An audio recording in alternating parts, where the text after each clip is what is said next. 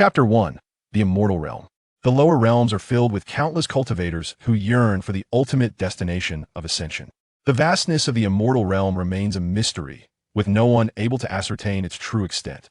It appears boundless, akin to the vast cosmos, concealing innumerable unknowns and divine wonders awaiting discovery. As for its origins, they are shrouded in enigma. No one can definitively state when it first came into existence within this world. Nevertheless, it is certain that the immortal realm can be traced back to the ancient age, a time steeped in myth and legend. Perhaps during that epoch, as the heavens and earth were newly formed and chaos had yet to be divided, the first celestial beings emerged, utilizing their extraordinary cultivation and wisdom to carve out this wondrous paradise, which has been passed down through the ages. No one truly knows the magnitude of the immortal realm. Even the most powerful beings of the supreme realm may spend their entire lives without ever touching its boundaries. It is said that at the edge of the immortal realm lies the tree of life's origin, which nurtures all living beings. Countless powerful entities have sensed the limits of their lifespans and resolutely embarked on journeys to seek the tree of life. However, fate has proven unkind. Many of these immortal beings have exhausted their remaining lifespans and employed countless methods. Yet none have touched the immortal realm's edge, let alone found the tree of life. This has led billions of beings within the immortal realm to regard the tree of life's origin as nothing more than a figment of imagination. Beneath the immortal realm exist innumerable realms, both large and small, collectively safeguarding the lofty domain above. Thus, it has become the coveted destination for cultivators from various lower realms aspiring to ascend. The immortal realm serves both as a sacred domain for cultivation and as a ruthless hell where ordinary mortals cannot survive. The supremacy of the strong remains its unchanging, eternal theme. The immortal realm is governed by 3 great celestial dynasties and 9 major sect families, each presiding over vast territories spanning millions of miles. The 12 major factions include the Wuyou Celestial Dynasty, Taigu Celestial Dynasty, Tianqi Celestial Dynasty, the Huangfu family, the Shangwan family, the Ouyang family, the Wang family, known for their tyrannical ways, and the Gu family, which traverses the realm of ghosts. Among them, the Tianqi Celestial Dynasty, one of the 3 great dynasties, is located in the east of the immortal realm, commanding millions of miles of territory, standing in a tripartite balance with the Wuyou Celestial Dynasty in the far west and the Taigu Celestial Dynasty in the north. The imperial city of the Tianqi Celestial Dynasty is situated in the central region of its territory, radiating governance over the surrounding millions of miles. When one finds themselves within the Tianqi imperial city, they behold numerous magnificent palaces perched upon the clouds, overlooking the myriad wonders of the world. Above the imperial city, a grand hall stands majestically in the heavens, where celestial cranes glide gracefully and rainbow clouds ebb and flow below. Above the hall, 3 powerful characters proclaim Wuyou Palace. Seated within the palace is a remarkably youthful figure clad in white, intently engrossed in the tome before him, occasionally furrowing his brow or relaxing it, as if he were one with his surroundings, exuding an essence of simplicity and purity. This young man is Ning Wuyou, the 3rd prince of the Tianqi Celestial Dynasty. Having just turned 20, his white attire accentuates his tall and slender frame, while his handsome visage resembles that of a jade crown, with delicate lips curving into a gentle smile, capable of captivating countless noble women. His long, ebony hair cascades casually, embodying the image of a languid aristocrat. Notably, his slender eyes seem to possess the power to enthrall, sparkling with divine light. Yet, this paragon of noble birth, appearance, and temperament is, regrettably, a person who cannot cultivate. Upon discovering Ning Wuyou's inability to cultivate, both the Celestial Emperor and Empress were consumed by anxiety, desperately searching for means to guide him onto the path of cultivation. Day after day, they explored countless possibilities, expending innumerable precious resources, yet all their efforts ultimately dissolved into nothingness. Whether ancient tomes chronicled mystical techniques or rare celestial herbs, if there existed even a glimmer of hope for Ning Wuyou to break free from his shackles, they would not hesitate to try. However, regardless of the attempts made, the outcomes were invariably disappointing. Those seemingly miraculous methods proved utterly ineffective when applied to Ning Wuyou, as if they had sunk without a trace. As time passed, the elders of the royal family and other influential figures, after thorough contemplation, reached a unanimous decision to abandon the focused cultivation of Ning Wuyou. After all, for a prince who could never tread the path of cultivation, investing more resources seemed a futile endeavor. Due to his inability to cultivate, Ning Wuyou gradually fell out of favor within the vast family. Those who once surrounded him with flattery began to depart, and even the celestial emperor and empress, who had doted on him, gradually shifted their affections to other, more promising princes and princesses.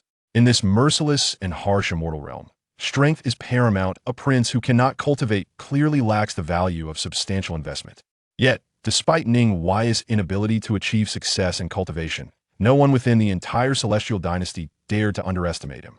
This was not solely due to his noble status as a prince, but rather because of his astonishing capabilities and unfathomable cunning.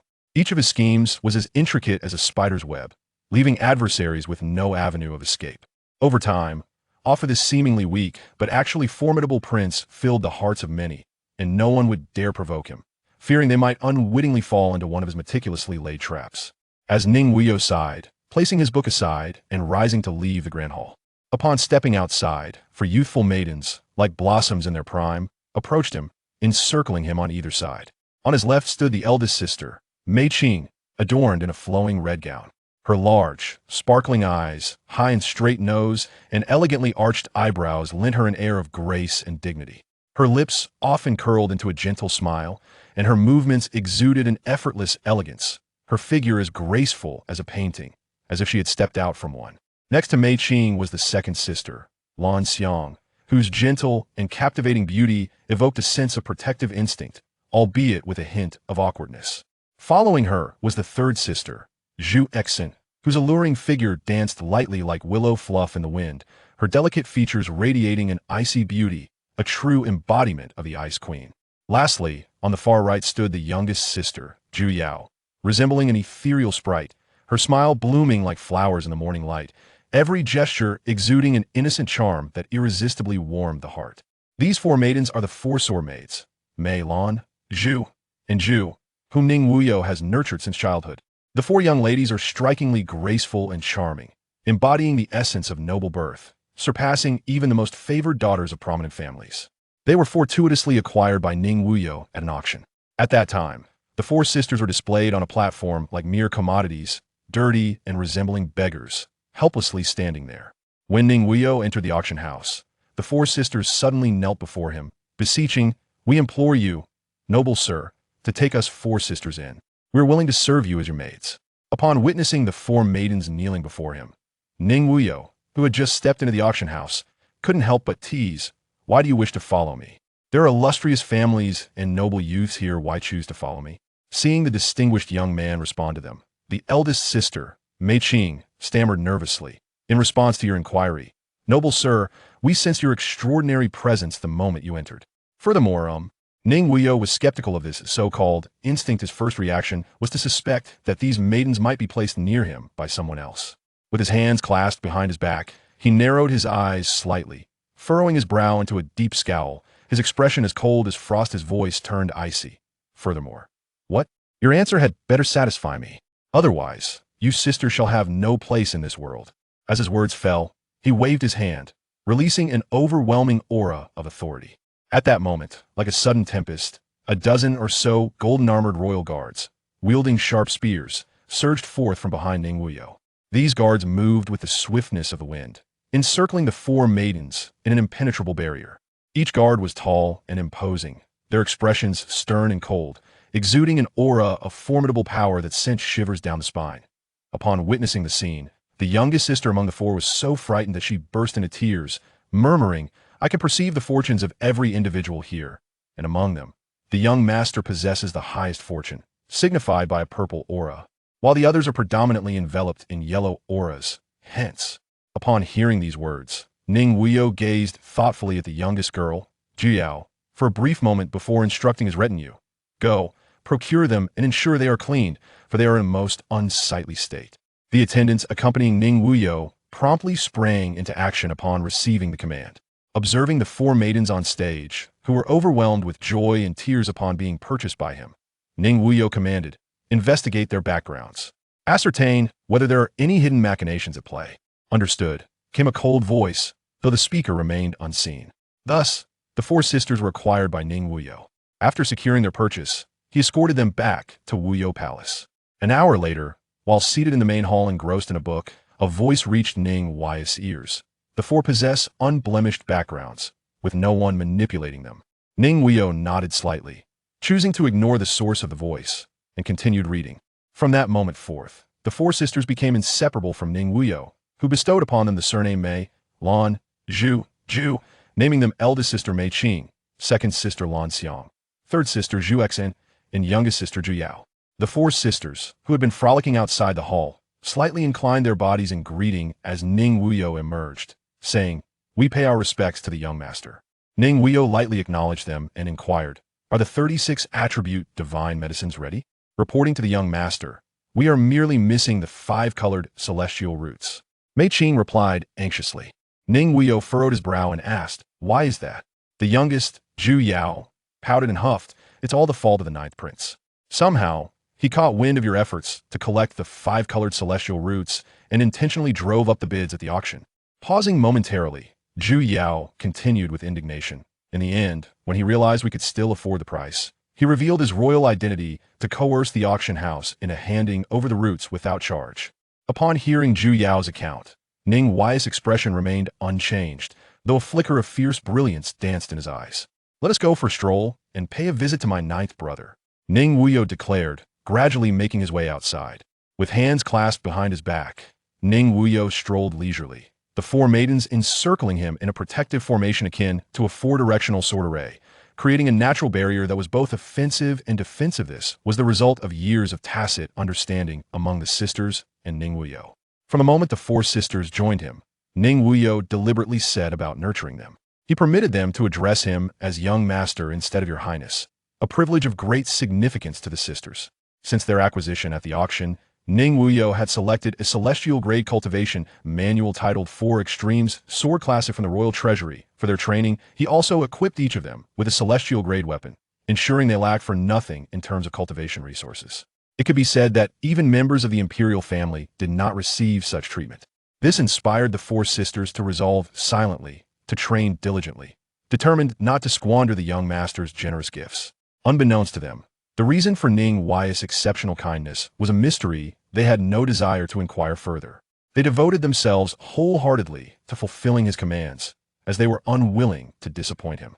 The manuals and weapons in their possession were coveted treasures within the celestial domain, let alone in the various realms below. There were even those who would turn against their kin for a single celestial-grade weapon or manual. To so freely bestow such celestial-grade techniques and armaments upon a few maidens speaks volumes of the profound resources and strength of the Tianqi celestial dynasty. As the four sisters benefited from the immense resources of the celestial dynasty, coupled with their exceptional innate talents, they remarkably progressed from being ordinary individuals without any training to achieving the initial stage of the fusion phase within a mere few years. Particularly noteworthy were Mei Qing, who possessed the finest talent, and Zhu Exen, who devoted herself entirely to cultivation, both of whom ascended to the mid-stage of the fusion phase. While their innate gifts and diligence played significant roles in their success, it is essential to note that without Ning Wuyou's generous provisions of resources, they would not have reached their current level of cultivation. This illustrates the principle that one cannot thrive without the means to do so. No matter how extraordinary a cultivator one may be, without resources to support them, they are destined to become mere stepping stones for the truly powerful. Due to their shared understanding and the fact that they all practice the same technique, the sisters exhibited a remarkable level of synergy, capable of executing a combined sword strike that could potentially turn the tables on latest-stage cultivators. In the celestial domain, techniques, divine powers, martial skills, and weapons are categorized into 4 tiers: Emperor, Supreme, Heaven and Earth, and the lowest tier, Common. Each category is further divided into upper, middle, and lower grades, a system that has been handed down since ancient times. The cultivation system of the celestial domain comprises 12 levels: Foundation Establishment, Golden Core, Nascent Soul, Divine Transformation, Fusion, Great Ascension, True Immortal Realm, Profound Immortal Realm, Divine King Realm, and Royal Path Realm, with each level subdivided into early, middle, and late stages. Additionally, there are 9 Supreme Realms, each classified into 9 grades, where each grade represents a significant threshold. The 1st to 3rd grades are considered the lower 3 grades of Supreme, the 4th to 6th grades the middle 3 grades of Supreme, and the 6th to 9th grades the upper 3 grades of Supreme. Above the Supreme Realm lies the Great Tao Emperor Realm, a realm that transcends time, suppressing all, impervious to the collapse of heaven and earth.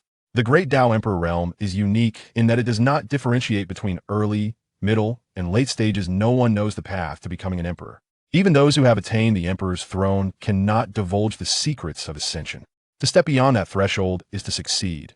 Yet if one cannot take that step, they remain forever ensnared at the emperor's gate, a distance that feels both near and impossibly far. Achieving supreme status is feasible. Becoming an emperor, however, is a daunting challenge. Throughout the eons in the celestial domain, countless supreme cultivators have failed to take that crucial step. Many proud and unparalleled prodigies ultimately succumb to old age, leaving behind unfulfilled aspirations. Historically, there have only been 9 recorded emperor-level figures in the celestial domain, each emerging during different epochs. Each of these figures was a force to be reckoned with, bearing the weight of destiny, commanding the cosmos, and wielding the sun and moon, leaving a profound impact throughout their eras. Regrettably, in the last 100,000 years, no supreme has broken through to the emperor realm, and the fates of the 9 emperors remain shrouded in mystery. However, within this realm, filled with mystery and opportunity, it seems countless secrets await discovery by those willing to seek them out. Atop the majestic capital of the Apocalypse Empire, within an imposing hall, 2 young men sat facing each other, engaged in conversation. One, adorned in exquisite azure robes that flowed gracefully, bore a striking resemblance to Ning Wuyou, his eyes shimmering with profound brilliance, slowly spoke, "Ninth brother, have you acquired the colorful celestial spirit root?" Opposite him, a young man in black feathered attire produced a delicately crafted white jade vial from a spatial ring. Grinning as he replied, "The colorful celestial spirit root is secured." "Haha, ninth brother, I dare say the third will be quite vexed." The azure-robed gentleman chuckled. And after a moment's contemplation, continued, "I have heard that the third has recently been gathering various attribute divine herbs. I wonder how he will respond to this. Although attribute divine herbs are not particularly precious to us, they are indeed elusive treasures. However, do remain vigilant, ninth brother. Given the third's vengeful nature, caution is advisable." In response, the young man in black scoffed, "What is there to fear? I cannot abide the third's indifferent demeanor. Even if he discovers that I have taken the colorful celestial spirit root, what can he do? He is but a worthless waste incapable of cultivation, merely possessing some cunning tricks." The azure-robed man glanced at his younger brother with a look of exasperation, as if to say, "You fool. You would scarcely dare speak so boldly in the presence of the third." The 2 conversing in the grand hall were, of course, brothers of Ning Wuyou, the azure-robed gentleman. Ning Wuyou was the second prince of the Apocalypse Empire, possessing late-stage cultivation in the immortal realm at the age of 22, and was the biological brother of Ning Wuyou. The 9th brother, Ning Fong, the young man in black, was the youngest son of the Emperor of Apocalypse, merely 17, yet already at mid-stage of the Great Ascension realm. Born of the Emperor and another celestial consort, ranking 9th among the many princes. As soon as Ning Fong's voice fell, a detached voice drifted in from outside the door. Who is the worthless one speaking? Upon hearing the commotion from the grand hall, Ning Fong turned around in a fit of rage and retorted, "The worthless one is speaking of you." Just as the words left his mouth, he beheld Ning Wuyou entering with his hands casually clasped behind his back, flanked by the 4 sisters who attended to him. When Ning Fong realized that the speaker from outside the hall was none other than his 3rd brother, Ning Wuyou, a shiver of fear coursed through him, rendering his body tremulous as if shaken by a sieve, and he dared not utter another word. Observing Ning Fong, whose face had turned a deep shade of purple from suppressed anger, the 3 sisters, Mei, Lan, and Zhu, struggled to contain their laughter, though their bodies quivered with the effort. However, the youngest, Jiuyao, was unrestrained, her laughter erupting unabashedly, offering no regard for Ning Fong's dignity. Her mirthful sounds echoed as if to ensure Ning Fong was fully aware of her amusement at his expense. Just as Ning Fong prepared to reprimand Jiuyao for her lack of respect, he caught sight of the subtle smile curling at the corners of Ning Wuyou's lips. Instantly deflated, he recalled the ruthless methods of Ning Wuyou. As Ning Wuyou stepped into the grand hall, Ning Wu rose to greet him with a smile, saying, "Third brother, what brings you here today in such leisure, taking the time to visit me?" Ning Wuyou disregarded Ning Wu's politeness and gazed at Ning Fong with indifference, saying, "Ninth brother, hand over the items." Ning Wu, feeling humiliated as if he were invisible to Ning Wuyou, furrowed his brow tightly, his heart swelling with indignation. For he had always regarded his dignity as paramount. Yet, it seemed he held some reservations regarding Ning Wuyou. And his brow soon relaxed as he burst into laughter. "Third brother, what do you require from our 9th brother? I have faith in his character. He would never engage in any deceitful antics." Following this, Ning Wu turned to Ning Fong, adopting a facade of seriousness as he admonished, "Ninth brother. Have you carelessly taken something from your third brother? If not, please clarify, for second brother here can vouch for you, lest anyone unjustly accuse you." The meaning of Ning Wu suggests that Ning Fong has understood, and there is evidently an implicit threat within, urging him to refrain from speaking carelessly. Ning Fong glanced at Ning Wu and then at Ning Wuyou, hardly daring to breathe. Little did he know that a multicolored celestial spirit root could prompt Ning Wuyou to personally seek him out. A wave of anxiety washed over him as he silently lamented, "I have truly been led to my doom by my second brother." Ning lowered his head, his hands clenched tightly, palms beginning to sweat slightly from anxiety. He realized that this time he was in deep trouble. The colorful celestial spirit root was a dilemma, a matter of whether to hand it over or not. He couldn't help but feel a pang of regret as he reflected on how he could have been so easily swayed by the seemingly ulterior motives of the second brother, leading him to offend the third brother. Was he not digging a pit for himself, pushing himself into the flames? Ning Wuyou fixed his piercing gaze upon Ning Fong, as if he could see through Ning Fong's thoughts. With a hint of impatience, he said, "Ninth brother, will you surrender it willingly, or shall I, as your elder brother, be compelled to retrieve it myself?" Upon hearing these words, Ning Wu maintained a facade of ignorance, feigning surprise as he replied, "Third brother. There must be some misunderstanding here. Ninth brother has always been respectful and courteous towards us, never one to compete or quarrel. If you assert that ninth brother has taken your belongings, there must be concrete evidence to substantiate such a claim. Otherwise, it would be difficult to explain to our mother." Ning Wu's words were meant to convey to Ning Wuyou that they had the backing of their mother, urging him not to act recklessly. Upon hearing this, a faint smirk appeared at the corner of Ning Wuyu's mouth, and his eyes, reminiscent of profound black holes, seemed capable of ensnaring one's very soul as he fixed his gaze upon Ning Fong. This caused Ning Fong, standing nearby, to break into a cold sweat, feeling an overwhelming pressure, as if an enormous mountain were pressing upon him, making it difficult to breathe. At that moment, Ning Fong involuntarily glanced at Ning Wu, who responded with a reassuring look, clearly indicating that he had nothing to fear as long as his elder brother was present. Ning Fong, emboldened by the support of his elder brother, bravely spoke up, "Third brother, you claim that I have taken something of yours, but I truly have no idea what it is that I supposedly took. You cannot wrongfully accuse me." Observing Ning Fong's continued denial, the youngest, Jiuyou, puffed up her cheeks in indignation and glared at him, exclaiming, "You still refuse to admit it. It was you who deliberately contested with us at the auction for the 5-colored celestial roots that the young master desired. How audacious! A mere maid dares to speak so disrespectfully to a prince. Third brother, is this maid of yours utterly lacking in decorum and unaware of proper etiquette?" Ning Wu seized the opportunity to launch a counterattack. Observing Ning Wu's exaggerated demeanor, Ning Wuyou merely replied with indifference, "My maid does not require the guidance of a mere dog." Upon hearing Ning Wuyou audaciously liken herself to a dog, Ning Wu was instantly consumed by rage and retorted, "Third brother, do not go too far. After all, I am still your second brother." It was merely a display of impotent fury. Ning Wuyou did not even cast a glance at Ning Wu, dismissing him with a tone of indifference. Good. Ning Wu repeated the word thrice while pointing at Ning Wuyou, evidently infuriated. After a few breaths, having regained some composure, Ning Wu continued from where Jiuyou had left off. "Third brother, your maid just mentioned that ninth brother acquired that so-called colorful celestial root at the auction, correct?" After Ning Wu finished speaking, he glanced at Ning Fong, and upon meeting the gaze of his second brother, he understood that the cornered Ning Fong could only nod in affirmation. With this confirmation, Ning Wu continued, his voice steady and resolute, "Since that item was acquired by our ninth brother at auction, the so-called colorful immortal spirit root naturally belongs to him. Third brother, surely you are not oblivious to the rules of the auction house. Highest bidder wins. How can this be deemed as snatching? Don't you agree, third brother?" With that, Ning Wu gazed at Ning Wuyou with an air of unwavering confidence. Ning Fong, emboldened by the support of his elder brother, spoke timidly yet with newfound courage. "Brother is indeed correct. It is simply a matter of the highest bidder claiming the prize. How can it be deemed as theft? It is merely that I have offered a higher price, and even if it were to be brought before the emperor and empress, the auction proceeds rightfully belong to me. Truly, it is a case of the highest bidder winning." Ning Wuyou cast a glance of utter indifference towards Ning Wu, a faint smile gracing her lips before she turned to face the timid Ning Fong, her tone devoid of warmth. "My words are never repeated, ninth brother. You must ponder this carefully." However, as soon as the words left her lips, an invisible chill enveloped the entire hall, the frigid air piercing like a myriad of fine needles against one's skin, evoking a shiver of dread.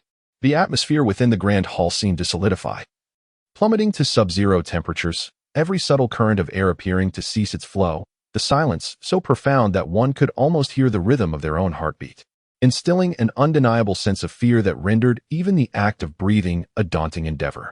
Thus, after a minute of this tense standoff, Ning Fong found himself unable to withstand the oppressive weight of Ning Wuyou's intimidating presence, as if he were being scrutinized by a ferocious beast. Taking a deep breath, he hastily retrieved a crystalline porcelain vial from the ring on his finger, cautiously offering it before Ning Wuyou, his demeanor tinged with apprehension. "Third brother, I did not intend to compete with you for the colorful celestial spirit root. It was all orchestrated by second brother," he proclaimed, gesturing towards Ning Wu as he spoke. Upon witnessing this, Ning Wu's expression suddenly changed drastically. "Ninth brother, when have I ever instructed you to compete with third brother for that colorful celestial spirit root? It seems you truly delight in making unfounded accusations." Ning Fong, disregarding the predatory gaze of his elder brother, promptly shifted the blame onto Ning Wu. He hurriedly recounted the entire sequence of events, emphasizing that he had been coerced by Ning Wu. Ning Wuyou, upon hearing this, narrowed her eyes and gazed at Ning Wu, saying, "I see, second brother, shouldn't you offer some explanation?" Ning Wu, caught off guard, awkwardly chuckled. "Third brother, this is all a misunderstanding. I merely intended to tease ninth brother, never anticipating he would take it to heart." Ning Wuyou let out a cold snort, declaring, "Enough. This time, I can overlook the matter regarding the five-colored celestial spirit roots. However, from this moment forth, I do not wish to witness any similar incidents. Should they occur, do not blame me for severing familial ties." Ning Wu witnessed Ning Wuyou disregard his dignity in front of so many onlookers, and to make matters worse, he dared to reprimand him. In an instant, his expression soured, and his fingers, hidden behind his back, lightly traced the air. Just as Ning Fong was about to hand over the porcelain vase containing the vibrant celestial roots to Ning Wuyou, an elderly man suddenly descended from above, snatching the vase from Ning Fong's grasp and presenting it to Ning Wu with a chuckle. "Third prince, this colorful celestial root now belongs to my master. Whether you desire it depends on your capabilities," he declared. Upon witnessing this, Ning Wuyou chuckled softly, the corners of his mouth curving slightly. "It seems today a life or two will indeed be lost. Otherwise, any lowly cur will dare to seize items before me in the future." With that, Ning Wuyou did not even spare a glance at the old man, casually waving his hand and uttering the command, "Kill him." The single word plunged the atmosphere of the grand hall into an icy silence, the air itself growing frigid. Before Ning Wu could utter a word, a thin line of blood appeared at the old man's throat, and he collapsed lifelessly, leaving Ning Fong in stunned shock. Ning Wu stood frozen in place, utterly petrified by the inexplicable demise of his subordinate. As the initial shock subsided, a surge of unbridled fury erupted within him, scorching his very soul. He seethed inwardly. How dare he? This is nothing short of contemptuous disregard for my authority. Such insolence is beyond endurance. Yet, as reason slowly tempered his rage, a chilling realization dawned upon him. Elder Zhang, a Xianstin realm powerhouse, had been obliterated in an instant. Rumors of the third prince's ruthless methods and hidden trump cards were rife, but none had ever witnessed the true extent of his arsenal. How could a man incapable of cultivation command such formidable subordinates? Neither the emperor nor the empress had assigned him any guardians.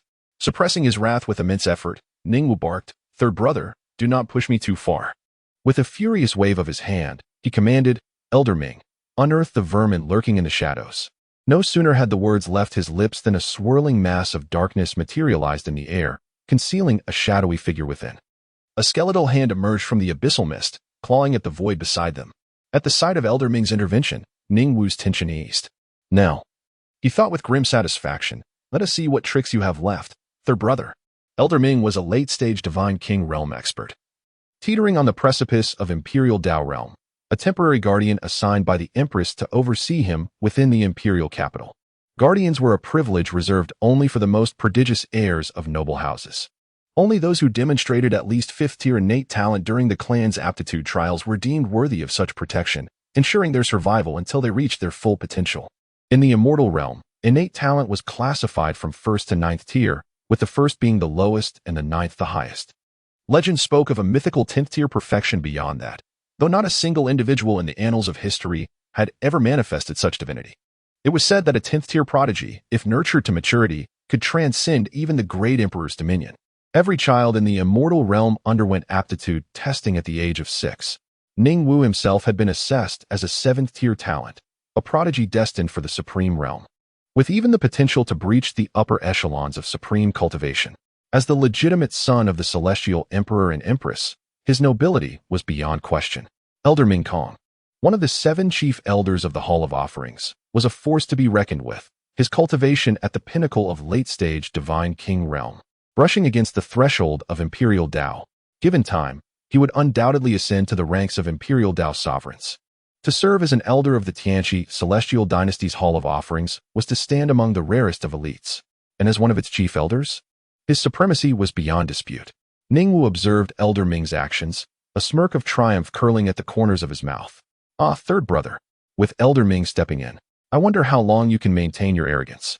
The disparity between the divine king realm and the profound immortal realm may seem but a single tier. However, this distinction effectively bars at least 80% of cultivators from the immortal domain.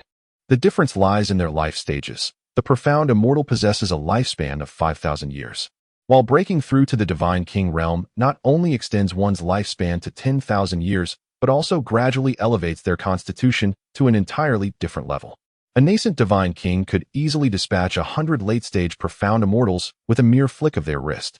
At that moment, Elder Ming reached out with one hand and suddenly grasped the air, eliciting a piercing scream that echoed like a ghostly wail. As the shrill cry reverberated through the surroundings, Ning Wu felt a surge of joy. "Ah, third brother, it seems you have lost both your wife and your soldiers this time." He turned his gaze towards Elder Ming, eyes widening in disbelief, frozen in place. The crowd soon reacted, directing their attention towards Elder Ming. To their horror, they beheld that one of Elder Ming's arms had been severed cleanly, not a drop of blood to be seen. A truly terrifying sight. Following this, the air warped, and a figure clad in black robes emerged from the void, shrouded in mystery. This individual was obscured entirely, resembling a specter hovering in midair, their face hidden behind a mask, bowing towards Ning Wuyou. "Dark Nine pays respects to your highness."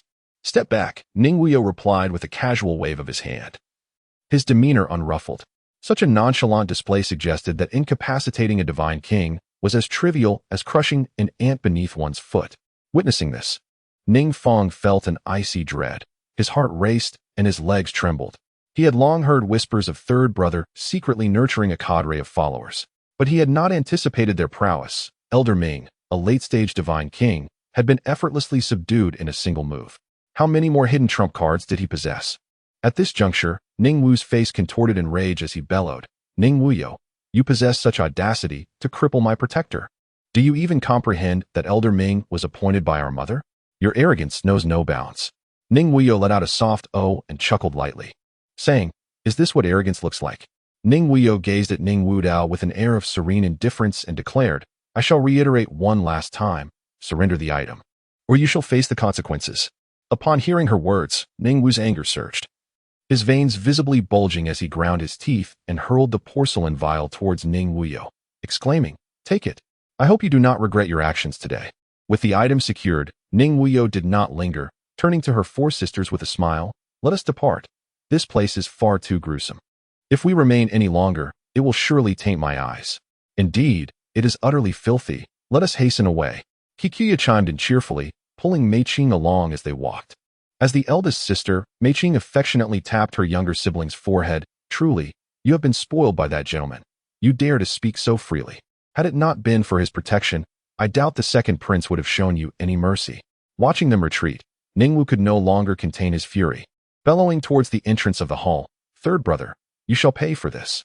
This matter is far from over." His face contorted with rage. He then turned abruptly to Ning Fong and shouted, "Ninth brother, how dare you deceive me?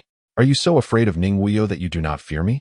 Ning Fong, taken aback by Ning Wu's terrifying expression, hastily waved his hand and said, "Second brother, you have witnessed third brother's methods. Let us put this matter to rest."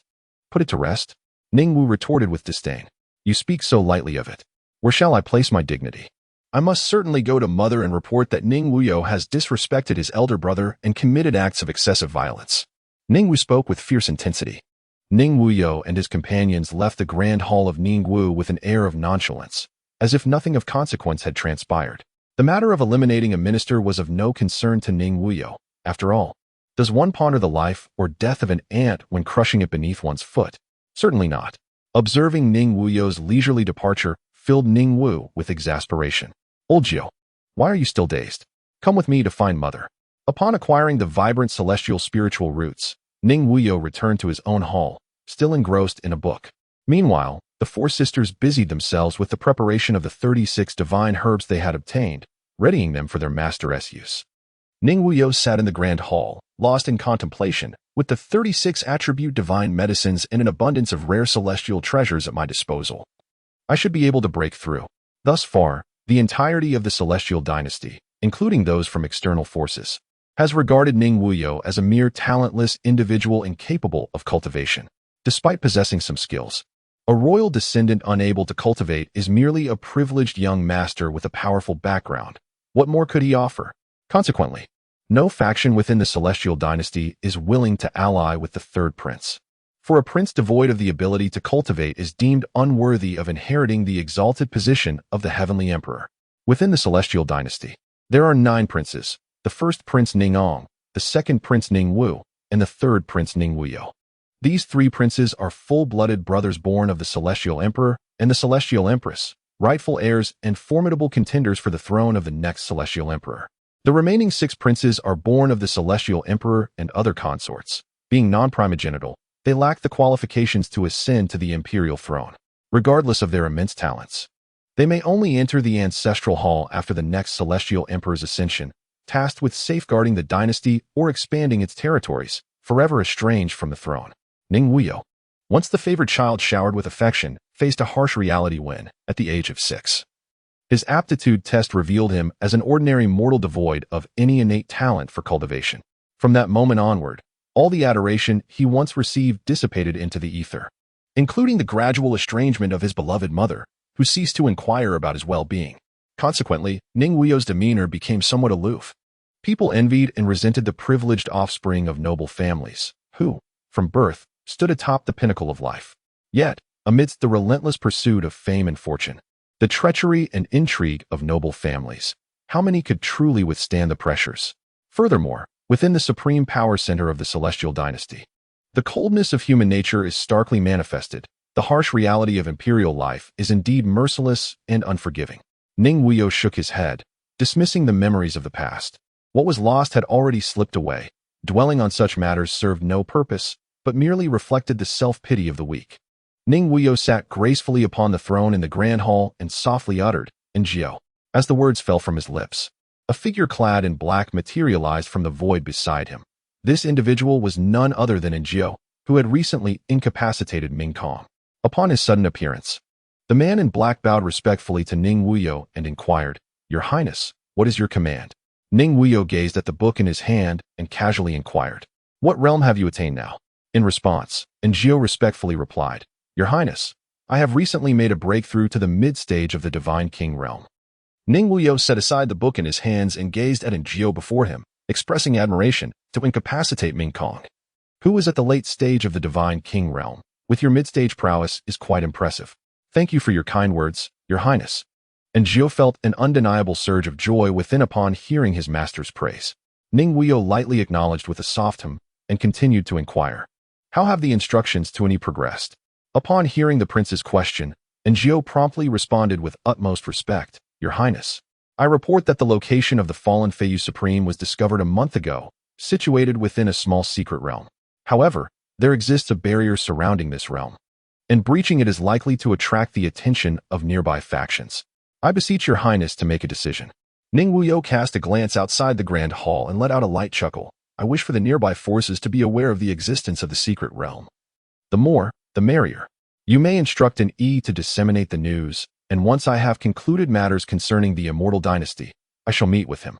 Ingio, perplexed, could not fathom the meaning behind His Highness's words. Should not the secret realm be kept known to fewer people? Although he did not comprehend His Highness's intent, he refrained from questioning it, resolutely committed to serving His Highness, well aware that possessing excessive knowledge within the immortal dynasty bore no advantages. "Understood," Ingio replied, bowing respectfully to Ning Wuyou before vanishing from sight. Shortly after Ingio's departure, Mei Qing entered with graceful steps, her red gown accentuating her beauty like a lotus emerging from water, gentle and enchanting. "Young master, everything is prepared," Mei Qing said with a slight smile.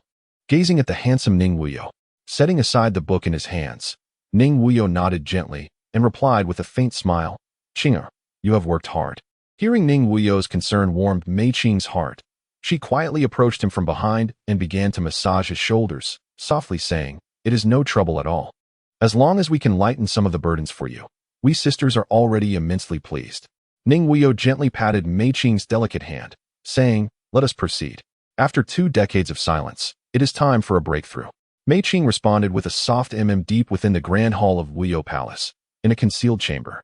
A vast pool dominated the entire space. Within the pool, ethereal energies surged and swirled. Should an outsider behold this scene, they would undoubtedly exclaim in astonishment.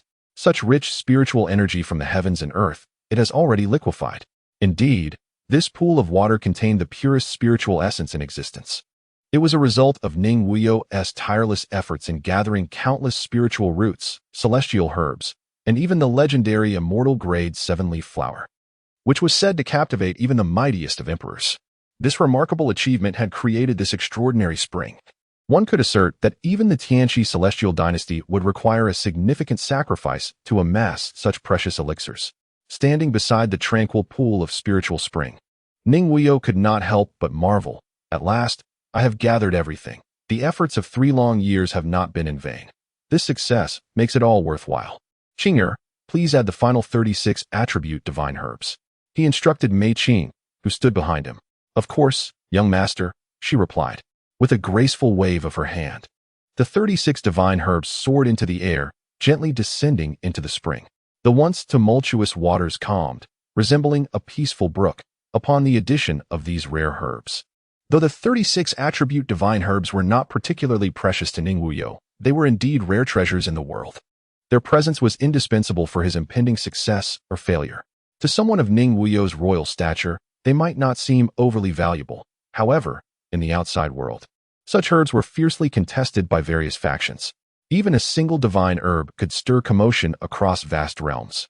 Once all the herbs and auxiliary materials settled into the spring, Mei Qing softly approached Ning Wuyou again, saying, "Young master, allow me to assist you in shedding your garments." At her words, Ning Wuyou nodded gently. As she helped him, he stood by the mystical spring clad only in fitted trousers. Mei Qing's gaze lingered on his tall and graceful figure, his skin as fair as jade, his muscles well-defined, coupled with his handsome visage that captivated her entirely. "Do you find me appealing?" Ning Wuyou teased with a smile. Mei Qing's cheeks flushed crimson, akin to a ripe apple. "Young master, you are teasing me again," she stammered, shifting her feet in embarrassment. "Ha ha ha, you remain as bashful as ever," Ning Wuyou chuckled in delight. Observing Mei Qing's flustered state, he said, "You may leave now and wait outside for me."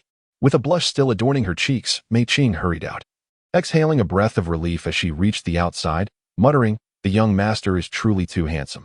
Once Mei Qing departed, Ning Wuyou settled into a cross-legged position, preparing to adjust his body to the optimal state for fully absorbing the spring's medicinal essence. The entire celestial realm believed that Ning Wuyou was incapable of cultivation, a sentiment echoed by the emperor and empress, who thought he would forever remain an ordinary individual. Yet, Ning Wuyou harbored a long-hidden secret, unknown even to his parents. From the moment of his birth, a unique cultivation method titled Song of Freedom appeared in his mind, an enigmatic technique devoid of attributes or ranks, its origins shrouded in mystery. The opening phrase of this profound method proclaimed, "In the freedom of heaven and earth, I walk alone, mastering the universe and severing the ages." From this grand introduction, Ning Wuyou recognized the extraordinary nature of the technique, as even the mightiest emperors within the celestial domain would not dare to boast so boldly. This method had been sealed within his mind since birth and was the most harmonious practice for him. Thus, he resolved to cultivate this innate gift. However, the cultivation of this method came with an unbearable price. Once begun, one could not switch to another technique, even if one attempted to abandon it midway.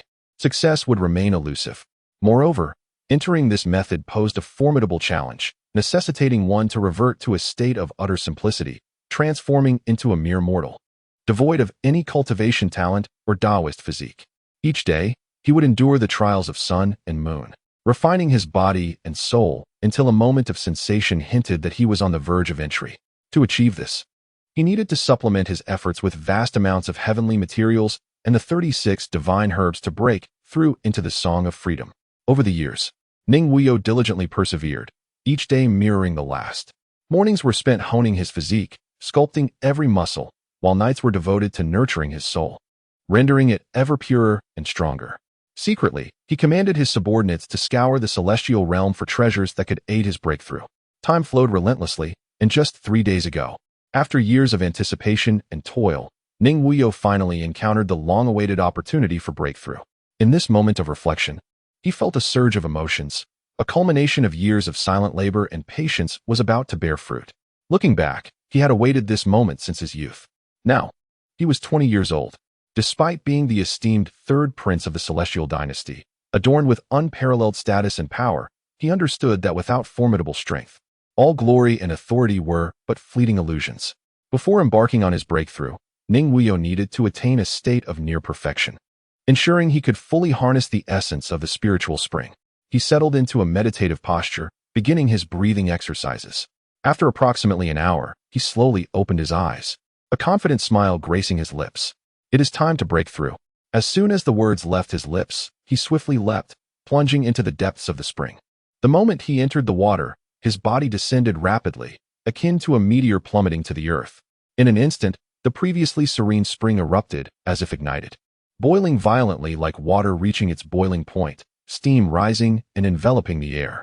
Concurrently, Ning Wuyou's form transformed into an unfathomable black hole, voraciously consuming the rich spiritual energy contained within the spring.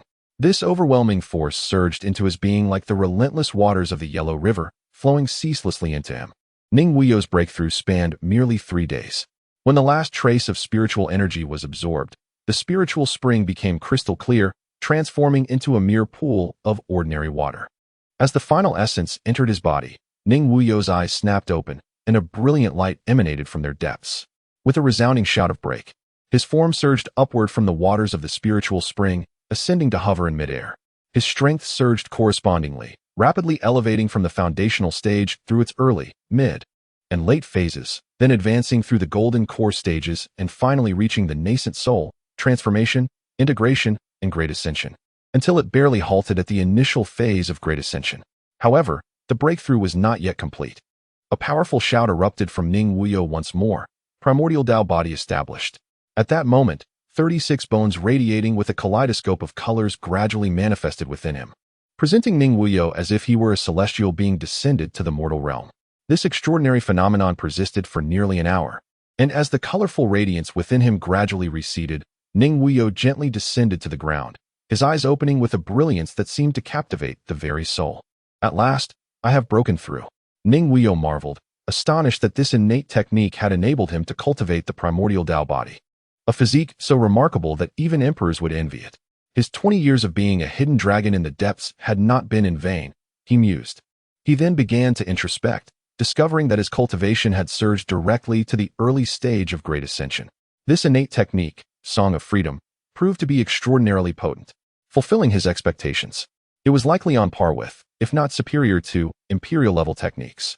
Surely, even imperial techniques could not facilitate a direct breakthrough to the great ascension stage, let alone achieve the legendary primordial Tao body. This outcome exceeded Ning Wuyou's wildest anticipations, delivering an unexpected surprise.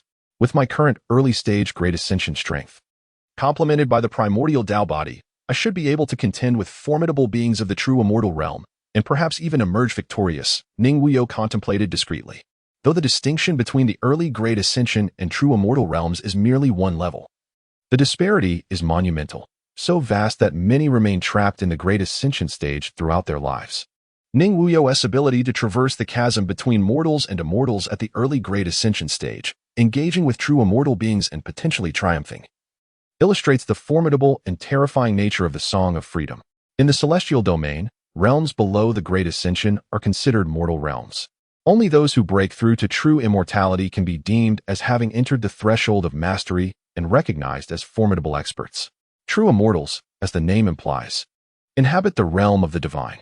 Achieving the true immortal stage is a mark of genius, a rarity among countless souls. In lower realms, true immortals are often invincible. Attaining this status signifies eligibility for ascension to the celestial domain, underscoring the immense strength of the celestial realm. As Ning Wuyou emerged from the secret chamber, he was met by the 4 sisters who approached him eagerly. "Young master, have you succeeded?" The 4 pairs of anxious eyes were fixed upon Ning Wuyou, filled with anticipation. Ning Wuyou softly uttered an a smile gracing her lips as she remarked, "It has been accomplished." With a declaration of success from Ning Wuyou, the ever-reserved eldest sister, Mei Qing was instantly overwhelmed, collapsing into his embrace and weeping loudly. "Young master, you have succeeded. We have finally awaited this day." The other three sisters could only stifle quiet sobs, while the youngest, Ju Yao, pouted and muttered, "Humph." Once again, the eldest sister has taken the lead. Once Mei Qing regained her composure, especially upon hearing her sister's words, she felt an even deeper blush of embarrassment, her cheeks turning a radiant crimson, enhancing her allure. Gently pushing Mei Qing aside, Ning Wuyou teased, "I never expected the usually dignified and graceful Qing'er to possess such an endearing side." "Young master, you mock me." Mei Qing replied softly, adjusting her appearance. "Qing'er, you and the others should go rest. You have stood watch outside for 3 days." Ning Wuyou said with a smile playing at the corners of his mouth. "Yes, young master," the four sisters responded with slight bows before retreating. After their departure, Ning Wuyou clasped his hands behind his back, lost in thought. It was time to commence preparations for the Feiyu Supreme Secret Realm. "Njio," Ning Wuyou called with a solemn tone. "At your service," Njio emerged from the spatial rift, bowing slightly. Ning Wuyou, with her hands clasped behind her back, gazed at Njio with a calm demeanor and inquired, "How long have you nine been following me?" Upon hearing this, Njio, though somewhat puzzled as to why Her Highness would pose such a question, promptly replied, "Your Highness, it has been 4 years. For fleeting years have passed like a swift horse racing across the plains. In your loyal service to me, have you ever harbored feelings of regret? After all, I am but a mere mortal incapable of cultivating the arts. Have you ever felt discontent in your hearts?" Ning Wuyou stood with his hands clasped behind his back, gazing into the distance, and spoke softly as the clouds drifted lazily and the breeze was gentle. As soon as Ning Wuyou's words fell, Njio suddenly knelt on the ground in a state of abject fear, exclaiming, "I dare not, my lord. Ever since the 9 of us pledged our allegiance to you, we have devoted ourselves wholeheartedly to your service, harboring no selfish intentions. Even if you were never to cultivate throughout your life, we would willingly accompany you eternally." Observing Njio, who was brought to his knees by a mere utterance, Ning Wuyou shook his head and replied indifferently, "I hope that you 9 brothers will indeed act as you profess, diligently serving this palace, for that will not be without its rewards of wealth and honor. However, should any inappropriate thoughts arise, you are well aware of the consequences." In that moment, Ning Wuyou exuded an overwhelming aura of authority, leaving Njio too intimidated to even draw a breath. As Ning Wuyou's words faded, the kneeling Njio felt a shiver run down his spine and promptly replied, "This subordinate understands." Ning Wuyou instructed him to notify An Yi that the barrier to the mystic realm of the Feathered Sovereign would be opened in 3 days. Njio quickly affirmed, "Yes, your highness." Dismissed, Ning Wuyou waved his hand. Njio nodded in acknowledgement and vanished from sight. Upon returning to the main hall, Ning Wuyou seated himself upon the grand throne, contemplating the renowned movement technique of the Feathered Sovereign, the Divine Fire Avatar, which he was determined to acquire. It seemed a strategy was necessary. As this thought crossed his mind, a faint smile involuntarily appeared on his lips. Should the 4 sisters witness Ning Wuyou's current expression, they would surely realize that misfortune awaited another group. In the expansive main hall of Wuyou Palace, Ning Wuyou sat cross-legged, introspecting. The carefree song, having just broken through to its first level, had attained the Great Ascendance realm. What kind of realm would one reach upon breaking through to the 9th level? Surpassing the Emperor realm was not out of the question. Yet, what exactly lay beyond the Emperor realm? The thought was indeed tantalizing. Ning Wuyou shook his head, self-deprecatingly reflecting. "At present, I can barely claim the Great Ascendance realm, and yet I aspire to breach the Emperor realm. There remains a long road ahead. I must refrain from aiming too high." He hoped to advance to the 2nd layer of the carefree song in the near future, for it seemed that the 1st layer also conferred a certain divine ability, which he intended to contemplate when time permitted. The carefree song is divided into 9 layers, each representing a higher celestial realm, with each layer accompanied by a unique divine technique. As the term implies, divine ability pertains to the methods of the divine. In the realm of immortals, possessing a divine ability is typically reserved for those of great fortune, who have comprehended a divine ability of their own. However, such occurrences are exceedingly rare. Only those with extraordinary talent, unparalleled in history, might grasp one. Alternatively, a divine ability might be preserved in a divine essence when a formidable figure at the peak of the 9 realms perishes, ensuring that it does not vanish into oblivion. Or, ancestors of prominent clans might enshrine their divine abilities within their secret realms for the benefit of future generations. Whenever a divine ability manifests, it generates considerable commotion, even stirring the hearts of sovereigns, underscoring its rarity. While Ning Wuyou pondered these matters, a voice from outside the hall interrupted. "Young master, Steward Li seeks an audience." Upon hearing Mei Qing's announcement, Ning Wuyou's cool voice resonated from within. Inner. Outside the hall, Mei Qing politely smiled at Steward Li, saying, "Steward Li, the young master requests your presence. Please follow me." Standing opposite Mei Qing was an elderly man with an ethereal presence, holding a whisk. He was one of the confidants of Emperor Chanqi. Steward Li smiled back at Mei Qing. "Thank you, Miss Mei, for guiding me. There's no need for formality, please." Mei Qing graciously led the way into the hall, with Steward Li following closely behind. Upon entering, Mei Qing slightly bowed to Ning Wuyou, stating, "Young master, Steward Li has come to see you," before stepping aside. Ning Wuyou gently responded with a soft "hm," inquiring, "What brings Lord Li to seek an audience with me? Is it a matter from father or mother?" Upon entering, Lord Li immediately sensed a subtle change in Ning Wuyou, though he could not quite discern what it was. It felt as if her essence had ascended to a higher plane of existence. Shaking his head slightly, he thought to himself, "Why ponder such things? My duty is merely to convey messages." Hearing Ning Wuyou's question, Lord Li elegantly flicked his feather duster, resting it on his arm, and with a slight bow, he said, "This humble servant carries the Empress's decree for the third prince to attend an audience." Upon hearing this, Ning Wuyou maintained a stoic demeanor and replied coldly, "Understood. You may depart."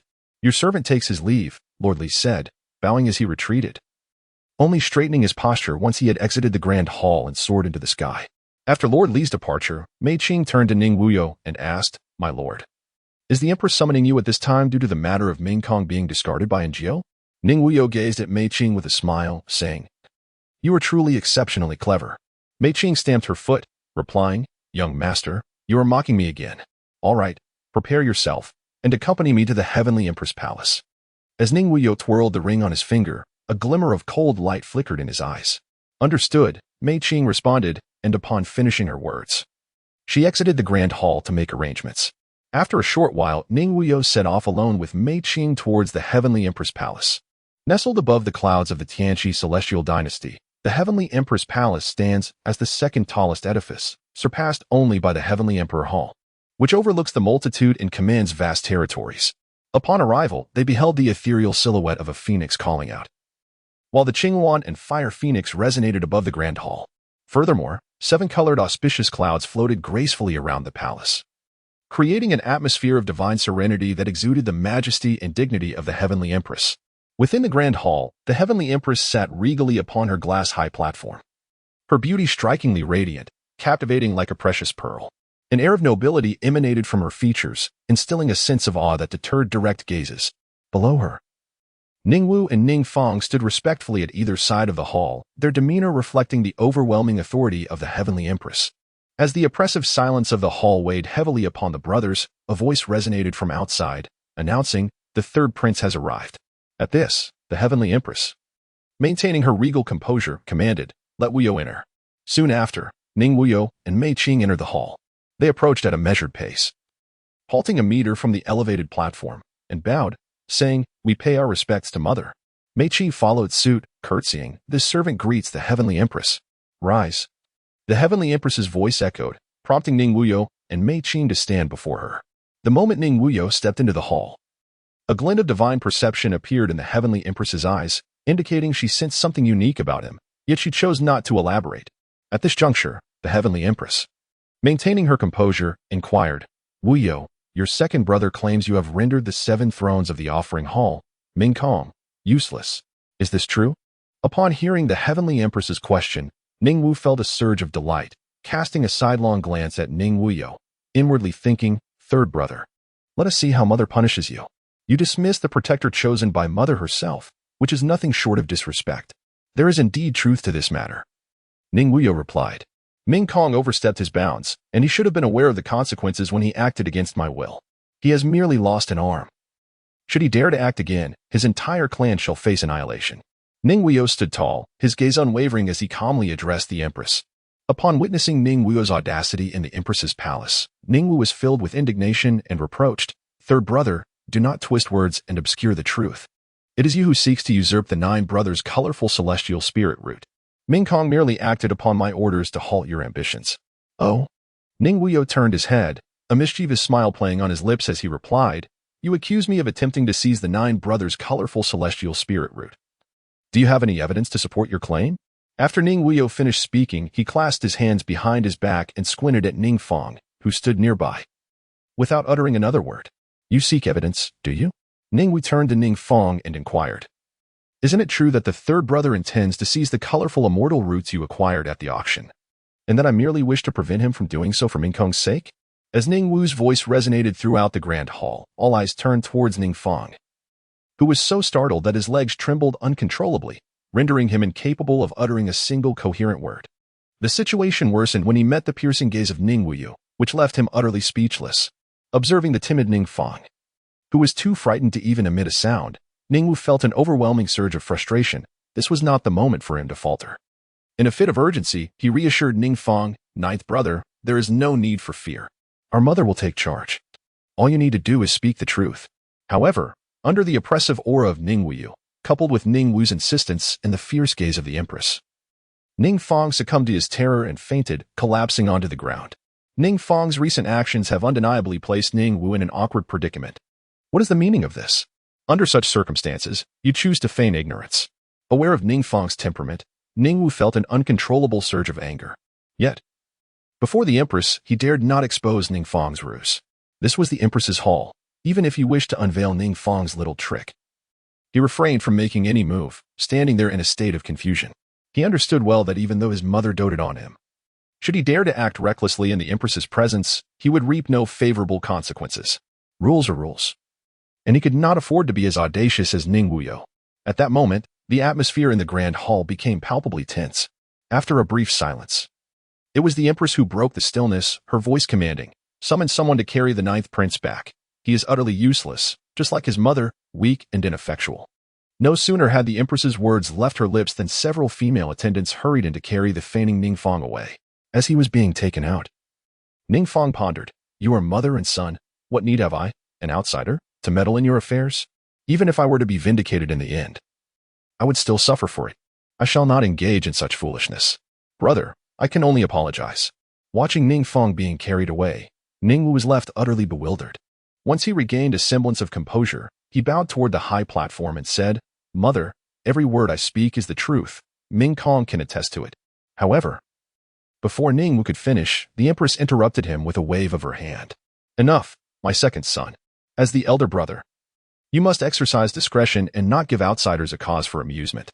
With the Empress having spoken, it was clear that this matter would be swept under the rug, leaving Ning Wu feeling like a mute enduring bitter gall. The Empress then glanced at Ning Wuyou and Ning Wu, saying, "Wuyou, you shall stay. The rest may withdraw. This matter ends here and must not be disclosed. Understood?" Her words were directed at Ning Wu as well as the others present. Recognizing the futility of the situation, Ning Wu bowed deeply to the Empress and replied, "Yes, mother. I take my leave." With that, he exited in a huff. Once everyone had vacated the grand hall, only the Empress and Ning Wuyou remained. The Empress turned to Ning Wuyou with a gentle smile and asked, "Wuyou, do you have anything you wish to say to your mother?" Ning Wuyou naturally understood that his mother was inquiring about his cultivation level, rather than questioning the reason behind his seizing Ning Fong's colorful celestial spirit roots. Given the strength of the Empress, it is likely that only a handful could conceal their cultivation from her. Ning Wuyou understood that concealing the truth served no purpose, so he chose to speak candidly. "Yes, mother, I am now ready to commence my cultivation," he stated with a detached expression. After waiting for quite some time without hearing further words from Ning Wuyou, the Empress was momentarily taken aback. "Is that all you have to say to your mother?" Ning Wuyou, with an air of tranquility, took 2 steps forward and spoke. "Mother wishes to say something to me?" The Empress, momentarily at a loss for words, found herself uncertain on how to proceed. Given Ning Wuyou's nature, it was likely that no amount of pressure would elicit the truth from him. Conceding to this reality, she decided against further inquiry and sighed softly, "Very well. Everyone possesses their own secrets and their own reasons. If you choose not to speak, I shall not press you. Unless you have further instructions, I shall take my leave," Ning Wuyou stated, his expression void of emotion. The Empress, rubbing her forehead, observed the distance Ning Wuyou maintained, and gently uttered, "Wuyou, you may go." "Yes, mother," he replied. And without a bow, he turned and stepped away, an act that appeared audacious to outsiders. Just as Ning Wuyou was about to cross the threshold of the palace door, the Empress's voice drifted softly through the air. When did our mother-son bond become so estranged? Ning Wuyou stood frozen for a moment, then left the grand hall without glancing back. As she watched her son's figure fade from view, the Empress let out a deep sigh, reflecting to herself, "Oh, Wuyou. In your childhood, you were the most attached to your mother." The cold formality of Ning Wuyou addressing her as Mother Empress and child had plunged the mother-son relationship into a frigid abyss. Shortly after Ning Wuyou's departure, the Empress commanded with authority, "Summoned the commander of the Feiyu guards to see me." Within moments, a gaunt man, emaciated and frail, approached the Empress and respectfully knelt before her, declaring, "Your servant greets the Empress. Keep a close watch on the movements of the third prince, remaining hidden so as not to be discovered by Wuyou. Henceforth, I require a detailed report on every matter concerning the third prince," the Empress instructed. "Yes, your servant obeys." After Ning Wuyou departed from the Heavenly Empress Palace, he returned to his own grand hall accompanied by Mei Qing. As he took his seat upon the throne, a ripple of energy surged through the space, and Dark Nine emerged, bowing respectfully. "Your Highness, I have just received news from Dark One that several factions, including numerous nearby rogue cultivators, have begun to take notice of the secret realm of the Feathered Sovereign." Hearing this, Ning Wuyou smiled lightly to himself and remarked, "Is that so? The show is about to begin." 3 days later, outside a modest city named Qinghua, located 1,000 miles from the Tianqi Imperial City, a commotion arose that stirred countless forces to investigate. Qinghua City, neither too large nor too small, housed a variety of familial factions, with the most prominent being the Zhang family, a fourth-tier power led by the Xianxian realm master, Zhang Qi. The hall of the Zhang family was filled with influential members, as only those with significant power were permitted to enter. Seated in the main position was a middle-aged man with a dignified appearance and slight stubble, the family head. Zhang Qi, a mid-stage Xianxian, recognized as the strongest in Qinghua City. To his left stood his son, Zhang Xian, the sole heir of Zhang Qi, at the late stage of the transformation realm, who had just turned 20 and was considered a moderate genius in the celestial domain. To his right was his daughter, Zhang Wanqing, a 16-year-old prodigy who had also reached the late stage of the transformation realm, renowned as the most beautiful woman in Qinghua City. Despite numerous noble families seeking her hand, Zhang Wanqing, with a cold demeanor, rejected all suitors, citing her pursuit of martial excellence. At this moment, Zhang Qi spoke, "Elders, do we have any plans regarding the disturbances outside the city?"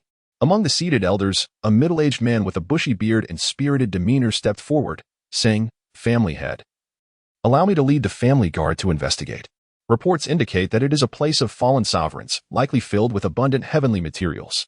With these resources, our Zhang family could advance to a third-tier family. The ranking of families is determined by the celestial dynasty, and to elevate their status, families must submit an application to the dynasty, which will then send invoice to assess their eligibility. Successful elevation grants families rewards of vast heavenly materials and divine techniques. But they must also pay annual tributes in celestial crystals. Once classified as a third-tier family, the dynasty offers them access to the Tianqi Academy, a prestigious institution reserved for royal descendants, which could potentially place them at the epicenter of power within the celestial dynasty. A family elder seated beside Zhang Qi cast a disdainful glance at the middle-aged man, scoffing, "You? How arrogant. Only second-tier families with royal authority can lay claim to a place of fallen sovereigns. Do you believe you are worthy?" The middle-aged man was momentarily silenced, sighing, "What then? Shall we simply stand by?" At this juncture, Zhang Xian proposed, "Why not let the larger factions consume the lion's share, while we partake of the leftovers?" Observing the animated discussions among the elders regarding Zhang Xian's suggestion, Zhang Qi rose and declared, "We shall proceed as Xian has suggested." With that, the elders fell silent, indicating Zhang Qi's considerable authority within the family. "Xian, you and Wanqing shall lead the family guard.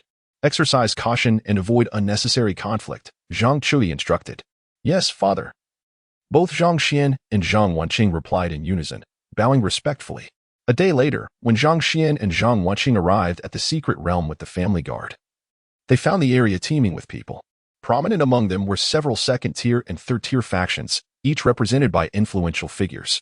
At the forefront stood the Chen family, the most formidable second-tier family, led by a stout elder of late Divine King realm. Flanking them were the Li family and the demonic faction, Jiuyou Valley, both also led by late Divine King realm cultivators.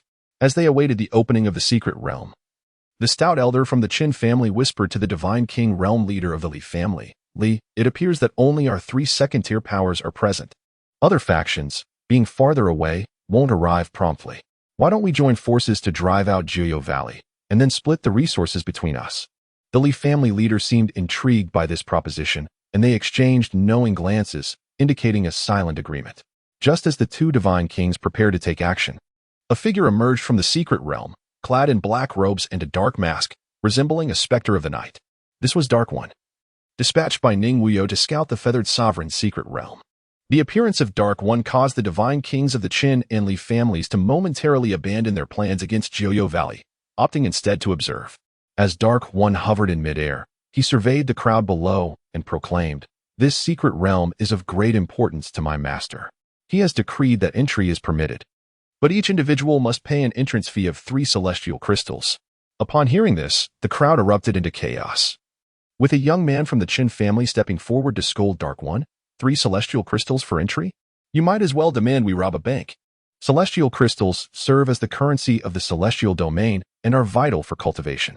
Many small families have never even encountered celestial crystals. The hierarchy of currency in the celestial realm begins with celestial crystals, followed by spirit crystals, and then primal crystals. 1 celestial crystal can be exchanged for 1,000 spirit crystals, and 1 spirit crystal for 1,000 primal crystals, highlighting the rarity of celestial crystals. Zhang Wanqing's family possessed a mere handful, underscoring their scarcity. Listening to the words of the young man, the other factions below also joined in the uproar. Witnessing the commotion his words had stirred, the young man from the Qin family, filled with vanity, continued, "Let that so-called noble son of yours come and take it from me himself. I suspect he has gone mad from poverty, demanding 3 celestial crystals right off the bat. Does he truly think so little of our second-tier factions? With so many of us here, a single spit from each could drown him. Does he really consider himself significant?" Just as the young man from the Chun family finished speaking, an enigmatic figure known as an E, with a smirk of derision, interjected, "Have you finished your last words?" With a mere gesture, the young man from the Qin family was instantaneously reduced to ashes, leaving not a trace behind, as though he had never existed in this world. The powerful deity from the 9 Nether Valley suddenly exclaimed, "He is a formidable sovereign of the imperial path." His cry silenced the multitude of cultivators below. An imperial path sovereign was a being most of them had never even laid eyes upon in their lifetimes, evoking a sense of dread. And Yi's decisive action left the late-stage sovereign from the Qin family frozen in place, paralyzed by fear, pondering, this cloaked figure is indeed a sovereign of the imperial path. What is the identity of the noble son he serves? To command such a powerful being as a servant, thankfully, I refrained from attacking, otherwise my family would have faced dire consequences. After dispatching the young man from the Qin family, an E remained suspended in the air, coldly declaring, "Those who seek 3 celestial crystals shall enter, those who dare to trespass shall perish, those who speak ill of my noble son shall see their 9 clans exterminated." And Yi's proclamation rendered the multitude of cultivators below mute, the discussions abruptly ceasing. In their minds, they speculated about the identity of the noble son behind this black-clad figure, each lost in their own thoughts. Positioned at the edge of the secret realm, Zhang Xian, having witnessed in Yi's might, sighed in envy. "This is a sovereign of the imperial path. When will I ever reach such heights? Truly, it is overwhelmingly formidable." Hearing Zhang Xian's murmurs, Zhang Wanqing replied coolly, "Such lofty aspirations. Wanqing, do you not think today was truly worthwhile? To witness the grandeur of an imperial path sovereign. I wonder which great power's notable figure is the noble son who commands such a being as a servant? If I could forge a connection with him, I would surely laugh with joy." Zhang Xian exclaimed.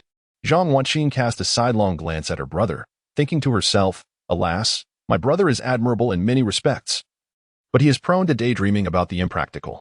Accompanying them was an elder from the Zhang family, a late-stage true immortal, tasked with ensuring their safety.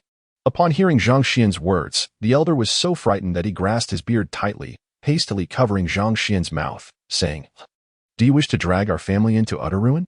Did you not hear that esteemed individual declare that those who speak ill of his noble son shall face the extermination of their 9 clans?" Awakening from his stupor, Zhang Xian broke into a cold sweat, his teeth chattering in fear. He glanced back at an E, relieved to see that the figure seemed oblivious to his words.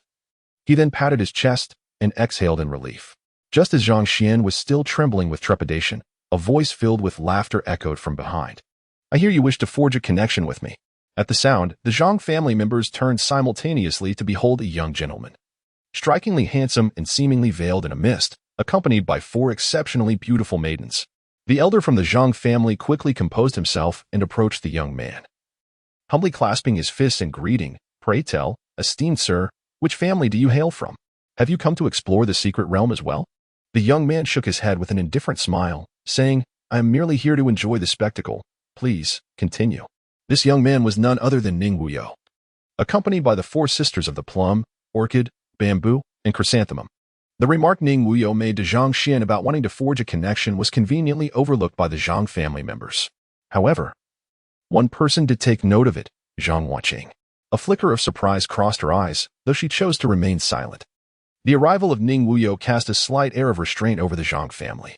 His demeanor and eloquence were nothing short of extraordinary, akin to a celestial being descending from the heavens, particularly with 4 exquisite ladies accompanying him, a sight that clearly suggested the grandeur of a scion from a prestigious family.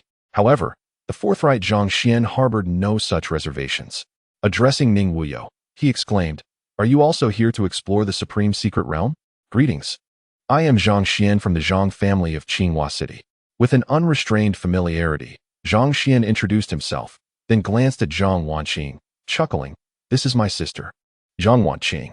Isn't she lovely? Given your remarkable demeanor, perhaps you would like to make her acquaintance." The moment Zhang Xian spoke, it left Zhang Wangqing in an awkward stupor. Noticing Ning Wuyou's gaze upon her, she slightly inclined her body and said, "Zhang Wangqing from Qinghua City pays her respects to the young master." Ning Wuyou gently nodded, stroking the ring on his finger, and simply uttered a greeting, "Hello," before falling into silence, which once again left Zhang Wangqing feeling awkward. Observing this, Zhang Xian's familiar nature surged forth as he pointed to the dark figure hovering above the secret realm, gesturing to Ning Wuyou. "You've seen that person, haven't you?" "Yes, I have. What of it?" Ning Wuyou replied nonchalantly with a nod, understanding that Ning Wuyou was new and unfamiliar with the surroundings. Zhang Xian's loquaciousness emerged as he enthusiastically introduced, "Did you notice that person in black? That is a powerful being of the royal Dao realm. Have you ever witnessed a royal Dao expert in action? The heavens tremble and the earth quakes, rivers run backward. Brother, you arrived just a moment too late. You missed witnessing that royal Dao expert in action. Such a pity." Upon hearing Zhang Xian's words, the Zhang family members simultaneously facepalmed and turned away, as if to express their unfamiliarity with him. Whether due to a lack of awareness or a carefree disposition, the talkative Zhang Xian continued to regale Ning Wuyou with tales. "I heard that this royal Dao expert has a prominent son above him. It is said that the supreme secret realm was discovered by his son, and to enter, one must offer up 3 celestial crystals. Isn't that quite domineering?" "Oh," Ning Wuyou replied indifferently, "it is indeed somewhat overbearing." Seeing that Ning Wuyou remained unfazed, Zhang Xian exaggeratedly exclaimed, "Aren't you surprised? Don't you find it thrilling?" His antics caused the Zhang family members to retreat, distancing themselves about 10 meters from him. It was utterly embarrassing. Even Zhang Wangqing took a step back. However, Zhang Xian's exaggerated demeanor brought smiles to the 4 ladies, their laughter momentarily draining the color from the surrounding flowers, truly a smile that could topple cities and nations. "What are you all laughing at? Did I say something wrong?" Zhang Xian murmured, scratching his head in confusion. Zhang Wangqing tugged at Zhang Xian's arm and addressed Ning Wuyou and the 4 ladies, "I apologize, esteemed guests.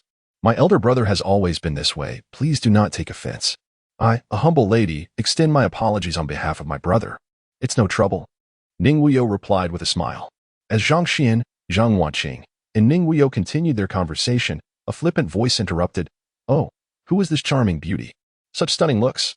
Turning around, Zhang Wangqing was confronted by a rather unsightly young man, who she regarded with disdain. "Sherpatian, what do you want?" "What do I want? Haha. Don't worry, Wangqing's sister, I'm not here for you today. I'm here for these 4 ladies." Upon finishing his statement, the young man named Sherpatian struck what he believed to be an alluring pose before Mei Qing and the other 3 ladies. He puffed out his chest, eager to showcase his confidence and charm, his eyes glinting with mischief, seemingly anticipating the ladies' admiration. Yet, the 4 ladies didn't even spare him a glance.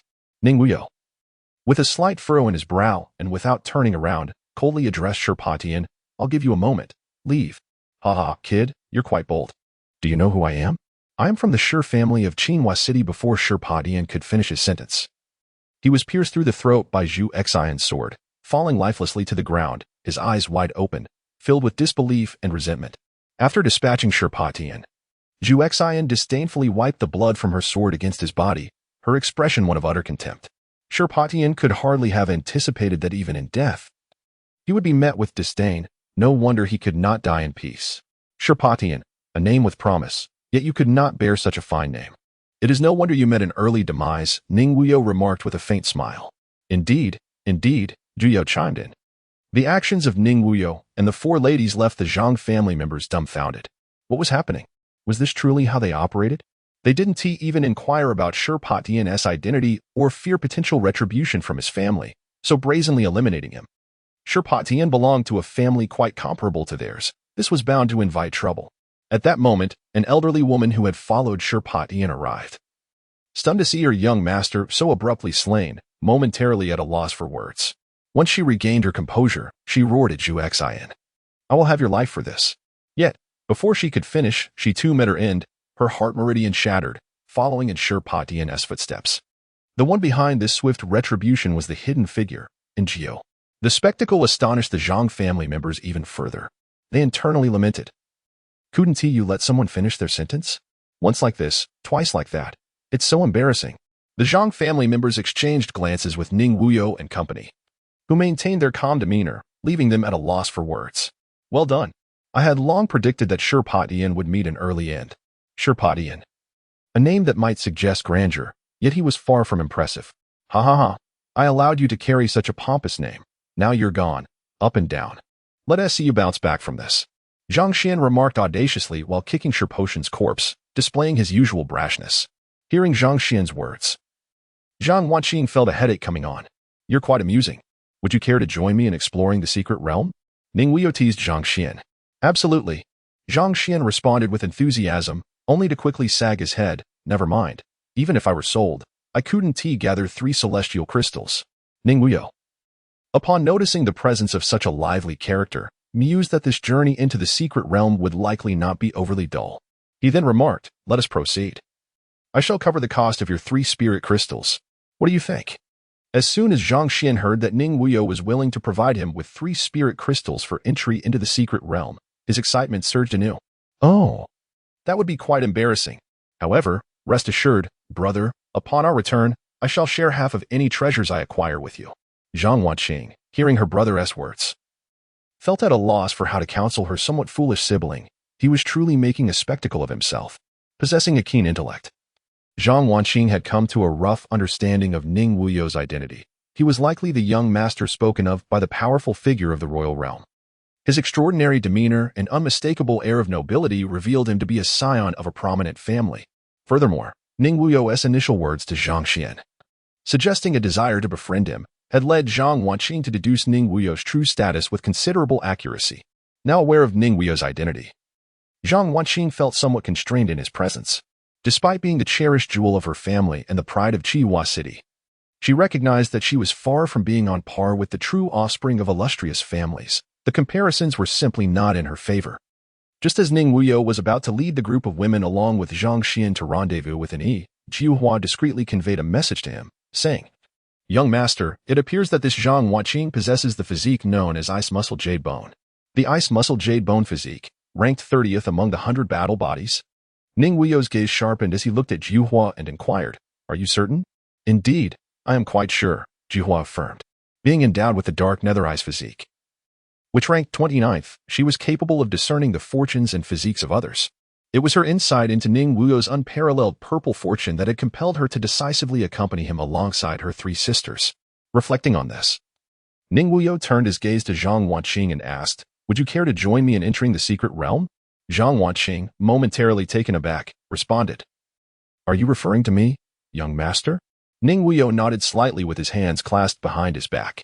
Upon receiving Ning Wuyou's affirmation, Zhang Wanqing appeared somewhat hesitant. She yearned to attain her rightful rewards within the secret realm through her own merit, reluctant to rely on another. She was a proud woman, unwilling to be a mere canary in the gilded cage of a man, embodying an unwavering pride that had been ingrained in her since childhood. Yet, the reality remained that without Ning Wuyou's assistance, she would be utterly incapable of entering this secret realm. To claim that she did not desire to enter would be disingenuous. The opportunity had simply eluded her, and even if she did gain entry, her survival was uncertain. However, the situation had shifted with Ning Wuyou's support. rendering the possibilities within reach. Yet, her pride and self-respect began to stir, leading her into a dilemma. After a moment of contemplation, Zhang Wanqing calmly declared, "I shall heed your command, young master. Like my brother, I shall share half of the treasures we acquire in the secret realm with you." Ning Wuyou chuckled lightly. "What a proud woman you are. Indeed, I hold you in high regard." Upon hearing Ning Wuyou's praise, Zhang Wanqing felt somewhat embarrassed, standing frozen in place. At a loss for words. "Qing'er, prepare," Ning Wuyou instructed Mei Qing. "Yes, young master," Mei Qing responded, gracefully waving her hand over her storage ring. Instantly, a magnificent 9 dragons chariot emerged with grandeur.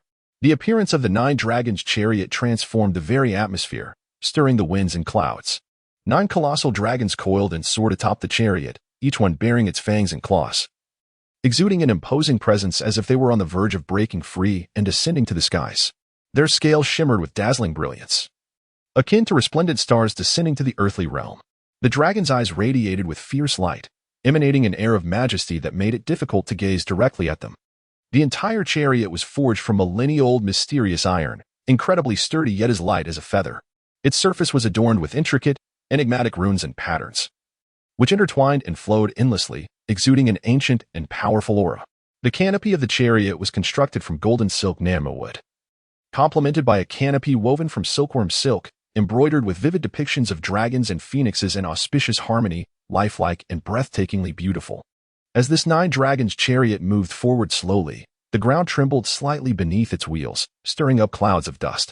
Accompanied by the resounding roars of dragons echoing through the skies, the chariot exuded a momentum as formidable as the ocean and as imposing as a mountain, causing everyone present to feel breathless, their hearts racing, and an irresistible urge to kneel in submission.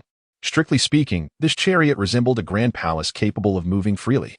The design of this mobile palace was ingeniously crafted, with every detail showcasing unparalleled luxury and refinement. The interior of the chariot revealed an enchanting realm, with a spacious and bright hall centered around a massive plush carpet, as soft as clouds. Surrounding it were exquisite, intricately carved tables and chairs, their backs inlaid with gems and pearls, sparkling with captivating brilliance. Was the first to enter the luxurious carriage, reclining gracefully upon the soft couch, feigning slumber. Subsequently, the 4 maidens, accompanied by the Zhang siblings, took flight and landed steadily upon the opulent white jade deck that adorned the exterior of the carriage. Zhang Wanqing, though astonished, managed to suppress the rapid beating of her heart, while her brother Zhang Xian exhibited far less composure. "Wow, what magnificent gems!" he exclaimed, "and look. The pillars of the deck are crafted from celestial crystals." Just as Zhang Xian was about to venture inside the carriage, he was halted by Zhu Xian. "This is the young master's south resting place. Unauthorized entry is strictly forbidden without his consent, or else you shall face dire consequences," Zhu Xian declared coldly. Having recently witnessed Zhu Xian's ruthless capabilities, Zhang Xian felt a chill run down his spine at her warning and awkwardly chuckled. "I want to go in, I promise." "Just looking, merely looking." Zhang Wanqing promptly pulled her brother closer, cautioning, "Elder brother, do refrain from causing trouble. We must not anger the young master." Zhang Xian merely pouted, falling silent and standing beside his sister, his eyes darting around in eager curiosity. At the forefront of the secret realm, An Yi remained seated in midair, while the various factions below wrestled with their thoughts before reluctantly agreeing to An Yi's terms, each preparing to relinquish 3 pieces of celestial crystal to secure their entry into the realm. What choice did they have? Under the looming presence of An Yi, they had no alternative but to submit. Even if all the powers present were to unite against An Yi, it would likely be insufficient to withstand his prowess. As each faction began to yield their celestial crystals, the majestic 9 dragons carriage descended gracefully above An Yi. The appearance of the carriage incited a stir among the crowd below. "Who is this? Such a grand spectacle, what opulence!" they murmured. "Look, there are figures atop the deck. Could it be the young master mentioned by the powerful figure?" The crowd buzzed with speculation and intrigue. Upon witnessing the arrival of the 9 dragons carriage, An Yi swiftly ascended to the deck. The sight startled Zhang Xian, who instinctively retreated to the edge of the deck, preparing to leap away at a moment's notice. Zhang Wanqing, however, had long anticipated Ning Wuyou's true identity. Although she appeared composed, turmoil churned within her. As An Yi approached the deck, he knelt before the bejeweled curtain of the carriage, addressing the interior with reverence, "Your Highness." The title rendered Zhang Wanqing momentarily speechless, her throat tightening as she pondered. What manner of identity does this young master possess? Could he be a prince of the Celestial Enlightenment dynasty? Such a revelation is staggering. Zhang Wanqing felt herself adrift in a tempest of emotions. Meanwhile, Zhang Xian, standing at a distance, was oblivious to An Yi's address. The thought of being too close to An Yi, a formidable figure of royal authority, left him trembling with apprehension. Outside, it suffices to address him as the young master. For I wish to keep my identity shrouded from the world, he thought. The voice of Ning Wuyou emerged from within the carriage. I follow your command. An Yi replied solemnly. At that moment, Ning Wuyou's calm voice resonated once more, inquiring about the progress of their task. Upon hearing this, An Yi promptly responded with respect. I have fulfilled my duty and made all the necessary arrangements. Very well. I have always trusted your capability. You may rise, Ning Wuyou remarked. Hearing the praise from his master, An Yi felt a surge of joy in his heart. I am grateful for your kind words, young master.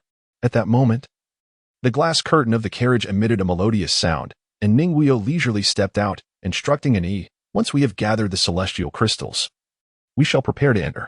Understood, young master, An Yi replied with a bow.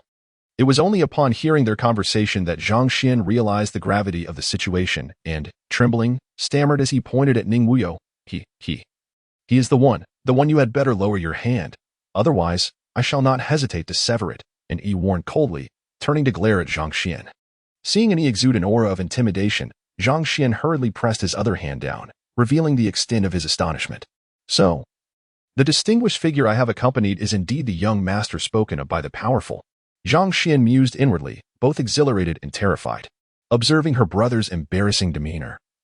Zhang Wanqing felt an urge to stab him with her sword. Yet, being siblings, she could only turn away in exasperation, resolving internally. I shall never embark on another adventure with my brother again. No.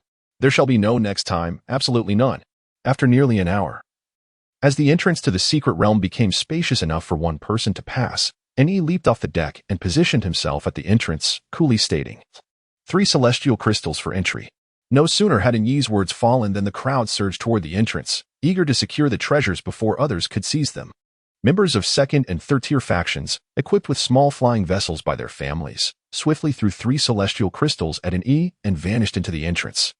This action caused the 4th and 5th-tier factions, as well as the scattered cultivators at the back, to fidget restlessly, lamenting, this is the profound foundation of the great families. Although some scattered cultivators felt the pinch of parting with 3 celestial crystals, they recognized this as an exceptionally fair opportunity for them. Were it not for Ning Wuyou, the secret realm might have been monopolized by a few major factions, leaving no room for them.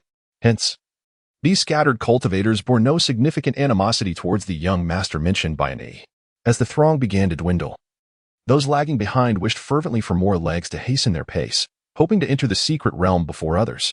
Despite the inherent dangers within, those who entered first could scout the terrain. The realm of celestial domains is governed by the law of coexistence between peril and opportunity.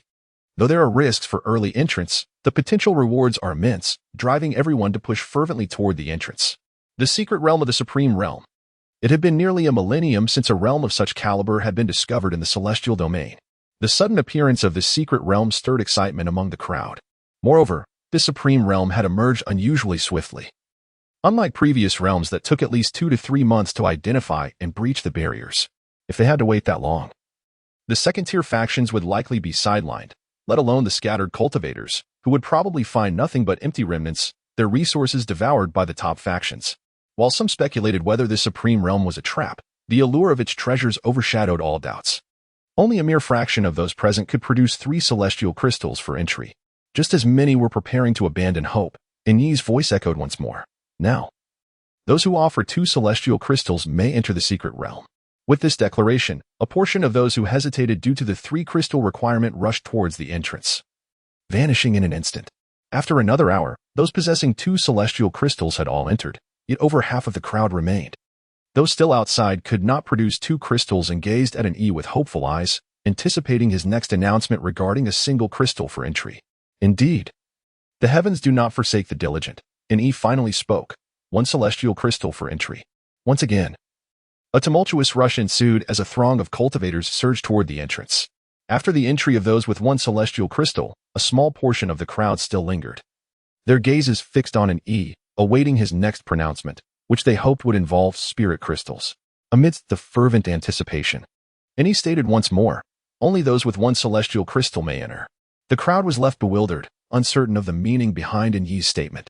Even Zhang Wanqing, aboard the carriage, turned to Mei Qing with curiosity. Sister Mei Qing, could it be that the esteemed one misspoke? During their time on the carriage, Zhang Wanqing had grown closer to her 4 sisters, directly addressing them as siblings. Mei Qing smiled alluringly, glancing at her master before replying to Zhang Wanqing. With your keen intellect, have you not discerned the intentions of my master? Upon hearing Mei Qing's explanation, Zhang Wanqing pondered for a moment, only to break into a cold sweat, her body involuntarily trembling. She had grasped Ning Wuyou's plan, yet it was overwhelmingly daunting. She could scarcely fathom it. Zhang Wanqing's heart raced. What on earth does this young master intend? He seems to manipulate the world with ease. This prompt opening of the Supreme Realm must surely be part of his scheme. With that thought, Zhang Wanqing's gaze towards Ning Wuyou transformed, revealing shock, fear, and an impulse to flee the deck. She looked towards Zhang Xian, only to find her brother obliviously sprawled on the cloud-covered deck, foolishly watching the spectacle, unaware of whether his fate was fortunate or unfortunate. As Ning Yi's words fell, the entrance to the secret realm erupted into chaos, with many uncertain of his meaning. At that moment, someone stepped forward, perplexed. Might I inquire what you mean, esteemed one? So that we may understand? Hearing this, Ning Yi let out a chilling laugh and replied, What? You do not comprehend? Very well, allow me to clarify. He paused before continuing, Surely among you, there are those who still possess celestial crystals they are reluctant to part with. Am I correct? Upon hearing this, the group of cultivators exchanged wary glances, scanning their surroundings, and even slowly added, Do you not have the audacity to seize what you desire? If you cannot part with your own celestial crystals, then take the crystals of others. I only recognize celestial crystals, not individuals. Do you understand? Upon hearing the words of Ning Yi, the multitude of practitioners gathered before the secret realm stood in a state of utter shock, rendered momentarily speechless and motionless. After a period of stillness that seemed to stretch for nearly an incense stick's duration, the entrance to the secret realm erupted with the cacophony of fierce combat. As time progressed, more and more individuals began to vie for the celestial crystals of others, and the scene was nothing short of harrowing, a ghastly spectacle. Blood spattered abundantly, as if the very atmosphere had been drenched in crimson. Severed limbs lay scattered about, some still clinging to remnants of flesh, evoking a chilling sense of dread. The air was thick with an acrid, metallic scent of blood that induced nausea. The ground, slick with the sanguine fluid, bore witness to each step taken, leaving behind a trail of crimson imprints akin to a morbid pathway to the netherworld. This tableau was akin to a hellish purgatory, remarkably gruesome, instilling a sense of terror that made it difficult to behold. On the deck, Zhang Wanqing observed the practitioners below, engaged in a desperate struggle for a single celestial crystal. And with a soft sigh, she turned her gaze away, unable to bear the sight any longer. Meanwhile, Zhang Xian was even less composed, doubling over the edge of the deck and retching violently. Do you find this cruel? At that moment, the calm voice of Ning Wuyou drifted through the air.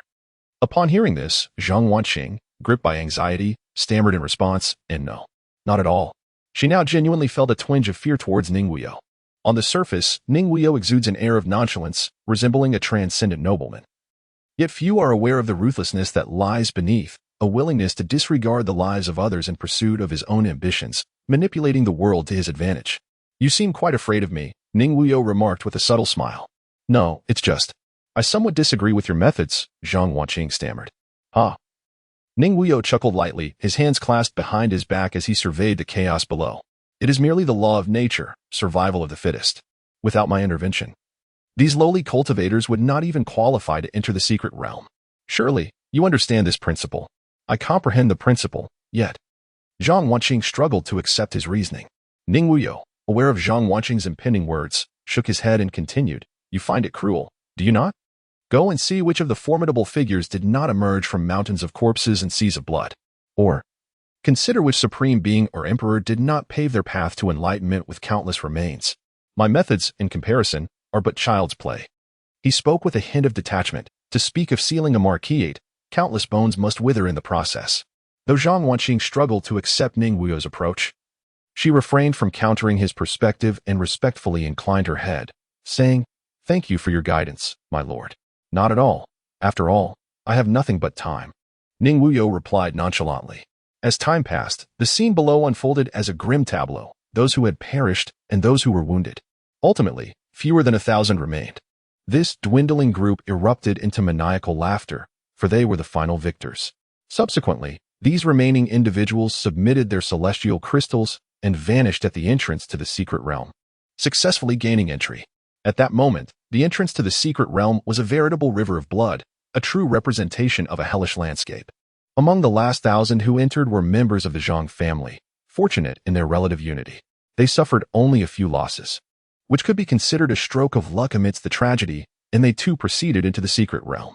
Upon witnessing that their family had endured minimal harm, both Zhang Wanqing and Zhang Xian let out discreet sighs of relief. Once everyone had entered, Ning Wuyou transmitted a message to Mei Qing. Have all the markers been prepared? Rest assured, my lord, I have taken great care with this task. All 1,000 individuals have been marked. Mei Qing responded with grace. Very well. Let us also make our entrance. Ning Wuyou gestured with a flourish of his robe. Subsequently, Mei Qing stowed away the 9 dragons' palanquin into her spatial rings, and the group followed suit into the secret realm, while an E remained outside, steadfast in his duty, as he had other tasks to attend to. As Ning Wuyou and the others had just entered the secret realm, a lively little girl suddenly appeared at the entrance, bouncing with energy. Hey, excuse me. Is this the Feiyu secret realm? She asked innocently, addressing an E. Upon opening his eyes, an E was startled to see a porcelain doll-like girl before him and thought to himself in alarm, why is this little lady here? What a headache this is. And he had encountered the 7th princess before and bowed respectfully. Ah, you know me? Are you one of my third brother's people? That's wonderful. I've finally found you. Please take me to my third brother. The little girl exclaimed joyfully. And he, feeling a bit overwhelmed, replied, 7th princess. Your brother has already entered and may not be coming out anytime soon. The Tianqi emperor had 13 daughters, and this porcelain-like princess was the 7th, known as Ning Xiangxiang. She was 12 years old and was particularly fond of sticking close to Ning Wuyou. Why do you call me princess and refer to my third brother as young master? Isn't it supposed to be your highness? She asked with a mischievous glint in her eyes. And he, with a look of exasperation, explained. It is young master who asked us to address him in this manner, like Miss May. All right, whatever. Hurry and take me to my third brother, Ning Xiangxiang urged. Just as she was persistently nagging, an elderly voice interrupted. Oh dear, my 7th princess. How did you end up here? Come back with this old servant at once. The speaker was none other than Li Changshi, who had come to inform Ning Wuyou of the empress's summons. My 7th princess, you are quite difficult to find. If you don't return soon, the emperor will be furious, Li Changshi said anxiously as he approached Ning Xiangxiang. I came to find my third brother. I heard he was here in this secret realm, so I followed. Ning Xiangxiang pouted defiantly. Secret realm? What secret realm? Li Changshi looked up and finally noticed Ani standing behind Ning Xiangxiang. He scrutinized Ani and demanded, Who are you, and why are you here? Ani, unfazed by Li Changshi's inquiry, observed him intently, thinking, I cannot discern his cultivation level. Seeing that an E did not respond, Li Changshi abruptly extended a delicate hand, striking down towards an E. A mere royal realm cultivator dares to act so arrogantly before me. Li Changshi admonished sternly. Before an E could react, he was sent flying by the force of the strike, thinking, how powerful. I couldn't even withstand a single blow. Just as Li Changshi prepared to strike again, Ning Xiangxiang stepped in, pouting. What are you doing? He is one of my third brother's people. Upon hearing third brother from Ning Xiangxiang, Li Changshi immediately halted. Who else could her third brother be but the one who, despite his inability to cultivate, was known for his ruthless methods and unparalleled cunning Prince Ning Wuyou? Li Changshi, now anxious, turned to an E and apologized. My apologies, esteemed sir. I acted out of concern for the princess's safety. It is my duty. I hope you will not take offense. He then retrieved a purple crystal vial from his storage ring and tossed it to an E, saying, This is a Lioli Dan, which will restore your injuries within half an hour. Consider it a token of my regret. An E accepted the elixir, stating solemnly, I may not be able to defeat you, but wait until His Highness emerges to seek retribution. Li Changshi chuckled awkwardly. When His Highness comes out, I will clarify matters with him. I believe the third prince is not one to act irrationally. Do as you wish, and he replied. Returning to guard the entrance of the secret realm, Ning Xiangxiang, too, showed no intention of entering the realm, choosing instead to wait for her third brother at the entrance. Since Ning Xiangxiang refused to leave, Li Changshi had no intention of departing either. He needed to explain matters to Ning Wuyou. If he left directly, he would likely face consequences from the vengeful third prince upon his emergence. Li Changshi, having often accompanied the Tianqi emperor, was aware of certain secrets within the celestial dynasty. When the young Ning Wuyou was discovered to be unable to cultivate, everyone began to distance themselves from him. Despite the emperor and empress's various attempts, they could not resolve his inability to cultivate, leading to a general neglect of Ning Wuyou. The royal family was indeed heartless, even towards their own kin.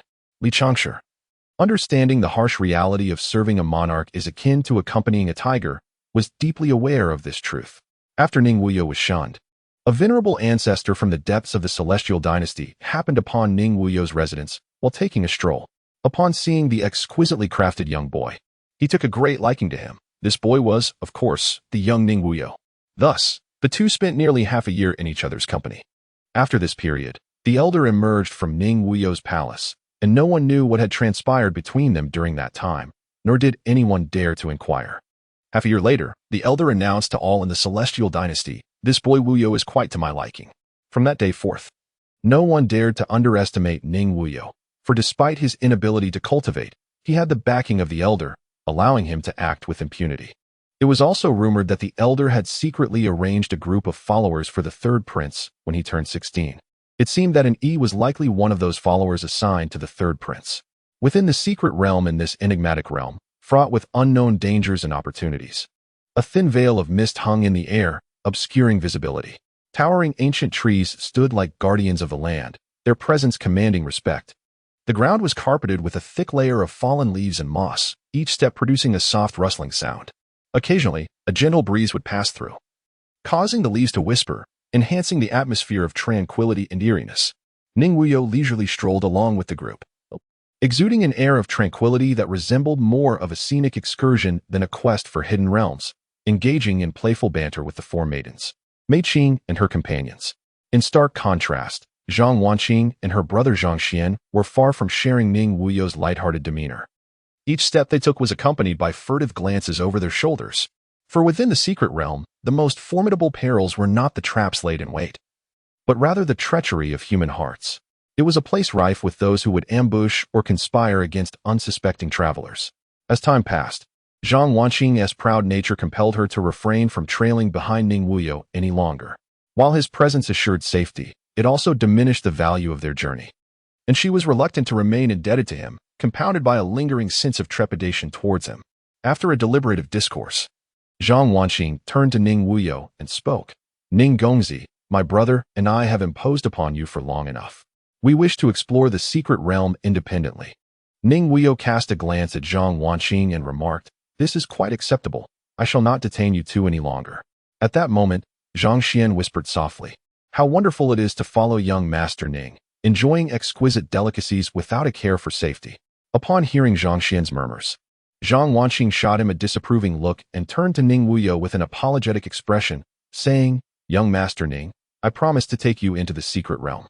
Upon my return, I shall share half of the treasures I acquire, and I shall not go back on my word." After that, she slightly bowed to Ning Wuyou and led her elder brother away. Observing the direction in which Zhang Wanqing had departed, Ning Wuyou sighed. "She truly is a proud woman at heart. What is this? Are you feeling a twinge of reluctance, young master?" Mei Qing chuckled, covering her lips with her hand. Ning Wuyou pulled Mei Qing into his embrace with a mischievous smile, saying, "With a captivating enchantress like you, that is more than sufficient." Ning Wuyou's sudden action left Mei Qing blushing deeply. Yet, she did not break free from his embrace. Instead, she lay there quietly, feeling an unparalleled sense of peace. Among the four women, Lan Xiang, somewhat dazed, inquired, "Young master, when did our elder sister become a fairy? How come I was unaware of this?" Her words elicited laughter from the group, even causing the typically stoic Zhu Xian to unconsciously smile. As Ning Wuyou and the four women strolled through the mysterious realm, they paused intermittently, admiring the enchanting scenery while gathering treasures that caught their eyes. In the celestial domain, these treasures are classified into 9 grades, with the 9th being the highest and the 1st the lowest. While they were wandering, the sounds of a scuffle suddenly reached their ears from a short distance ahead. The commotion seemed to originate just a few hundred meters away. "Let us take a look," Ning Wuyou said with intrigue. As they approached, they discerned a small, azure-hued herb swaying transparently atop a cliff. Below, 2 groups were engaged in a fierce battle, vying for the ownership of this herb. It was revealed to be the 6th grade celestial herb, worry-free grass. "Do you need me to retrieve it, young master?" Zhu Xian asked coolly. "No need. This item will eventually belong to me anyway. Let us merely observe the spectacle," Ning Wuyou replied, smiling. After about 15 minutes, the conflict below reached its conclusion, with the victorious faction claiming the worry-free grass, though they bore wounds from the skirmish. Noticing that the excitement had dissipated, Ning Wuyou decided to lead the four women away. However, at that moment, the group that had acquired the grass blocked their path. "May I ask, are you planning to leave after the show has concluded?" "That seems rather impolite." A bloodied man stepped forward to speak. Ning Wuyou nonchalantly uttered a soft "oh" and said, "I see." Qinger tossed them the least valuable yuan crystal as a fee for the show. Upon hearing Ning Wuyou's instruction, Mei Qing covered her mouth and chuckled, "Yes, young master." She then began rummaging through her spatial ring. Though she found numerous yen crystals, she could not locate a single yuan crystal. She feigned grievance towards Ning Wuyou, saying, "Young master, I don't have any yuan crystals." "I have one," Bamboo Heart replied calmly. She then produced a yuan crystal from her spatial ring and casually tossed it before the burly man, declaring, "Here is a reward for you. Consider it a way to send off a beggar. Now be gone." The burly man, witnessing the humiliation heaped upon him by Ning Wuyou and his companions, was infuriated to the point of rage, exclaiming, "I'll take down the men and spare the women. Do they truly think of me as a beggar? They are blind to the might of the king of horses." With that, the burly man charged towards Ning Wuyou and his group, followed by his companions. This man was at the late stage of the Great Ascension, and his attack approached like a tempest. In response, the four women swiftly encircled Ning Wuyou, forming a four-direction sword array, capable of both offense and defense. At that moment, a smile graced Ning Wuyou's lips as he said, "Qinger, step aside. This young master wishes to stretch his limbs." At this moment, Ning Wuyou was eager to explore the intricacies of his own powers. Observing that his master intended to take matters into his own hands, the four sisters refrained from excessive discouragement, merely uttering a cautionary "be careful, young master," before stepping aside. Their trust in him was unwavering, as he had never engaged in endeavors devoid of certainty. As the burly man charged within a mere 2 or 3 meters of Ning Wuyou, he stood with one hand concealed behind his back, while the other extended forward in a fluid gesture. Suddenly, the man seemed to be yanked toward him as if he were a kite severed from its string, swiftly caught by the throat in Ning Wuyou's grasp. With a hint of mockery, Ning Wuyou remarked, "You are fortunate to die at my hands. You shall be the first I have slain personally."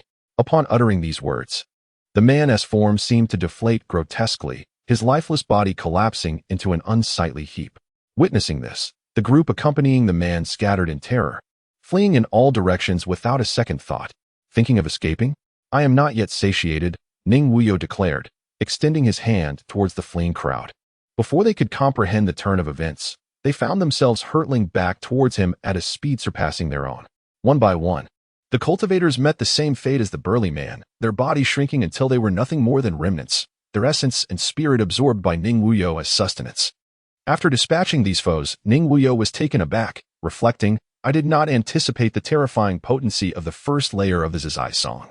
The first layer of this technique, known as soul-seeking 8 extremities hand, allowed one to extract the essence from another, discarding the impurities for personal gain, thus enhancing oneself. The principle of this diminishes while that flourishes aptly encapsulated this ability. "Oh, young master, you are truly remarkable. What an impressive technique. I wish to learn it too," chirped Juyo, her excitement palpable. Ning Wuyou affectionately patted her head, responding, "Very well, when I find the time, I shall impart this technique to you all." "Yay!" Juyo exclaimed, bouncing with uncontainable delight. Standing nearby, Zhuxin observed Ning Wuyou with astonishment, pondering, "It seems the young master did not acquire these abilities from his family. I have been by his side throughout, yet I have never witnessed him obtaining any technique. Could it be that he comprehended this on his own? How terrifying." Having dealt with the immediate threats, Ning Wuyou and the sisters resumed their leisurely journey deeper into the secret realm. In a certain cave within the secret realm, a group of approximately 15 or 16 individuals surrounded a pair of siblings, Zhang Xian and Zhang Huaqing, who belonged to the Zhang family. An elder, appearing to be in his 60s, stepped forward and declared, "Which family do you two belong to? Surrender your divine essence, and perhaps I shall spare your lives." "Humph. You intend to bully us with numbers? Let me inform you, old man, we are from the Zhang family of Qinhua City. Consider your position," Zhang Xian retorted. "Ha ha ha." The elder laughed heartily. "The Zhang family? I am aware of your reputation as the foremost family in Qinhua City. Yet, even a first-rate family from the imperial city would be compelled to surrender their divine essence today." Realizing the elder would not relent until he achieved his goal, Zhang Xian urgently transmitted a message to Zhang Wanqing. Wanqing, this is dire. What should we do? Think of something quickly. What else can we do? If you hadn't flaunted your divine essence, we wouldn't be in this predicament. Don't you know the saying? A man who possesses a treasure invites envy? Zhang Wanqing replied coldly. Zhang Xian, feeling helpless, continued to implore, what good is it to dwell on the past? You must devise a plan, or we may well perish here. This old man is a true immortal. Even 100 of me would not suffice to contend with him. After a few moments of contemplation, Zhang Wanqing sighed heavily, addressing the elder with a commanding tone, I will relinquish the divine essence. But you must first vow by your heart of the Tao that you will let us go once you obtain it. Otherwise, I shall destroy it so that no one may possess it. The phrase vow by the heart of the Tao signifies an oath made with one's inner essence directed toward the heavens. Should one break such a vow, the heavenly forces would descend upon them with punitive retribution, ensuring accountability for their insincerity. The elder furrowed his brow, threatening, you possess remarkable courage. I offer you an opportunity. Yet you do not cherish it. Daring to threaten me, you must truly be fearless. Zhang Wanqing, nervously holding the divine essence, prepared to shatter it should the elder make any sudden movements. After some consideration, the elder conceded, recognizing that these two inconspicuous figures were not worth the trouble, while the divine essence remained paramount. Very well, I shall grant your request, he replied ominously. Upon making the vow, a resounding echo, akin to a voice from eons past, reverberated in the elder's mind, declaring, granted. Seeing the elder uphold his promise, Zhang Wanqing reluctantly cast the divine essence toward him, saying, I hope you will not regret this.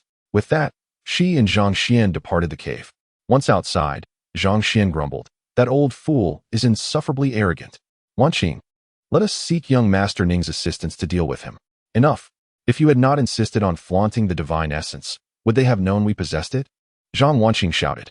And you wish to seek help from young Master Ning? Do you even comprehend who he is?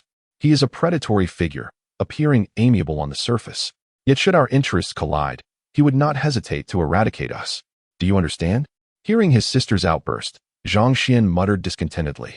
The divine essence was merely a stroke of luck. If it's lost, so be it. What is the big deal? Besides, I believe young Master Ning is quite amiable. He even guided us into the secret realm. Zhang Wanqing, exasperated by her brother's naivety, sighed in resignation. Is young Master Ning truly that fearsome? At that moment, his voice drifted over from a short distance. Startled, Zhang Wanqing turned to see Ning Wuyou approaching with the other sisters, her nerves tightening in anticipation. Young Master Ning, I did not mean that. I merely, she stammered, unable to articulate a coherent thought, feeling far more trepidation facing him than she had with the elder who had threatened her life moments before. Ning Wuyou smiled gently, saying, there is no need for such fear. Do you think I would harm you? And no, Zhang Wanqing stammered, her anxiety only intensifying upon hearing his words. Let it be. I have always been amiable towards others, and shall overlook your indiscreet remarks. Now, do enlighten me about the divine essence you just mentioned, Ning Wuyou replied nonchalantly. Upon hearing Ning Wuyou boast of his kindness, Zhang Wanqing could not help but silently scoff, thinking, how can one claim to be benevolent after having caused the demise of so many without a flicker of remorse? If that were the case, there would be no villains left in this world. Although Zhang Wanqing disapproved of Ning Wuyou's actions, she dared not express any dissent. Thus, she recounted the events truthfully. My brother and I inadvertently stumbled upon two formidable beings of the divine sovereign realm engaged in a fierce struggle for the divine essence. In the end, both were gravely injured and perished from their wounds, leaving us siblings to seize the opportunity. Oh, I see. You two are indeed fortunate, Ning Wuyou remarked with a smile. Fortunate? Hardly. The divine essence was snatched away before we could even warm it, Zhang Xian retorted with a frown. Ning Wuyou smiled gently and said, it matters not. Come, let this young master take a look. Upon hearing this, Zhang Xian became invigorated and declared, Ning Gongzi, I shall lead the way. We must teach that group a lesson. Their arrogance is simply intolerable, especially that leading old scoundrel, boasting that even if the esteemed young masters of the imperial city were to arrive today, he would show them no favor.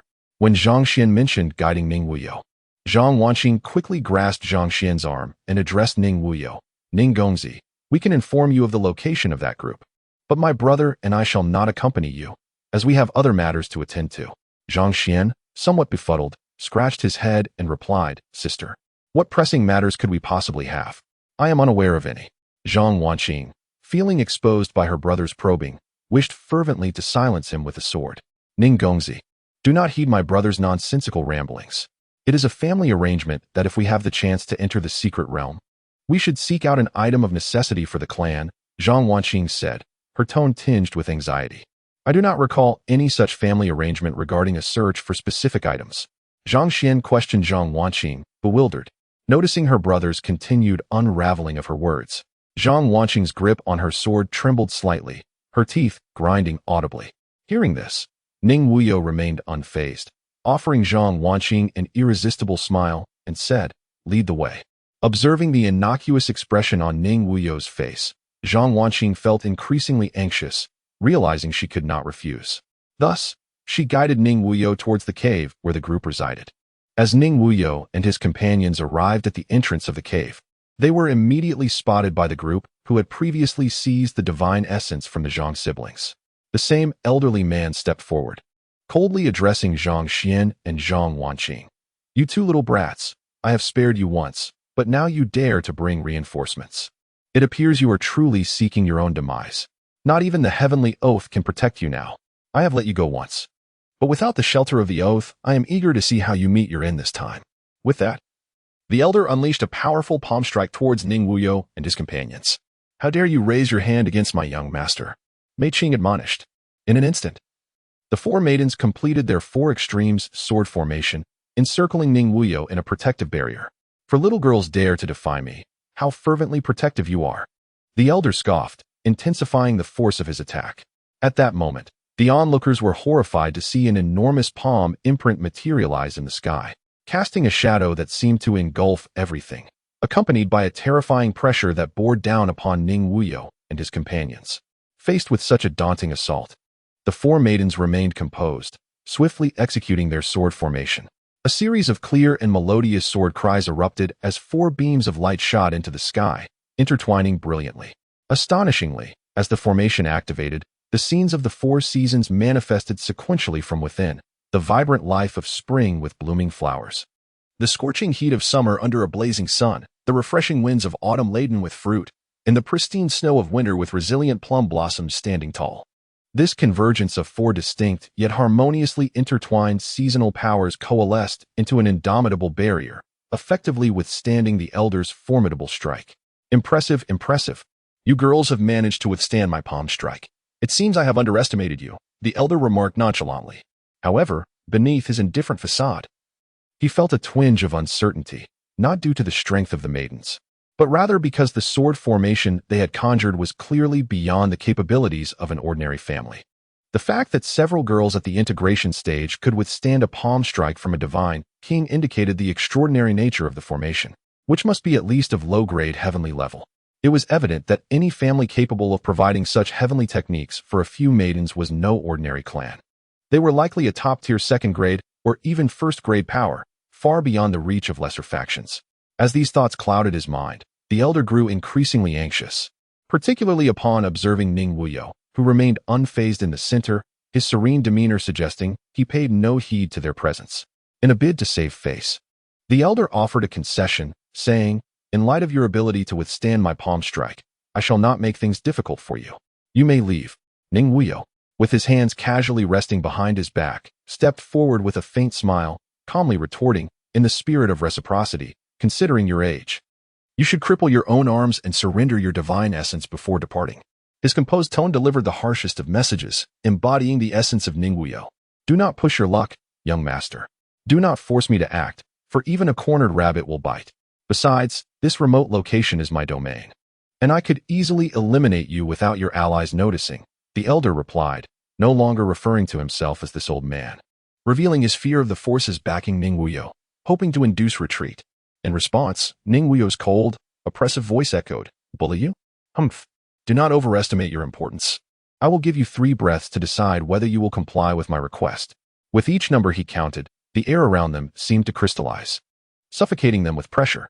The elder's complexion turned pale, beads of sweat rolling down his forehead as he trembled involuntarily.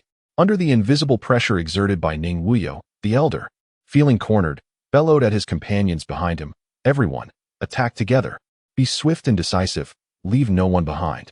If you let even one escape, it could spell doom for our family. Realizing there was no retreat, the group steeled themselves and charged towards Ning Wuyou. Observing the chaotic mob rushing towards him, Ning Wuyou felt no inclination to engage and commanded, "And San, leave none alive." Just then, a shadow as dark as ink emerged from the spatial rift, stepping forth like a wraith. This figure, cloaked in a voluminous black robe, obscured their features, yet their immense aura signified they were no ordinary individual. Upon their arrival, the mysterious figure approached Ning Wuyou without hesitation. Each step seemed to generate an intangible pressure, causing the surrounding air to thicken. Upon reaching Ning Wuyou, the figure bowed slightly, speaking in a deep and powerful voice imbued with profound loyalty and reverence. "I shall heed your command, my lord." Without further ado, San launched himself at the elder and the oncoming attackers. Like a fierce tiger descending from the mountain, he leapt forward, his muscles taut with immense strength, as if to shatter the ground beneath him. With a thunderous roar, he swung his right arm, his fist descending like a bolt of lightning, accompanied by a whistling wind that tore through the air. The force of his punch was monumental, seemingly rending the very fabric of the atmosphere, producing a sharp crack sound. Those surrounding felt an overwhelming pressure wash over them, rendering them breathless. After the strike, the elder and his comrades stood frozen in place, and after a brief moment, a gentle breeze swept through, leaving only a wisp of ash in the air where they had once stood. "Your subordinate has fulfilled his duty, my lord," San said respectfully, kneeling before Ning Wuyou. "I am quite satisfied with this outcome. You may withdraw," Ning Wuyou replied indifferently. "Understood," San replied before vanishing from sight. This entire scene transpired in mere breaths. The elder and his companions reduced to ash by a single blow from San, leaving Zhang Xian and his sister in shock, particularly as Zhang Xian trembled uncontrollably.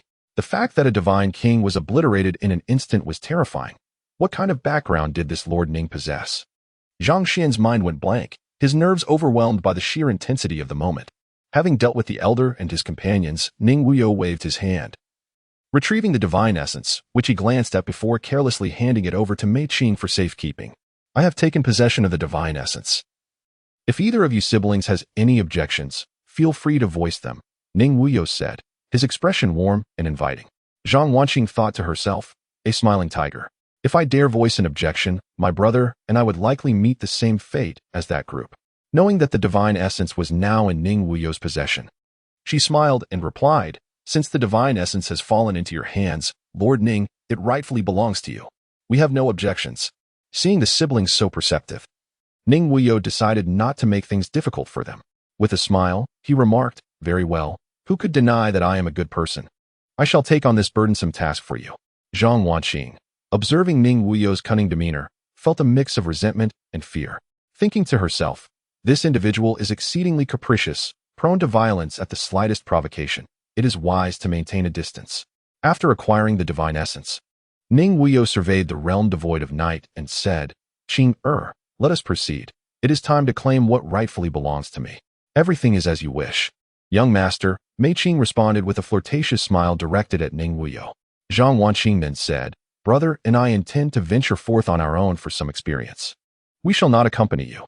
With Zhang Wanqing's words, even the typically carefree Zhang Xian refrained from expressing a desire to continue following Ning Wuyou, suggesting that he too felt a tinge of trepidation.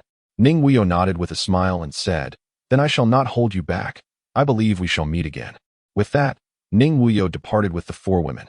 Zhang Wanqing gazed at the receding figures of Ning Wuyou and the others, feeling a pang of melancholy as she murmured, "I hope we never meet again, that we shall be forever parted." Thus, Zhang Wanqing and Zhang Xian embarked on their own journey of trials and tribulations. As Ning Wuyou and his companions traversed the depths of the secret realm, they were met with an increasing number of lifeless bodies strewn along their path. Countless souls lay eternally at rest within this hidden domain, accompanying the supreme feather in eternal slumber. The world is bustling with pursuits of profit, and all are fervently driven by their desires. Ning Wuyou sighed, contemplating the somber scene before him. "My lord, what has inspired such reflections today? Do you lament for these souls?" Mei Qing inquired, observing Ning Wuyou. Ever since the four sisters began following him, they had never witnessed him express such sentiments, further solidifying their belief that compassion was foreign to him. In their eyes, Ning Wuyou had always embodied the philosophy of prioritizing his own interests over the multitude. "I do not mourn their passing. Rather, I lament my own existence. Are we not all swept along by the currents of this grand tide? Perhaps one day, I too shall succumb to eternal rest, becoming but a fleeting echo in history. No one will remember me, nor will anyone know my name. Ning Wuyou spoke with a serene indifference. We believe, my lord, that you shall never be among this forsaken multitude. You are destined to reign as the sovereign of the heavens, overlooking all living beings, the four sisters affirmed in unison. To rule over all beings? Huh. Such an aspiration feels exceedingly distant. For now, all I desire is to live well, Ning Wuyou replied, a hint of melancholy lacing his words. In the distance, his somewhat fragile figure stood solitary, an incongruity amidst the surrounding clamor and vibrancy of life. He remained still, as if detached from the world. The sunlight casting a solitary silhouette that evoked a sense of pity. A gentle breeze brushed against him, stirring his hair, yet it could not dispel the profound loneliness enveloping him. At that moment, Mei Qing stepped forward, tenderly embracing his waist. Her head resting against his back as she softly murmured, "My lord, fear not. Regardless of how the world may shift, Qing will always remain by your side." Unwavering and steadfast, her eyes, as clear as water, gazed deeply at Ning Wuyou's profile, as if etching this vow into the depths of her heart. "Qing wishes to remain by your side forever," she whispered again, gently clasping his hand as if sealing a lifelong promise.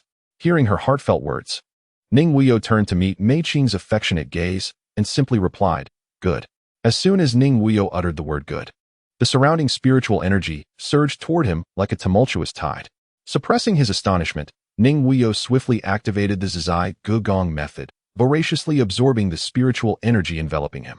A remark from Mei Qing had subtly altered Ning Wuyou's state of mind, leading to a remarkable enhancement in his cultivation.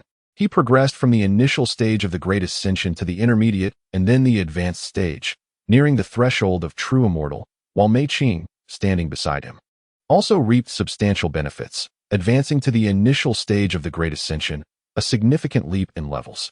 In the advanced stage of Great Ascension, he was but a step away from entering the realm of true immortals, which was quite commendable. Ning Wuyou, sensing the transformation of his own strength, spoke slowly. Mei Qing, blushing like a peach blossom, gazed intently at Ning Wuyou. Reflecting on the heartfelt dialogue they had just shared, she felt her cheeks flush even more, warmth still radiating from her face. As Ning Wuyou gazed upon Mei Qing, whose complexion was as radiant as the finest silk, he found her to be exceptionally enchanting at that moment.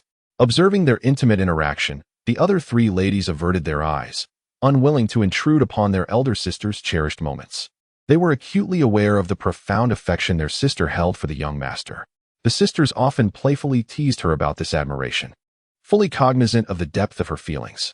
However, despite their light-hearted jests, they all understood their place as mere maidservants in the presence of the esteemed young master. Though their hearts brimmed with deep-seated adoration for him, such emotions were resolutely concealed, never to be openly expressed.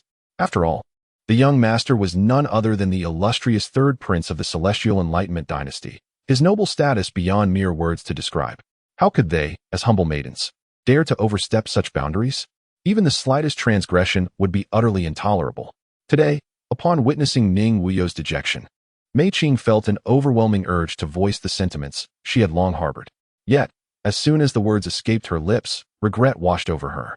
"Oh, Mei Qing," she thought, "what place do you have to aspire to remain by the young master's side? To be worthy of him, one must at least belong to a prestigious lineage of the celestial realm, whereas you are but a mere servant."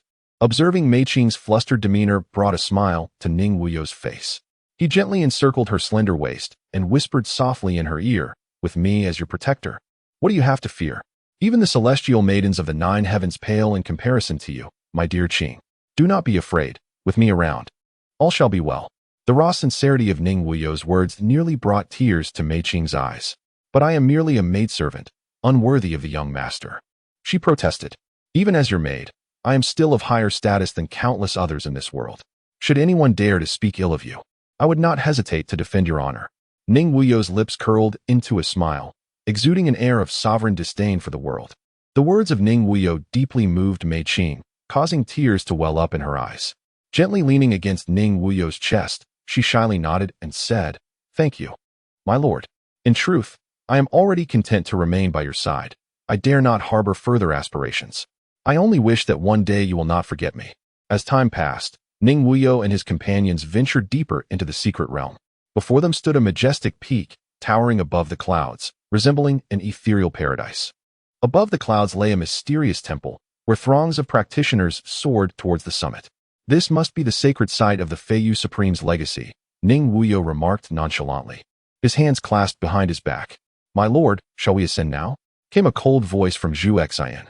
It is time to reap the rewards, Ning Wuyou replied. And with that, he led his companions skyward towards the enigmatic temple. Upon arrival, they found several factions already encircling the temple. Just as Ning Wuyou and his group prepared to approach, a voice rang out. No trespassers are allowed near the Feiyu Supreme's legacy. Those who defy this command shall be executed. The speaker was a formidable figure from the Li family, a second-tier clan, at the pinnacle of the Divine King realm. Indeed, the legacy of the Feiyu Supreme has been divided among our three families. It would be wise for others to refrain from coveting it. The portly elder from the Chun family remarked, casting a threatening glance at Ning Wuyou and the approaching practitioners.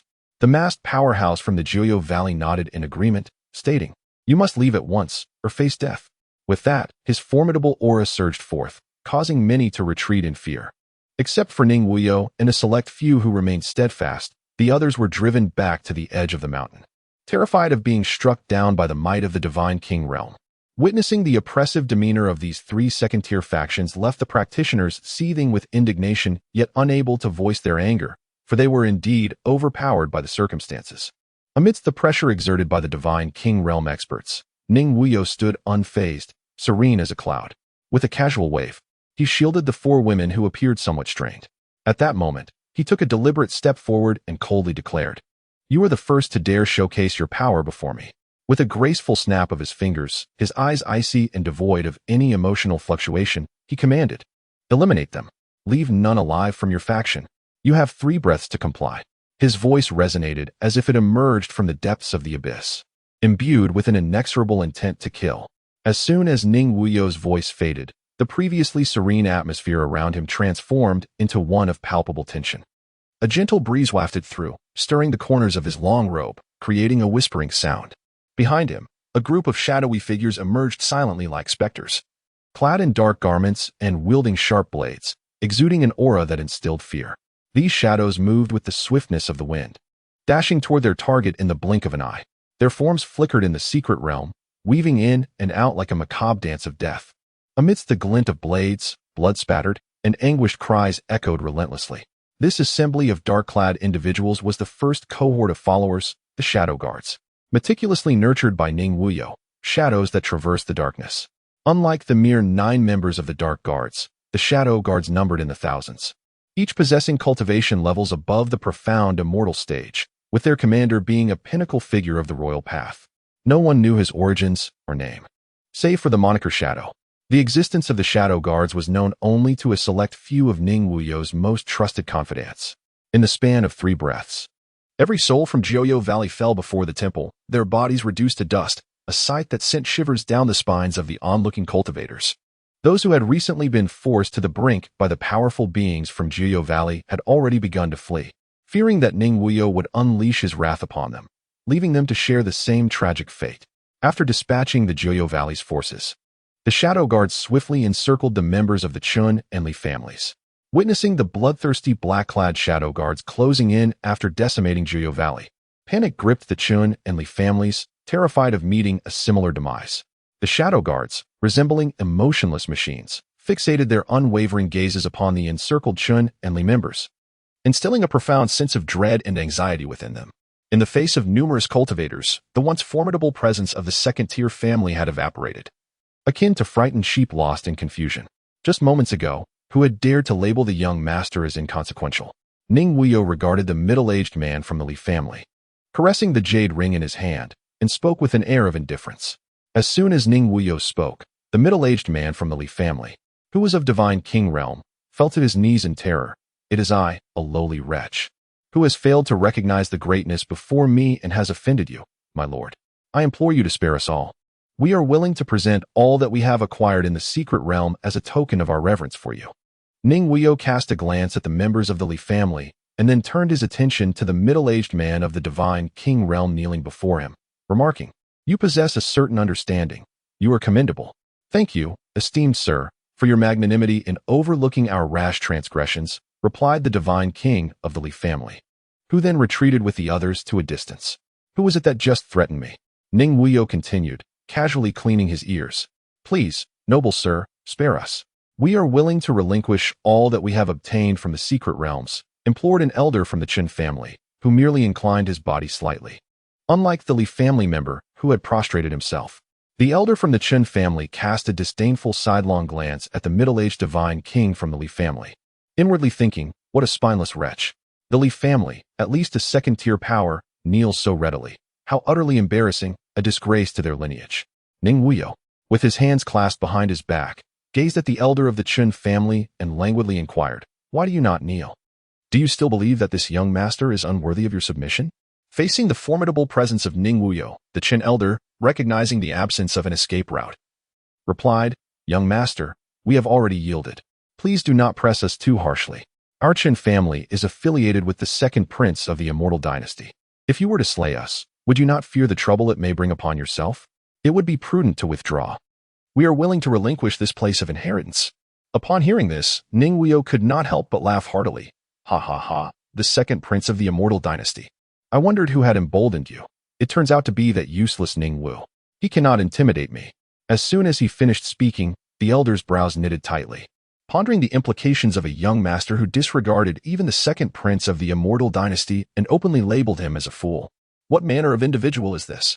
Surely, I have not stumbled upon an iron wall today. Well, your time has come. Will you depart on your own, or shall I assist you?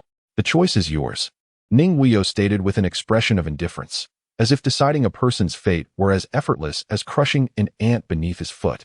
Observing the elder's indecision, Ning Wuyou's voice rang out once more, if you do not wish to accompany this old fool to the grave, then you should join forces to eliminate him, and I shall spare you.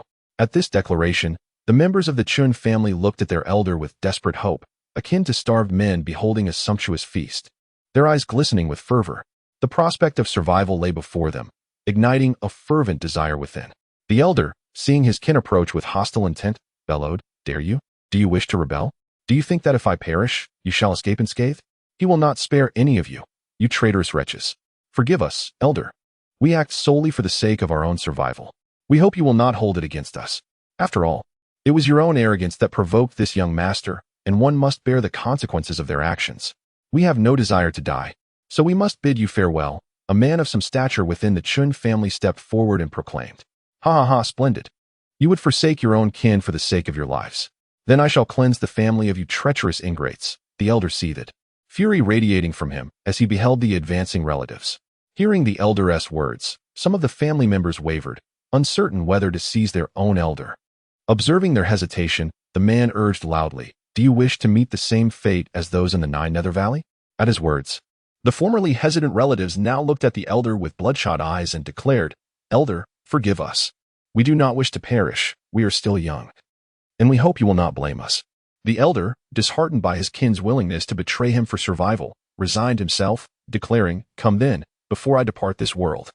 I shall rid the family of you pests. With that, the Qin family members charged at their elder with blades drawn, showing no mercy as if slaying a sworn enemy. In an instant, the elder dispatched 4 of his kin. Witnessing the bloodthirsty frenzy of the Qin family, a middle-aged man from the Li family broke into a cold sweat. Reflecting, thank heavens I am not as obstinate as that Qin elder. Otherwise, I fear I would share his grim fate, or perhaps an even worse one. How perilous. This young master's methods are ruthlessly lethal. After roughly the duration of a single incense stick, the elder of the Qin family was now drenched in blood. His garments soaked crimson, with some areas still seeping fresh blood that dripped steadily to the ground. The elder leaned heavily on his knees, gasping for breath. His once vibrant eyes now bloodshot, and filled with exhaustion and terror. As he surveyed the scene, his family members appeared as frenzied beasts, relentlessly attacking him, their weapons glinting ominously as each swing stirred a fierce wind and sent blood spraying. The cacophony of battle cries rose and fell, intertwining to create a horrifying symphony of carnage. This scene was so ghastly it sent chills down one's spine, filling the elder's heart with despair and helplessness. He realized that there was no chance of survival today, and thus resolved to take them all down with him. With a surge of energy, the elder gathered his strength and thrust a hand toward his dantian. At that critical moment, the leading man among the Qin family shouted, stop him. He intends to self-destruct. A self-detonation at the realm of a god-king was no trivial matter. The entire mountain would be obliterated in an instant. Ha! I have traversed the immortal domain for over 653 years. To have you fools accompany me in death is a boon. The elder cackled madly as he regarded Ning Wuyou and the others. The middle-aged god-king from the Li family exclaimed in terror, he has lost his mind. Even in death, there remains a minuscule chance to retain one's memories and reincarnate through certain secret arts. But self-detonation means erasure from this world, leaving no trace behind. Ning Wuyou regarded the resolute elder with a dismissive gaze. You wish to self-destruct? I shall reduce you to nothingness. With a single hand, Ning Wuyou conjured a massive illusory palm that swiftly reached for the elder's dantian. As the spectral hand approached, the elder, who had once contemplated resistance, found himself utterly depleted, powerless against Ning Wuyou's might. He could only watch helplessly as the phantom hand descended upon his dantian. Gripped by a dreadful premonition that being seized by this hand would be far worse than mere annihilation. In an instant, as Ning Wuyou's hand clasped the elder's dantian, the elder's body visibly withered, resembling a desiccated skeleton. His life force and essence transformed into the purest energy, flowing into Ning Wuyou, showcasing the terrifying potency of the 8th level soul search technique. Witnessing this scene, the Li family's divine king felt a chill of terror, beads of cold sweat trickling down his forehead. After absorbing the elder's essence, Ning Wuyou, who had recently breached the late stage of the Great Ascension, found himself on the verge of a breakthrough to the true immortal realm, ready to transcend from the mundane to the divine. Observing his own strength, merely a step away from entering the threshold of immortality, Ning Wuyou furrowed his brow, pondering the formidable nature of this technique, which allowed him to convert another's essence into his own, fortifying his power without an ounce of superficiality. The essence of a late-stage divine king had been absorbed, bringing him tantalizingly close to the true immortal level. Although this was indeed remarkable, a sense of dissatisfaction lingered within Ning Wuyou as he cast a glance at the Chen family members. Seeing the predatory glint in Ning Wuyou's eyes, the leading man of the Chen family, along with his kin, hastily knelt, exclaiming, "We are eternally grateful for your assistance in vanquishing this arrogant old fool, ridding our clan of this great calamity." "Oh, grateful to me, are you? Then let your gratitude be expressed well," Ning Wuyou replied with a subtle smile. In an uncontrollable frenzy, the Chen family members surged towards Ning Wuyou, each transforming into the purest essence to aid him in crossing into the true immortal realm. Their anguished cries echoed.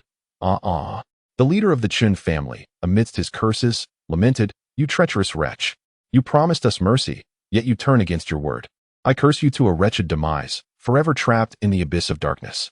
Upon uttering these words, the Chen family members were consumed by flames, vanishing from existence. You dare to curse me? I shall see if you possess the strength to do so. You are but insignificant insects, Ning Wuyou scoffed disdainfully. It was a pity for the Chen clan. Had they united and preserved their strength against external threats, they might have avoided such a fate.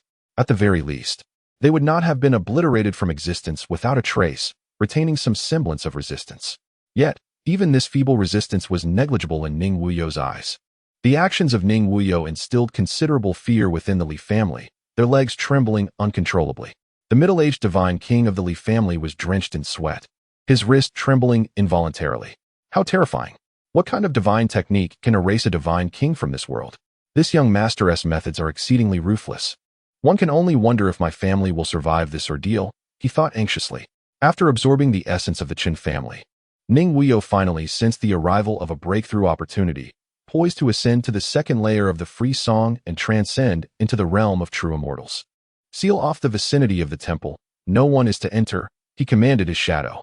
Your command shall be obeyed, the shadow responded, bowing deeply, and promptly instructed the surrounding shadow guards. Each guard, well trained, took their positions, fortifying the temple's defenses. Having completed these preparations, Ning Wuyou was ready to step into the sacred ground of the feathered sovereign's legacy. Just as he was about to act, Mei Qing approached him, visibly anxious. "My lord, do you not require our accompaniment? I fear there may be dangers within." Hearing her words, Ning Wuyou turned slowly to face Mei Qing, gently brushing her nose and smiling. "No need. You shall wait for me outside." With that, he stepped into the temple, leaving her behind. Ning Wuyou's actions left Mei Qing utterly embarrassed, prompting her to hastily cover her eyes with her hands in an attempt to alleviate her discomfort. Ning Wuyou was acutely aware of the implications of his actions towards Mei Qing. His intention was to elevate her to the forefront. thereby facilitating his own machinations from the shadows. It seemed prudent for me to show greater deference to Mei's mother in the future, mused San, who was discreetly observing everything around him. As he contemplated this, his gaze fell upon the shadow in the arena. And he thought, who exactly is this person that the young master has procured? He appears as cold and unfeeling as a machine. At that moment, as San scrutinized the shadow, it seemed to sense his presence. The shadow turned slightly, nodding towards San, indicating that he was aware of San's scrutiny. San felt a jolt of surprise. The fact that he could detect my existence is truly terrifying. As Ning Wuyou slowly stepped into the mysterious temple, it felt as though he had transcended to another realm. The interior of the temple was spacious and illuminated, a stark contrast to its somewhat antiquated exterior. The floor was adorned with smooth, mirror-like marble, intricately engraved with various peculiar patterns and symbols, seemingly imbued with profound significance. At the heart of the temple stood a colossal statue, towering several dozen feet high, exuding an air of majesty that commanded reverence. The statue was draped in opulent robes and crowned with a radiant diadem, gripping a gleaming halberd that emanated a chilling light.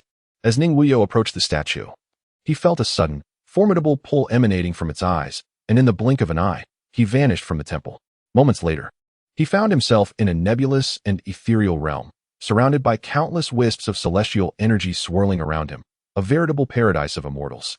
After glancing around, he took a few steps forward and extended his hand, unleashing the 8 extreme soul-searching hand technique. Instantly, the surrounding celestial energy surged towards him, flooding into his being. As Ning Wuyou indulged in the unrestrained absorption of this ethereal essence, a faint, anguished cry echoed in the distance. "Ah, stop, please stop." Hearing this, a sly smile crept across Ning Wuyou's lips, yet he did not relent. The concentration of celestial energy here was 100 times that of the outside world. Adhering to the adage that one should seize opportunities when they arise, he hastened to absorb the surrounding celestial essence with even greater fervor. As Ning Wuyou swiftly absorbed the ethereal essence, a wicked smile graced her lips. How dare such pretentious beings flaunt their tricks before me? If that is the case, I shall graciously accept all the celestial energy here. Upon hearing Ning Wuyou's words, the voice grew increasingly agitated, trembling with urgency as it implored, "Stop, stop. If you do not cease this insolence, I shall take matters into my own hands and teach you a lesson, you ignorant wretch." With a scoff, she retorted, "Oh, you wish to discipline me? Why not reveal yourself? Are you comfortable cowering in your shell? I shall be here, awaiting your arrival." Ning Wuyou continued to absorb the ethereal essence of the celestial realm, utterly disregarding the threats posed by the speaker. His movements hastened, and as the surrounding celestial energy visibly dwindled, an elder with an air of celestial grace slowly emerged before him. With a voice laden with ire, he addressed Ning Wuyou. "I have revealed myself. Do you not intend to cease your actions, young one?" In response, Ning Wuyou offered a disdainful chuckle, halting his absorption of the celestial essence, and remarked coolly, "I assumed you would hide away for eternity." Noting that Ning Wuyou had ceased his intake of energy, the elder felt a silent sigh of relief escape him. He softened his tone, saying, "You are perceptive, young man. Otherwise, I would have obliterated you. I shall spare you this time. Depart swiftly." Disregarding the elder's threats, Ning Wuyou cast a scornful glance in his direction and replied nonchalantly, "You must be the feathered sovereign. Hand over the divine fire clone's powers." Without awaiting the elder's reaction, he resumed his absorption of the celestial essence. The elder's heart sank. The audacity of this youth to recognize him was startling. Before the feathered sovereign could ponder further, he observed Ning Wuyou's pace of absorption quickening, prompting him to furrow his brow and roar, "Halt at once, or I shall end your life here." Unperturbed, Ning Wuyou responded with indifference, "Then do strike. I am growing impatient. If you do not act soon, I shall consume all the celestial essence in this vicinity." With his cunning, Ning Wuyou was acutely aware of not placing himself in peril. From the moment he entered, he had begun to test the waters. Every step he took was meticulously calculated. He had deduced that the feathered sovereign was but a wisp of lingering soul, posing no real threat to him. It was this confidence that emboldened Ning Wuyou to issue such brazen threats. As the elder realized his intimidation had no effect, anxiety gripped him. If this continued, the celestial essence would be entirely consumed, and his remaining spirit would dissipate within the celestial domain. This realization prompted a deep sigh from the feathered sovereign. How audacious for a mere youth, not yet at the true immortal stage, to threaten him. In days gone by, a mere flick of his wrist would have been sufficient to extinguish such a specimen without a second thought, truly a case of a tiger falling to the plains. Seeing the celestial essence deplete by more than half in such a short span, The feathered sovereign, desperate to preserve his existence, reluctantly conceded, "Very well, cease your actions, and I shall grant you my powers." Upon hearing this, Ning Wuyou halted his absorption and replied nonchalantly, "I expected you might wish to contest for your lingering soul. But it seems you are but a spineless creature. How utterly dull. Ah, you insufferable child, you infuriate me beyond measure." The feathered sovereign, incensed by Ning Wuyou's brazen insolence, felt his residual spirit flicker, as if on the brink of vanishing entirely. As Ning Wuyou observed the dissipating remnants of Feiyu Supreme's soul, he couldn't help but inwardly murmur, "It seems this old fellow is truly incensed. His spirit is nearly shattered. Perhaps it's best to avoid provoking him further, lest things take a turn for the worse." After a brief interlude, once Feiyu Supreme's emotions began to stabilize, Ning Wuyou spoke softly, "Surrender the divine fire avatar's power, and I shall depart immediately, without any further objections." With his inner turmoil somewhat quelled, Feiyu Supreme gradually replied, "I can relinquish it to you, but I have one condition." Ning Wuyou slightly nodded, her demeanor indifferent as she remarked, "Today, I am in a good mood, so I shall overlook your transgressions. Speak, I shall listen." Upon hearing Ning Wuyou's words, Feiyu Supreme felt a measure of relief, gradually calming himself as he stated, "I have but one condition. Take my lingering soul out to find someone with the yin-yang infinite body to possess. Is this condition too much to ask?" Upon realizing the nature of his request, a sly smile graced Ning Wuyou's lips as she replied, "The yin-yang infinite body ranks 33rd among the 100 great physiques. Do you think it is as common as cabbages?" She regarded him with a piercing gaze. How tragic it is that a once great supreme has fallen to such depths, relying on a practitioner with such a physique to be reborn. "Humph, since you are aware, is it necessary to mock me?" Feiyu Supreme retorted with a cold snort. Observing the ethereal form of Feiyu Supreme's lingering soul, Ning Wuyou smiled lightly. "Very well, I accept your terms. Now, shall you yield the divine fire avatar? Swear on your heart's path," Feiyu Supreme insisted, studying her intently. Having spent this brief time together, he had gleaned much about Ning Wuyou's character. She was a person who would not act without personal gain and possessed a sharp tongue. If he did not compel her to swear, he feared she might renege on their agreement once she acquired the divine powers. "Fine. I swear on my heart's path that upon obtaining the divine fire avatar of Feiyu Supreme, I shall assist you in locating a practitioner with the yin-yang infinite body," Ning Wuyou stated nonchalantly. As her words concluded, the heavens perceived her oath, emitting a sound that only she and Feiyu Supreme could hear. "Granted. Now, relinquish it," Ning Wuyou said, her patience wearing thin. Seeing that she had already made her heavenly oath, Feiyu Supreme felt reassured and summoned a hexagram-shaped divine essence that appeared before Ning Wuyou. With a wave of her hand, she stored it within her spatial ring. Next, she retrieved a jade slip from her space and tossed it to Feiyu Supreme. "You know how to use this, do you not? I need not instruct you." With a huff, Feiyu Supreme's lingering soul entered the jade slip, fully aware that its sole function was to contain souls. Once inside, Ning Wuyou's voice resonated, "You shall remain within this jade slip for a time." With that, she stored the slip within her ring. Upon entering the jade slip, Feiyu Supreme felt as though his soul was undergoing a transformation. What great is this jade slip that it can even nourish the soul? This is at least 10 times more effective than the celestial spirit energy outside. What is this girl's background, addressing herself as this palace and possessing such a high-grade jade slip? Even in my lifetime, I had no opportunity to acquire such quality. It seems I must tread carefully in teaching this child a lesson upon my rebirth, Feiyu Supreme mused quietly. Utilizing the celestial spirit energy here will aid me in breaking through to true immortal. Once I have absorbed it fully, I might be in for quite a surprise. Perhaps even reaching the late stage of true immortal, Ning Wuyou murmured. Ning Wuyou sat cross-legged, embodying the steadfastness of a mighty mountain. Though his form appeared immobile, an overwhelming aura emanated from him, reminiscent of tumultuous rivers and vast lakes, surging forth with an irresistible force. This formidable presence swept through the space like a tempest, leaving onlookers in awe and astonishment. It seemed as though all of creation bowed before him, subdued by his unparalleled strength.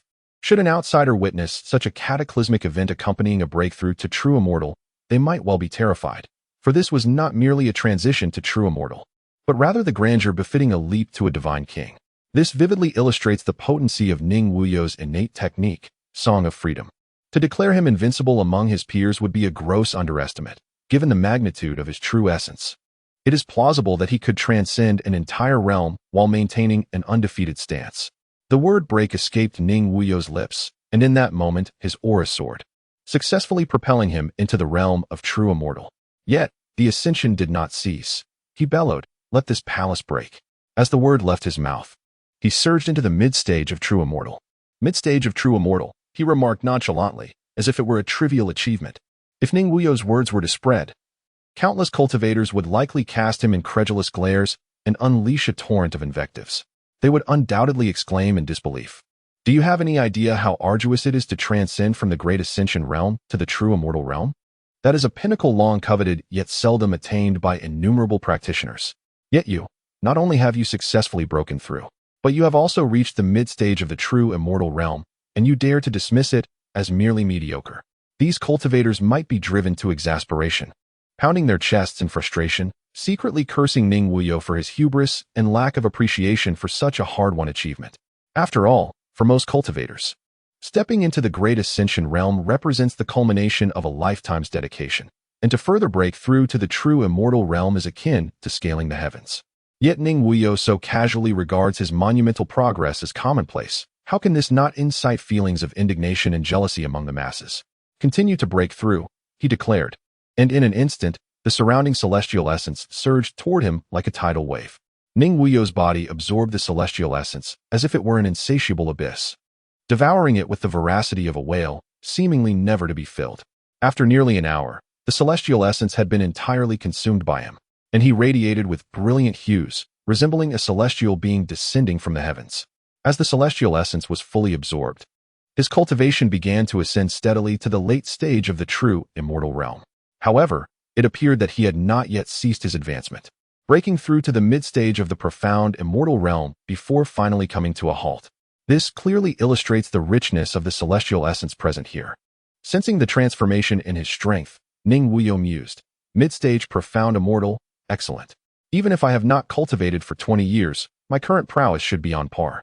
I wonder what level the prodigies of the outside world have reached now, based on the intelligence gathered by my shadow guards. They are likely around the true immortal to profound immortal realm. Even if those prodigies have reached the late stage of the profound immortal realm, with my strength, I could probably dispatch them with a single strike.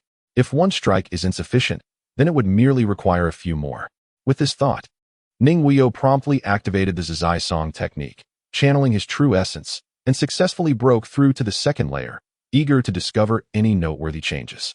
As he mobilized his true essence, Ning Wuyou distinctly sensed a cataclysmic transformation within him. Compared to before his breakthrough, the magnitude of his true essence had become incomparably robust, amplified by at least tenfold. This formidable true essence surged through his meridians like a torrential flood, bringing waves of warmth wherever it flowed, as if it could instantly shatter any obstruction. With each breath, he felt the vibrant pulsation of his true essence, the sheer force filling him with overwhelming confidence. Breaking through to the first layer of Zizai Song has already granted me the capacity to fight beyond my level.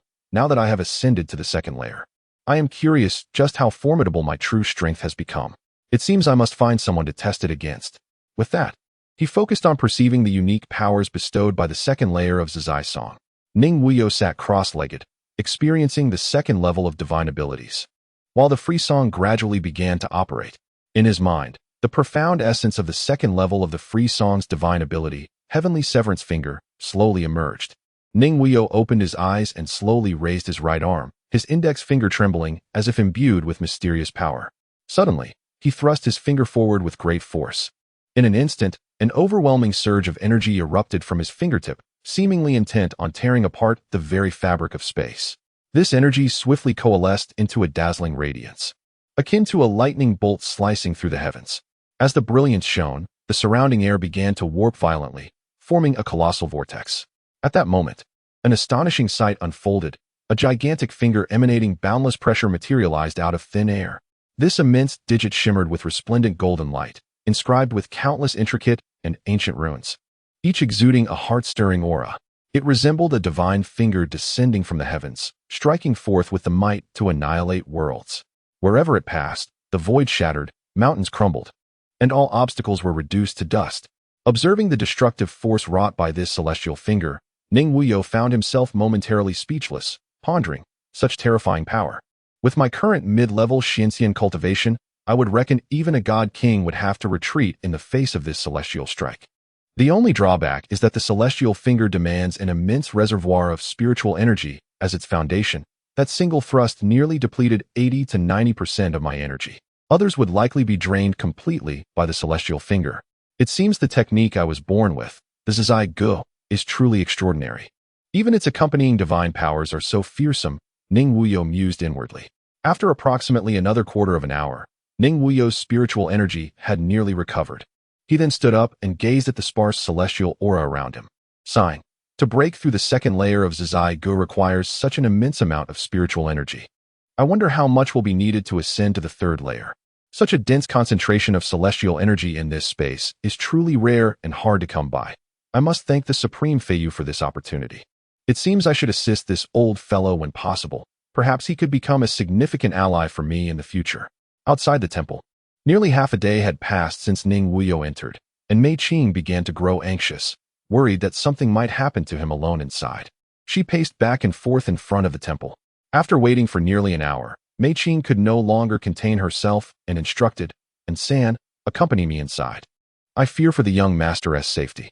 As soon as Mei Qing finished speaking, and San emerged from a concealed space, respectfully addressing her, "Miss Mei, would it not be unwise to barge in like this? If we disrupt the young master's plans, I fear we would bear the consequences." Hadn't San not heard the ambiguous words exchanged between Mei Qing and Ning Wuyou before he entered the temple, he would have disregarded her command. Though he would not resort to harsh words, he would not act so subserviently either. Humph. Let us wait until we see the young master and confirm his safety before discussing anything further. If the young master questions me, I will explain the reasons to him and will not burden you, Mei Qing replied coldly to San. The other three sisters had never witnessed their eldest sister display such coldness. She had always been gentle and composed, never exhibiting such frostiness as today. It seemed that concern had indeed clouded her judgment.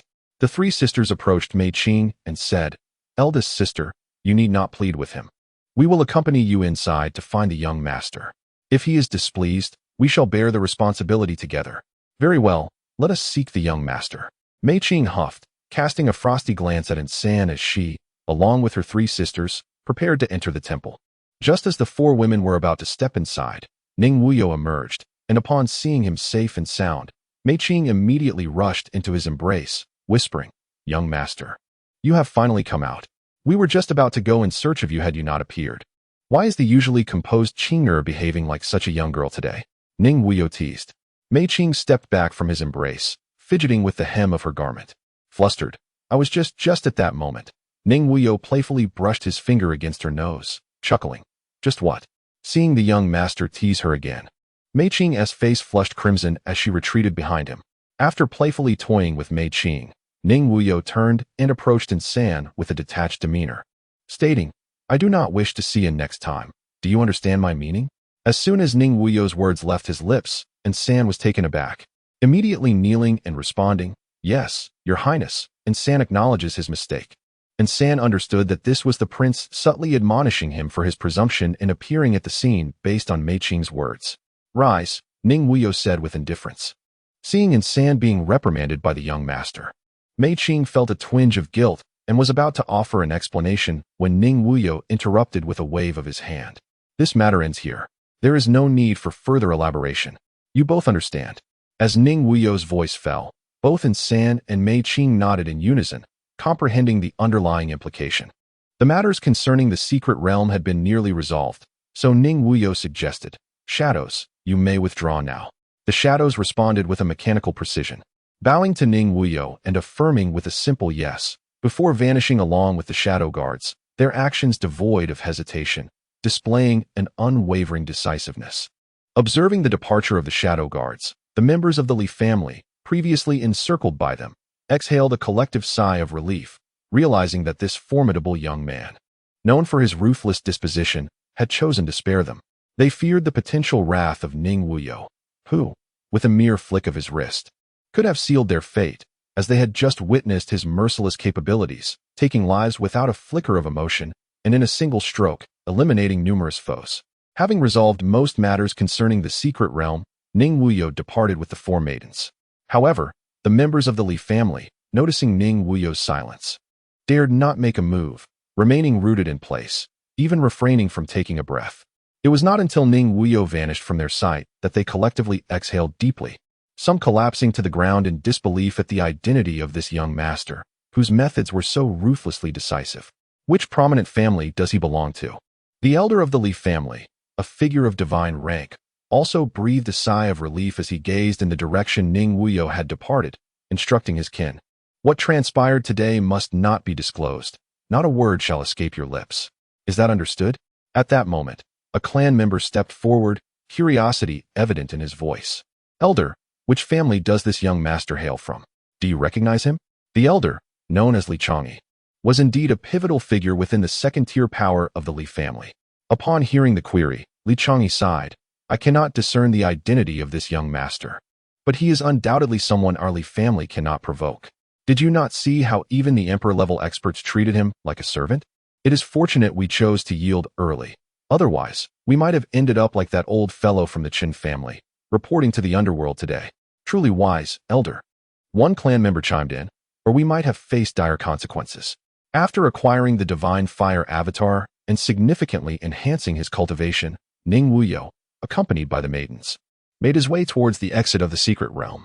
Outside the secret realm, Ning Xiangxiang lay languidly on a smooth stone, fast asleep, a trickle of drool escaping her lips, perhaps dreaming of delectable treats. After all, she was merely a 12-year-old child.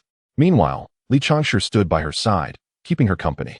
Dark One, however, with eyes slightly closed, vigilantly guarded the exit, for the task assigned by his master was not yet complete. Days passed, and suddenly, movement stirred at the secret realm's exit. Dark One's eyes snapped open, a glimmer of intensity flashing within them. Li Changshi and the awakened Ning Xiangxiang turned their gazes towards the exit. At that moment, a throng of cultivators emerged from the enigmatic realm, seemingly without warning. Some bore expressions of joy, their brows alight with excitement, evidently having acquired valuable treasures and opportunities within. Others, however, appeared despondent, heads hung low, as if they had returned empty-handed from their perilous journey. As time elapsed, a steady stream of cultivators continued to pour forth from the secret realm's exit.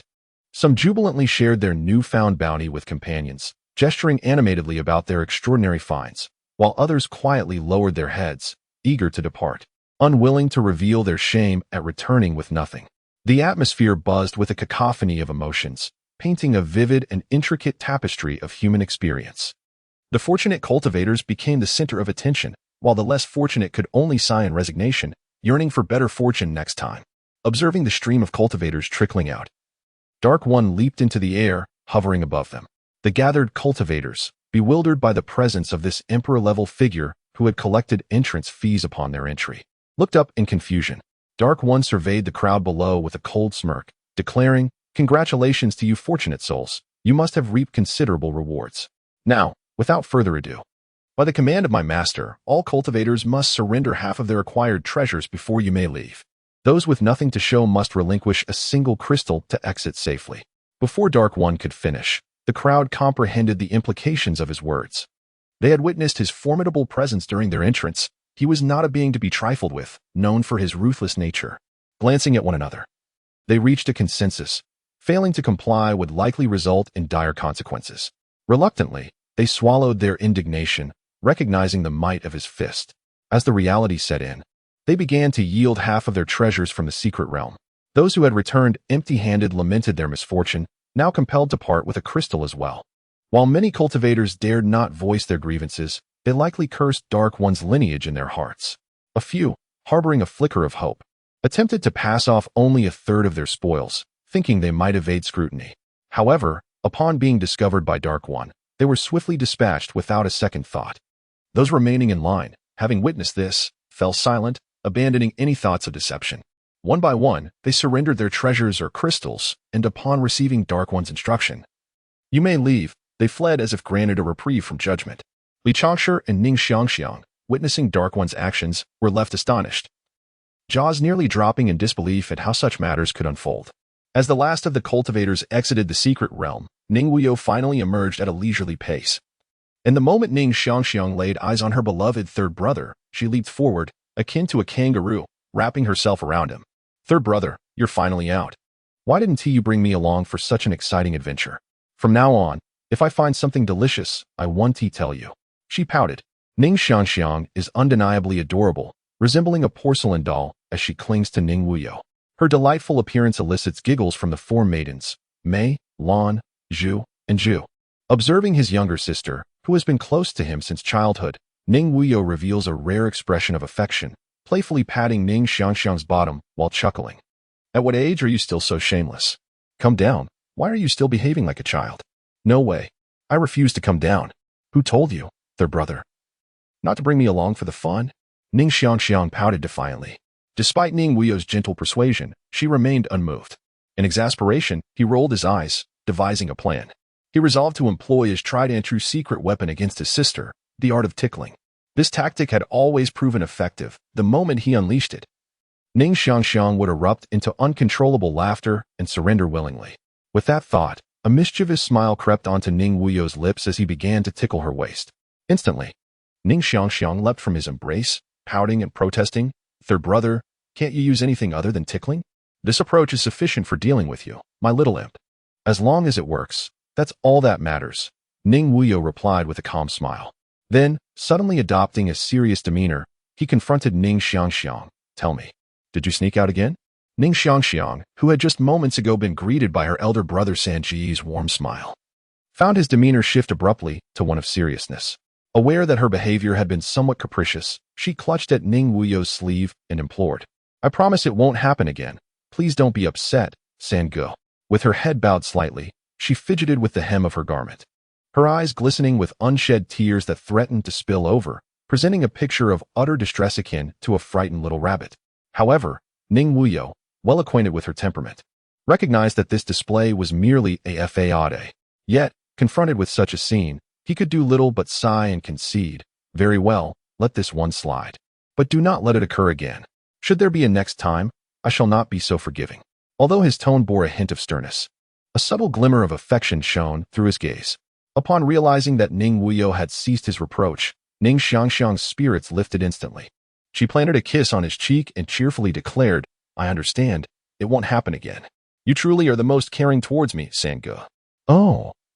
You are truly incorrigible," Ning Wuyou replied with a shake of his head, exasperation lacing his words. At that moment, Li Changsha approached, bowing respectfully to Ning Wuyou. "This humble servant pays his respects to the third prince." "Oh, it is you, Li Changsha. What brings you here, away from serving at Father Emperor's side?" Ning Wuyou inquired with a gentle smile. "I have also been commanded by His Majesty to seek out Princess Xiangxiang," Li Changsha replied with utmost respect. Upon hearing this, Ning Wuyou turned and playfully pinched Ning Xiangxiang's delicate nose, affectionately chiding, "You truly are a source of endless worry. Sangu, if you keep pinching my nose, I won't be pretty when I grow up." Ning Xiangxiang pouted in response. Ning Xiangxiang's words instantly provoked a burst of laughter from the crowd. "Your Highness, I have one more matter for which I must seek your forgiveness," Li Changsha said, bowing respectfully. Ning Wuyou regarded Li Changsha with a hint of surprise, inquiring, "When did it become necessary to seek forgiveness from me?" The old servant continued, "I was sent by His Majesty to retrieve the little princess, but upon locating her, a misunderstanding arose with the prince's guards." "Ning Wuyou stated coolly. "At your service," and he swiftly appeared before Ning Wuyou, bowing respectfully. "Speak," Ning Wuyou commanded, fixing her gaze upon him. Understanding the nature of the inquiry, and he recounted in detail the encounter with Li Changsha outside the secret realm. Once he finished, Ning Wuyou smiled lightly and asked, "Are you satisfied with the compensation from Li Changsha?" Caught off guard by her question, and he hesitated, uncertain whether to express contentment or discontent, as he was unaware of his master's sentiments towards Li Changsha. He remained in a bowing position, flustered and at a loss for words. At this moment, Mei Qing, the eldest sister, emerged and chided Ning. "Why do you appear so ungrateful when the young master inquires of you?" With her words, he suddenly regained his composure and hastily replied, "Even if I have endured a minor grievance, what can it possibly mean? After all, serving the master entails certain hardships, which are to be expected. However, what truly troubles me are the scheming individuals who disregard your authority, acting with reckless abandon and arrogance, showing no regard for your dignity and status. Such behavior is utterly outrageous. If it continues, it may severely tarnish your reputation and standing." Upon hearing this, Li Changsha's brow furrowed in concern. He quickly bowed to Ning Wuyou, saying, "I certainly did not intend any offense. I dare not harbor such thoughts. My actions, though they injured your guard, were solely in the interest of the little princess's safety. At that moment, I was unaware of his identity.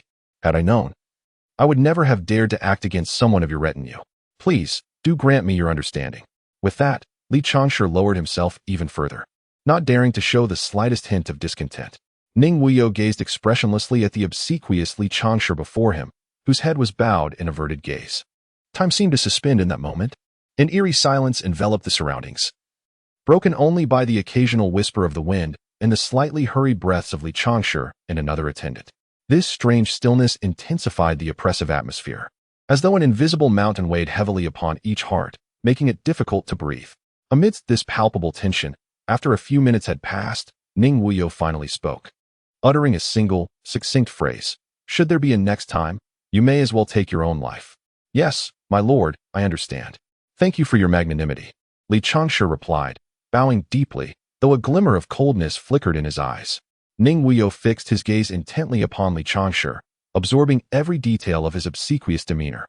Li Changshe bowed his head slightly, his posture hunched, his face a mask of flattery and sycophancy, speaking in hushed tones as if fearful of inciting the other's ire. Nevertheless, Ning Wuyou, well acquainted with Li Changshe's nature, understood that this was merely a facade crafted with intent. "It matters not to me whether your submission is genuine or feigned. What is paramount is that you comprehend your position. Do you understand?" Ning Wuyou remarked coldly as he regarded Li Changshe. "This old servant understands," Li Changshe promptly replied. Ning Wuyou softly nodded, gesturing with a wave of her hand. "Withdraw. You may return to the palace to report to His Majesty. I shall personally ensure Xiangxiang's safe return." "Understood, my lady," the old servant replied obediently before vanishing from sight. Mei Qing approached Ning Wuyou after the departure of the old servant, expressing concern. "My lord, I fear that this old man may harbor resentment, and it is likely that he will impede your endeavors in the future."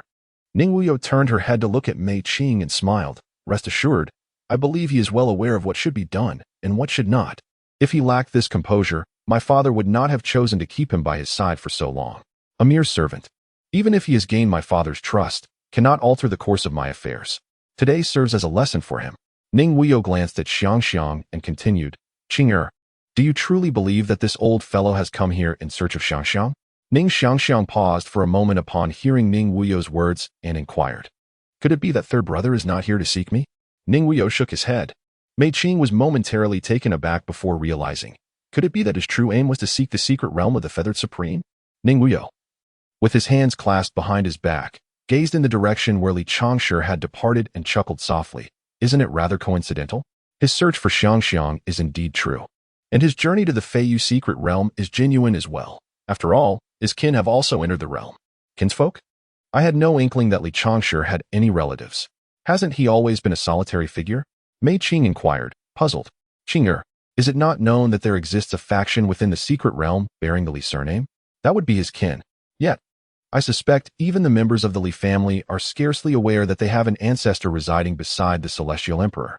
Ning Wuyou remarked with a knowing smile at Mei Qing. Upon hearing Ning Wuyou's words, Mei Qing and the others began to comprehend the situation.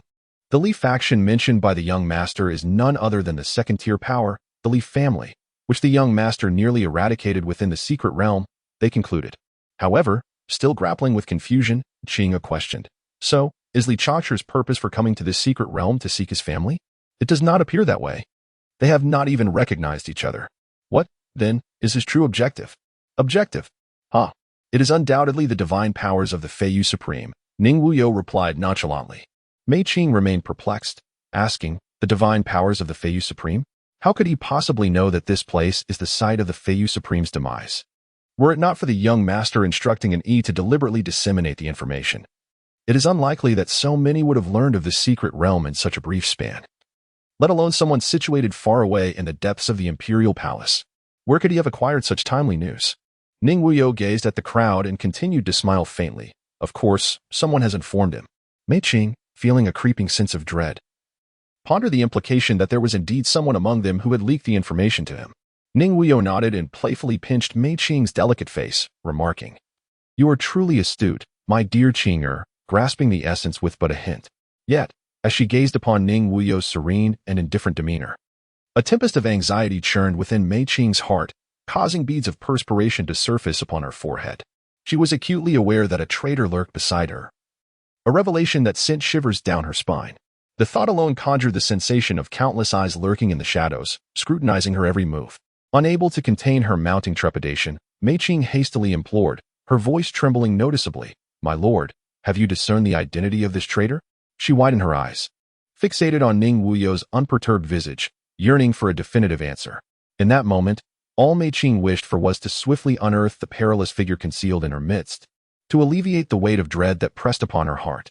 With a smile gracing his lips, Ning Wuyou gazed at Mei Qing, who appeared exceedingly anxious. Her delicate visage, tinged with a subtle flush of distress, resembled that of a ripe apple, evoking a sense of tenderness. Unable to resist, he reached out and gently pinched her soft cheek, playfully remarking, "Qing'er, your hasty demeanor possesses a certain charm." Mei Qing, taken aback by his playful gesture, couldn't help but pout in response. Yet, the anxiety within her heart remained unabated. She widened her expressive, luminous eyes and looked at Ning Wuyou with urgency, her voice trembling slightly as she implored, "My lord, how can you remain so composed? This matter is of grave importance. What if something goes awry?" Ning Wuyou gazed at Mei Qing's troubled expression and spoke softly. "There is no need for concern. This young master has never undertaken an endeavor without assurance. All is well within my grasp." With that, he gently patted Mei Qing's shoulder to offer solace. Observing Ning Wuyou's confident demeanor, Mei Qing felt a significant alleviation of her anxious heart. However, as the exchange between Mei Qing and Ning Wuyou reached the ears of everyone present, the previously tranquil atmosphere was abruptly shattered, replaced by an unsettling silence. The crowd's eyes began to dart around, seemingly in search of clues or answers. They initially cast their gazes upon the individuals nearest to them, only to swiftly shift their focus elsewhere, creating a cyclical pattern of suspicion. Each fleeting exchange of glances incited a subtle tension, as no one knew whom to trust. Consequently, the scene devolved into chaos and unease, with each person unconsciously becoming a subject of suspicion in the eyes of others, each secretly pondering whether their companions harbored hidden secrets or conspiracies. Ning Wuyou couldn't help but find amusement in the expressions of doubt and suspicion that adorned the faces around him. Each individual wore a furrowed brow and a restless gaze, as if every mind was grappling with the identity of the traitor and their whereabouts. "Enough." Ning Wuyou finally spoke, his voice ringing clear and resonant, instantly capturing the attention of all present. "Cease your unfounded conjectures. I can unequivocally assure you, that person is not among you." A faint smile graced his lips, as if this entire affair were merely a trivial farce to him. With Ning Wuyou's assurance, the crowd felt a measure of relief, though they remained preoccupied with the question of who had betrayed the young master. Given that only a handful were privy to the secret of the mystical realm, it was not difficult for the assembly to employ the process of elimination, ultimately directing their unified gaze towards an E. Upon realizing the collective scrutiny upon him, an E panicked and quickly knelt before Ning Wuyou, proclaiming, "Young master, my 9 brothers and I are steadfastly loyal. We would never betray you. Please judge us fairly."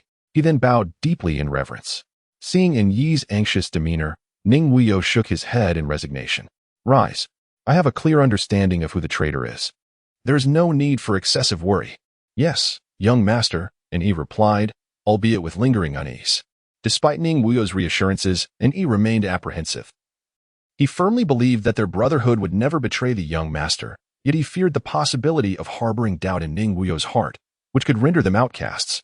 As the group grappled with their divergent thoughts, Ning Xiangxiang, with a puzzled expression, interjected, "Third brother, even if that old man Li were to learn of this secret realm, he cannot leave the palace, can he? It seems that even the palace servants find it difficult to venture outside." Gazing at his innocent younger sister, Ning Wuyou affectionately ruffled Ning Xiangxiang's hair and chuckled, "Isn't it you, the little demoness of chaos, who has come out with me?" "Me? Impossible. I snuck out without telling anyone." Ning Xiangxiang pouted. "Where did you get your information, and how did you know I was here?" Ning Wuyou queried. Looking at her with mild curiosity, Ning Xiangxiang pondered for a moment and then remarked, "I was originally on my way to seek an audience with father. But as I passed by a grand hall, I overheard 2 female officials whispering about how third brother had arrived from some secret realm. Thus, I was made aware of it. Isn't that right?" The foolish girl playfully tapped Ning Xiangxiang's forehead. Ning Xiangxiang gently touched her forehead, her expression still one of confusion. Noticing that Ning Xiangxiang had yet to grasp the young master's meaning, Mei Qing approached, taking Ning Xiangxiang's small hand and smilingly explaining, "It seems Princess Xiangxiang has also been manipulated, for as a close attendant to the Heavenly Emperor, one cannot casually leave the palace. The only excuse to venture outside would involve the beloved Princess Xiangxiang. Me? How could that possibly be? Ning Xiangxiang replied, bewildered and skeptical. Mei Qing continued to elucidate for her, because, dear Xiangxiang, do you not have a penchant for sneaking out of the imperial city alone? The entire royal family is well aware of this. This becomes the very leverage that Li Changshe can exploit. He could deliberately position someone in your path to inadvertently overhear the whereabouts of your third brother. Thus, upon receiving such news, you would naturally seek out the young master, providing him with the perfect pretext to accompany you to this Feiyu secret realm. After hearing Mei Qing's explanation, Ning Xiangxiang still harbored some doubts as she looked at Mei Qing and asked, Sister Qing, did not my third brother say that Li Changshe was after some supreme divine power? Why then did he not enter the secret realm? Mei Qing brushed her hair back gracefully, her demeanor exuding a gentle and enchanting smile as she softly replied, the reason is, in truth, quite simple. That fellow surely did not anticipate that the young master would personally step into this enigmatic secret realm. When Li Changshe observed the darkness, he may have begun to harbor some doubts. However, upon learning from you, Xiangxiang, the true identity of the shadowy figure, Li Changshe would realize that the young master had already entered the secret realm. Consequently, regarding the celestial powers possessed by the Feiyu Supreme, he could only gaze in vain, utterly incapable of obtaining them. Having said this, Mei Qing's beautiful eyes glimmered playfully as she cast a knowing glance at Ning Wuyou. Astute, Ning Wuyou nodded in agreement. After praising Mei Qing, Ning Wuyou softly instructed her, hand over those marked 1,000 practitioners to the shadows for management. Let the shadow guards train a well-prepared intelligence organization for me in a short span of time. Upon hearing her master's command, Mei Qing gently nodded. Let us depart. Our business here is concluded, Ning Wuyou stated, gazing towards the direction of the imperial city. Not long after Ning Wuyou and his companions left, Zhang Xian and Zhang Wanqing emerged, both quite injured. Subsequently, the secret realm collapsed. The two clutched their chests and exclaimed, that was close. Fortunately, we made it out in time. Zhang Wanqing glanced around but saw no sign of Ning Wuyou and pondered, surely, young Master Ning has also made his exit. With this thought, a self-deprecating smile crossed her face. I must be out of my mind. How could something happen to young Master Ning, given his status? It seems I did not take his promise of sharing precious resources seriously. Perhaps I never truly occupied his thoughts. After all, my meager possessions might not even catch his eye. With a sigh of resignation, Zhang Wanqing led her elder brother away to return to their family. Upon returning to the imperial city and escorting Ning Xiangxiang to her residence, Ning Wuyou and his companions returned to Wuyou Palace. In the main hall of Wuyou Palace, Ning Wuyou sat at the center, savoring the celestial tea brewed by Mei Qing. The four women and Dark One stood in the hall. After taking a sip of tea, he set down the cup and addressed them. Lan'er and Xiao Ju, you may leave to prepare. I require a bath and a change of attire. Yes, young master. They replied in unison. As the two departed, Mei Qing, puzzled, remarked, young master, you. Before she could finish, Ning Wuyou interrupted her with a wave of his hand. Slowly rising, he clasped his hands behind his back, his gaze fixed on the departing figures of the two women, and spoke contemplatively, Qinger, Zhuer, what are your thoughts on Lan'er and Xiaozhu? Upon hearing this, Mei Qing and Zhu Xian felt their hearts momentarily halt. As if time itself had frozen. Their faces turned as pale as paper, disbelief etched across their features. Particularly, Mei Qing stammered, her voice trembling and cautious, why, young master? Do you mean to imply that the second sister and the little sister are the ones who have been leaking information? Slowly returned to his seat, gently settling down and slightly nodding in acquiescence. A hint of disappointment flickered in his eyes as he softly remarked, I had sensed this several years ago. Nevertheless, out of respect for our past together, I intended to grant them both another chance for redemption. Yet, I never anticipated that they would fail to cherish it. Why? What could possibly be the reason?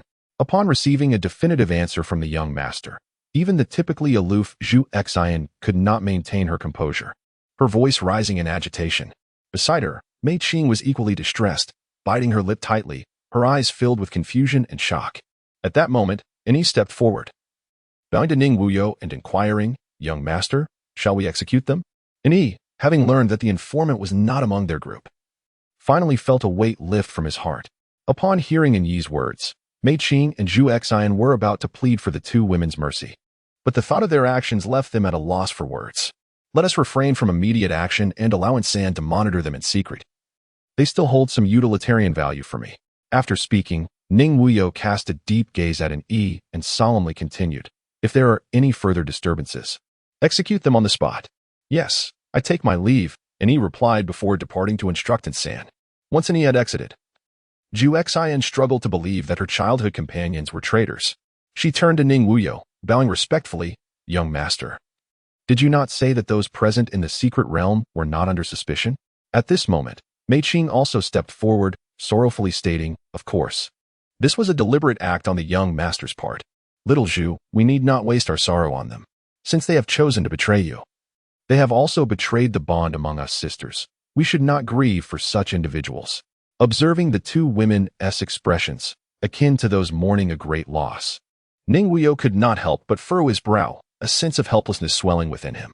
He gently shook his head, exhaling a long sigh, and spoke slowly. "Do you believe I am too heartless?" Though his voice was soft, it reverberated with an invisible authority throughout the vast hall. Upon hearing his inquiry, the two women snapped back to reality, their eyes meeting, where they each discerned a flicker of fear and unease. They hastily bowed in unison, replying, "We would not presume." "Young master, you overthink." As they spoke, their bodies trembled slightly, seemingly filled with reverence for the seemingly gentle yet profoundly imposing man before them. "Rise." "I do not intend to blame you," Ning Wuyou sighed. "Thank you, young master," the two women responded as they stood, noticing the lingering fear in their eyes. Ning Wuyou turned away, stating softly, "You may leave. I wish to be alone for a while." After receiving his instruction, Mei Qing slowly lifted her gaze, her eyes resting on his retreating figure. A hint of unmasked sorrow glimmered in her gaze, as though she could sense the weight of pressure and fatigue burdening Ning Wuyou's heart. Subsequently, she turned to Zhu Xian, signaling her to follow. Zhu Xian understood and accompanied Mei Qing as they walked towards the exit of the hall. Their steps were light and deliberate, as if afraid to disturb the solitary figure lost in contemplation behind them. Once they finally stepped outside, Mei Qing could not resist glancing back at the imposing doors and the vague silhouette within, sighing deeply. Inside the hall, silence reigned. After everyone had departed, Ning Wuyou gradually closed his eyes, remaining silent for a moment before quietly calling, "Shadow." Following a ripple in the fabric of space, Shadow emerged, bowing respectfully. "Your subordinate greets the master. Thoroughly investigate those close to me," Ning Wuyou commanded. "Your immediate task is to establish a comprehensive intelligence network for me within a short time frame. Do you understand?" "Yes, master," Shadow replied before vanishing from sight. Unlike Mei Qing and others who referred to him as young master or your highness, the Shadow Guards addressed him as master.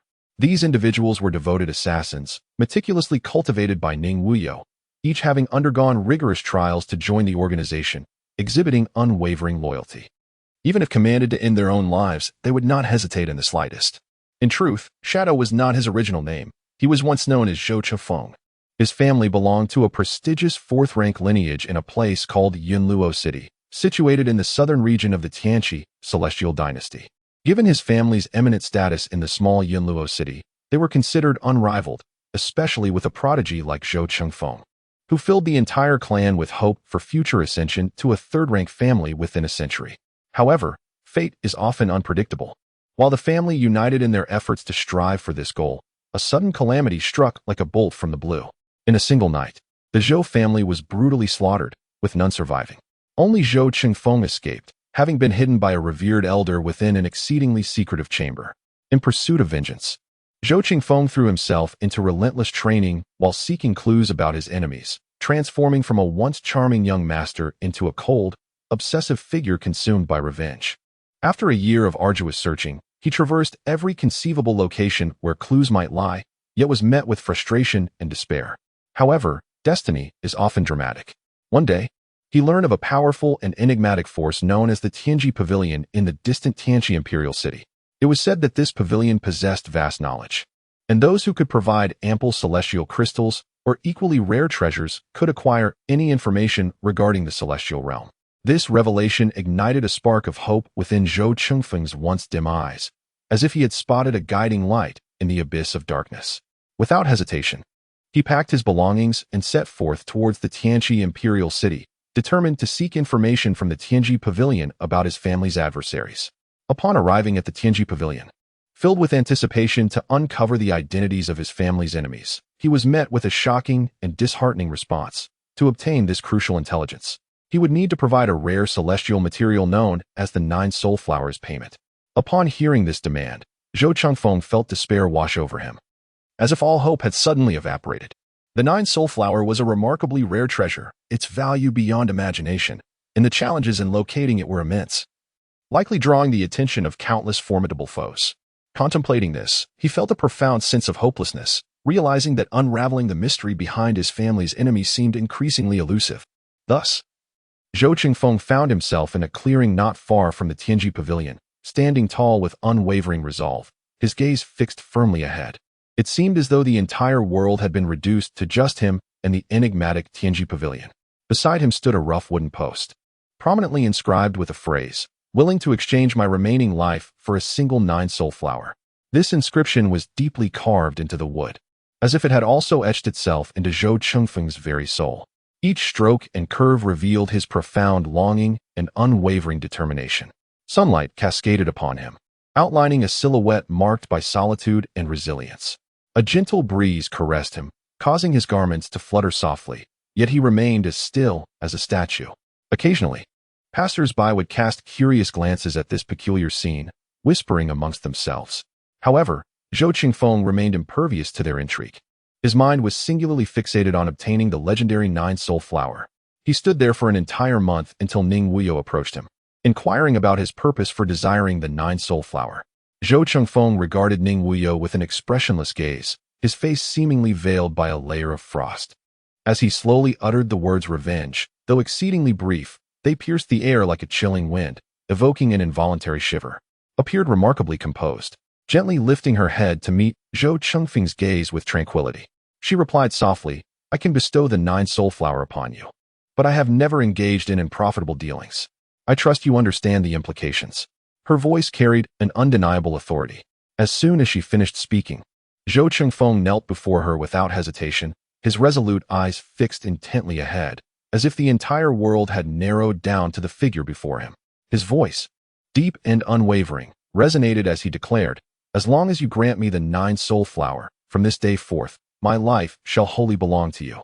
In this lifetime, I shall never betray you." With that, he lowered his head slightly, a gesture of sincerity and determination. "What if I were to say you cannot seek vengeance? Would you still be willing?" Ning Wuyou inquired with a light laugh, gazing at Zhou Chengfeng. At her words, he abruptly raised his head, his eyes burning with a ferocity akin to a ravenous beast, yet Ning Wuyou maintained her indifferent demeanor, a subtle smile gracing her lips. For over a quarter of an hour, they locked eyes, and finally, Zhou Chengfeng's lips trembled as he rasped, "I am willing, my master." With that, he knelt fully, bowing deeply before her. His body quaked, revealing the depth of his resolve to discover the identity of his enemy, willing to gamble on the extraordinary figure before him, believing that one day, she would grant him the chance for vengeance, provided he proved his worth. "Very well, from now on, you shall be called Shadow, my shadow," Ning Wuyou stated matter-of-factly, an air of authority emanating from her. "Your servant obeys," Zhou Chengfeng replied, bowing once more. "Take this 9 soul flower and exchange it for information regarding your enemy," Ning Wuyou instructed, producing a flower with 9 vibrant hues from her storage ring, which gracefully floated before Shadow. "Thank you, my master," he said, cautiously cradling the flower to his chest before turning to depart for the Tiangong Pavilion. After a brief interval, Shadow returned, kneeling before Ning Wuyou once again. "Have you discovered the identity of your enemy?" she inquired, stroking the ring on her finger. Shadow nodded gravely. "Do you wish for vengeance?" she continued. Shadow nodded once more, his resolve unwavering. "Do you possess the strength to exact revenge now?" Ning Wuyou questioned, a hint of mockery in her tone. Shadow shook his head gently, his fists clenched, his eyes glimmering with a hint of crimson, his expression contorted with frustration.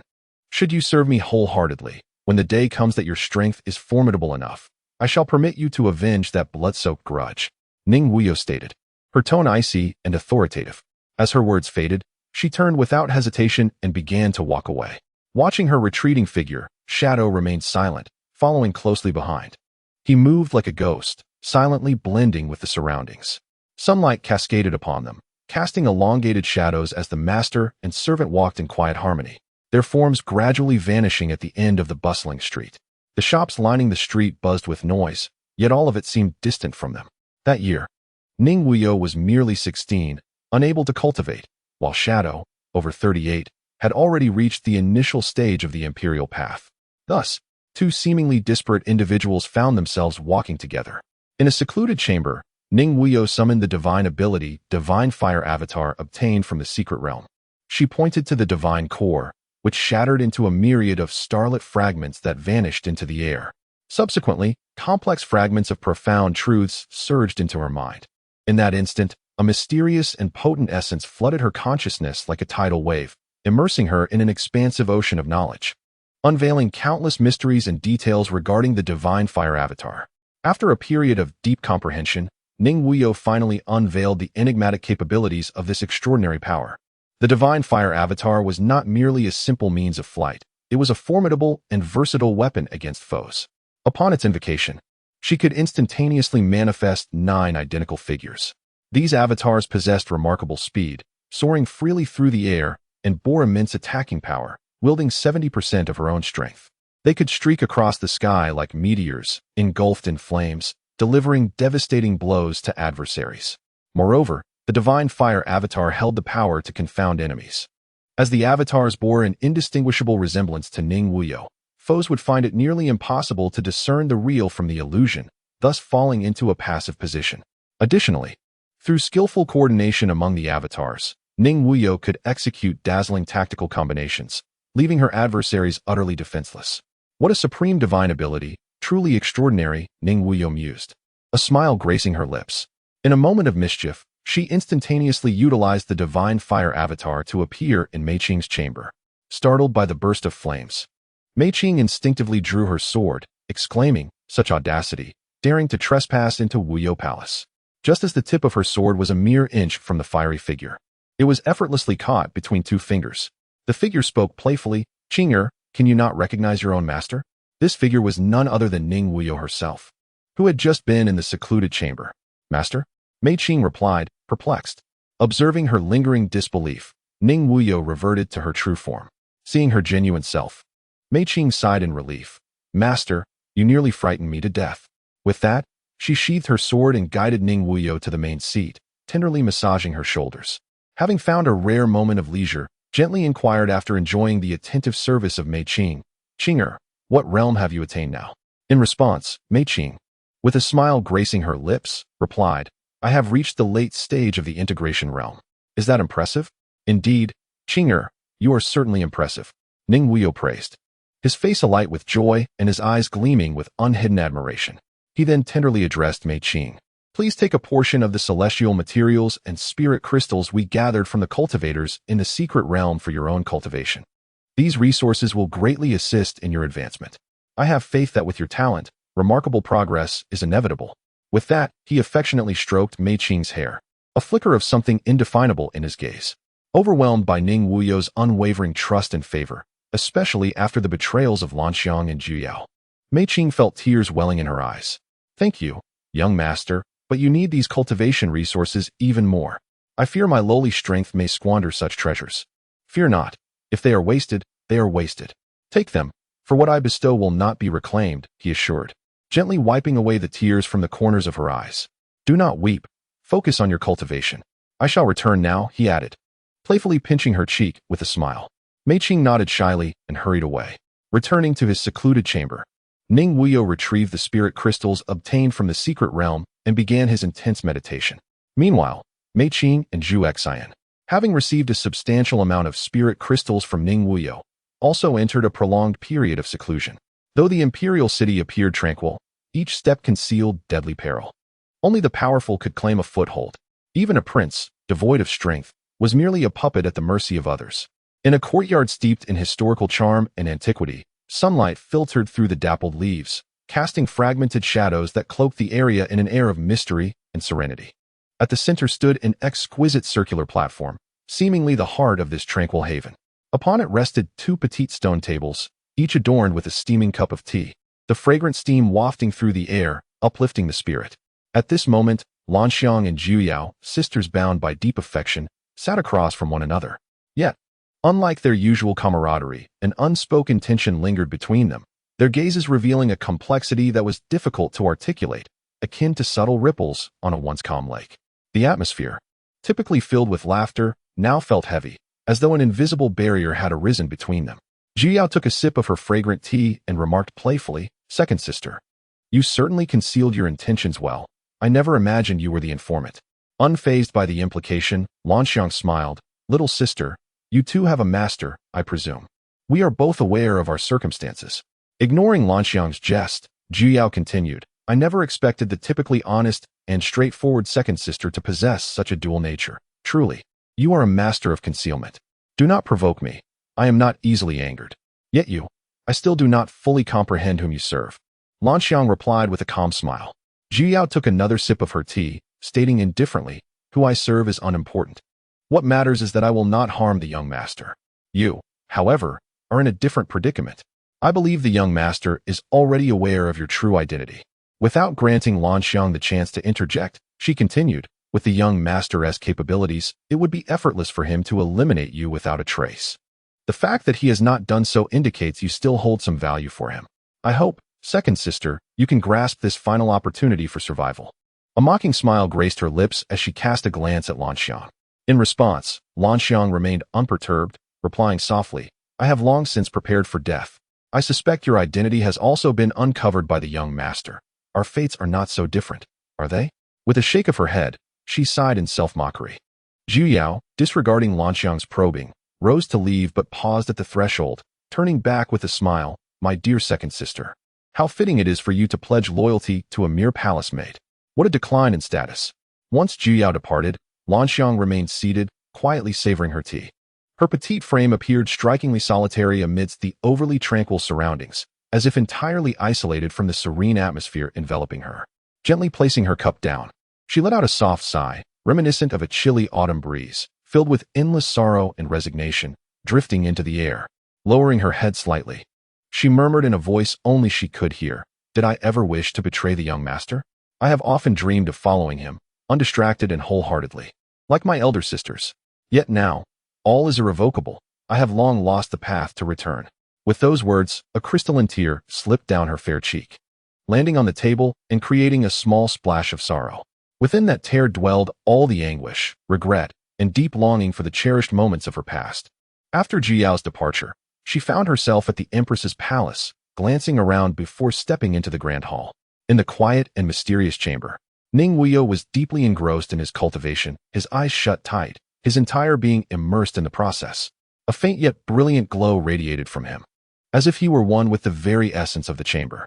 Suddenly, Ning Wuyou opened his eyes, two beams of light shooting forth, akin to lightning cleaving through darkness.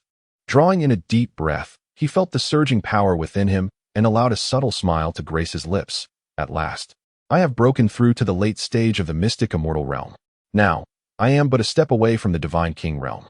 Ning Wuyou gradually turned his head, his gaze resting upon the piles of celestial crystals within the secret chamber, once heaped like mountains and shimmering with an enchanting luster. These celestial crystals had now transformed into mere stones, stripped of their former brilliance and vitality. They were a substantial reserve that Ning Wuyou had meticulously prepared prior to his cultivation. Yet, having merely breached such a minor threshold, he had already depleted this vast quantity of celestial crystals. Ning Wuyou gently waved his robe, rising to his feet to gaze upon the strewn debris, and could not help but sigh. The path of cultivation is indeed fraught with unimaginable difficulties, and the resources required are nothing short of vast. He shook his head, reflecting on the arduous nature of his practice. Exiting the secluded chamber, he arrived at the main hall and commanded, "Come forth." Upon hearing the voice from the hall, a female official entered, bowing respectfully. "This humble servant greets your highness. Is there any news from within the palace?" Ning Wuyou, seated in the principal position, leisurely rested his forehead on his hand and replied, "Pray, inform me of any recent occurrences." "Your highness," the official humbly responded, "there have been no significant matters within the palace, though it is rumored that the crown prince has returned." Listening to the official's report, Ning Wuyou stroked the white jade ring in his hand, murmuring, "My elder brother has returned. How intriguing. It is likely he has come back for the family's secret realm. Things should become quite lively now." Waving his hand to dismiss the official, he instructed, "You may leave now. Please check if Qing'er has finished her training. If not, do not disturb her." "Yes, your highness," the official replied, bowing once more before taking her leave. In a tranquil and enigmatic chamber, Mei Qing was completely engrossed in her seclusion. The atmosphere was serene, illuminated only by the flickering candlelight casting mottled shadows upon the walls. At that moment, a peculiar sight unfolded before everyone. Mei Qing's form was enveloped in a rich, profound light. This ethereal glow, delicate as gossamer, emanated a powerful aura that was both exhilarating and daunting. It enveloped Mei Qing like a burning flame, rendering her as if she were in a dreamlike realm. The glow flickered unpredictably, sometimes blindingly bright, at other times dim and obscure. Yet, through all its fluctuations, it remained steadfastly bound to Mei Qing's being. From a distance, Mei Qing appeared as a statue blessed by divine light, exuding an air of solemnity that inspired awe. Meanwhile, Zhu Xian, in deep meditation, suddenly sensed a formidable wave of energy emanating from afar. Furrowing her brow, she pondered the source of this power. As the energy surged stronger, Zhu Xian could no longer maintain her tranquility. She slowly opened her eyes, directing her gaze toward the source of the energy. Upon realizing that the energy fluctuations originated from Mei Qing, she sighed softly, murmuring, "Sister's innate talent is truly extraordinary. In comparison, I and my other sisters pale in significance." Her words conveyed a mix of admiration and envy for Mei Qing's giftedness. After what felt like a brief moment, the profound light surrounding Mei Qing began to dissipate, and she gently opened her beautiful eyes. Observing that Mei Qing had concluded her meditation, Zhu Xian approached and softly said, "Congratulations, elder sister, on advancing further during this seclusion." Zhu Xian was sincerely happy for Mei Qing's progress. "Your praise is unwarranted, third sister. I merely stumbled upon a breakthrough to the mid-stage of Great Ascension." "Did you not also achieve a breakthrough to the early stage of Great Ascension?" Mei Qing replied with a smile. As the two sisters rejoiced in each other's advancements, Mei Qing's expression shifted, as if she had recalled something of great significance. Her gaze, momentarily flickering with intensity, turned toward Zhu Xian.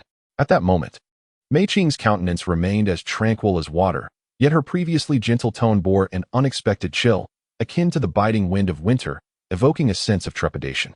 "Third sister," Mei Qing spoke softly, her voice, though not loud, resonated with clarity in the stillness around them. "Everything we possess is a gift from our benefactor. Therefore, I must insist that I do not wish to see the same fate befall you as did with second sister and little sister. Do you understand my meaning? Should I ever discover that you have betrayed our benefactor, do not expect mercy from me." The final words carried an icy weight that sent a shiver through the normally unflappable Zhu Xian. After Mei Qing finished speaking, she fell into silence, her steady gaze fixed upon Zhu Xian, her deep, tranquil eyes resembling a quiet pool, concealing unspoken emotions. Zhu Xian had not anticipated her elder sister would address her with such gravity at this moment. Stunned, she gazed at Mei Qing for an extended time. Finally, after gathering her thoughts, Zhu Xian opened her mouth. Her clear and resolute gaze met Mei Qing's, as she spoke with unwavering sincerity, "Elder sister, rest assured. My life is entirely devoted to our benefactor. No matter what transpires, I shall never engage in any act of betrayal. Should there come a day when you find me unworthy of the trust and kindness bestowed upon me, do not hesitate. You may strike me down without a second thought. I shall harbor no resentment, nor shall I blame you in the slightest." "Third sister," Mei Qing gently nodded, grasping Zhu Xian's hand. "It is not that I doubt your character, but rather, I am weary from the betrayals of second sister and little sister. I fear you may follow in their footsteps. Do you comprehend?" "I understand completely, elder sister. There is no need for further explanation," Zhu Xian replied with a nod and a smile. Mei Qing nodded with relief, saying, "Let us go find our benefactor. I suspect he has also concluded his seclusion."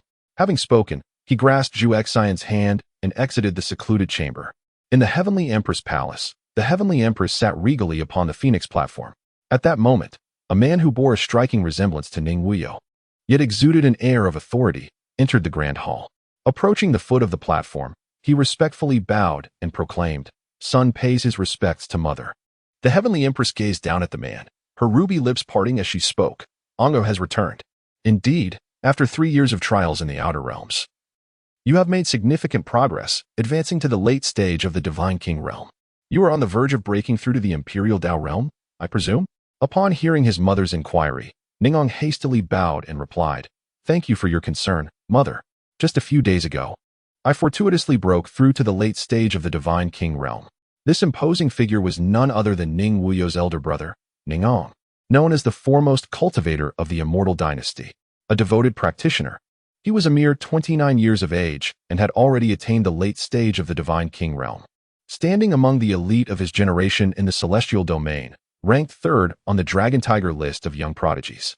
Within the vast and enigmatic celestial realm, there existed an organization known as the Heavenly Mechanism Pavilion. This pavilion was one of the most authoritative and mysterious entities in the celestial domain, renowned for its extensive and accurate intelligence. Among its many notable activities, the pavilion periodically unveiled a list known as the Dragon Tiger list. This list was not an ordinary ranking.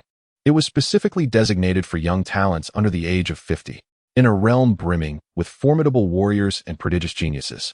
Being featured on this list was regarded as the pinnacle of honor. Only those with exceptional talent, formidable strength, and limitless potential were deemed worthy of a place on the Dragon Tiger list.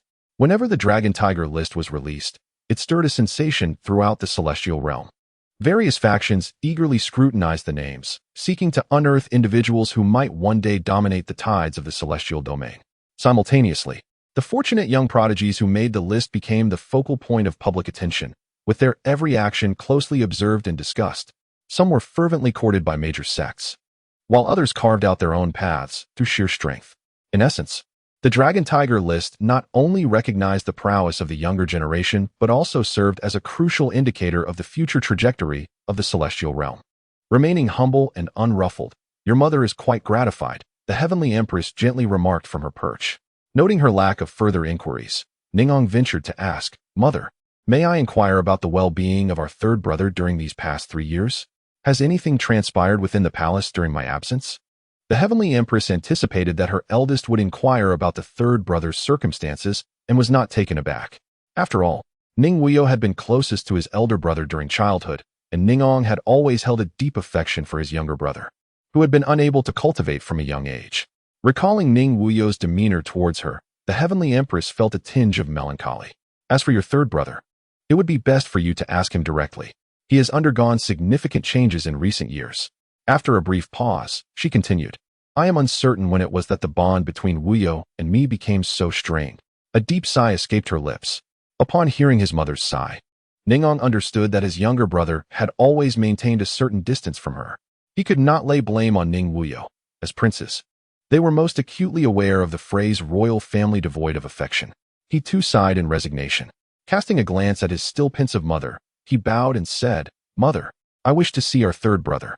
The elegant Heavenly Empress gently raised her delicate hand, as pure as jade, and tenderly brushed aside her flowing hair that cascaded like a waterfall.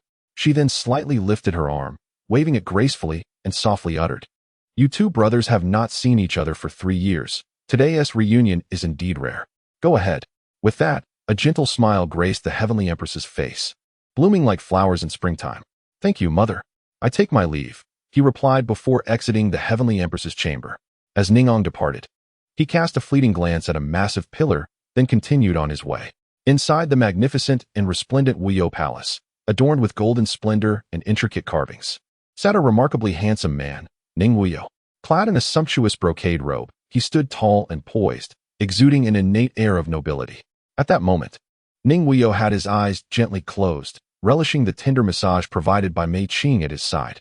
Mei Qing gracefully raised her delicate hands, skillfully meeting the pressure points in Ning Wuyou's shoulders and neck, her movements light yet precise. Her beautiful visage bore a soft smile, as if she could dispel all weariness with her touch. It turned out that Mei Qing had just concluded her seclusion in cultivation and was eager to seek her young master upon her emergence. Years of companionship and mutual understanding had transcended the ordinary boundaries of master and servant.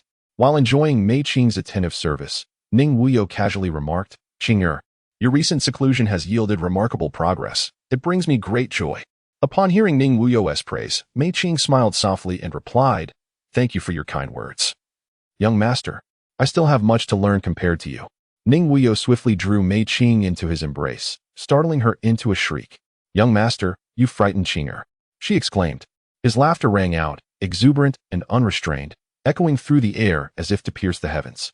In that moment of triumph, his handsome visage took on an air of audacity, his deep-set eyes fixed intently on the woman before him, shimmering with fervent light. "You, my dear, will inevitably become a part of my realm. Why feign such coyness?" Ning Wuyou teased, a smirk playing on his lips. Yet, as soon as the words left his mouth. He seemed to recall something inside, his tone growing somber. Regrettably, I am unable to grant you a formal title in the near future. Trust me. When the time is ripe, I shall ensure that you stand resplendently before all. As his heartfelt words reached Mei Qing's ears, she felt as though she had been struck by a warm and powerful force, her eyes instantly brimming with tears, glistening like stars scattered across the night sky. Trembling slightly, she murmured, "Young master, what I truly desire is merely to remain by your side, devotedly serving you. I have never yearned for any titles or status." Her voice was as gentle as the spring breeze caressing the surface of a tranquil lake, imbued with boundless tenderness and affection. Raising her gaze to meet Ning Wuyou's, her eyes radiated sincerity and resolve. "I seek nothing more than to stand beside you when you ascend to the pinnacle of the celestial realm, becoming the focus of all attention. If that day comes, I will have no regrets, and my heart will be content." After sharing their innermost feelings, Ning Wuyou inquired, "I recall that within the secret realm, another divine essence was obtained. It seems to be in your possession." At his prompting, Mei Qing quickly rose from his embrace, retrieving a shimmering divine essence from her storage ring. "Young master, I almost forgot to present this divine essence to you. Please forgive my oversight," she said, handing it to him. Noticing her flustered demeanor, Ning Wuyou shook his head with a chuckle. "Qing, I harbor no ill will. Even if you were to use this divine essence yourself, I would not hold it against you." Warmth surged through Mei Qing upon hearing his words. She playfully stuck out her tongue, exuding a charming innocence. Realizing he had been playfully duped, Ning Wuyou could only shake his head in resignation. "You truly are a little enchantress. Let me see what extraordinary abilities this divine essence possesses," he said, shattering the essence, causing shards of divine power to surge into his brow. After a brief moment, he opened his eyes with a light chuckle. "Ah, it turns out to be an excellent auxiliary ability for concealing one's presence." Seeing her young master enlightened about the divine power, Mei Qing smiled. "Congratulations, young master, on acquiring yet another divine skill." Ning Wuyou gently nodded, a faint smile gracing his lips, as he tenderly grasped Mei Qing's delicate hand, slowly kneading it. His gaze fixed upon Mei Qing, he softly spoke, "This divine ability is indeed a remarkable treasure for me. It not only possesses the power to turn the tide in critical moments, but also harbors astonishing effects that are beyond one's imagination." After a brief pause, he continued, "The most formidable aspect of this ability lies in its capacity, once I manifest it. Even those below the supreme seventh realm will find it impossible to discern my true strength and intentions. Thus, when faced with formidable adversaries, I can effortlessly conceal my genuine trump cards and lethal techniques, delivering a fatal blow to my foes." At this point, a cold glint flickered in Ning Wuyou's eyes, as if he could already envision his opponents lying defeated at his feet. He slightly increased the pressure of his kneading, his tone turning increasingly somber and ruthless. "Moreover, with this divine ability, taking a life becomes exceedingly effortless. I can silently employ the art of concealment to approach my target undetected, and then, when they are least prepared, strike suddenly to end their existence." As he spoke, he parted his lips, and as his words fell, his hands swiftly formed seals, incantations escaping his mouth. In an instant, a mysterious and formidable force surged from within him, enveloping his entire being like an invisible shield. This was the astonishing concealment technique. At that moment, had anyone observed Ning Wuyou, they would have been astounded to discover that they could not penetrate the enigma of his presence. He seemed shrouded in a veil of mist, making him elusive and incomprehensible. The aura he emitted and the strength he possessed appeared to be separated by an intangible barrier, rendering any attempts at scrutiny futile. This indistinct veil stood like an impregnable wall, isolating Ning Wuyou from the outside world. Anyone attempting to pry into his true nature would find their efforts in vain. "My lord, this divine ability is truly profound," Mei Qing expressed with delight. "When I probe into your essence, it feels as though something obstructs me, rendering my inquiries fruitless. If it were not for your presence before me, I would hardly sense your existence. Indeed, it maintains an air of mystery, making it impossible for others to discern my true nature," Ning Wuyou replied, playfully tapping Mei Qing's delicate nose. "Let us venture forth, Qing'er. I have yet to fully appreciate the splendor of this imperial city." Meanwhile, within the heavenly Empress Palace, the atmosphere was solemn and reverent, suffused with an aura of awe. The Empress, adorned in a resplendent phoenix robe, sat regally upon the wantai, her noble and commanding presence reminiscent of a sovereign empress gracing the world. She slightly narrowed her eyes, gazing intently at the kneeling captain of the Feiyu guards below. Her crimson lips parted as she spoke in a voice both cold and authoritative. I command you to conceal yourself in the shadows and follow Wuyou. Has he exhibited any unusual behavior in recent days? The captain of the Feiyu guards, unable to meet the Empress's gaze, respectfully bowed his head and replied, Your Majesty, the third prince's movements have shown no significant anomalies. He has merely visited the secret realm of the Feiyu Supreme. Beyond that, no particular occurrences have been noted. Upon hearing this, the Empress's brows furrowed slightly as she pondered in silence for a moment. Then, she inquired again. Has he had any contact with suspicious individuals or received any unidentified correspondence? The captain hastily shook his head.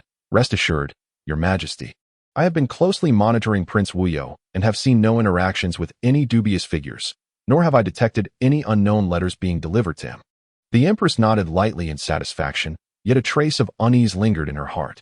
She instructed, Continue to observe Wuyou's every move closely. Should there be any sign of disturbance, report to me immediately. There must be no mistakes. Understood. I shall fulfill my duty, the captain vowed, bowing before vanishing into the shadows like a specter. After the captain's departure, the Empress remained seated upon her opulent throne, lost in deep contemplation. Her beautiful, sharp eyes seemed to penetrate through layers of fog, seeking the truth behind the events. The secret realm of the Feiyu Supreme? How unexpected, she mused. Could it be that the former captain of the Feiyu Guard still lives? How intriguing. A subtle, almost imperceptible smirk graced her lips. Recalling the young girl, Juhua, the Empress furrowed her brow. She had not anticipated that Wuyou would discover her.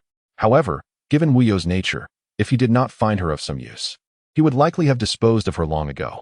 It remained uncertain what assistance she could offer him. Simultaneously, the Empress considered Lian Xiang, placed by Li Changshi beside Wuyou. To date, she had not heard of Wuyou's treatment of Lian Xiang. It seemed Wuyou's schemes were indeed substantial. With these thoughts, the Empress rose gracefully, the phoenix robe, a symbol of unparalleled power and nobility, flowing elegantly around her as she stepped towards the grand hall's entrance. Upon reaching the threshold, she stood against the bright sunlight outside, her narrowed eyes reflecting a glint of icy resolve. Humph, a mere palace attendant dares to covet my son Wuyou? Such audacity is simply foolish. It seems that certain consorts within the palace cannot suppress their restlessness and seek to stir up trouble. Very well, I shall seize this opportunity to teach them a lesson, so they may understand who truly holds dominion over this harem. As Ning Wuyou strolled through the imperial city with Mei Qing, Ningong arrived at Wuyou Palace. The surrounding female officials knelt upon his arrival, exclaiming loudly, We greet His Highness. Rise. I have come to find my third brother. Is he within? Ningong inquired with a grin. Yes, the officials responded respectfully. Your Highness, the third prince and Miss Mei just departed. Should I summon someone to seek them out? A forward female official asked quietly. Upon hearing that his brother had left, Ningong felt no anger and naturally entered the grand hall of Wuyou Palace. The official who had spoken was an attendant of Wuyou Palace, and she hurriedly whispered to another attendant behind her, Quickly go inform the prince that His Highness has arrived. Following the order, the attendant swiftly conveyed the message to Ning Wuyou. In the bustling heart of the imperial city stood a magnificent 9-story tea house. Frequented by the elite of the realm, its interior adorned with elegant opulence and fragrant tea wafting through the air. At that moment, in the tea house's top-level suite, sunlight streamed through the intricately carved windows, casting dappled shadows upon a table set for two. Here, Ning Wuyou and Mei Qing sat across from one another, the atmosphere between them tinged with subtle complexity. Ning Wuyou was clad in a flowing moon-white long robe, his garments billowing gracefully, reminiscent of a celestial being descending to the mortal realm. His arched brows and starry eyes framed a strikingly handsome visage, with a hint of an elusive smile playing upon his lips, evoking an immediate sense of affection. Opposite him sat Mei Qing, adorned in a delicate lavender gown, her figure exquisite and poised, her beauty unparalleled.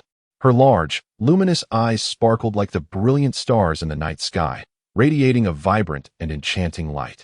Ning Wuyou gradually rose to his feet, his steps somewhat heavy as he approached the window.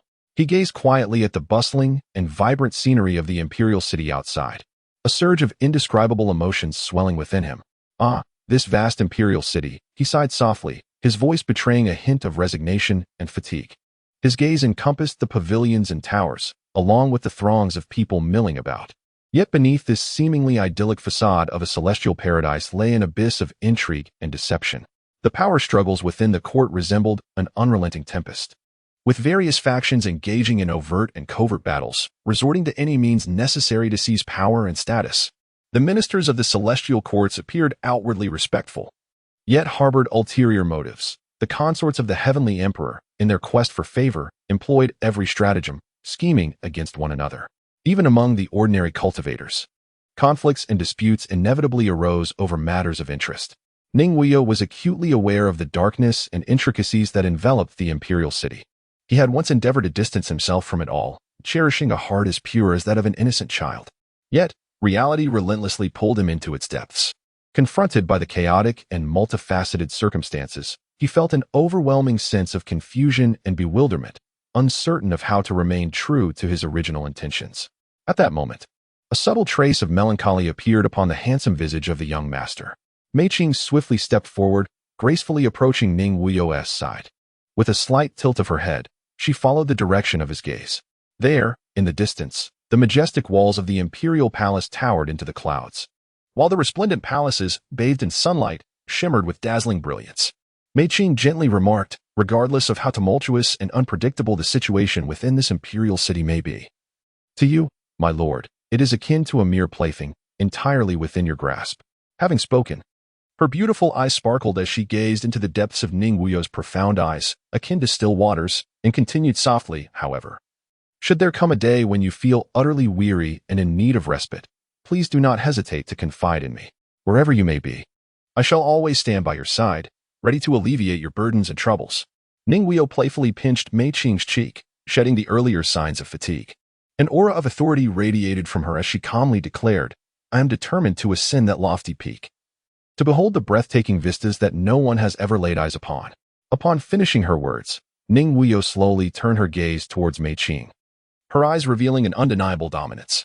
Mei Qing's exquisite and ethereal beauty appeared even more delicate under the sunlight, reminiscent of a blooming flower exuding an enchanting fragrance.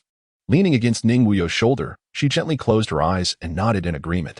Just as the two were enveloped in their tender moment, suddenly, a messenger talisman, shimmering with an extraordinary light, raced towards Mei Qing like a shooting star. The talisman approached with astonishing speed, almost instantaneously closing the distance. However, Mei Qing remained unfazed. With a graceful wave of her beautiful hand, an invisible force surged forth from her palm, effortlessly grasping the incoming talisman with precision. The entire motion flowed seamlessly, as if she were merely performing the most mundane of tasks. At that moment, the talisman, now held firmly in Mei Qing's grasp, ceased its flight and hovered in the air, awaiting her inspection. Ning Wuyou furrowed his brow slightly. The arrival of this message was indeed ill-timed, disrupting the rare tranquility of the moment. He returned to his seat and resumed sipping his tea. Do refrain from grumbling, young master. This is a communication from the court's female officials. It conveys that the esteemed elder brother is awaiting you in the palace, Mei Qing remarked, placing the flying message before Ning Wuyou. With the ambience so rudely interrupted, should we not return to the palace? Since my elder brother has arrived, we shall return. It has been quite a while since we last met. Let us go, he concluded, taking Mei Qing's hand as they departed the tea house. Approximately a quarter of an hour later, Ning Wuyou, with a light step, accompanied Mei Qing back to the grand and resplendent Wuyou Palace. As they crossed the threshold of the palace, entering the spacious and luminous hall, a familiar and endearing figure immediately caught their eye. It was none other than Ning Wuyou's elder brother, who had not been seen for a long time, standing serenely at the hall's entrance. His face radiated warmth, his gaze fixed intently upon his approaching younger brother. Ning Wuyou's elder brother was tall and stately, exuding an extraordinary scholarly grace. Clad in a flowing white robe that danced gently in the breeze, accentuating his elegant demeanor. At that moment, his bright, expressive eyes sparkled with joy and excitement. Upon seeing his third brother before him, he could no longer contain his elation. With a hearty laugh, he stepped forward, arms wide open, and embraced Ning Wuyou tightly, exclaiming in a booming voice, "Ah, my third brother, how have you fared these past 3 years?" Ning Wuyou found himself nearly breathless in the embrace of his elder brother, Ning Ong, and gently pushed him away, chuckling, "Brother, your enthusiasm upon our first meeting is a bit overwhelming. I am not quite accustomed to it."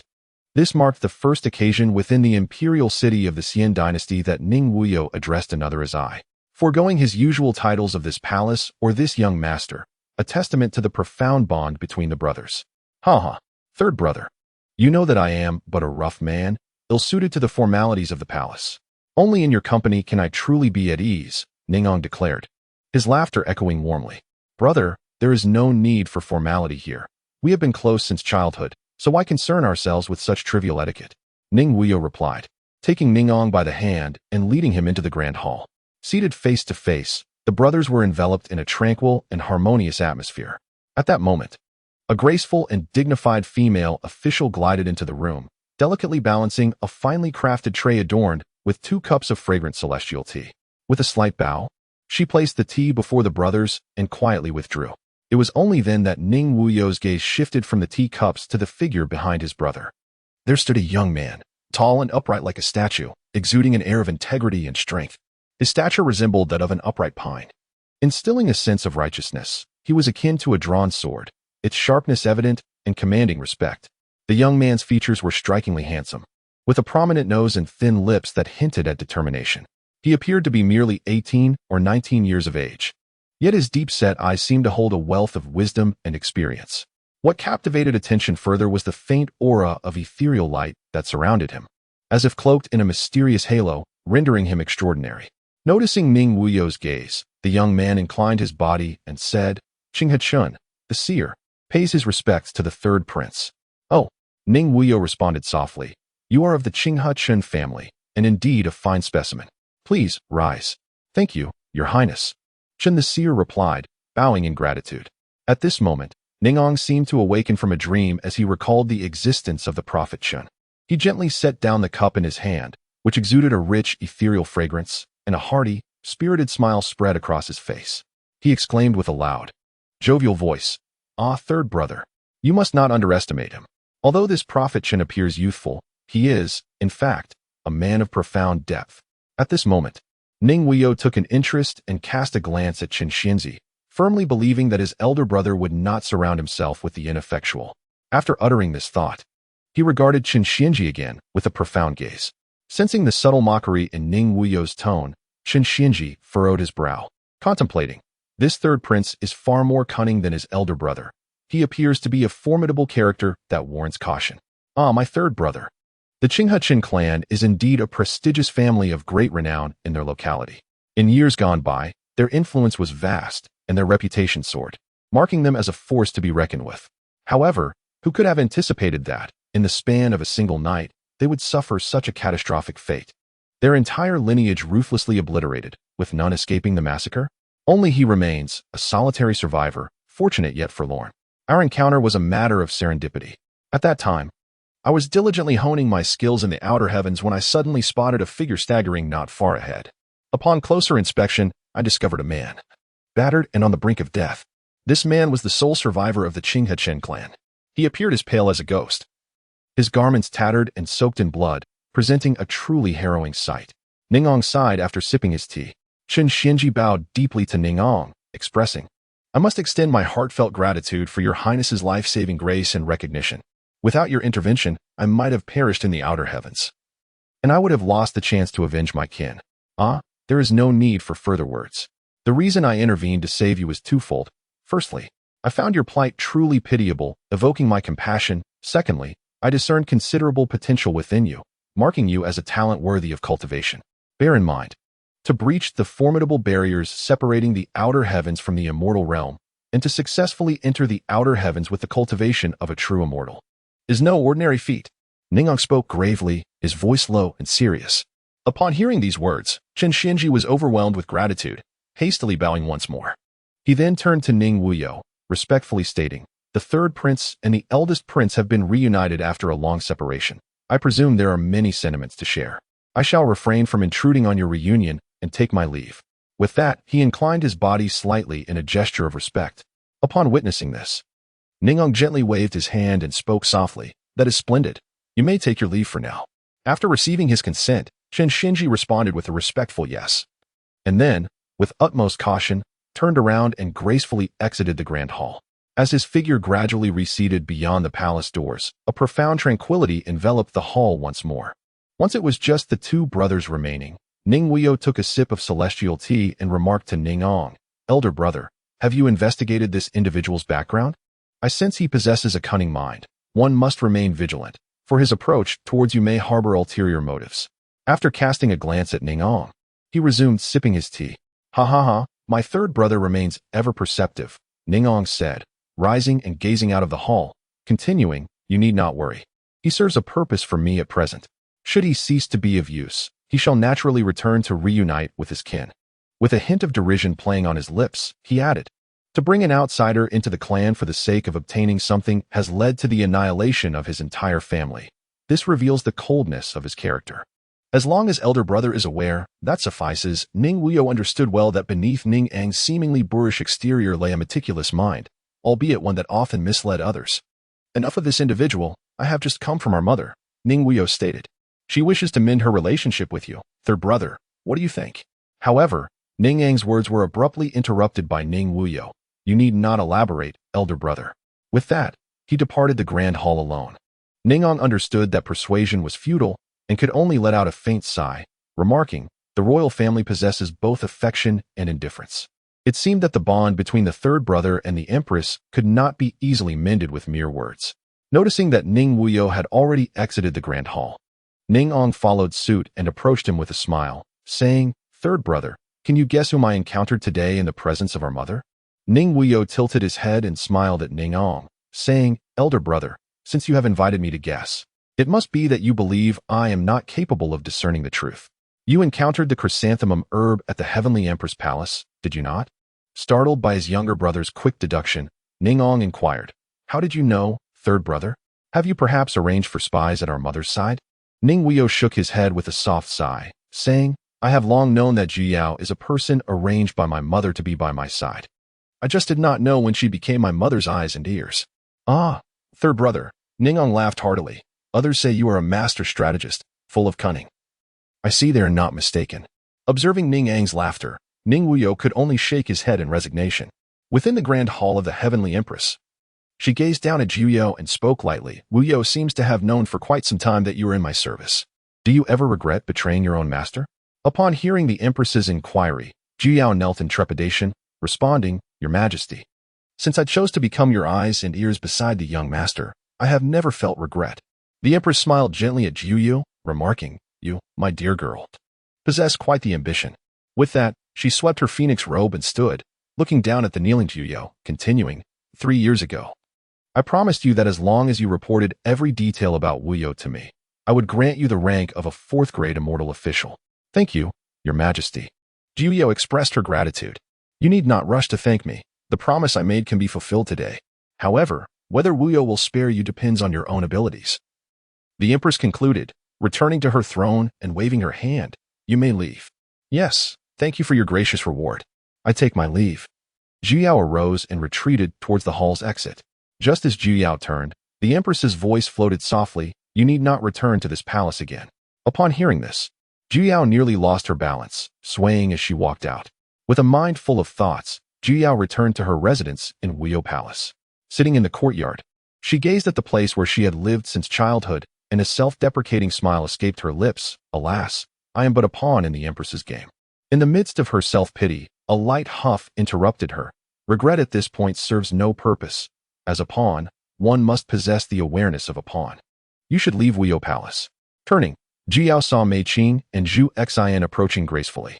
Without needing to guess, she knew it was Zhu Xian who had spoken so coldly. Upon their arrival, Wuyou slightly bowed. Greetings, my sisters. Zhu Xian paid her no mind, turning her head away and scoffing. I dare not call you sister.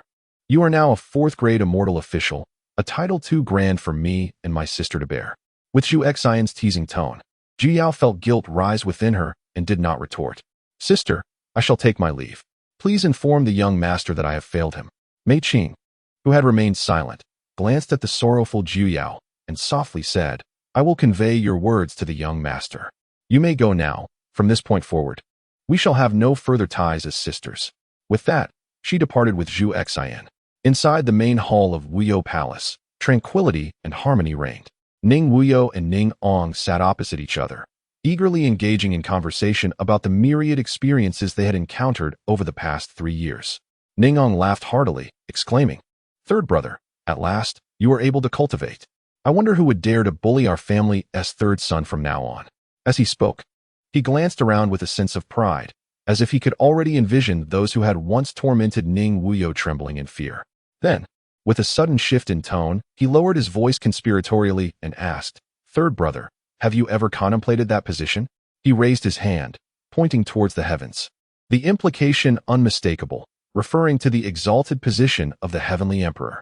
Upon hearing his elder brother's forthright inquiry, Ning Wuyou did not respond immediately. Instead, he gazed at Ning Ong, the corners of his mouth curling into a subtle smile as he countered, "Might I inquire if elder brother has any thoughts on the matter as well?" Hearing this, Ning Ong was momentarily taken aback, but then he burst into hearty laughter, clapping Ning Wuyou's shoulder with vigor. In a booming voice, he declared, "Ha ha, dear brother. Do not attempt to test me. My sole ambition lies in the pursuit of the pinnacle of martial arts. As for the position of the heavenly emperor, I find myself utterly disinterested. Such elevated responsibilities are far too burdensome and exhausting, ill-suited for my disposition." After finishing her laughter, Ning Ang's gaze once again settled upon Ning Wuyou, and she earnestly inquired, "So, my third brother, do you truly desire to occupy that esteemed position?" At this moment, Ning Wuyou, meeting his elder brother's sincere eyes, gently nodded and replied with unwavering conviction, "Elder brother, I indeed harbor a keen interest in ascending to that lofty seat." After hearing this, Ning Ang's eyes flickered with a glimmer of admiration. He placed both hands firmly on Ning Wuyou's shoulders and spoke in a deep voice, "Excellent. Since my younger brother harbors such ambitious aspirations, I shall wholeheartedly support your ascent to that exalted position." At that moment, as the two brothers conversed, Mei Qing and Zhu Xian entered the grand hall and bowed respectfully, addressing the two princes. "We pay our respects to your highnesses." "Rise," Ning Ong said with a smile. "You two have accompanied Wuyou since childhood. There is no need for formalities in my presence." "Thank you, Your Highness," Mei Qing replied with a gentle smile. Before turning to Ning Wuyou and continuing, "Young master, Zhu Yao has already left Wuyou Palace, and as for Lan Xiang, her whereabouts are unknown. By the time my sister and I arrived, the place was already deserted." Upon hearing that Lan Xiang was missing, Ning Wuyou furrowed his brow, pondering. Zhu Yao is under the queen's command, while Lan Xiang is associated with the esteemed Li Changshi. Now that Lan Xiang has inexplicably vanished, this matter seems to be becoming increasingly intriguing. Never mind, it suffices that they have departed. We need not pursue this matter further. It is enough that we shared a bond as master and servant, Ning Wuyou stated calmly. Yet, in his heart, he began to devise how to extract the remaining value from both Lan Xiang and Zhu Yao. After all, he had invested considerable time in nurturing them, and it would be impossible not to reap some reward from their efforts. He was far from being a benevolent benefactor. Mei Qing and Zhu Xian nodded gently. "Third brother, I have yet to pay my respects to father after returning. I came here first. I suppose I shall not escape a scolding now," Ning Ong laughed, patting Ning Wuyou's shoulder. "I shall go to father. If you have matters to discuss, send word to me." With that, he departed with Chen Xianji, leaving the grand hall. As Ning Ong and Chen Xianji left, Ning Wuyou gazed at Chen Xianji's retreating figure, murmuring to himself, "Why does my intuition stir upon seeing this person? Could there be something about him that captivates my interest? It seems I need to find an opportune moment to devise a plan." After leaving Wuyou Palace, Ning Ong intended to meet with the Celestial Emperor, allowing Chen Xianji to return first. On the way back, Chen Xianji furrowed his brows, pondering why the system had remained silent after encountering the third prince. The lack of even the most basic probing function left him feeling anxious and irritable, as this system was his only reliance since he had awakened it by sacrificing the lives of his entire clan. How could he not be distressed?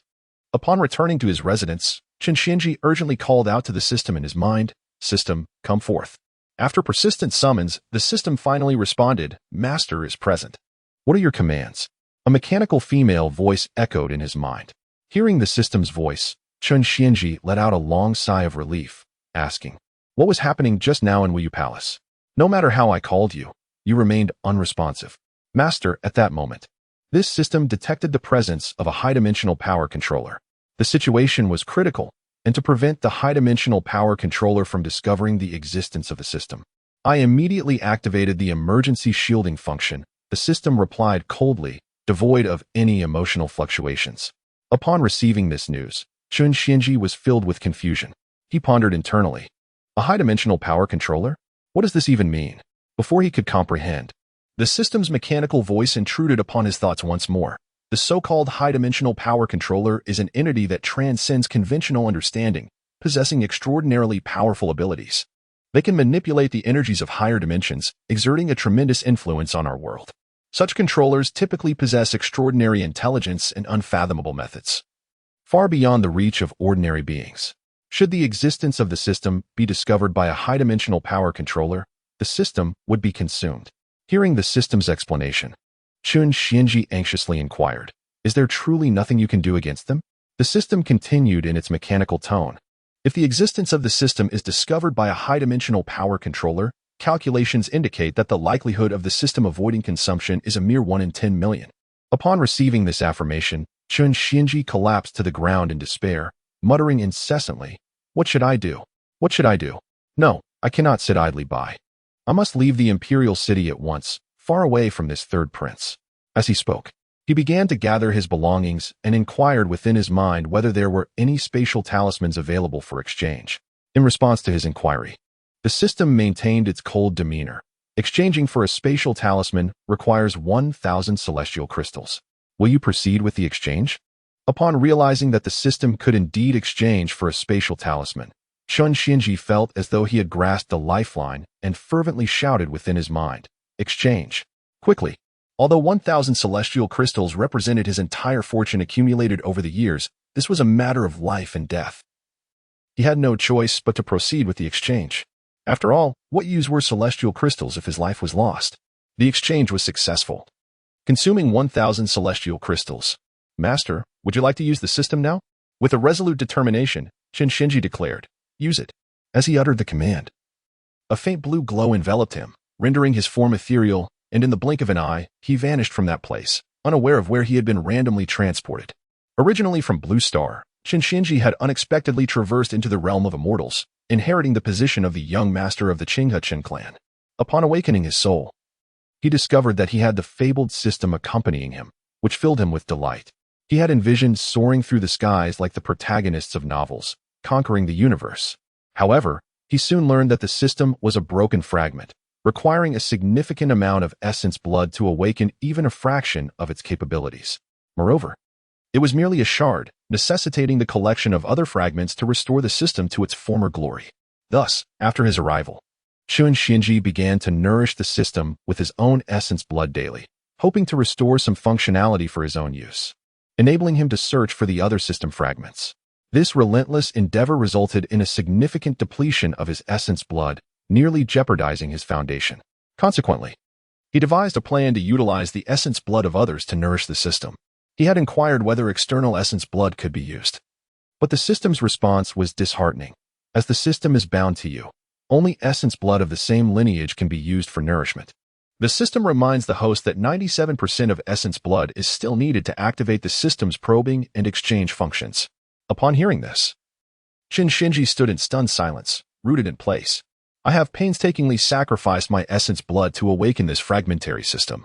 And what can it do with its two impractical functions? After all this time, it has only achieved a mere 3%. Chun Xianji was utterly exasperated, shouting in madness.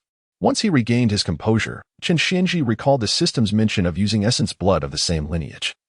Realizing that he could utilize the essence blood of the entire Qin clan to nourish the system, with this thought, he resolutely began to orchestrate an elaborate scheme targeting the entire Qinghe Qin clan. As he put it, "What does the Qinghe Qin clan have to do with me? I merely traversed into your family. For the sake of my grand ambitions, it is only unfortunate for you, Qinghe Qin clan."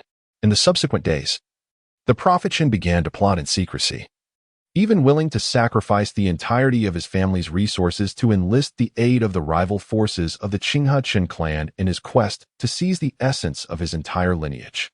In a single night, the Qinghe Qin clan was ruthlessly slaughtered, their lifeblood completely drained, which instigated an immense upheaval and panic in the local region. Shortly after Qin's disappearance, a moment of spatial disturbance emanated from the very place he vanished, and a formidable figure emerged from the spatial barrier. A mere little rat dares to escape from my grasp. This figure, naturally, was Ning Wuyou, who had brought Qin to the imperial city to obtain the coveted treasure that Qin had secured at such a great cost. Furthermore, unbeknownst to Qin, Ning Wuyou had tampered with him while he remained oblivious. Ning Wuyou lingered not long in Qin's dwelling before departing, unaware of the shadow lurking in the darkness. After a twist in space, Qin emerged, panting and clearly shaken, as he patted his chest in relief, exclaiming, "Thank goodness I ran fast. Otherwise, I might not have escaped at all." With that, he resumed his flight, heading further away from the imperial city, seeking safety and distance. Approximately an hour after Qin successfully utilized the spatial talisman to flee, Ning Wuyou, situated 1,000 miles away, received an urgent transmission from the shadow. He gently accepted the jade slip, unfurling his consciousness to examine its contents. His eyes narrowed slightly as he remarked, "Hee, this is becoming increasingly intriguing. I never imagined my elder brother would go to such lengths for that so-called treasure. It appears he has invested considerable effort this time." As Ning Wuyou spoke, her mind began to race with thoughts. If that secret treasure were indeed of use to her, would her elder brother be willing to part with it, despite the pain it might cause him? At this thought, the corners of her mouth lifted slightly, revealing a hint of a smile. Yet within that smile lurked a subtle undertone of danger, as if anyone daring to obstruct her pursuit of the treasure would face her merciless retaliation. Contemplating this, Ning Wuyou softly inquired, "Where is the shadow?" "Here, my lord. What is your command?" A figure emerged from a distortion in the space, kneeling on one knee. Ning Wuyou, with her hands clasped behind her back, asked, "How goes the training of the 1,000 men I entrusted to you? How many remain?" In response to her inquiry, the shadow promptly replied, "My lord, of the 1,000 men you assigned for training, fewer than 900 remain. It is estimated that, should the training prove successful, only around 600 will be left." Ning Wuyou lightly hummed in acknowledgement and continued, "Not bad. In 3 months, I expect to see a complete intelligence network established. Can you accomplish this?" The subordinate vowed earnestly, "I will not disappoint your highness." At this moment, Ning Wuyou took her seat at the head of the table and calmly declared, "Secretly monitor the movements of Qin Shinzi. Any unusual activity must be reported to me at once." With a wave of her hand, she dismissed him, saying, "You may leave." "Understood," the shadow replied, vanishing into the grand hall. As Ning Wuyou sipped her celestial tea, contemplating her next plan, a voice resounded from the heavens like a thunderous bell, announcing to all within the imperial city, the secret realm of revelation will open in 3 days. All members of the Ning royal family are to gather before the heavenly emperor's hall in 3 days. Upon hearing this news, the Ning clan members in the imperial city, including those who had hurried back from their training to prepare for the secret realm, were filled with an invigorating excitement. In fact, a month prior, every faction of the Ning royal family had received word that the secret realm was set to open soon, prompting each faction to select suitable clan members in preparation for entry. The entire imperial city began to buzz with anticipation, all eager to enter the renowned forbidden land of the secret realm. Upon learning of her family's impending opening of the secret realm, Ning Wuyou twirled the ring on her finger and mused, "It seems this opening will herald a storm of turmoil. The duration of each realm's opening is 3 months, and at that time, I shall assess the results of the shadow's training." A faint smile graced her lips as she instructed the palace attendants, "Bring me Qing'er and Xiaoxiu." Upon receiving Ning Wuyou's command, the attendants swiftly departed to find Mei Qing and Zhu Xian. A short while later, the two ladies entered the hall and bowed, "Greeting, we have come to see your highness." Ning Wuyou lightly nodded, signaling them to rise as she continued to savor her celestial tea. After the formalities, Mei Qing took her place behind Ning Wuyou, resuming her customary shoulder massage, while Zhu Xian stood coldly to the side, awaiting Ning Wuyou's instructions. Ning Wuyou set down the teacup in his hand, squinting his eyes as he leisurely enjoyed Mei Qing's service. He remarked, "Qing'er, you have heard about the matters concerning the bamboo secret realm, have you not?" "Indeed. We have heard," Mei Qing replied, gently massaging Ning Wuyou's shoulders with a soft smile. "Might I inquire what arrangements you have for us, my lord?" Ning Wuyou lightly murmured, "The secret realm will open in 3 days, accompany me." Upon hearing Ning Wuyou's words, Mei Qing and Zhu Xian were momentarily taken aback. Mei Qing, somewhat at a loss, responded, "My lord, I have heard that only members of the Ning royal family under the age of 50 may enter, and the spots are rather limited." Before Mei Qing could finish her sentence, Ning Wuyou interjected, "If I say you may enter, then you shall enter. Prepare yourselves to accompany me into the royal secret realm in 3 days." Receiving Ning Wuyou's assurance, Zhu Xian, standing beside the hall, gazed at her with eyes brimming with anticipation. Meanwhile, Mei Qing, concerned for Ning Wuyou, instinctively voiced her worry, "My lord, will bringing us into the secret realm cause you any trouble? It is unheard of for outsiders to enter the Tanchi secret realm. Might this bring unnecessary complications upon you?" Observing her elder sister's constant consideration for their lord made Zhu Xian feel somewhat inadequate, prompting her to lower her head in humility. Ning Wuyou gently patted Mei Qing's hand and smiled, saying, "Everything will be taken care of by me, so there is no need for concern."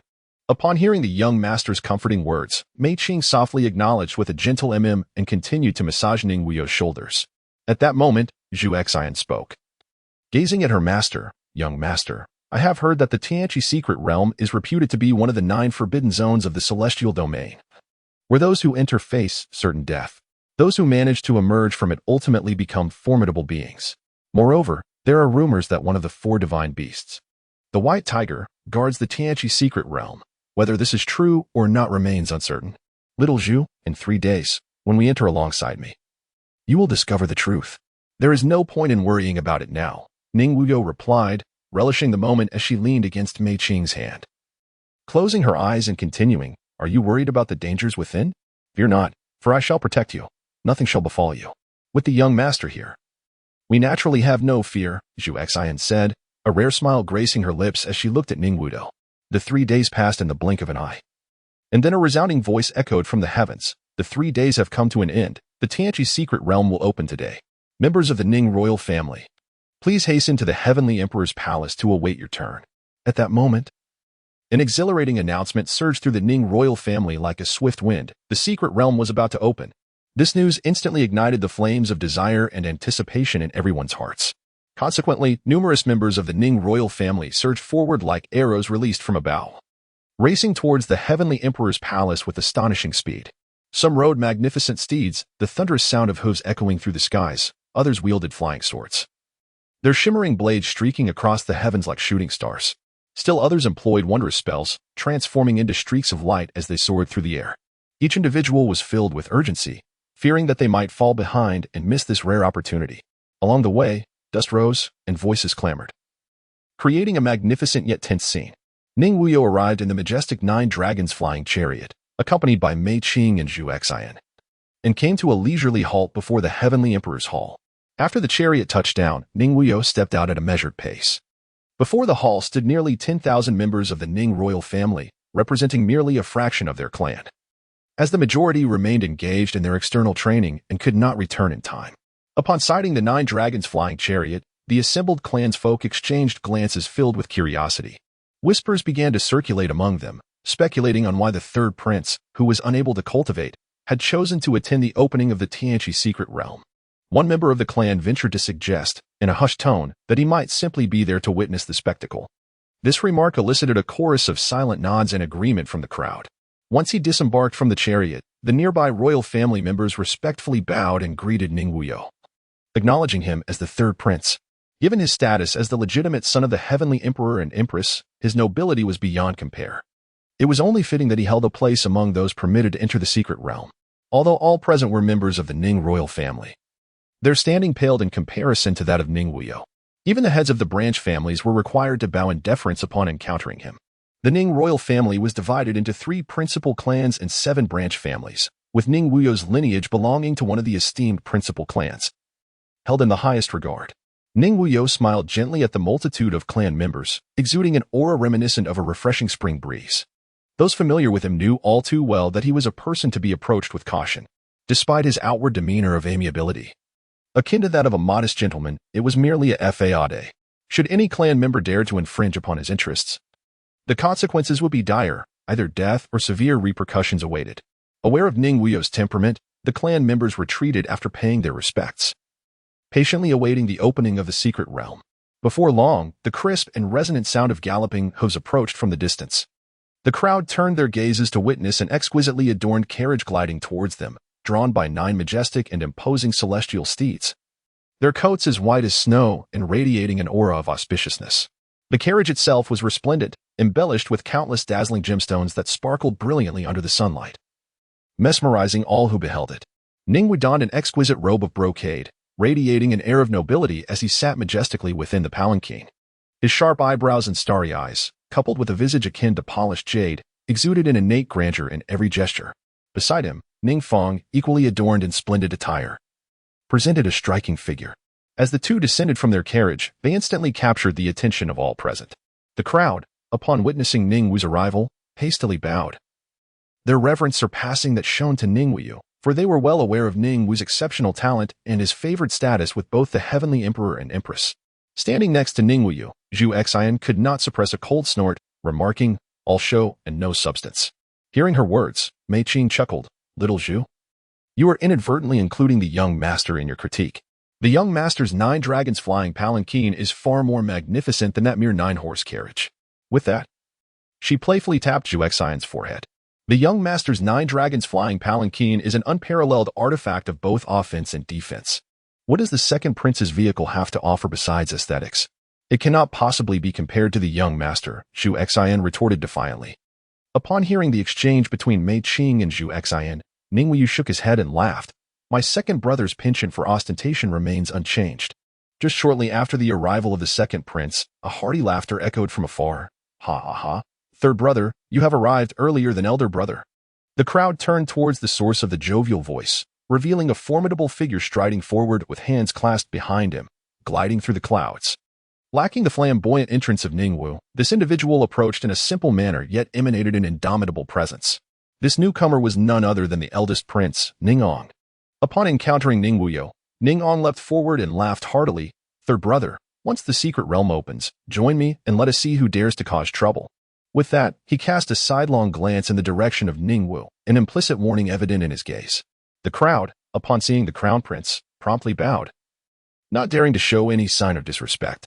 At 29 years of age, he was a formidable figure at the God-King level, with rumors suggesting that he had already set one foot into the royal Dao realm, not to mention being the third-ranked prodigy on the dragon and tiger list. How could one not feel admiration? Seeing the crowd bow, Ning Ong remained unyieldingly magnanimous. "Let us dispense with the formalities. Step aside and do not disturb our brotherly conversation." Ning Wuyou, hearing his elder brother speak, shook his head helplessly. His brother truly lived with an unrestrained spirit. As the crowd retreated, Ning Wuyou approached with a smile, gently guiding Ning Fong towards Ning Ong. Upon reaching close proximity, Ning Wuyou slightly bowed, his demeanor respectful as he addressed Ning Ong. "I pay my respects, elder brother." Ning Ong, who had been joyfully conversing with Ning Wuyou, felt his smile freeze upon hearing the greeting. His brows furrowed slightly as he cast a sidelong glance at Ning Wuyou, a hint of displeasure flickering in his eyes. He then emitted a cold hum from his nostrils, disregarding Ning Wuyou and Ning Fong, and resumed his conversation with Ning Wuyou. Seeing that Ning Ong was unwilling to engage with him, Ning Wuyou did not mind and turned to Ning Wuyou, saying, "Third brother, it would do you good to step outside more often.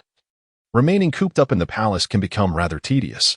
After speaking, he feigned a look of regret, sighing, "Ah, what a pity."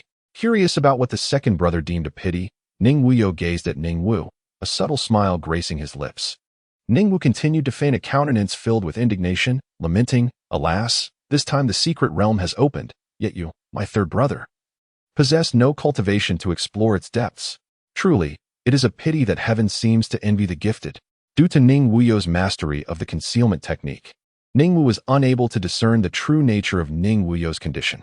Ning Wuyou lightly uttered a sound of acknowledgement, saying, "This may disappoint you, second brother, but I hold a certain intrigue for this secret realm, and thus intend to enter alongside eldest brother." Upon hearing that Ning Wuyou also wished to venture into the secret realm, Ning Wuyou expressed his astonishment. "Third brother, you, who possess not even the strength to bind a chicken, dare to enter this so-called forbidden territory. Are you not concerned about the potential mishaps that might alarm father and mother?" After speaking, he lamented, "If any misfortune were to befall you in that realm, how could I, as your elder brother, explain it to our parents?" Unbeknownst to outsiders, Ning Wuyou's display of concern for his younger brother painted a picture of fraternal affection and respect. In response to Ning Wuyou's sardonic remarks, Ning Ong scoffed coldly, "Second brother, mind your own affairs. Third brother is under my protection, so there's no need for your feigned concern." With that, he waved his hand, signaling Ning Wuyou to depart swiftly. Ning Wuyou, publicly humiliated by Ning Ong, felt a surge of dissatisfaction. He silently gritted his teeth, muttering under his breath, "Ning Ong, Ning Wuyou, just you wait. Once I enter that secret realm, I shall ensure you experience the consequences of your actions." With a fierce glare directed at Ning Ong and Ning Wuyou, he turned and strode away, leaving Ning Fong standing in stunned silence. Ning Wuyou cast a sidelong glance at Ning Fong, who had not followed Ning Wuyou's departure. He remarked, "Old Ninth, what are you daydreaming about? Haven't you noticed that second brother has already left?"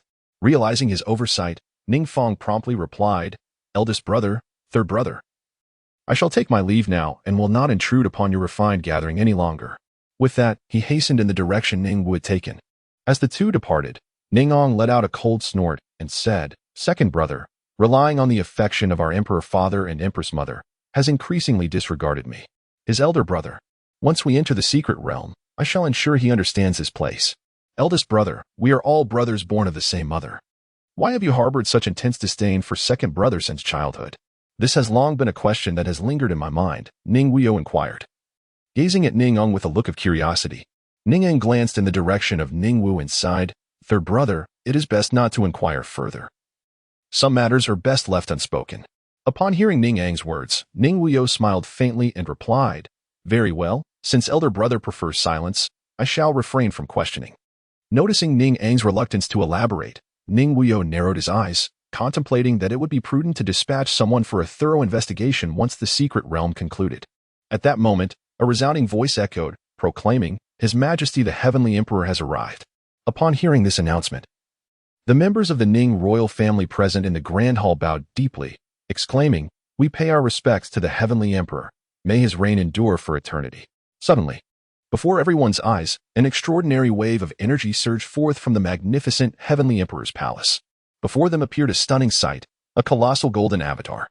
Towering hundreds of feet high, slowly materialized. This divine form shimmered with a soft golden radiance, resembling a brilliant sun suspended in the sky. Its brilliance so dazzling that it was nearly impossible to gaze upon. From a distance, the avatar seemed to pierce the clouds and reach the heavens. An endless sight that evoked a profound sense of awe and formidable power. This avatar was, without a doubt, the manifestation of the Heavenly Emperor. "Rise!" boomed a voice from the divine form, resonating like thunder. Yes, the crowd, as if granted amnesty, rose to their feet. Yet, each individual stood with utmost reverence, heads bowed, remaining silent and still, fearful that even the slightest misstep might provoke the Emperor's wrath.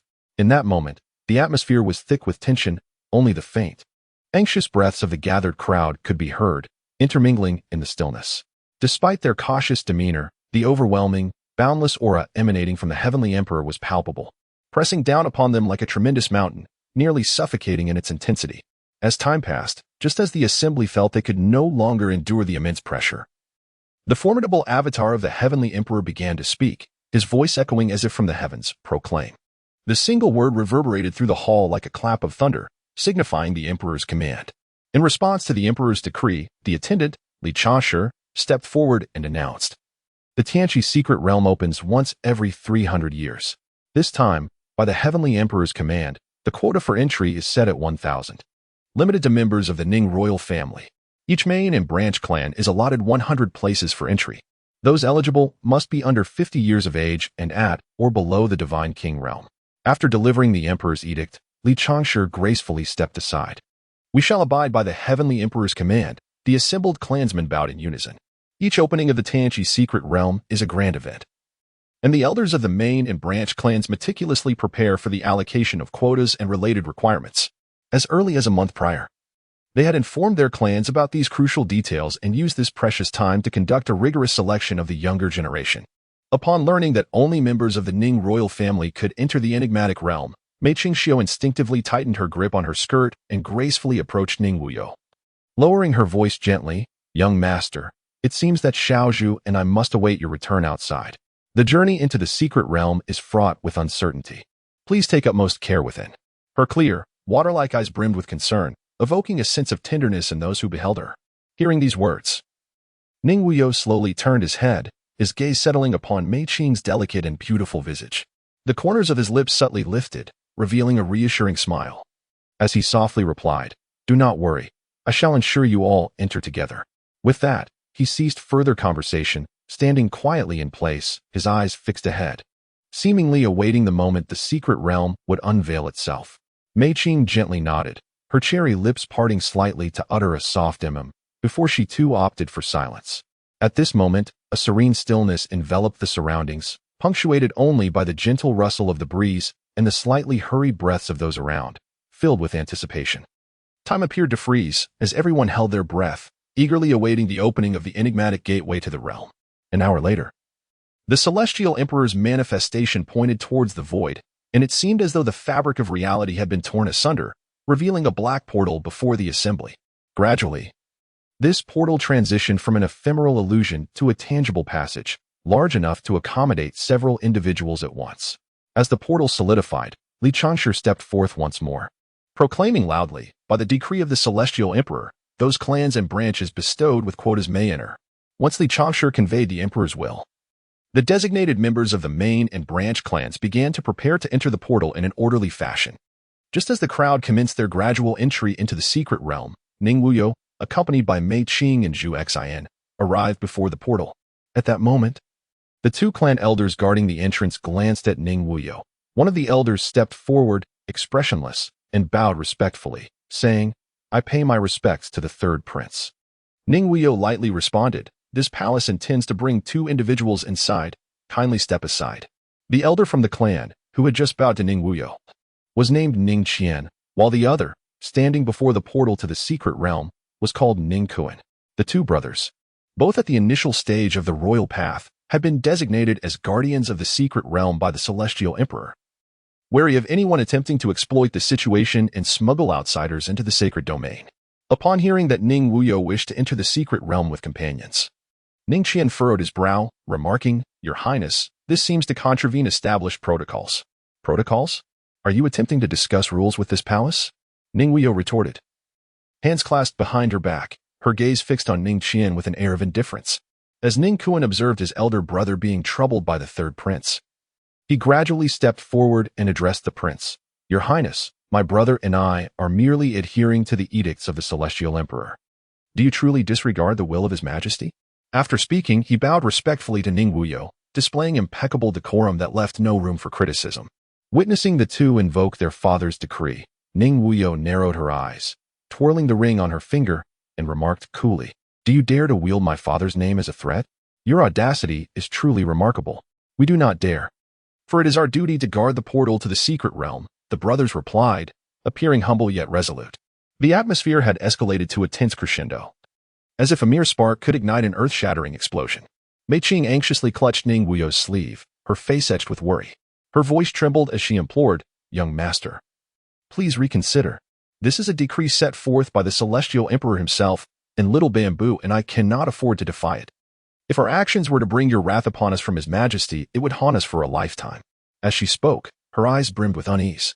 Fixated on Ning Wuyou, standing beside her, Zhu Xian nodded fervently, echoing Mei Qing's sentiments. She bit her lip, her hands unconsciously entwined, revealing her own inner turmoil and trepidation.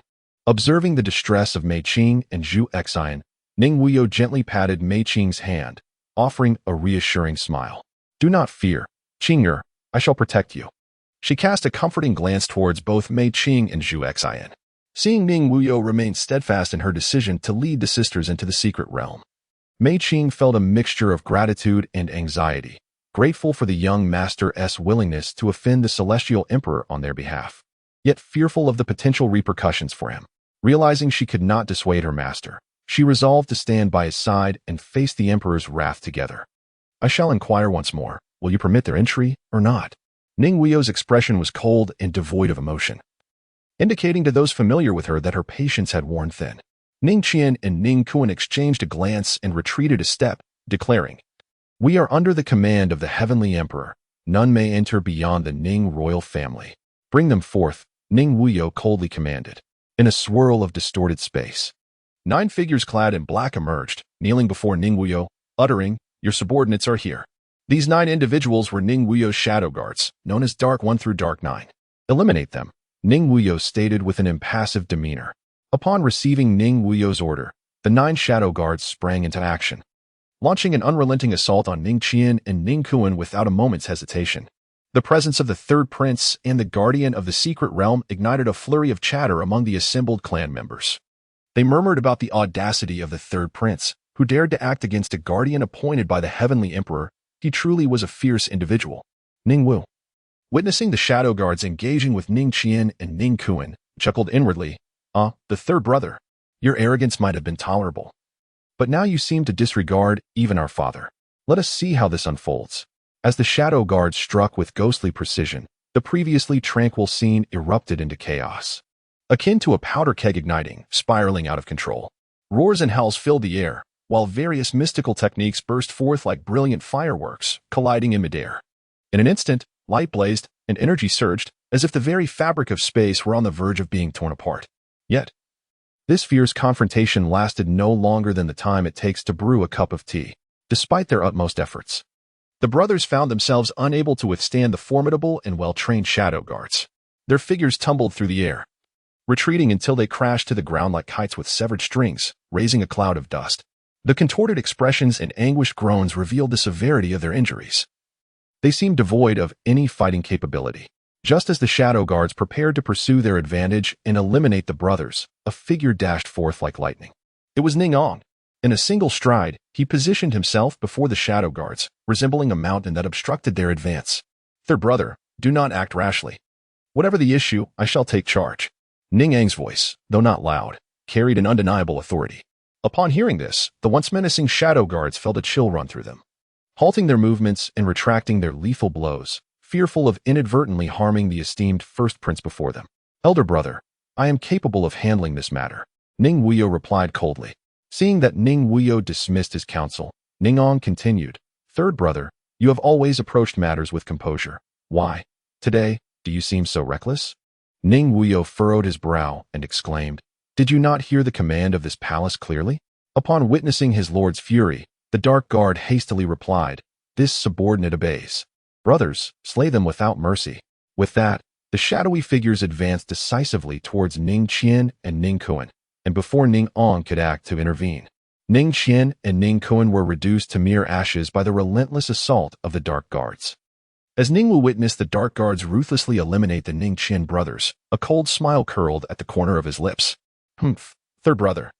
You truly possess audacity beyond measure, yet this aligns perfectly with my intentions." Meanwhile, Ning Wuyou, seeing no one to intervene, could only sigh in resignation. "Third brother, why must you act so impulsively? If father were to punish you, it would also fall upon eldest brother. There's no need for eldest brother. If father holds me accountable, I shall bear the consequences alone. You need not involve yourself," Ning Wuyou replied, a radiant smile gracing his lips as he turned to his elder brother, Ning Wuyou.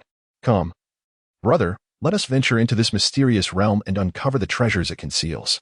No sooner had he spoken than he strode forward without hesitation, accompanied by Mei Qing and Zhu Xian towards the entrance of the secret realm. Just as he was about to step inside, Ning Wuyou abruptly halted, turning back. His elongated eyes narrowed slightly, glinting with a hint of cunning and mischief, as they fixed upon the distant manifestation of the heavenly emperor. Then, before the gathered crowd, he displayed a provocation-laden smirk towards the heavenly emperor's form, lowering his voice to utter, "Father, dear father, I wonder, are you pleased with my actions today?" With that, he turned without a backward glance and stepped into the secret realm. Ning Wuyou, observing his brother's audacity, could only shake his head in exasperation. After a deep sigh, he too followed into the realm. The dark guards who had been covertly protecting Ning Wuyou, however, were unable to enter due to the strict age and cultivation restrictions of the secret realm. They could only silently watch as their master's figure gradually faded from view, before swiftly vanishing like phantoms into the ether. With Ning Wuyou bringing Mei Qing and Zhu Xian into the secret realm, the already limited slots were reduced by 2. This unexpected turn of events sent those still outside into a flurry, each racing towards the entrance, fearing they might become the unfortunate souls left behind. After all, they lacked the formidable background and strength that Ning Wuyou possessed to openly defy the heavenly emperor's authority, and were too wary to act recklessly like him. Should they dare emulate Ning Wuyou's audacious conduct, their lives would be in jeopardy, and their entire families could face catastrophic ruin. After a moment of spatial distortion, Ning Wuyou finally entered the infamous Tianqi secret realm, with Ning Wuyou, Mei Qing, and Zhu Xian nowhere in sight. It appeared that each individual had been randomly transported to different locations within the realm. Ning Wuyou mused inwardly, realizing he must locate Qing'er and Xiaozhu swiftly, otherwise they might encounter peril. Resolving this, he cast his gaze around, meticulously observing the enigmatic surroundings of the secret realm. Before him lay a landscape resplendent with verdant trees and vibrant blossoms, the air thick with rich and pure spiritual energy. Ning Wuyou inhaled deeply, feeling the abundant spiritual essence coursing through his meridians, marveling, the spiritual energy here is astonishingly plentiful, rivaling even that of the celestial domain, perhaps even surpassing it. The purity of this essence is beyond imagination. Surely, cultivating here will yield extraordinary results. Suddenly, A thought flickered in Ning Wuyou's mind. He had heard tales of the white tiger divine beast roaming this secret realm. Should he be fortunate enough to encounter such an ancient creature, what a sight it would be. This notion stirred an uncontrollable sense of anticipation within him.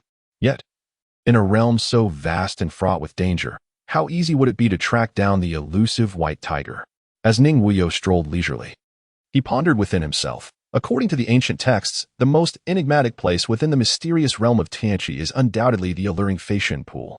Since time immemorial, it has been rumored that those fortunate enough to immerse themselves in this ethereal pool would gain extraordinary and unforeseen benefits. He slightly narrowed his eyes, allowing a plethora of marvelous legends surrounding the pool to dance vividly in his mind, his heart brimming with anticipation and curiosity. What secrets does this pool hold? Can it truly be as wondrous as the tales suggest? With this thought, Ning Wuyou quickened his pace, eager to unveil the truth concealed beneath the enigmatic veil of the Feishan pool. Additionally, there was another purpose for Ning Wuyou's venture into the secret realm, to seek the rare Yunting pearl, a treasure unique to the Tianqi domain. Even within this mystical place, the Yunting pearl is exceedingly scarce. If acquired, it would be fervently sought after by various factions in the celestial domain. Ning Wuyou, having experienced rapid advancements in his cultivation, found his spirit not quite keeping pace. Thus, he required the Yunting pearl to enhance his spiritual cultivation. The spirit is of paramount importance to a cultivator, serving as the very foundation that cannot be overlooked. As Ning Wuyou advanced, he observed the direction of this secret realm, uncertain of his exact location within it. He decided to proceed forward and explore. After walking for approximately an hour, he beheld a colossal ancient tower, reminiscent of a palace, soaring into the clouds. This magnificent 9-story structure reached a height of 100 zhang, its pinnacle piercing the heavens, adorned with a shimmering orb of 7-colored ethereal light. Why does this ancient tower bear such a striking resemblance to the 4 symbols tower described in our family's ancient texts? Ning Wuyou pondered, gazing at the luminous orb atop the tower. At this thought, an overwhelming sense of curiosity and an insatiable desire for exploration surged within him, compelling him to approach the mysterious ancient tower with determination. As he drew nearer, the sensation of awe intensified, magnified tenfold compared to when he viewed it from afar. Standing beneath the tower, he felt as diminutive as an ant. The ancient edifice stood majestically, its structure forming a perfect square. Upon closer inspection, one could discern that each face of the tower was meticulously carved with images of one of the 4 divine beasts. The craftsmanship was exquisite and lifelike, as if the mythical creatures might leap from the stone walls at any moment, captivating all who beheld them with their astonishing vitality. Ning Wuyou stood quietly beneath the tower, gazing up at the vividly depicted divine beasts. It was as though he could sense the powerful aura and mysterious energy emanating from them. His attention was thoroughly captivated by these images, momentarily leaving him in a daze. Just then, a faint yet resounding roar reached his ears. The sound was deep and sonorous, reminiscent of a primordial growl, imbued with an infinite majesty and shock that resonated deep within the soul, leaving Ning Wuyou in awe. He steadied himself and slowly shifted his gaze toward the entrance of the tower. There, a grand and imposing stone door stood tall, adorned with exquisite patterns and runes. Above the stone door hung a plaque that exuded an ancient aura. This plaque, weathered by the passage of time, bore the 3 characters for symbol tower, which remained distinctly legible. The strokes of these characters were vigorous and powerful, akin to the dance of dragons and phoenixes, conveying an extraordinary elegance. Even more astonishingly, these characters radiated a subtle essence of Tao, rendering the entire plaque exceptionally sacred and solemn. Ning Wuyou silently marveled at the extraordinary plaque before him, pondering which masterful hand had crafted such an enchanting artifact. Unable to resist, he stepped closer, eager to experience the profound essence contained within it. As he approached, an invisible pressure enveloped him, momentarily halting his breath, yet simultaneously igniting the flow of spiritual energy within him. While Ning Wuyou was wholly absorbed in gazing at the towering ancient pagoda, silhouettes began to emerge from the distance, some solitary and others in small groups. Without exception, each individual's gaze was captured and deeply shaken upon encountering the majestic structure. Who could possibly have erected such a grand edifice? Could it truly be a relic left behind by a legendary ancient emperor? A voice from the crowd broke the silence with this exclamation, creating ripples of resonance among the onlookers. Indeed, merely standing at a distance offered a palpable sense of its immense grandeur and endless mystery, someone echoed. Perhaps the tower concealed earth-shattering secrets or unparalleled treasures. Another's words ignited even more fervent gazes among the crowd. A flurry of speculations and expressions of awe ensued. As people surrounded the pagoda, gesturing and whispering, attempting to unveil the secrets hidden within its walls. The ancient and solemn tower stood quietly, resembling a sage weathered by time, silently listening to the admiration and curiosity of the world. After what felt like the duration of a tea break, an increasing number of people gathered around the ancient pagoda. Ning Wuyou scanned the crowd but could not find Mei Qing and Zhu Xian. Never mind, I shall explore this palace first, and then seek out Qing'er and Xiaozhu. With the divine movement talisman I provided them, they should be safe. With this thought stirring within him, Ning Wuyou resolved to enter the mysterious pagoda and uncover its truths. He yearned to ascend to the pinnacle and witness for himself whether the fabled pearl was indeed the legendary Yunling pearl as he suspected. Just as Ning Wuyou lifted his foot to step toward the entrance of the pagoda, an abrupt and jarring voice pierced the air. "Oh, isn't that third brother? You were quite imposing outside the secret realm." At the sound of this voice, all eyes turned in its direction, followed by a chorus of respectful greetings. "We pay our respects to His Highness the Seventh Prince." The speaker was none other than Ning Wutian, the seventh son of the current Emperor Chanqi. At merely 18 years of age, he had already attained profound cultivation at the late stage of the Great Ascension.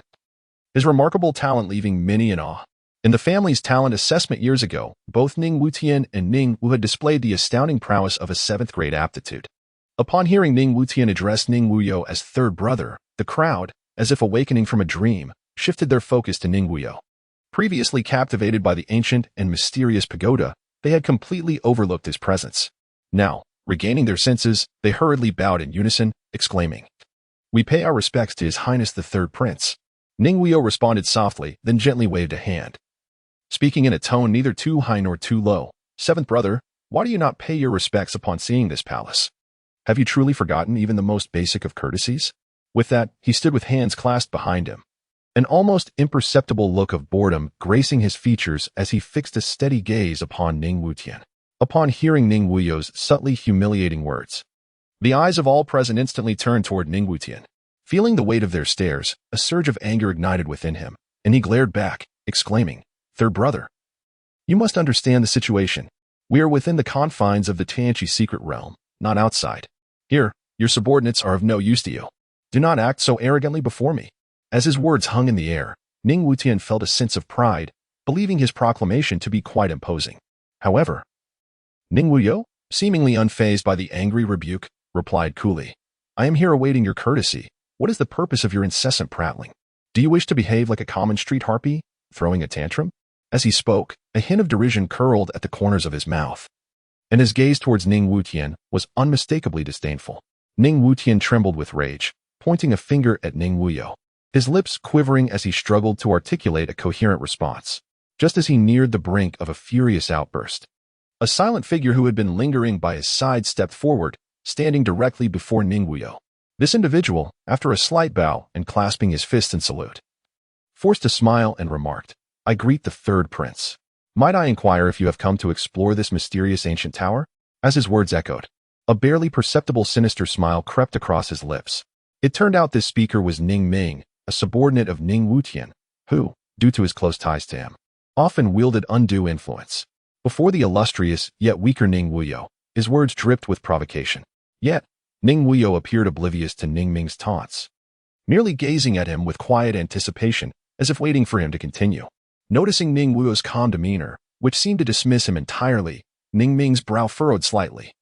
But he quickly masked it with a feigned smile. He continued, "To be candid, I too have come here with the seventh prince for the purpose of the ancient tower.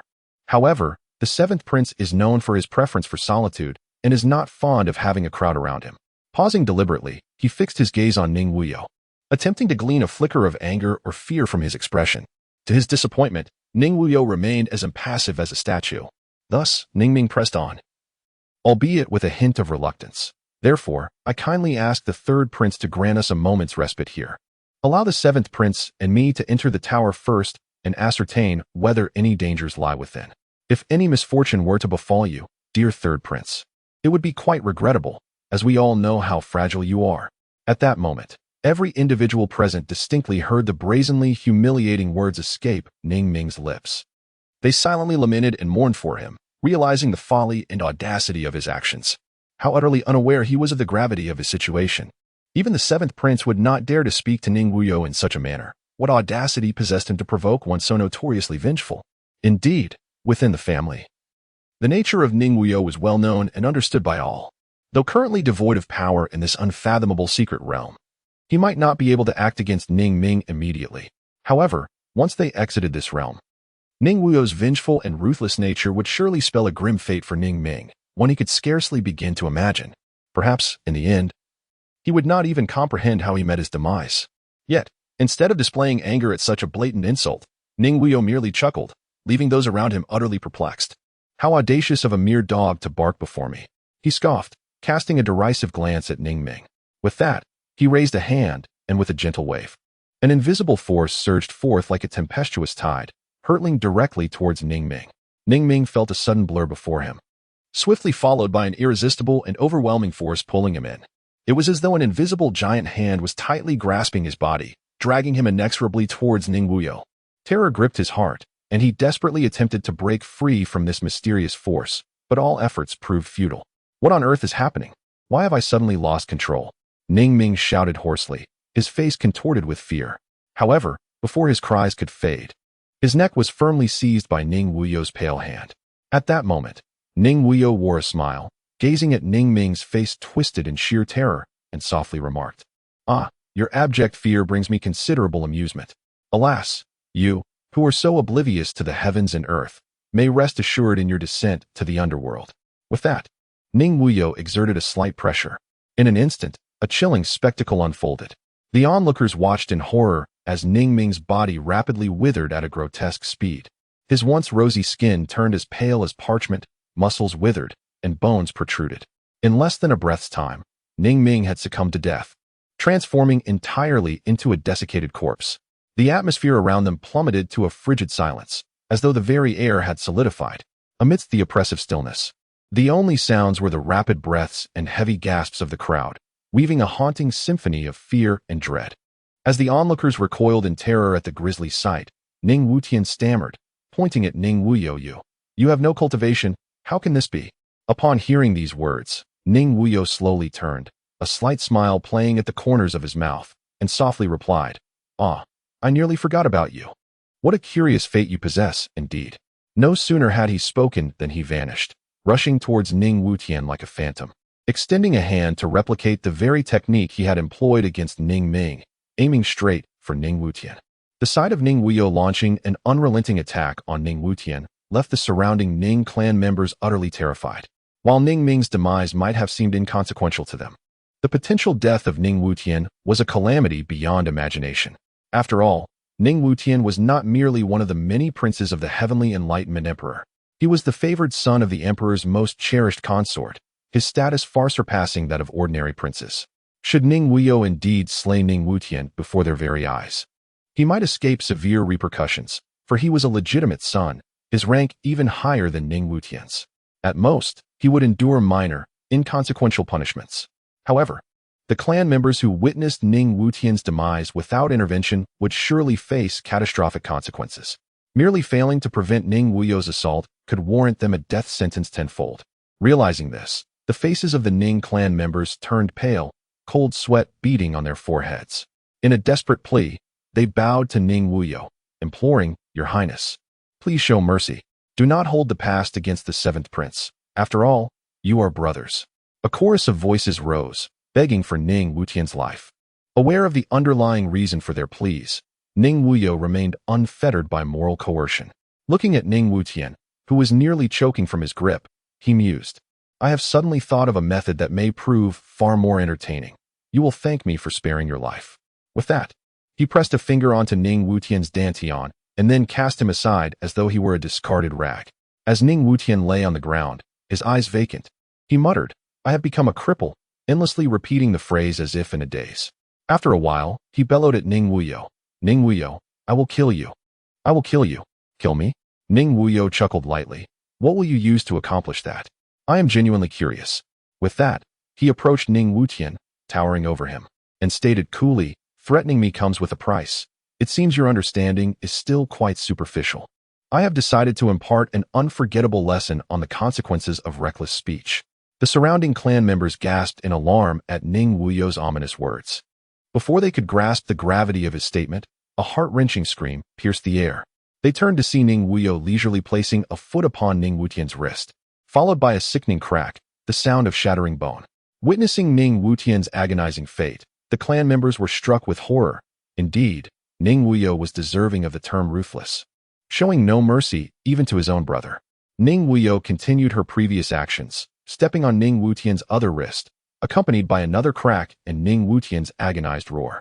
Only when Ning Wutian's limbs were rendered useless did Ning Wuyou relent, crouching down to pat Ning Wutian's face with a faint smile and saying, "Seventh brother. Have you remembered what third brother said?" Seeing Ning Wuyou's seemingly harmless smile, Ning Wutian, terrified, scuttled backward, desperately rubbing his body against the ground, exclaiming, "Demon! You are a demon! You are a demon!" Upon hearing this moniker, Ning Wuyou chuckled softly, finding it rather fitting. She then glanced at the surrounding clansmen and commanded, "Clean up and dispose of this waste far from my sight." At her orders, the nearby clansmen hesitated, taking several steps back in fear, clearly intimidated by Ning Wuyou's terrifying methods. Among them were several formidable warriors at the Divine King level, equally shaken by her display of power. Observing their reluctance, Ning Wuyou frowned and pointed at a clansman of Divine King cultivation, instructing, "You, take this waste and throw him far away." The Divine King clansman, upon hearing her command, broke into a cold sweat, stammering, "Third princess, I. After a long pause, he was still unable to utter a coherent word. "What? Do you wish to defy my orders?" Ning Wuyou's brow furrowed as she spoke in a low tone, her voice laced with authority. The Divine King clansman, upon hearing her words, dared not refuse and could only muster the courage to approach the pitiful Ning Wutian, preparing to move him aside. As he struggled to lift Ning Wutian, the latter cried out in excruciating pain, "You scoundrel! Just wait. Once we exit the secret realm, I will ensure that my father annihilates every last member of your lineage." This threat caused the clansman to falter, his grip loosening, and Ning Wutian fell to the ground, unconscious from the pain. Ning Wuyou couldn't help but chuckle at the sight, finding it amusing. Under Ning Wuyou's pressure, the Divine King clansman reluctantly carried the unconscious Ning Wutian to a secluded spot. Despite the clansman's higher cultivation level, the Tianqi secret realm was a sanctuary exclusive to the Ning royal family, where any disturbance could attract the attention of powerful outsiders. Thus, the hierarchy remained strictly observed, and any defiance against Ning Wuyou would result in relentless retribution. If this were any other secret realm, such as the Feiyu secret realm, the Divine King clansman might have dared to disregard Ning Wuyou's commands, perhaps even killing her without hesitation. However, such an act would require utmost stealth, a feat that was exceedingly challenging. After fulfilling Ning Wuyou's orders, the clansman returned, appearing as though his soul had been drained, his expression vacant and his gaze hollow. Upon reaching Ning Wuyou, he suddenly buckled at the knees, kneeling before her and trembling as he implored, "Third princess, please, you must save my lineage. As long as you protect us, we will serve you faithfully from this day forth, with no ulterior motives." With that, the clansman bowed deeply, nearly touching his forehead to the ground to demonstrate his loyalty and sincerity. The other clansmen gathered around, their faces etched with fear and anticipation, all looking to Ning Wuyou, hoping she would grant this plea, thereby distancing themselves from the debacle surrounding Ning Wutian. Observing the kneeling clansman, Ning Wuyou inquired calmly, "What is your name?" At her question, the clansman quickly responded, "In response to the third princess, my name is Ning Tianyi, belonging to the fourth branch of the Ning clan, and I represent the lineage of the branch leader." "Oh," Ning Wuyou mused, contemplating how to maximize the value of this individual. Meanwhile, Ning Tianyi waited anxiously, his heart racing as he anticipated her decision, feeling as if those fleeting moments stretched into an eternity. Fearing that Ning Wuyou might overlook his worth, he hastily revealed all his secrets without reservation. Ning Wuyou slightly narrowed her eyes, her right hand gently caressing the ring on her finger. After contemplating the pros and cons, she spoke with a serene demeanor, "Rise, for I shall safeguard the lives of your lineage." Upon receiving Ning Wuyou's affirmative response, Ning Tian felt as though a colossal weight that had long hung over his heart had suddenly plummeted, leaving him in a state of profound relief. Overcome with emotion, he could not restrain himself.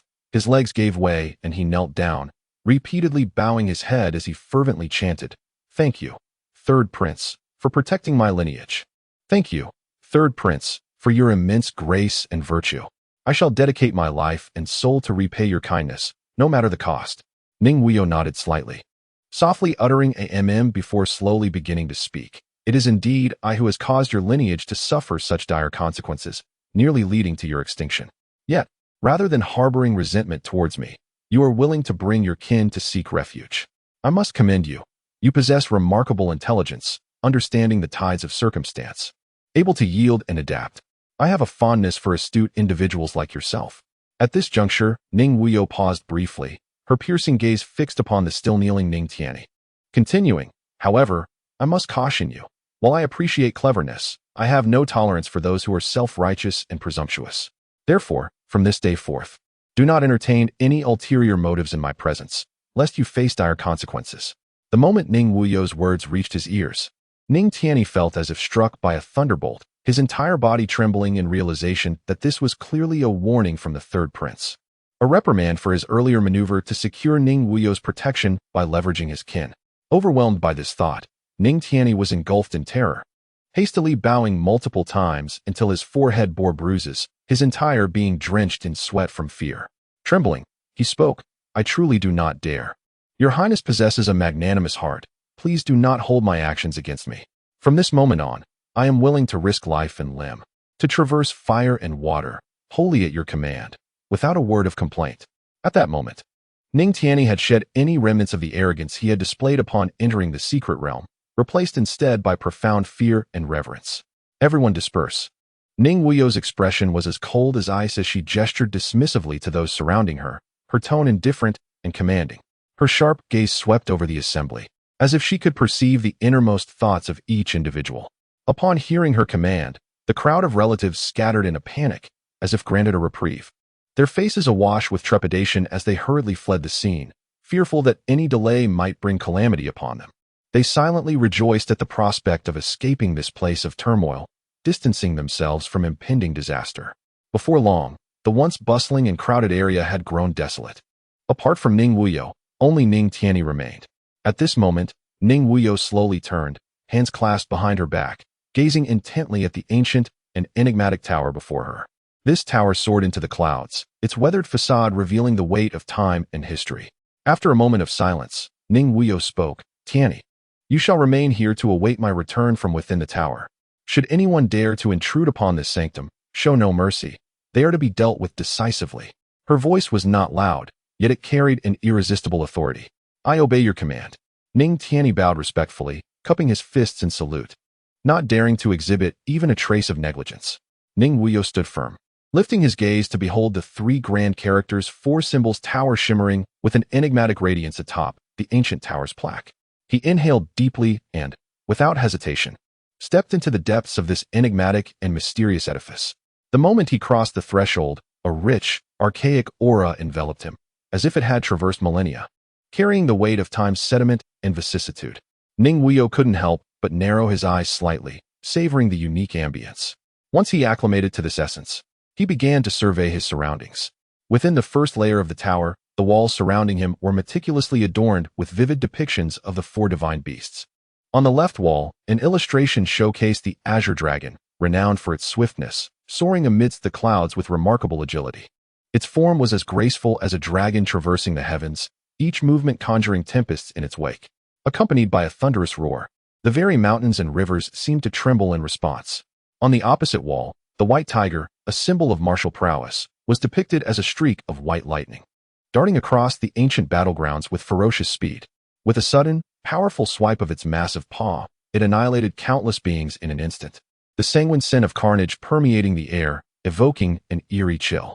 Before Ning Wuyou, the wall portrayed the vermilion bird, known as the god of fire, unfurling its magnificent wings and unleashing torrents of blazing flames. The fire surged forth like a volcanic eruption, reducing all it touched to scorched earth, while the ground quaked under its searing heat. Lastly, behind Ning Wuyou, the depiction of the black tortoise, the guardian deity, emerged. Its colossal form, akin to a mountain, roamed the tumultuous seas with abandon. The impenetrable shell glimmered with a chilling luminescence, impervious to any assault. This ancient and mysterious tower soared into the clouds, seemingly burdened with the weight of countless epics and secrets. Upon entering its first level, Visitors were immediately captivated by the exquisite murals gracing the walls. These artworks vividly illustrated the legendary four divine beasts: the azure dragon, the white tiger, the vermilion bird, and the black tortoise. Each mural, with meticulous detail, not only showcased the beasts' distinctive features, but also narrated their miraculous powers and the enchanting legends intertwined with them through various scenes and nuances. Standing there, one felt as though they had stepped into a mythical realm, instilling a profound sense of reverence for this ancient tower. Ning Wuyou stood within the tower, observing the divine beasts intricately carved upon its four sides, utterly captivated by the awe-inspiring might of the ancient four mythical creatures. He could not help but reminisce about the ancient era when these beings cast their formidable gaze upon the world, embodying an unparalleled grandeur. Lost in reverie, he felt as if he were transported through time, experiencing the fierce battles and conquests of these legendary beasts. Time flowed slowly, akin to the fine grains of sand in an hourglass. Yet, Ning Wuyou seemed to be suspended in place, having not moved a single step since his arrival. He stood there, hands clasped behind his back, eyes tightly shut, resembling a statue, utterly still. In that moment, he was wholly absorbed in the meticulously etched patterns and designs upon the tower's surface. These engravings were not mere embellishments. They contained enigmatic powers and profound meanings. Some lines twisted and coiled like a sinuous serpent. Others stood straight and resolute, resembling a sword slicing through the air. Each stroke seemed to narrate a hidden tale, beckoning Ning Wuyou to comprehend. It was unclear how much time had passed before Ning Wuyou's consciousness returned to his physical form. A faint, ethereal glow enveloped him, and he could distinctly feel the transformation of his spirit. His soul surged forth, rapidly advancing from the initial stage of great ascendance, breaking through the barriers between the mortal and divine realms, and reaching the early stage of divine king. Previously, Ning Wuyou's rapid cultivation had outpaced the growth of his spirit, causing him to barely reach the initial stage of great ascendance. Consequently, whenever he practiced the magical technique known as the free song, he felt a degree of inadequacy, as the movements did not flow as effortlessly as he desired. However, upon entering this ancient and mysterious tower and witnessing the carvings of the four divine beasts, he had not anticipated such an unexpected boon. Although this experience did not yield a substantial enhancement to his cultivation level, the elevation of his soul's realm was remarkably significant. It is crucial to note that the soul serves as the foundation for any cultivator, holding paramount importance. It influences one's perception and control over the spiritual energies of the universe, as well as directly affecting the potency of various spells and the pace of one's cultivation journey. Thus, the considerable advancement of Ning Wuyou's spiritual realm would undoubtedly bestow immeasurable support and vast prospects upon his future path of cultivation. He marveled at how the first level of the Four Symbols Tower had granted him such profound gains. With his soul now elevated to the realm of Divine King, he felt less urgency in seeking the Lingzhu. Contemplating this, Ning Wuyou gazed at the entrance to the second level of the Four Symbols Tower, rubbing the ring on his finger with a smile, pondering the unexpected surprises that awaited him there.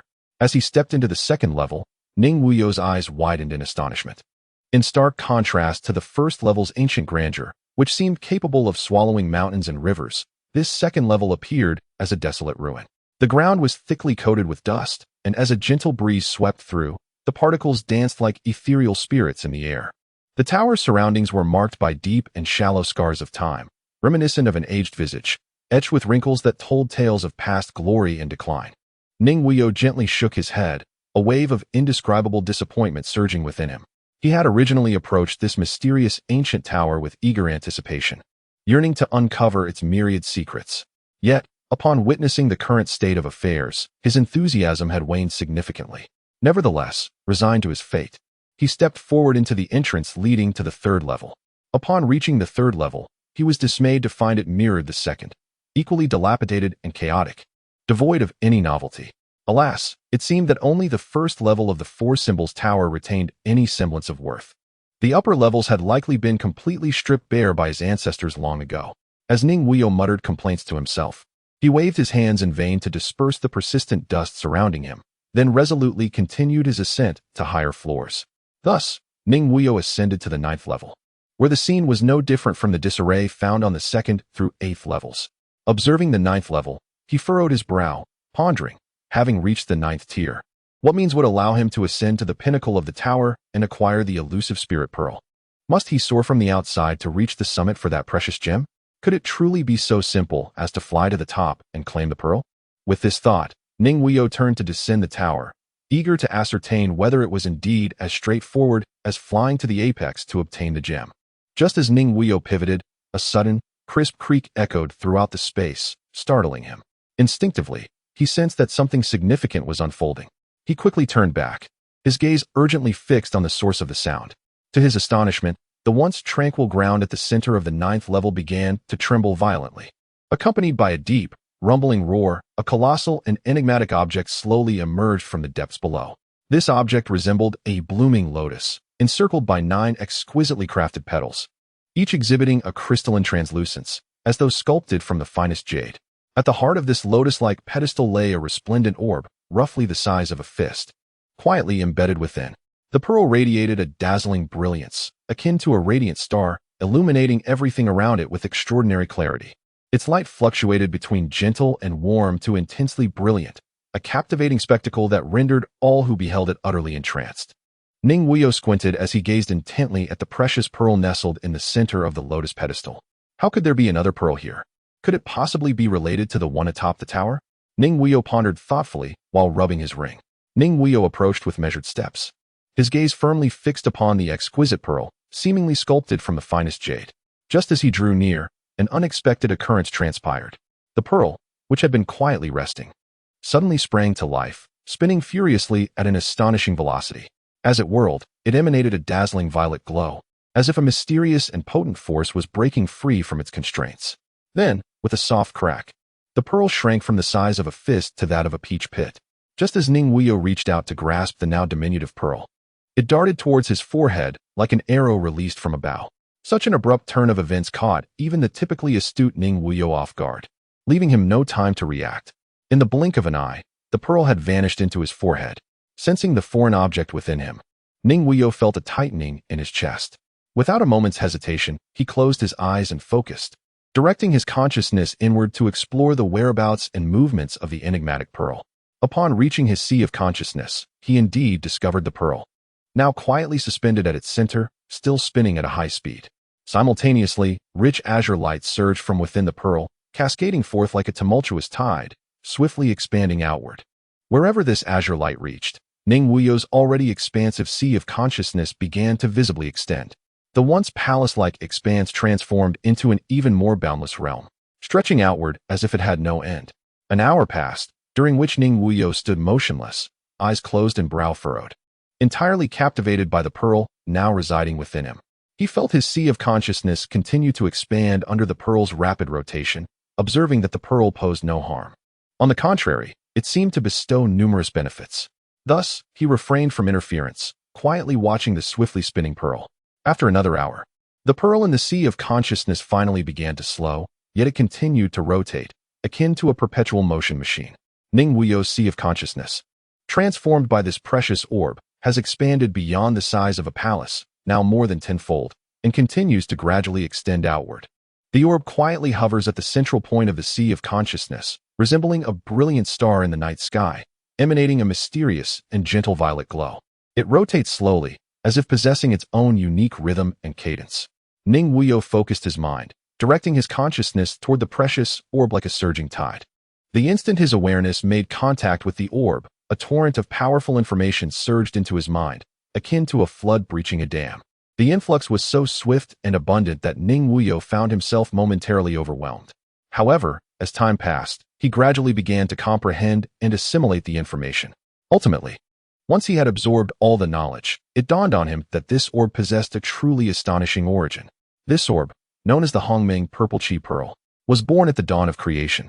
It harbored wondrous powers, capable of suppressing the sea of consciousness and the soul, shielding them from all external forces of pollution and harm. Even if one day Ning Wuyou were to fall victim to a formidable adversary and be vanquished, his soul scattered, if he could establish a bond with the Hongmeng Purple Chi Pearl, allowing his soul to attach itself to this pearl, he would still have the chance for rebirth, with his strength remaining wholly unscathed. Acquiring this Hongmeng Purple Chi Pearl equated to attaining an immortal existence. The only question lingering was how his soul could anchor itself to this jewel. As Ning Wuyou pondered deeply on how to successfully merge his soul with the mysterious and potent Hongmeng Purple Chi Pearl, an irresistible and powerful force suddenly erupted from within the pearl. This force, like an invisible giant hand, swiftly seized Ning Wuyou's soul and mercilessly drew it into the depths of the orb. The entire process was as swift as lightning, leaving no time or opportunity for Ning Wuyou to react. In an instant, he found himself within the internal realm of the Hongmeng Purple Chi Pearl. Is this it? Have I claimed it so easily? Ning Wuyou gazed around in astonishment, marveling at the unfamiliar environment brimming with purple energy, contemplating inwardly. At that moment, another stream of information emanated from the Hongmeng Purple Chi Pearl, elucidating why he had so effortlessly established a bond with it. He finally grasped why. Despite numerous clan members having entered the Four Symbols Tower, none had encountered the Hongmeng Purple Chi Pearl on the 9th level, and why the family records bore no mention of its existence. So it seems this Hongmeng Purple Chi Pearl rightfully belongs to this palace. Ning Wuyou mused, observing the faint purple aura surrounding him. Just moments ago, the mysterious and powerful Hongmeng Purple Chi Pearl conveyed a crucial message. This pearl could only manifest in the world and acknowledge its master upon encountering someone who practiced the Zizai Gu technique. This revelation struck Ning Wuyou like thunder, igniting countless speculations and imaginings within him. It is known that the Hongmeng Purple Chi Pearl is a legendary supreme treasure, possessing boundless power and mysteries. Now, it explicitly indicated that only those who cultivate a specific technique could resonate with it and wield its might. This undoubtedly piqued Ning Wuyou's intense curiosity about the Zizai Gu technique, which had accompanied him since birth and had hindered his cultivation for 20 years. At this moment, Ning Wuyou was resolutely determined to unravel the profound intricacies of the Zizai Gu.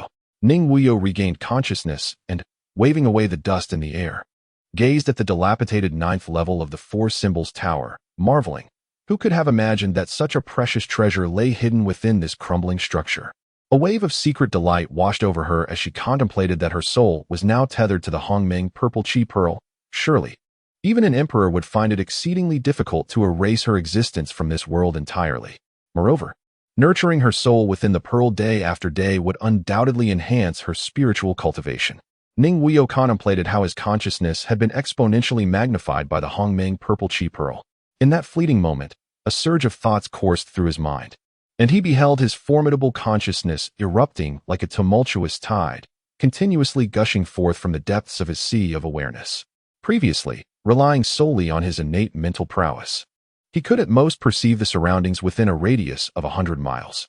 However, at this juncture, due to the wondrous augmenting effects of the Hongmeng Purple Chi Pearl, his consciousness could extend to an astonishing distance of 1,000 miles.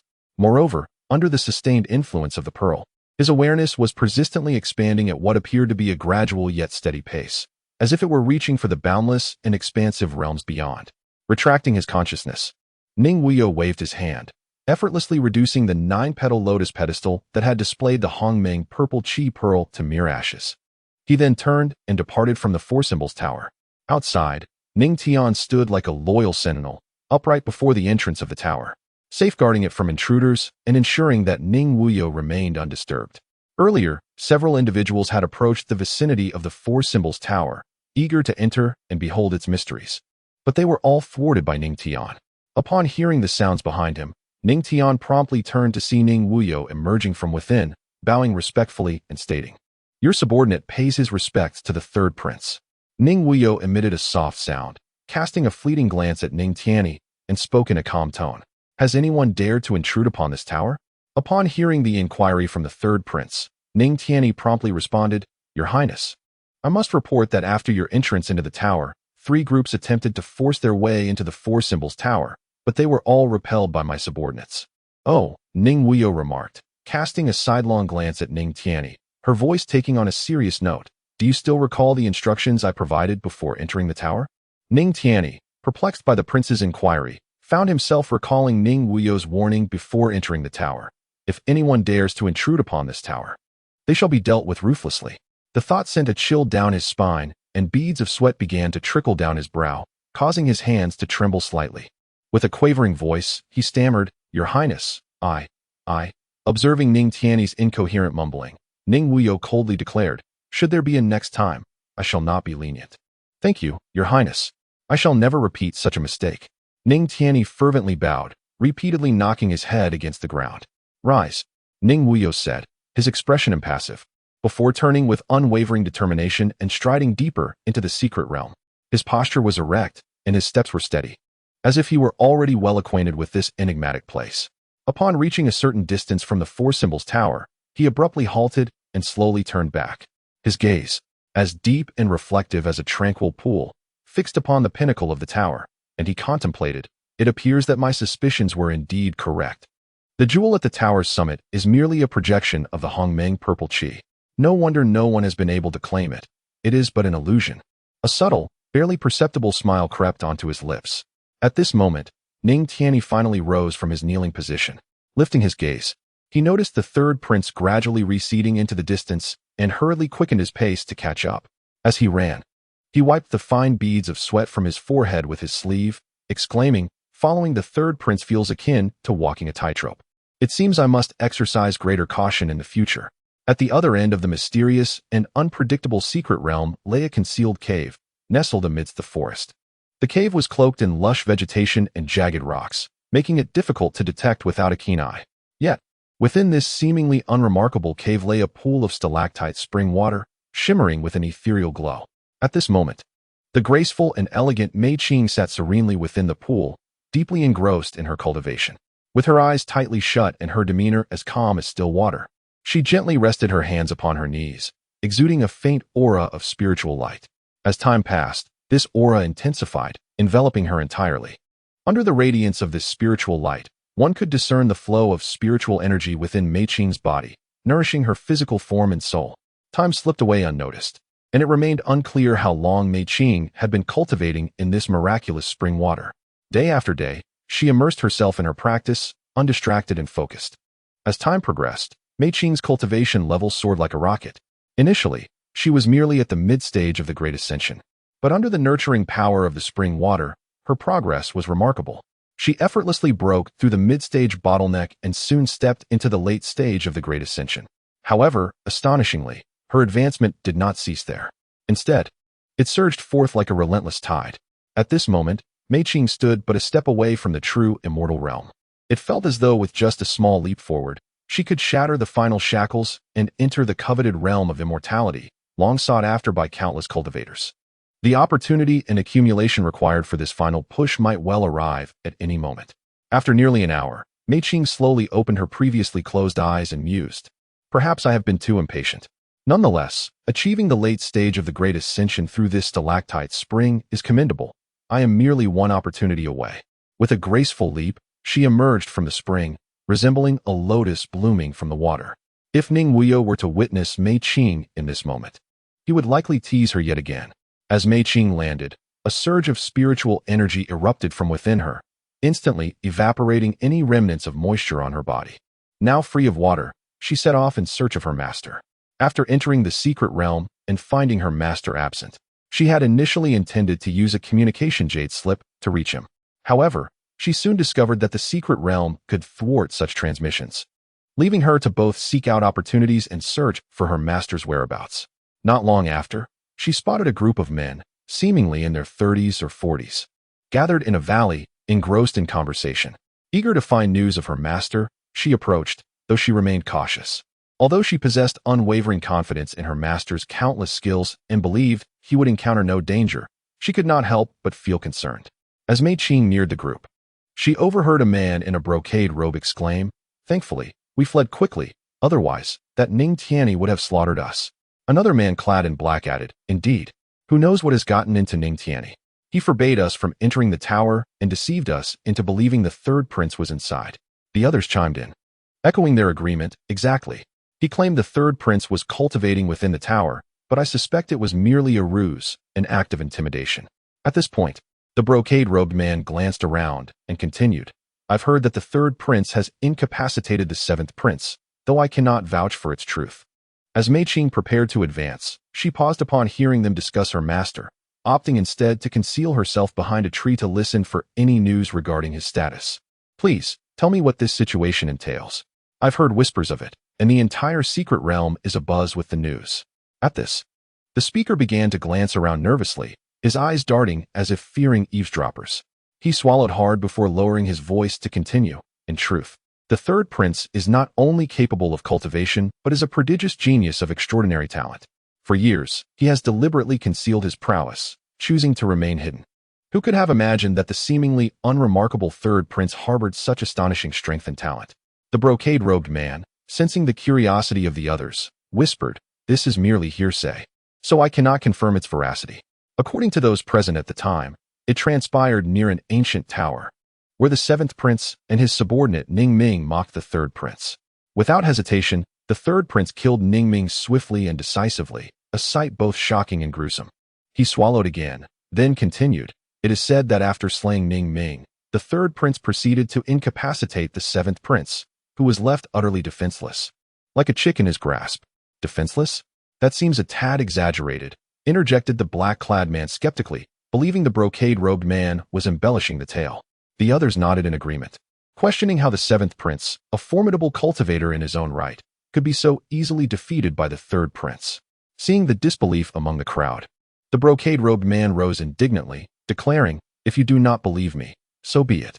Do I need to entertain you? If you doubt my words, go inquire and see for yourselves." As the tension escalated, Mei Qing leaped from her hiding place behind the tree, swiftly positioning herself before the group. The men, startled by her sudden appearance, drew their weapons in preparation to confront the eavesdropper, only to find Mei Qing standing there, her expression as frosty as ice, gazing intently at them. As several individuals recognized the person before them as Mei Qing, who was inseparably linked to the third prince, they were instantly taken aback. They hastily bowed and greeted her, saying, "We pay our respects to Miss Mei." Mei Qing responded with a cold hum and said sternly, "Are you aware of the grave consequences of casually discussing the royal princes of the immortal dynasty?" Upon hearing Mei Qing's admonition, the man in the brocade robe straightened up and retorted, "Miss Mei, we were merely engaged in light conversation during our leisure. There is no need to escalate the matter." "Ah, light conversation, is it? When I see the prince, I shall certainly report this incident to him." "Let us see if you dare to call it mere conversation then," Mei Qing replied, disregarding the group as she turned to leave. After all, she had gleaned the general location of her master from their words and was intent on seeking him out. Just as Mei Qing was about to depart, the man in the brocade robe suddenly spoke up. "Miss Mei, we address you as such out of respect, but you truly believe yourself to be of significance. We are of royal blood, while you are merely a maidservant of the third prince. How dare you raise your voice at us?" With a knowing glance exchanged among the others, they understood the brocade-robed man's intention to resolve the matter with Mei Qing here and now. Otherwise, should she return to the third prince and embellish the tale, given his temperament, their lives would be in jeopardy. Initially, Mei Qing had been striding away, but upon hearing the stream of insults from the man in the brocade robe, she halted abruptly. It was as though time had frozen at that moment, the surrounding clamor fading into the distance. Slowly, she turned around, her exquisite features now cloaked in an icy demeanor. Her beautiful eyes coldly fixed on the brocade-robed man and his encroaching companions, she spoke with a voice devoid of emotion. "What is it? Do you wish to forcibly detain me here?" Although her tone was calm, it bore an unmistakable chill and fury that was palpable to all. In that moment, Mei Qing resembled a thorny rose, beautiful yet perilous, deterring any from approaching carelessly. "Ha ha," the man in black chuckled, a smile gracing his lips. "For the sake of our lives, let us hope Miss Mei meets her demise here." With that, he drew a long knife and advanced toward Mei Qing, adding to distract her, "Blame the third prince. He is infamous for his ruthless nature. We, mere insignificant members of the clan, cannot afford to wager our lives on his mercy." As he spoke, he swung his blade mercilessly at Mei Qing, followed by the others who joined in the assault. These individuals had been selected from among the clan's finest, all under 50 years old, and their strength was formidable. Each possessed cultivation at the early or mid stages of true immortality, with the man in black and the brocade-robed man reaching the late stage. Realizing she was outnumbered, Mei Qing's heart tightened. She assessed the disparity in their strengths and found her own cultivation to be vastly inferior. Taking a deep breath to steady herself, she swiftly reached for the spatial ring on her finger. After a moment of searching, she finally retrieved a shimmering travel talisman. This talisman had been entrusted to her and Zhu Xian by her master prior to entering the secret realm, meant for emergencies. Clutching the talisman tightly, her gaze resolutely fixed on the men charging toward her, her jaw clenched and her expression darkened, as if she could bleed. Just as they were about to pounce, Mei Qing declared coldly, "I hope you do not come to regret your actions today." Without hesitation, she shattered the talisman in her hand. In an instant, a blinding light erupted from the talisman, enveloping Mei Qing entirely. The light flickered and vanished, and with it, Mei Qing's figure disappeared from sight, leaving the assailants standing in stunned silence, at a loss. In a blink, Mei Qing vanished like a wraith. The once ferocious pursuers were left aghast, their faces drained of color. The brocade-robed man trembled in fear, his lips quivering as he muttered, "It's over. It's really over now."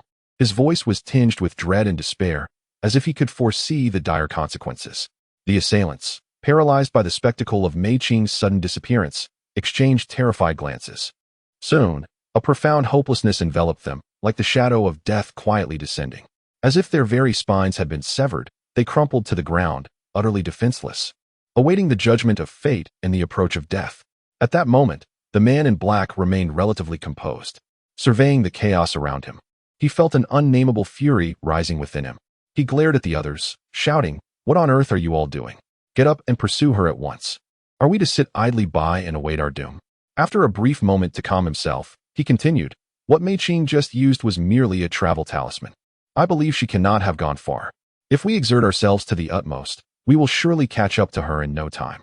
We must intercept her before she reaches the third prince. If she spreads the word of our intent to silence her, we shall all meet our end." With that, he was the first to rise and hasten in the direction where Mei Qing had vanished. The others, roused from their stupor, scrambled to their feet and followed suit, initiating a heart-pounding chase. After shattering the travel talisman, Mei Qing was transported 1,000 miles away in a twist of space. Upon landing, she surveyed her surroundings with caution and chose a direction, flying at full speed. She understood that her pursuers would not relent easily. They would undoubtedly do everything in their power to intercept her before she could reach her master. Thus commenced a harrowing, heart-stopping pursuit through the enigmatic secret realm. Amidst this tempest, Mei Qing was exerting every ounce of her strength to escape her relentless foes. At this moment, as Mei Qing fled desperately, she captured the attention of many within the secret realm. Her once graceful visage was now marred by terror, her clothing disheveled, and her hair whipped by the wind, presenting a rather disheveled appearance. Among the crowd, one individual remarked in a hushed tone, "Isn't that the Mei girl who has always been by the third princess' side? She usually appears so dignified and poised. How could she find herself in such a wretched state?" The speaker's face exhibited confusion, pondering what calamity had befallen the esteemed Mei Qing to reduce her to such despair. The onlookers, hearing his words, turned their gazes toward the fleeing Mei Qing, engaging in hushed discussions about her plight. After departing from the mystical and ancient Four Symbols Tower, Ning Wuyou resolutely headed in the opposite direction, closely followed by Ning Tianyi. Their destination was the fabled Flying Immortal Pool, as recorded in their family's ancient texts. Ning Wuyou's heart brimmed with curiosity and anticipation for this wondrous locale. Within the vast collection of texts cherished by his family, there exists a thorough account of the Facian Pool. Although these descriptions often delve into the arcane, they are sufficient to ignite his imagination regarding the hidden secrets and wondrous landscapes that lie therein. Now that he has discerned the location of the Four Symbols Tower, deducing the approximate whereabouts of the Facian Pool becomes a task of relative ease. Based on the family records and his observations along the journey, Ning Wuyou surmises that the Facian Pool is situated approximately 10,000 miles from this point, nestled in a place perpetually shrouded in mist, where the terrain is perilous and a deep ravine intermittently reveals itself. Beneath that ravine lies the Facian Pool. As Ning Wuyou and Ning Tianyi journeyed in search of the Facian Pool, news regarding Mei Qing reached Ning Wuyou's ears. What audacity! How dare the palace's people act so recklessly, utterly unaware of their impending doom? Tianyi. Ning Wuyou's countenance turned grave, his voice laced with an icy chill that sent shivers down the spine. At that moment, a gust of wind swept by, and a figure darted towards Ning Wuyou with the speed of lightning. It was none other than Ning Tianyi, who knelt on one knee, bowing respectfully with clasped fists, and addressed him with utmost deference. "Your Highness, please give your command." At this moment, Ning Wuyou's countenance, reminiscent of a celestial being, resembled an ice sculpture in the depths of winter, utterly devoid of expression, save for the glimmering cold light flickering in his eyes. He cast a frosty gaze upon Ning Tianyi, who stood before him with utmost reverence and compliance, and spoke in a measured tone. "Go and inquire about Qing'er's current whereabouts. I must ascertain her precise location." "Yes." Ning Tianyi, apprehensive of any hint of negligence, responded promptly and swiftly darted away, akin to an arrow loosed from its bow, into the bustling crowd. As he raced forward, he pondered to himself, given the urgency and gravity of the prince's demeanor, it is evident that Miss Mei holds a significant position in his heart. unparalleled by any ordinary individual. I shall exert every effort to uncover her whereabouts with utmost haste. For if there is even the slightest delay, I fear it would be difficult to account for my actions before the prince. With this thought in mind, Ning Tianyi moved with remarkable swiftness, his form akin to a wraith, vanishing in the blink of an eye amidst the vast sea of people. Ning Wuyou stood quietly, his tall figure appearing somewhat solitary in the gentle breeze, exuding an aura of majesty that deterred any who might dare approach. Before long, a figure darted towards him like a flash of lightning, swiftly arriving before Ning Wuyou. It was Ning Tianyi, his expression grave, beads of sweat glistening on his forehead. Without pausing to catch his breath, Ning Tianyi bowed and reported, "Your Highness, I have just received word that Miss May passed through this place merely a quarter of an hour ago." At this point, his voice quivered slightly as he continued, "Moreover, 5 formidable beings, each of them above the true immortal realm, are pursuing her. Their intent is fierce, and it is likely that Miss May is in grave danger." After uttering these words, Ning Tianyi involuntarily shivered. Upon hearing the news, Ning Wuyou's handsome face remained utterly composed, though his deep-set eyes narrowed slightly, revealing a glimmer of murderous intent. He slowly twirled a delicate ring on his finger and spoke coldly, "Humph. It seems these individuals truly believe that this palace does not exist." No sooner had he spoken than a fierce blaze of genuine fire erupted around him, the flames burning so intensely that they seemed poised to ignite the very air. In an instant, Ning Wuyou was enveloped in the fire, resembling a deity of flames descending from the heavens, emanating an overwhelming pressure. The next moment, he vanished in a flash of fire, racing towards the direction where Mei Qing had disappeared, his speed so astonishing it was akin to lightning streaking across the night sky, disappearing from Ning Tianyi's view in the blink of an eye. Ning Tianyi, still in a state of shock, finally awakened from his stupor. He gazed in the direction Ning Wuyou had left, his heart racing with astonishment. What kind of divine ability does His Highness possess? Such terrifying speed. I barely had time to react. As these thoughts raced through his mind, he dared not linger, hastily employing his own techniques to pursue Ning Wuyou. In the midst of a dense, seemingly endless forest, Mei Qing struggled to fly through the air. Yet her strength waned, much like the diminishing sunlight, rapidly fading. She could feel her spiritual power being drained at an alarming rate. Ultimately, she could no longer sustain her heavy body in flight, plummeting like a kite with severed strings. Just as she was about to make a painful landing on the hard ground, she desperately attempted to adjust her position, but it was all in vain. With a thud, she crashed to the earth, raising a cloud of dust. Pain radiated through her body, as if her bones were shattering, her vision dimming as she neared unconsciousness. However, her fierce will to survive urged her to endure the agony, struggling to rise. Yet, as she managed to prop herself up slightly, an overwhelming fatigue struck her down once more. At that moment, the pursuers, who had been relentlessly trailing her, sensed that Mei Qing's spiritual energy had been entirely depleted. In a flash, they leapt into the air, swiftly closing in on her. Within moments, they had formed a tight encirclement around Mei Qing, their formation precise and unyielding. Among them stood a calm-looking man in black, his expression severe, eyes gleaming with predatory intensity as he fixed his gaze upon Mei Qing. A cruel smile curled at the corners of his mouth as he bellowed, "Humph. Little girl, why not run some more? What's the matter? Out of energy now? Show me how you can keep running." His voice thundered through the air, causing the surrounding leaves to tremble. Trapped in the center, Mei Qing appeared disheveled. Her breaths quick and shallow, her complexion as pale as a ghost, beads of sweat cascading from her forehead. The long sword she had gripped tightly trembled in her hand, on the verge of slipping from her grasp. Yet, Mei Qing's icy gaze, akin to cold stars, remained fixed upon her captors, a faint smirk of disdain playing on her lips. "Humph. If you wish to kill me, then do so. But mark my words, it won't be long before you truly understand the meaning of a living hell." With her head held high, she displayed no fear, as though she had already cast aside the notion of life and death. The men surrounding her shuddered involuntarily, an ominous premonition creeping into their hearts. "Humph. You dare to engage in verbal sparring with us? It appears you won't shed a tear until you see the grave." The man in the brocade robe stepped forward, looking down at the beleaguered Mei Qing, preparing to strike her down. The man in black, noticing Mei Qing's resolute demeanor, sensed an unsettling possibility. Wait, she may have already alerted others about our pursuit during her flight. The thought chilled him to the bone, his back drenched in cold sweat. Upon hearing this, the brocade-robed man and the others trembled in fear. "What should we do? Are we doomed?" The black-clad man, regaining his composure, suggested. We may have to use her as leverage to negotiate with the third prince for our lives. Yes, her connection with the third prince seems significant. Perhaps we can indeed plead for our lives. The brocade-robed man exclaimed, seizing upon the idea with newfound hope. The other's eyes glimmered with a desperate desire to survive. Just then, a chilling voice, cold as ice, echoed from afar, sending shivers down their spines. The group turned towards the sound, only to behold a brilliant fire streaking across the sky, akin to a shooting star. In the blink of an eye, the fiery figure approached them with astonishing speed. As it drew near, the onlookers could see it was a figure engulfed in blazing flames. The flames flickered and danced, resembling a ferocious beast, radiating immense pressure and heat.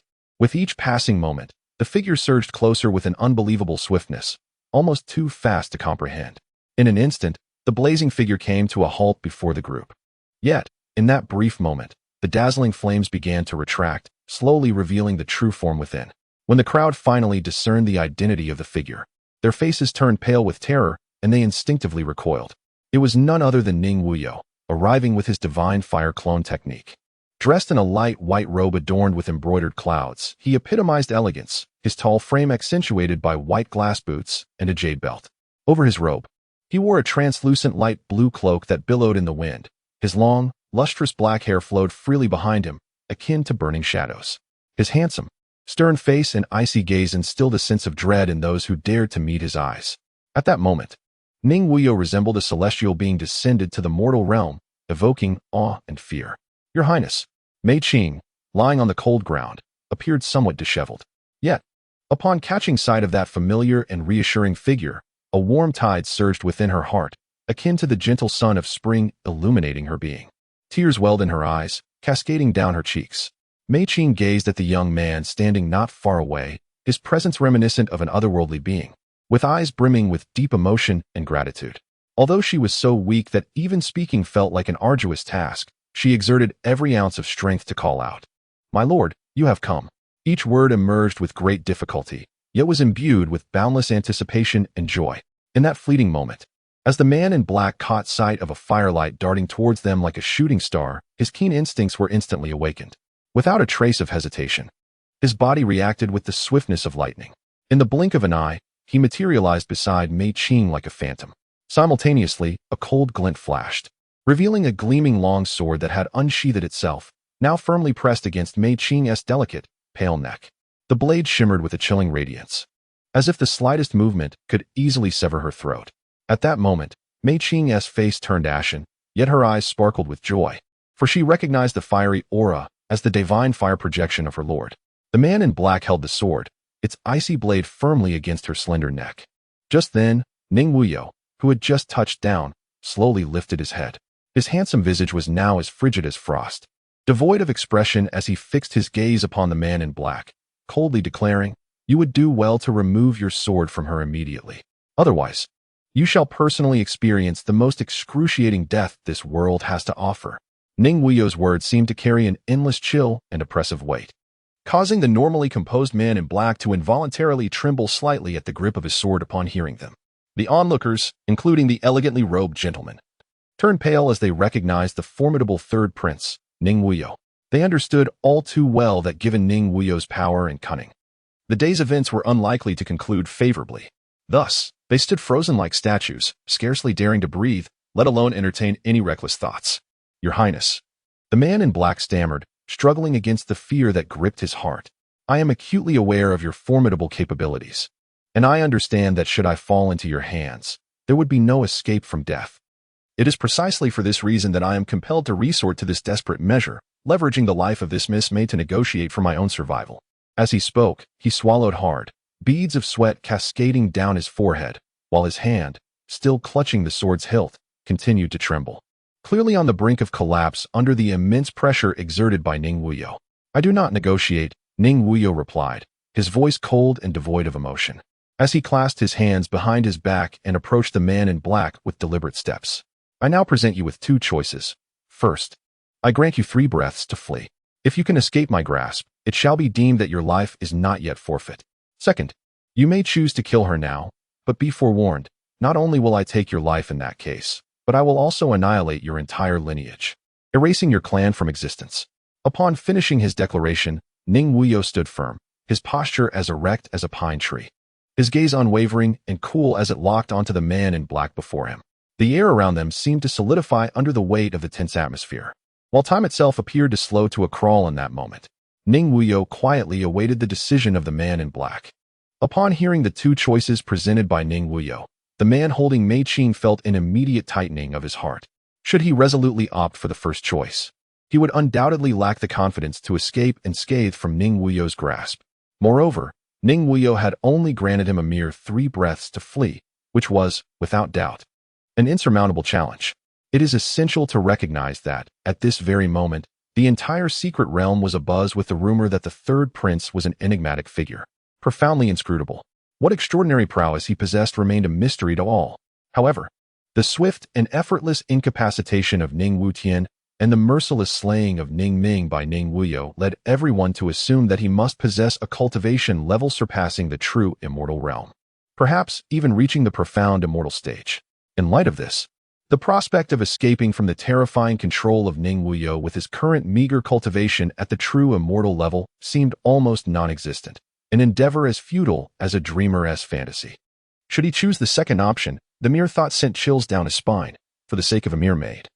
He had not anticipated that Ning Wuyou would threaten the lives of his entire clan, given Ning Wuyou's character. The man in black believed that such a course of action was entirely plausible. In contrast, Ning Wuyou would only suffer the loss of a maid, while he would see his whole clan perish. With this realization, cold sweat drenched the man's back. "My patience is limited. You would do well to make haste," Ning Wuyou remarked, fixing his gaze steadily upon the man in black. At that moment, everyone held their breath.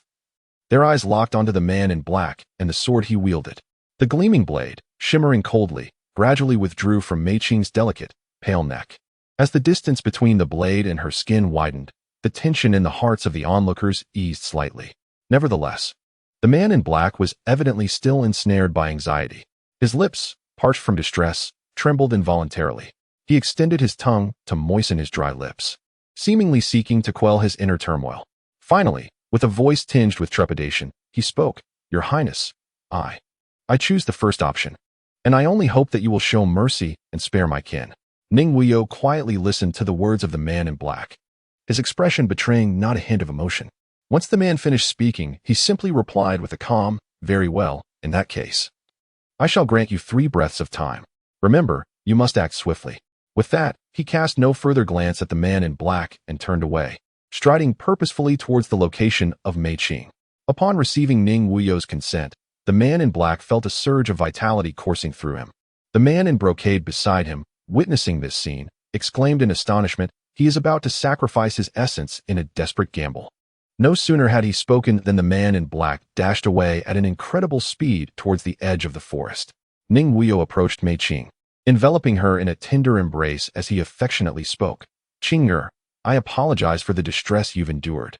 Initially, Mei Qing harbored a sense of self-pity due to Ning Wuyou's earlier words to the man in black, suggesting that she could be killed at any moment, leading her to feel as though she were merely an afterthought in his heart.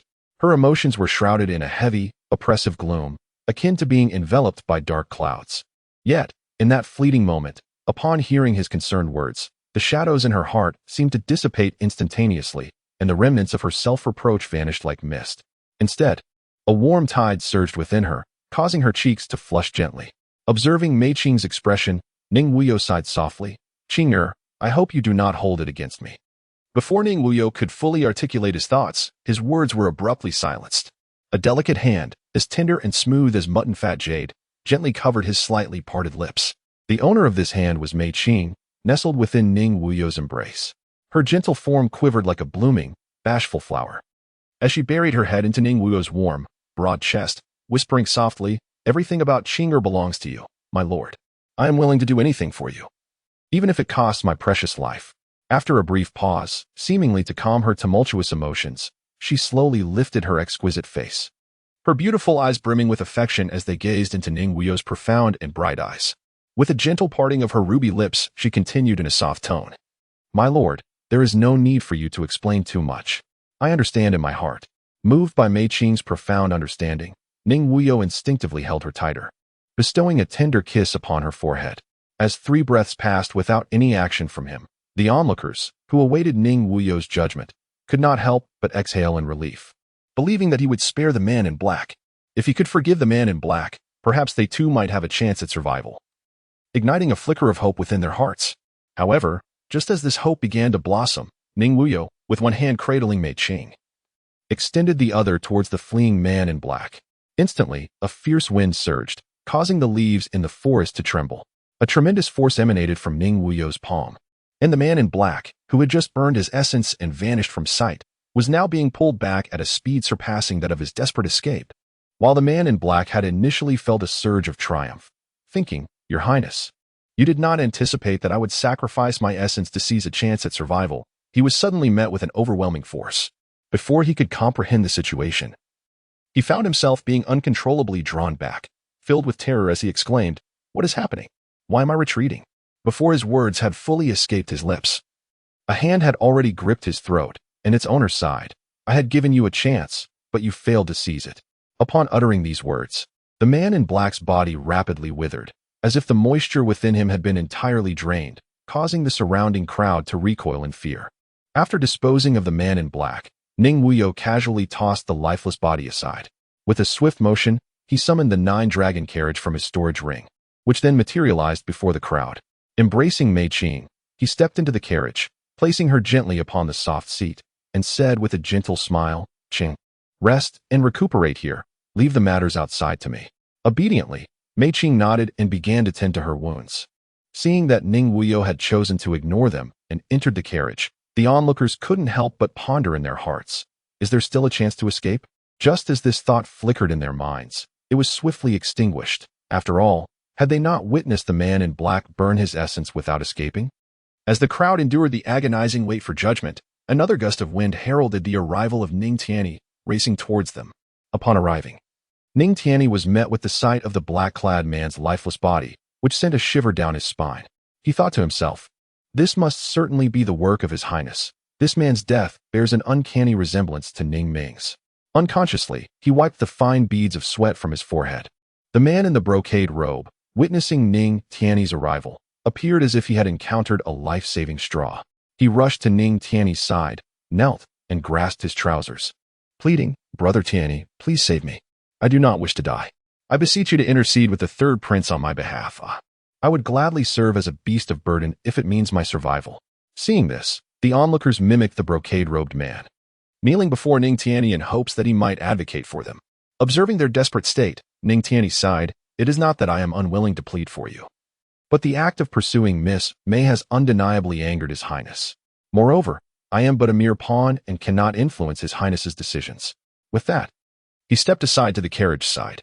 After ensuring Mei Qing was properly attended to, Ning Wuyou strolled out leisurely. Noticing that none of the crowd had fled, he chuckled, "Tianyi, eliminate them all, leave no one behind." Ning Tianyi, taken aback by Ning Wuyou's nonchalance towards such a grave matter, reflected on the saying, "Life can be taken amidst laughter."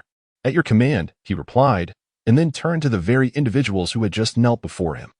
Executing the grim directive, a cacophony of anguished cries ensued. Though he felt sympathy for these people, he dared not defy the prince's orders. To act against His Highness for the sake of these individuals would mean his own demise, potentially endangering his family as well. Thus, in such a dire moment, the notions of righteousness and compassion faded into insignificance. The preservation of his and his family's safety took precedence. As the age-old adage goes, better the death of a friend than the death of the monk. This has been the cruel law of survival throughout history. After extinguishing the lives of those who had conspired against Mei Qing, Ning Tianyi approached Ning Wuyou and bowed, stating, "Your Highness, I have fulfilled my duty and eliminated them all." Ning Wuyou gently nodded and remarked, "You have performed admirably." Upon concluding her words, she retrieved a jade slip from her storage ring and tossed it to Ning Tianyi. As Ning Tianyi took the jade slip into his hands, he exclaimed in astonishment, "Your Highness, this is far too precious. I feel unworthy to accept it." With that, he knelt on one knee, raising the jade slip above his head, hoping that Ning Wuyou would retract the offering. The jade slip contained a technique known as the phantomine palm. According to its description, a single strike from this palm could instantly reduce a person to a pool of blood, demonstrating its terrifying power. However, should one encounter an opponent of a higher realm, the effectiveness of the phantomine palm would be significantly diminished. This technique was classified as a mid-tier celestial grade. Moreover, it was astonishing that if anyone could master this technique to perfection, its displayed might would be comparable to that of a superior celestial-grade technique. I have always been generous to my own, Ning Wuyou continued, and this technique is, for you, akin to adding wings to a tiger. Today, I bestow it upon you. As she spoke, a strikingly handsome visage adorned with narrowed, glacial eyes regarded Ning Tianyi, who remained kneeling before her. Her voice was cold and deep. Ning Tianyi, you must understand that this technique represents my trust and expectations of you. Should I discover any signs of betrayal or divided loyalties in the future, you ought to be fully aware of the consequences that await you. Upon hearing this, Ning Tianyi's body trembled violently, and a fine sheen of sweat instantly appeared on his forehead. Yet, he steadied himself and bowed deeply in gratitude, proclaiming, I am profoundly grateful for your Highness's generosity. I shall dedicate my very life and soul in unwavering loyalty to your Highness, vowing never to betray the profound love and expectations bestowed upon me. After successfully acquiring the Phantom Shadow Palm technique, Ning Tianyi found it nearly impossible to articulate the joy that welled within him.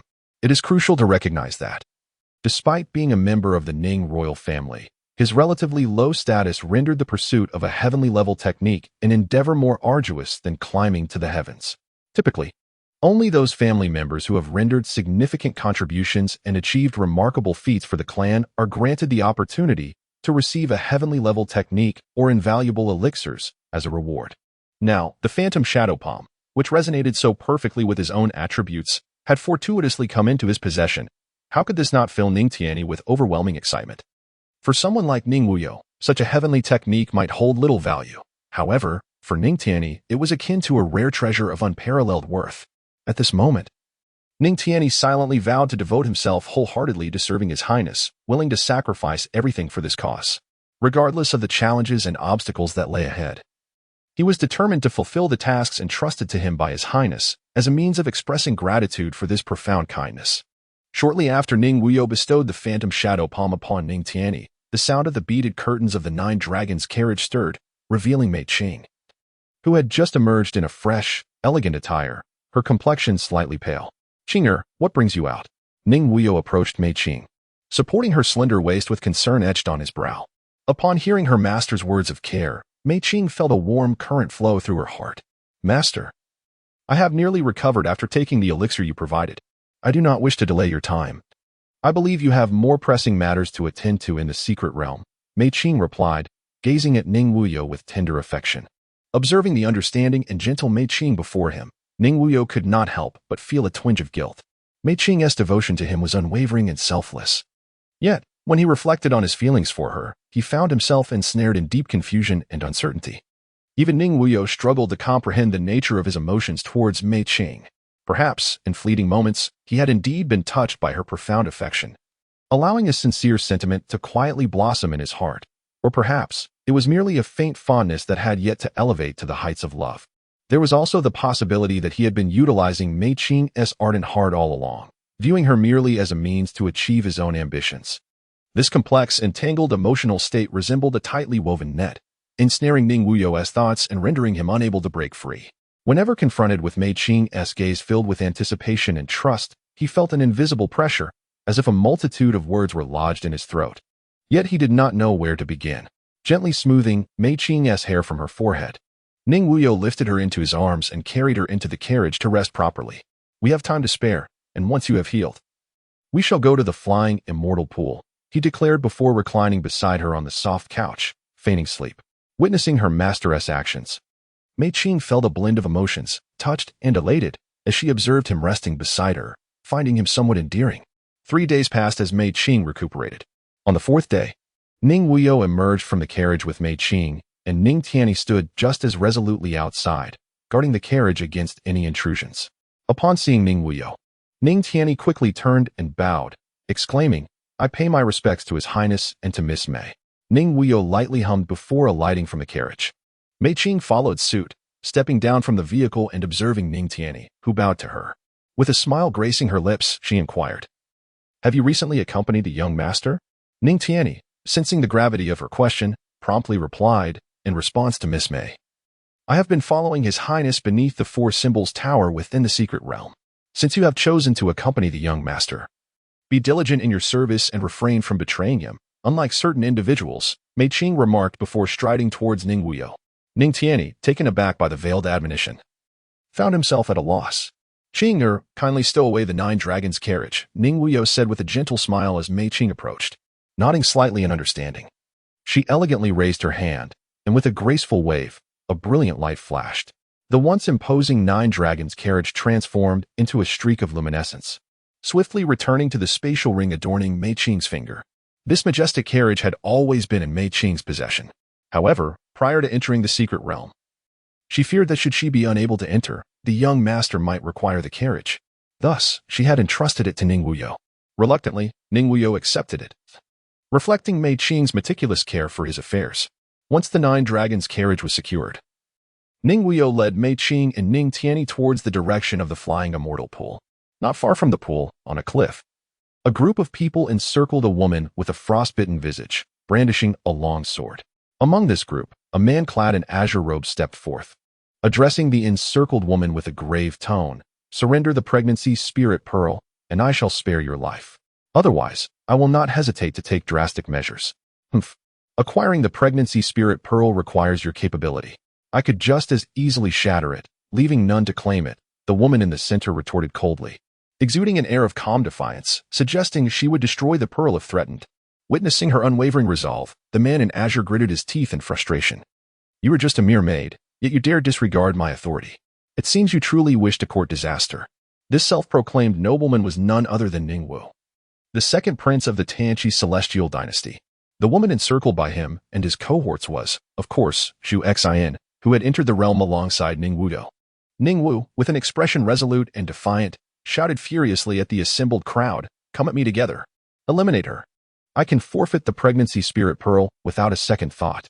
However, contrary to his expectations, those surrounding him stood frozen in place, each casting pitiful glances in his direction. Witnessing this disconcerting scene, a blaze of fury ignited within Ning Wu. His eyes widened, veins bulging on his forehead, he bellowed in unbridled rage. "What on earth are you all doing? You stand here like wooden stakes. Why do you not advance towards me? Why are you all staring at me so intently?" The roar of Ning Wu reverberated through the air, causing a resonant buzz in the eardrums of those present.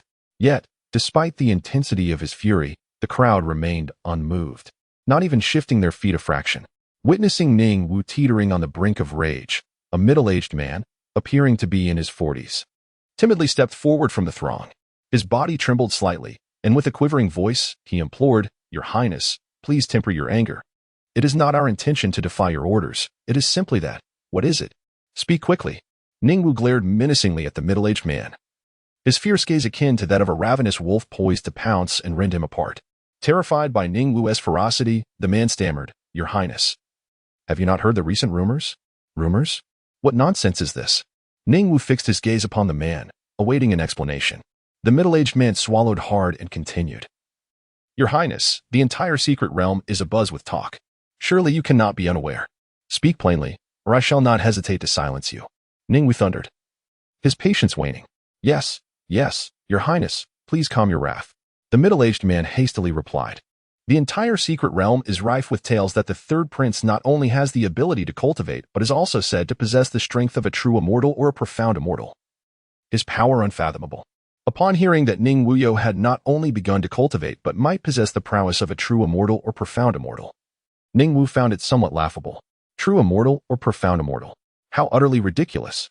Why not claim he has become the supreme or the emperor? With that, he delivered a fierce kick to the man's abdomen, scolding, "You allow such absurd tales to frighten you." The middle-aged man fell to the ground but quickly scrambled to rise, bowing before Ning Wu as he continued, And in what? Can you not articulate your thoughts in one breath?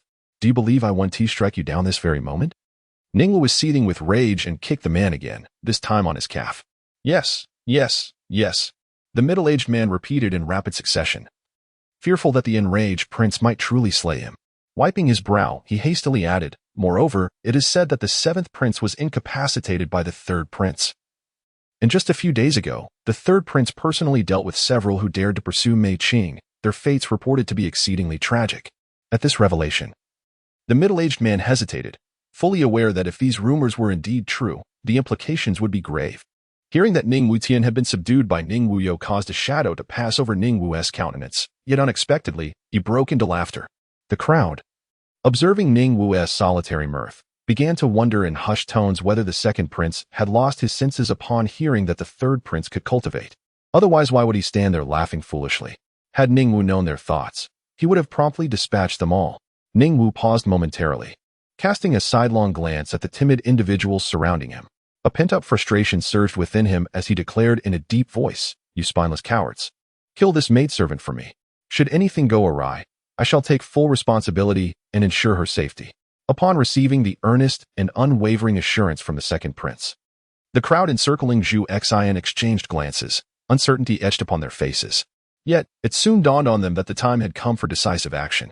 One by one, they began to shift their positions, the soft rustle of their movements echoing in the otherwise still atmosphere. As they advanced cautiously toward Zhu Xian, an intangible pressure began to permeate the air. Each gaze was fixed intently upon the seemingly fragile yet resolute woman before them, as if she were a prey on the verge of being ensnared. Zhu Xian stood her ground, her exquisite features betraying an unusual calmness. Beneath this tranquility, however, lay a fierce spirit resistant to fate. As the hostile crowd closed in, tightening the encirclement around her, Zhu Xian felt a flicker of anxiety within her heart. Though her composure remained unshaken, clutching the invaluable Yuling pearl tightly in her palm, her eyes widened, and she exclaimed with a delicate yet fierce tone, "Humph! Are you fools unaware of the formidable prowess of the third prince? Should you dare to act against me today, the consequences will extend far beyond your own demise. Your families, friends, and kin may also find themselves entangled in severe repercussions." With that, her brows furrowed, emanating an aura of inviolable dignity. The determined assailants, poised to strike, were momentarily stunned by her threat, as if struck by lightning, uncertain of their next move.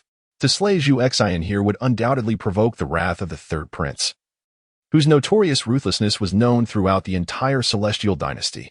Angering him could lead them all into an abyss from which there was no return. Conversely, failing to execute Zhu Xian as commanded by the second prince could unleash a vengeful wrath that they could hardly fathom. This dilemma raced through their minds, leaving them in a state of indecision, trapped in an inescapable deadlock. A step forward might invite the third prince's relentless fury. A step back would surely incur the second prince's thunderous wrath and cruel punishment. In this precarious situation, they exchanged wary glances, none daring to take the initiative. The tension in the air reached a breaking point, akin to a taut string on the verge of snapping.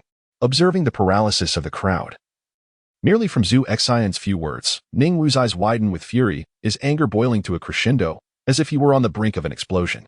Trembling with rage, he bared his teeth and roared, "You worthless scoundrels! How can you be so terrified of Ning Wuyou?" Before his words could fully dissipate, he swept his hand violently, and a flash of light erupted as he swiftly drew a razor-sharp blade from his spatial ring.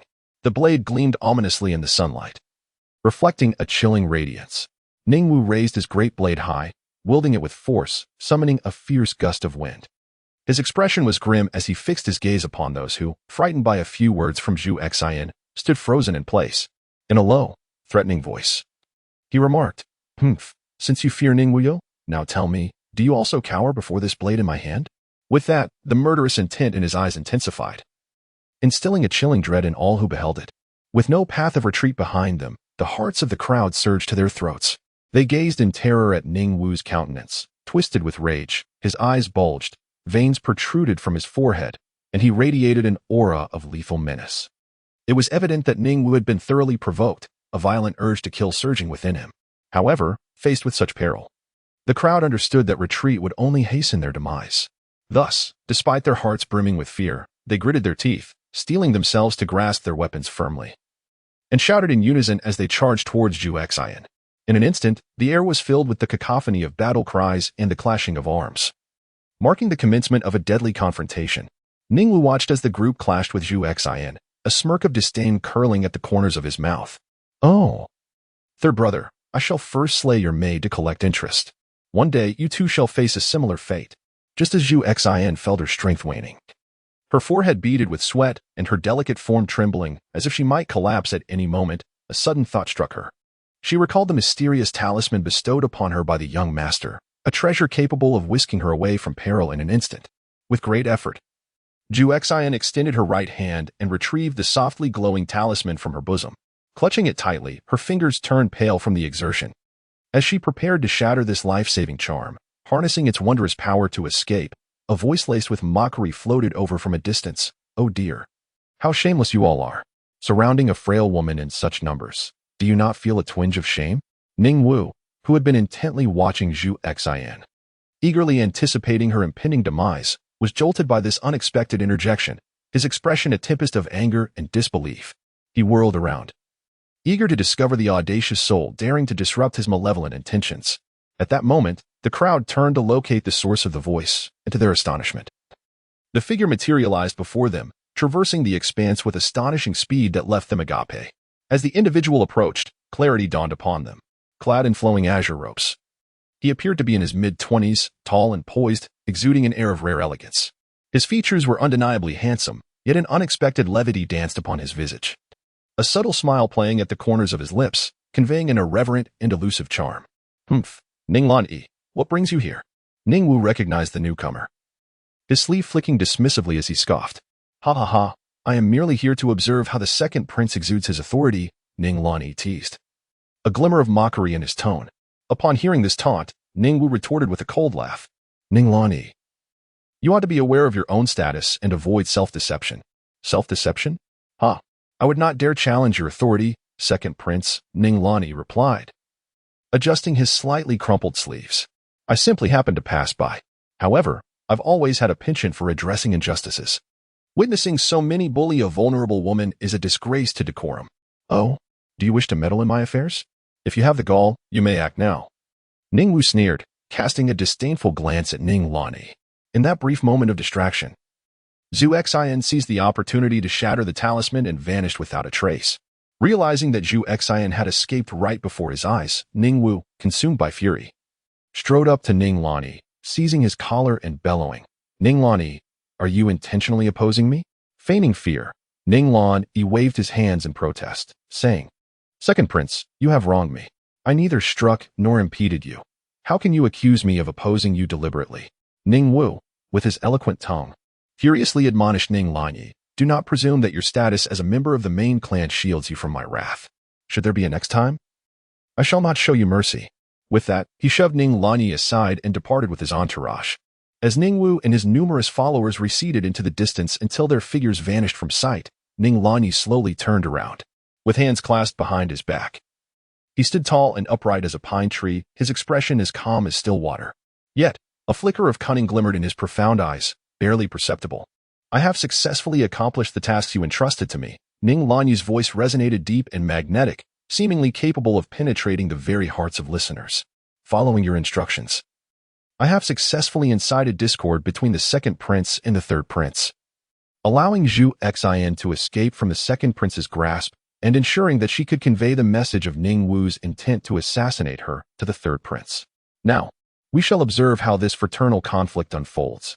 I wonder if this outcome meets with your satisfaction?" With a subtle smile tugging at the corners of his mouth, Ning Lanyu cast a discreet glance toward a distant, concealed corner. Meanwhile, on another path, Ning Wuyou was making his way to the flying immortal pool with Mei Qing and Ning Tianyi, clad in flowing white robes. He seemed to blend seamlessly with the surrounding verdant mountains and waters.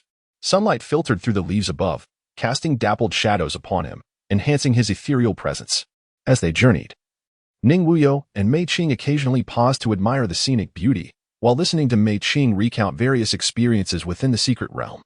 Upon hearing that Mei Qing had half-stepped into the ranks of true immortals, Ning Wuyou playfully brushed her delicate nose and remarked, "Ah, my dear Qinger possesses extraordinary talent." Not far ahead, Ning Wuyou and Mei Qing walked side by side, their laughter ringing like silver bells, echoing in the air. Yet, trailing behind them, Ning Tianyi appeared somewhat anxious and ill at ease. He would occasionally feign indifference, glancing their way, or gaze skyward, seemingly apprehensive that his presence might disturb the enchanting pair. Especially when he caught sight of the affectionate gestures exchanged between Ning Wuyou and Mei Qing, he could not help but sigh inwardly. Observing their intimate rapport, Ning Tianyi mused, "It seems I must cultivate a better relationship with this Mei girl. She can no longer be regarded as merely a common maid to His Highness. In my view, she is quite likely to become the future third princess." With this thought, Ning Tianyi felt an increasing urgency to seize the opportunity, and forge a strong bond with Mei Qing. Before long, a day had passed, and Ning Wuyou and his companions arrived at the cliff where Ning Wu had attempted to ambush Zhu Xian. According to the clan records, the flying immortal pool should be nearby, Ning Wuyou remarked, hands clasped behind his back as he observed the shifting clouds above the cliff. Young master, shall we proceed there now?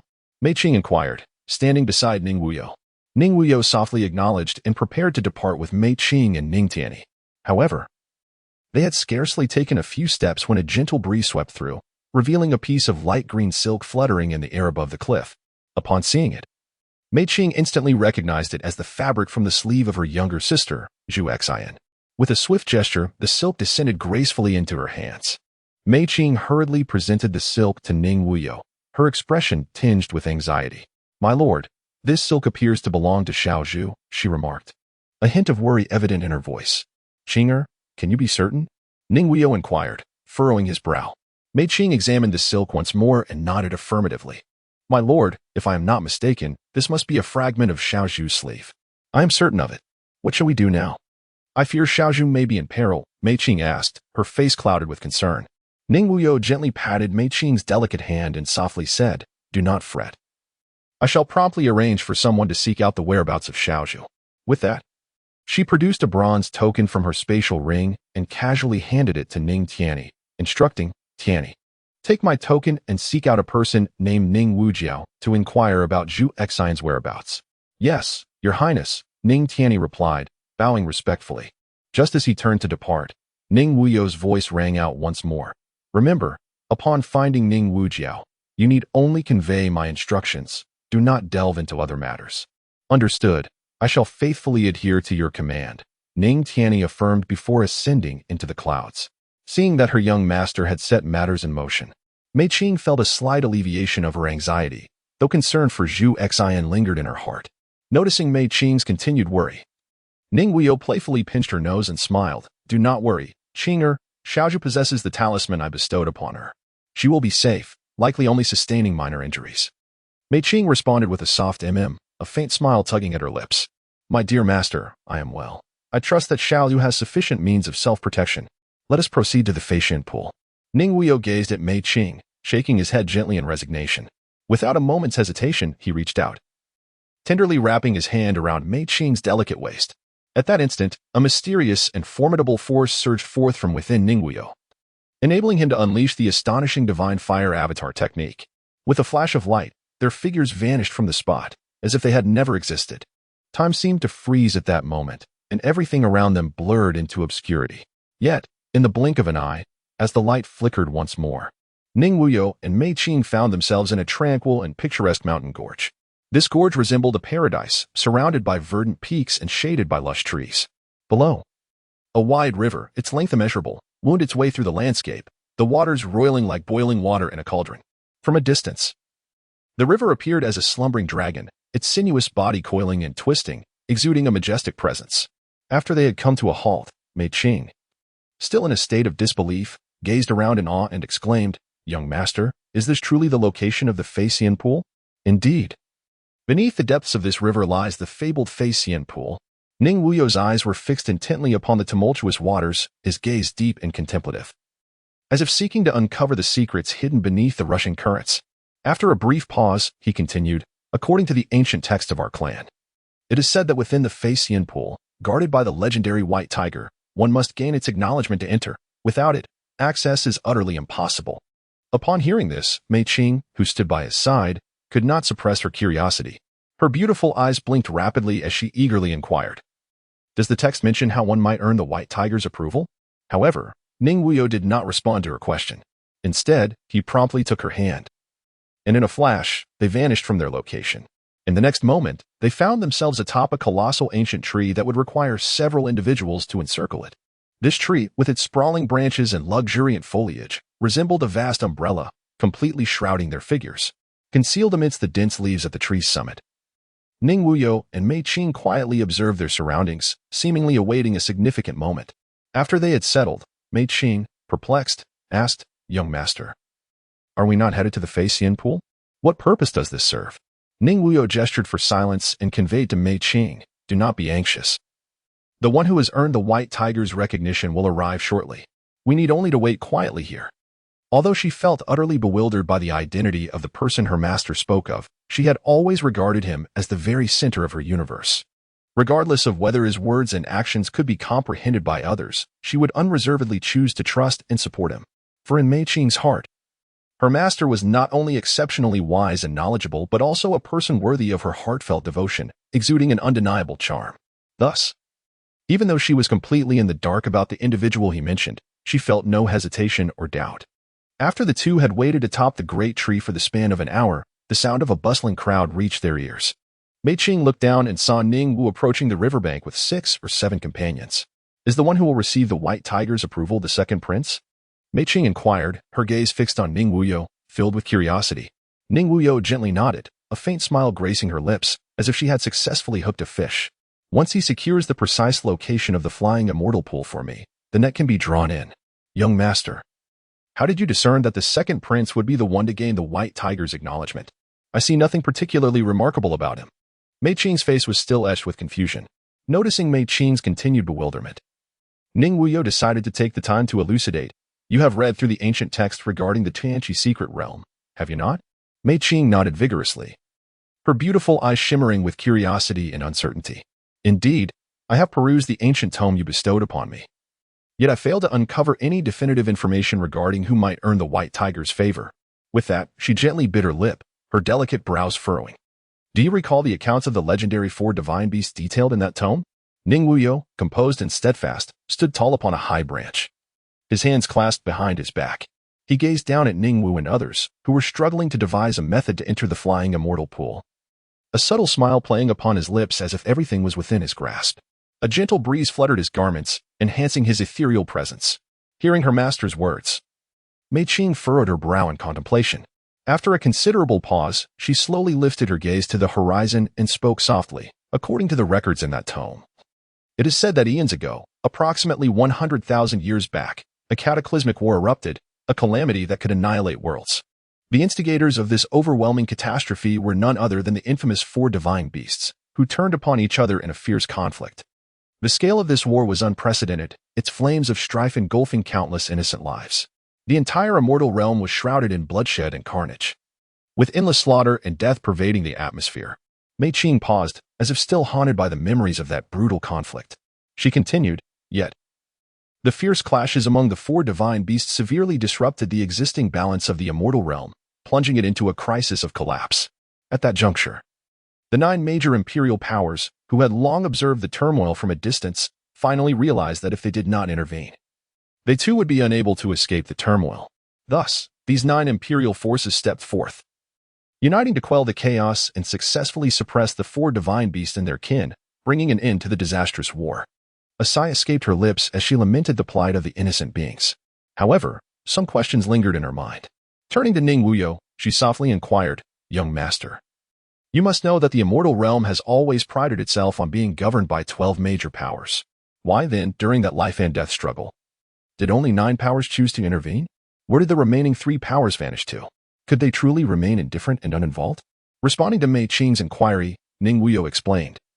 At that time, the governing powers in the immortal realm were indeed the 9 imperial entities. However, approximately 10,000 years after the Divine Beast War, for reasons unknown, the 9 emperors disappeared, allowing the rise of the 3 remaining powers, thus shaping the current structure of 12 ruling powers in the immortal realm. Finally grasping why the tome only chronicled the 9 dominant forces that quelled the Divine Beast War, Mei Qing asked with curiosity, Young master, which 3 powers later ascended? With a slight smile, Ning Wuyou began to elaborate. Among the triumphant powers is the illustrious Shangguan clan, to which my mother belongs. They are formidable and deeply rooted, holding significant sway within the immortal realm. After a brief pause, he continued, another rising force is the Huangfu clan, known as the ancient clan of longevity. It is said this clan possesses a mysterious method of longevity, allowing its members to live for millennia, evoking both admiration and envy. Ning Wuyou's expression turned serious as he concluded, the last of these powers is the Ouyang clan, who constantly proclaim, our clan has an emperor. While the existence of their alleged emperor remains uncertain, their ostentatious demeanor leaves a lasting impression. Ning Wuyou observed Mei Qing, who was attentively listening, and continued his explanation. It is precisely due to the emergence of these three great powers 100,000 years ago that the current structure of the 12 dominant forces ruling the immortal domain was established. Besides these three prominent clans, the remaining 9 ruling factions are referred to as the Emperor-level forces by the denizens of the immortal domain. These 12 powers maintain a delicate balance with one another, collectively preserving the equilibrium and stability of the realm. Do you now grasp the underlying reasons? Mei Qing nodded in understanding but continued to inquire. Young master, you have yet to mention the key to obtaining the White Tiger's approval. Ning Wuyou gently pinched Mei Qing's delicate face and smiled. You mentioned the cataclysmic war earlier and know that it was the 9 dominant forces that quelled the chaos. But are you aware of the final fate of the 4 divine beasts? Mei Qing slightly shook her head, confessing that the records only state that the 9 ruling forces subdued the war, but what transpired thereafter is not documented. Ning Wuyou nodded and elaborated. At that time, the 9 forces united to exert overwhelming pressure, bringing an end to the conflicts among the 4 divine beasts. Although the war concluded, the losses were grievous, with scarcely one in 10 surviving. Yet, the 4 divine beasts were not so easily vanquished. They escaped, albeit severely wounded. Upon hearing this, Mei Qing could no longer suppress her intense curiosity. She stepped forward eagerly and asked, Young master, what happened next? Ning Wuyou paused for a moment, inhaled deeply, and then continued. Ultimately, the emperors of the 9 forces employed their extraordinary abilities and raced like meteors towards the direction the 4 divine beasts fled. Their figures vanished into the horizon, and this pursuit was nothing short of earth-shattering. However, the final outcome remained shrouded in mystery. Nevertheless, as far as I know, our clan's emperor encountered the White Tiger in the outer heavens. That battle was extraordinary, resulting in countless rifts being torn in the very fabric of the outer heavens. At this point, Mei Qing held her breath, as if she could feel the intensity and shock of that confrontation. After a fierce and astonishing battle, the emperor, through his profound cultivation, successfully subdued the White Tiger. Moreover, he extracted 3 precious drops of its primordial blood. It is imperative to understand that this primordial blood contains the purest and most potent essence of the White Tiger. It's worth immeasurable. Furthermore, the emperor implanted a formidable restraint within the White Tiger to prevent its escape or resistance. At this juncture, Ning Wuyou slightly raised his head, his gaze sweeping over Ning Wu and the others below, and continued. Although the emperor had successfully subdued and controlled the White Tiger, he refrained from delivering a fatal blow. Instead, he chose to bring it back to the clan. Additionally, the emperor struck a pact with the White Tiger. If it were willing to guard the scion pool for a full 100,000 years, the restraint would naturally dissipate, allowing the White Tiger to regain its freedom. Now, upon careful consideration, it seems that only a few years remain until the day the White Tiger is liberated. After listening to Ning Wuyou's riveting narrative, Mei Qing felt as though she were part of the tale. After a moment of dazed contemplation, she quickly exclaimed, could the key to gaining the White Tiger's approval lie in those 3 drops of blood? Indeed. The crux of the matter resides in the 3 drops of blood taken by the emperor. Only those who possess the White Tiger's blood can earn its recognition, thereby unlocking the gateway to the scion pool. Ning Wuyou said, if one could obtain any drop from this mysterious and potent primordial blood, then that individual would possess the qualification to enter the legendary scion pool. Earlier, you mentioned that the second prince could gain the White Tiger's recognition. Does this imply that the second prince harbors a drop of the White Tiger's primordial blood within him? Mei Qing, her beautiful eyes shimmering with enlightenment, spoke up. Ning Wuyou, standing quietly to the side, nodded slightly in agreement with Mei Qing's words. His handsome visage appeared particularly grave at that moment, as if he were contemplating the profound implications and potential consequences hidden behind this matter. From where did the second prince acquire such blood? And how do you know that he possesses the White Tiger's primordial blood? Mei Qing inquired, her expression one of bewilderment. Ning Wuyou let out a cold snort, pondering where this had come from. Naturally, it was bestowed upon her by her biased father, the emperor. It is likely that 2 of the 3 drops of primordial essence had been used previously when the secret realm was opened, leaving the final drop in Ning Wu's possession. Observing the fluctuations in her companion's mood, Mei Qing gently linked her arm with Ning Wuyou's, choosing to remain silent, wishing only to quietly accompany him. After a prolonged search along the surging river, Ning Wu and his companions finally discerned the precise location of the flying immortal pool following a resounding echo. Ning Wu soared above the river, conjuring a massive abyssal chasm with a wave of his hand. Elated, he exclaimed, "At last, I have found you." His retinue, awaiting his command, responded eagerly. Yet, just as Ning Wu prepared to enter the vast chasm, a voice, tinged with indifference, reached his ears. "Thank you, second brother." for locating the entrance to the flying immortal pool for me." At that moment, a familiar voice suddenly resonated in Ning Wuyou's ears, imbued with an enchanting power that caused his body to tremble involuntarily. Almost as if drawn by an invisible force, he swiftly turned around. Not far away, Ning Wuyou smiled gracefully as she and Mei Qing leapt down from a towering tree, its branches reaching toward the heavens. Once they touched the ground, Ning Wu's expression darkened as he queried, "Third sister, what brings you here?" "Of course, to enter the flying immortal pool." "I must thank you, second brother, for your diligent search," Ning Wuyou replied nonchalantly, with one hand resting behind her back. Third sister, are you attempting to intercept? I wonder if you possess the capability."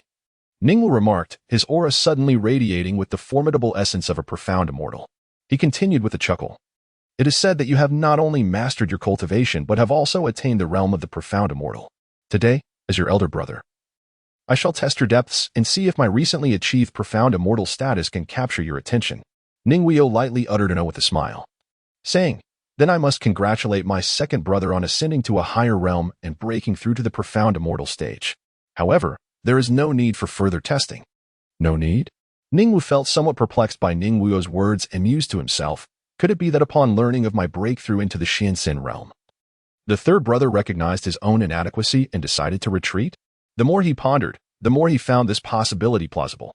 Unable to suppress a smirk, Ning Wu remarked to Ning Wuyou, "Oh, third brother, you possess a modicum of self-awareness." Yet before he could finish his thought, Ning Wuyou interrupted him with a wave of his hand. "Have you concluded your speech?" Ning Wuyou replied, maintaining an air of tranquil indifference, as he had before.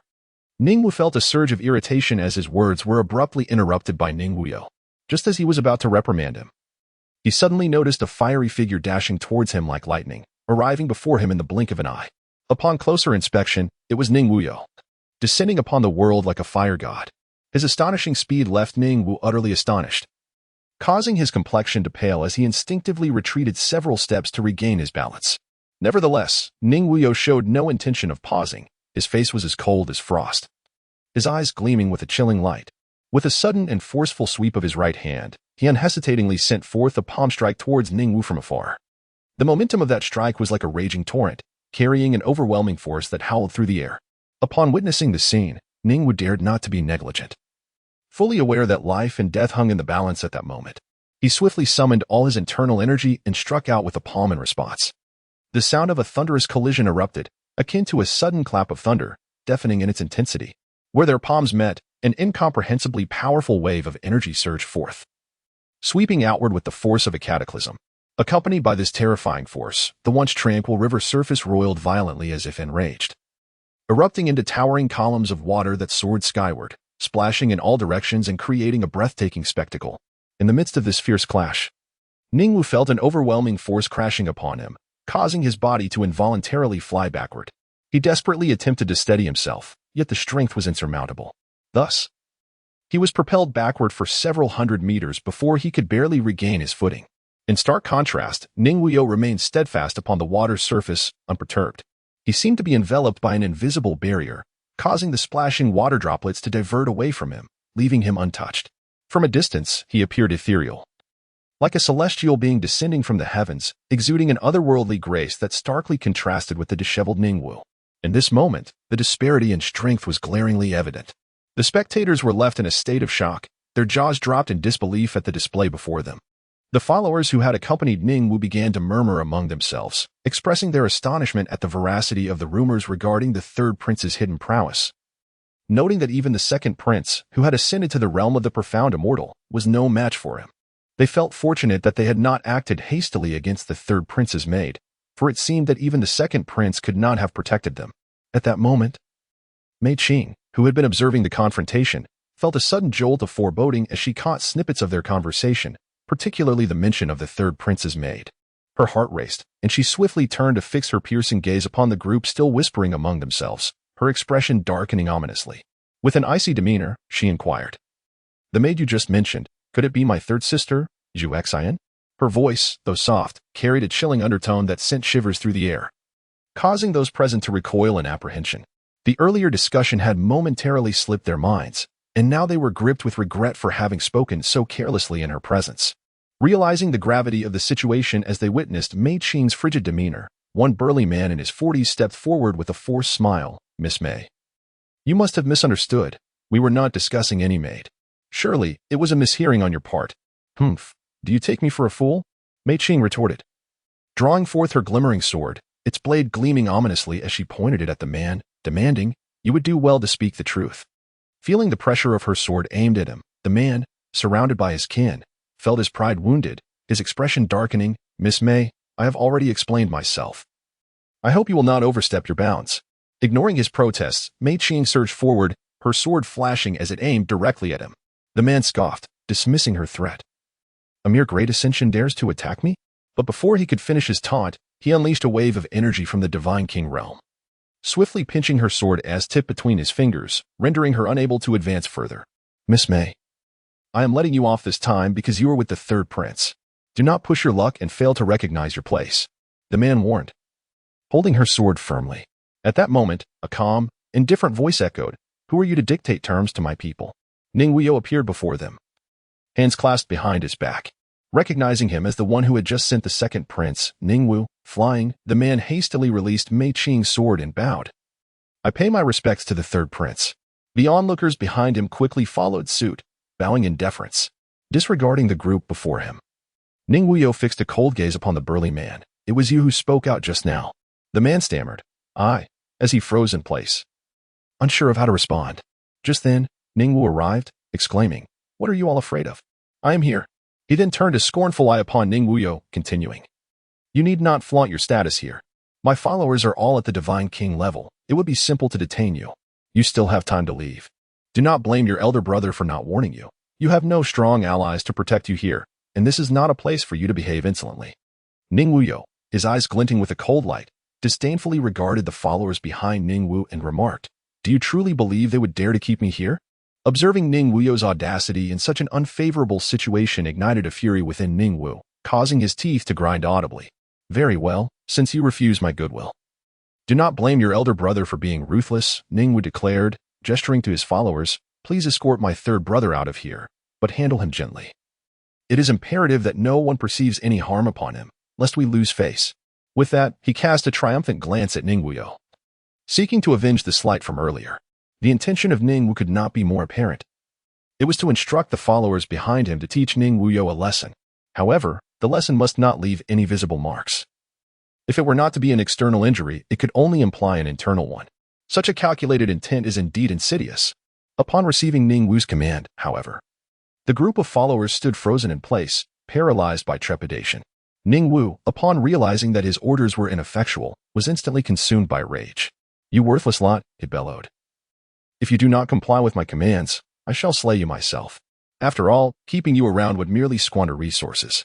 Hearing the menacing words of the second prince, the crowd exchanged glances, each face betraying a palpable sense of distress. Yet, under the weight of the second prince's authority and pressure, they reluctantly approached Ning Wuyou, their tone tinged with desperation.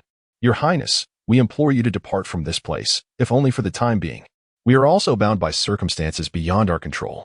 Should we fail to heed the second prince's directives, we may all find ourselves in dire straits. We hope you will not hold our situation against us. And please do not make it excessively difficult for us in this matter." As they spoke, their heads bowed even lower, as if fearful of inciting Ning Wuyou's displeasure and wrath. Ning Wu's eyes widened in disbelief as he fixed his gaze upon the scene before him. His loyal followers, who typically obeyed his every command, were now groveling like humble lapdogs, imploring Ning Wuyou to vacate the premises with utmost subservience. Their faces were adorned with sycophantic expressions, as if Ning Wuyou were their true master. Witnessing this spectacle ignited a furious blaze within Ning Wu. He trembled with rage, his chest heaving violently, and unleashed a thunderous roar that reverberated through the air. "You worthless imbeciles! What purpose do you serve me? If you do not act swiftly to subdue him, I shall ensure that your demise leaves you without a grave." His voice crashed like thunder, echoing relentlessly in the atmosphere. Meanwhile, Ning Wu's followers, struck by the sudden ferocity of his wrath, turned pale as death, rendered speechless by fear. They were acutely aware of Ning Wu's notoriously narrow-minded disposition, fully cognizant that he would follow through on his threats. If they did not promptly heed his commands, their lives would undoubtedly be in jeopardy. Yet, confronted with Ning Wu's menacing and murderous declarations, the followers found themselves in a state of despair. After all, Ning Wuyou held a significant status and was not to be trifled with. none could ascertain whether the third prince had concealed any lethal weapons upon entering the secret realm. Acting impulsively might yield dire consequences, but failing to comply with Ning Wuyou's orders would equally spell disaster. After a brief moment of silent exchange, they seemed to reach a tacit understanding and, with resolve, charged towards Ning Wuyou. Having chosen to follow the second prince, they had anticipated that such a day would inevitably arrive. Ning Wuyou observed as those who had just followed Ning Wu now charged at him like ravenous wolves. However, he displayed not a shred of panic. With a leisurely flick of his voluminous robe, a faint smile of utmost disdain graced his lips as he coldly remarked, Since you are so oblivious to the perils you face and seek your own demise, today I shall generously grant you this mercy, you insignificant insects. As soon as the words left his mouth, Ning Wuyou swiftly raised his right hand, extending his index and middle fingers, and pointed sharply forward. Simultaneously, he uttered softly, "Heaven-cutting finger." In an instant, a dark, profound beam of black light erupted between his fingers. Initially faint, it rapidly intensified, growing brighter and thicker, resembling a roaring black dragon that surged forth with astonishing speed towards the approaching throng. Its ferocity seemed capable of tearing the very heavens apart. A resounding tremor reverberated through the air, and in the aftermath, those who had once charged at Ning Wuyou like hungry wolves had vanished without a trace, leaving no evidence of their existence. This demonstrated the terrifying power of Ning Wuyou's heaven-cutting finger, while Mei Qing, who had been anxiously concerned for her young master, suddenly blossomed into a radiant smile, exclaiming, "I knew my lord would never undertake a task without confidence." In stark contrast, Ning Wu's eyes widened in disbelief, his expression one of utter astonishment. After a few moments, he finally managed to react, gazing at Ning Wuyou with an awestruck demeanor. "Third brother, you have truly hidden your abilities well, deceiving me all these years." His speech faltered, revealing the extent of his shock. "Deceive? Second brother. Have I ever truly misled you?" Ning Wuyou replied with a gentle smile. Upon hearing Ning Wuyou feign ignorance, Ning Wu felt as if he had been a fool, mocked for years. He shouted, "Dare you deny it?" What just transpired was not an illusion. He pointed a finger at Ning Wuyou and continued, "You effortlessly annihilated even those at the Divine King realm, and among them were those in the late stages of Divine King. What cultivation level do you possess? And what is the purpose of your restraint all these years?" Ning Wuyou initially gazed at Ning Wu with a look of bewilderment, as if it took him quite some time to grasp the situation, before gently tapping his forehead and allowing a faint smile to grace his lips. "Oh, second brother. So this is what you meant," he remarked. However, before his words had fully settled, his expression transformed in an instant. The gentle smile vanished without a trace, replaced by an icy, disdainful demeanor. Ning Wuyou narrowed his eyes slightly, fixing a cold stare upon Ning Wu, his tone rigid and laced with unmistakable sarcasm. You dare question me? Do you even deserve to?" He emphasized the last three words, and the chill emanating from his gaze was enough to send shivers down one's spine. Upon hearing the overt mockery from Ning Wuyou, Ning Wu found his mind consumed by the final three words, "You even deserve," which echoed relentlessly in his thoughts. Enraged, he bellowed, "Ning Wuyou, what makes you superior to me? On what grounds do you claim I am unworthy? You are merely a person despised by both our father and mother, as well as by our kin."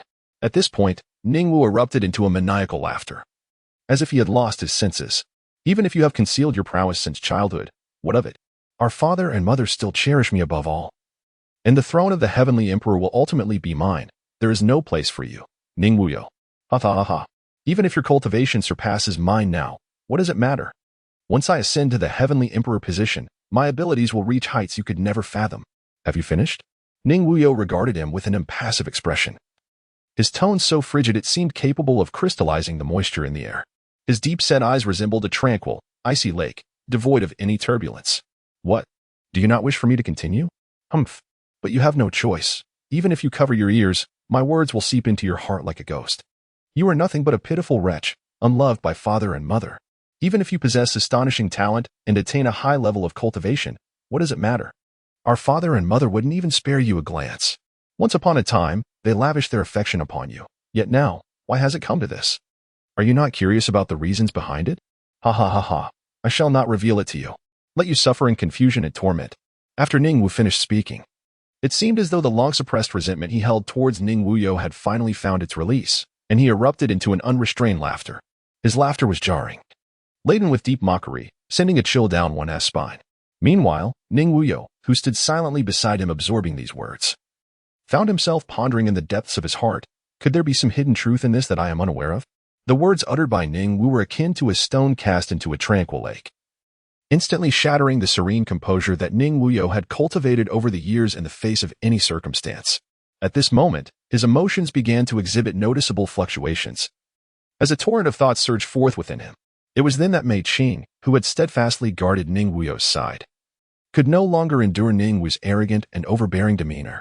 With her delicate brows furrowed and her beautiful eyes wide with intensity, she coldly rebuked him. Silence. Do not utter such nonsensical words here.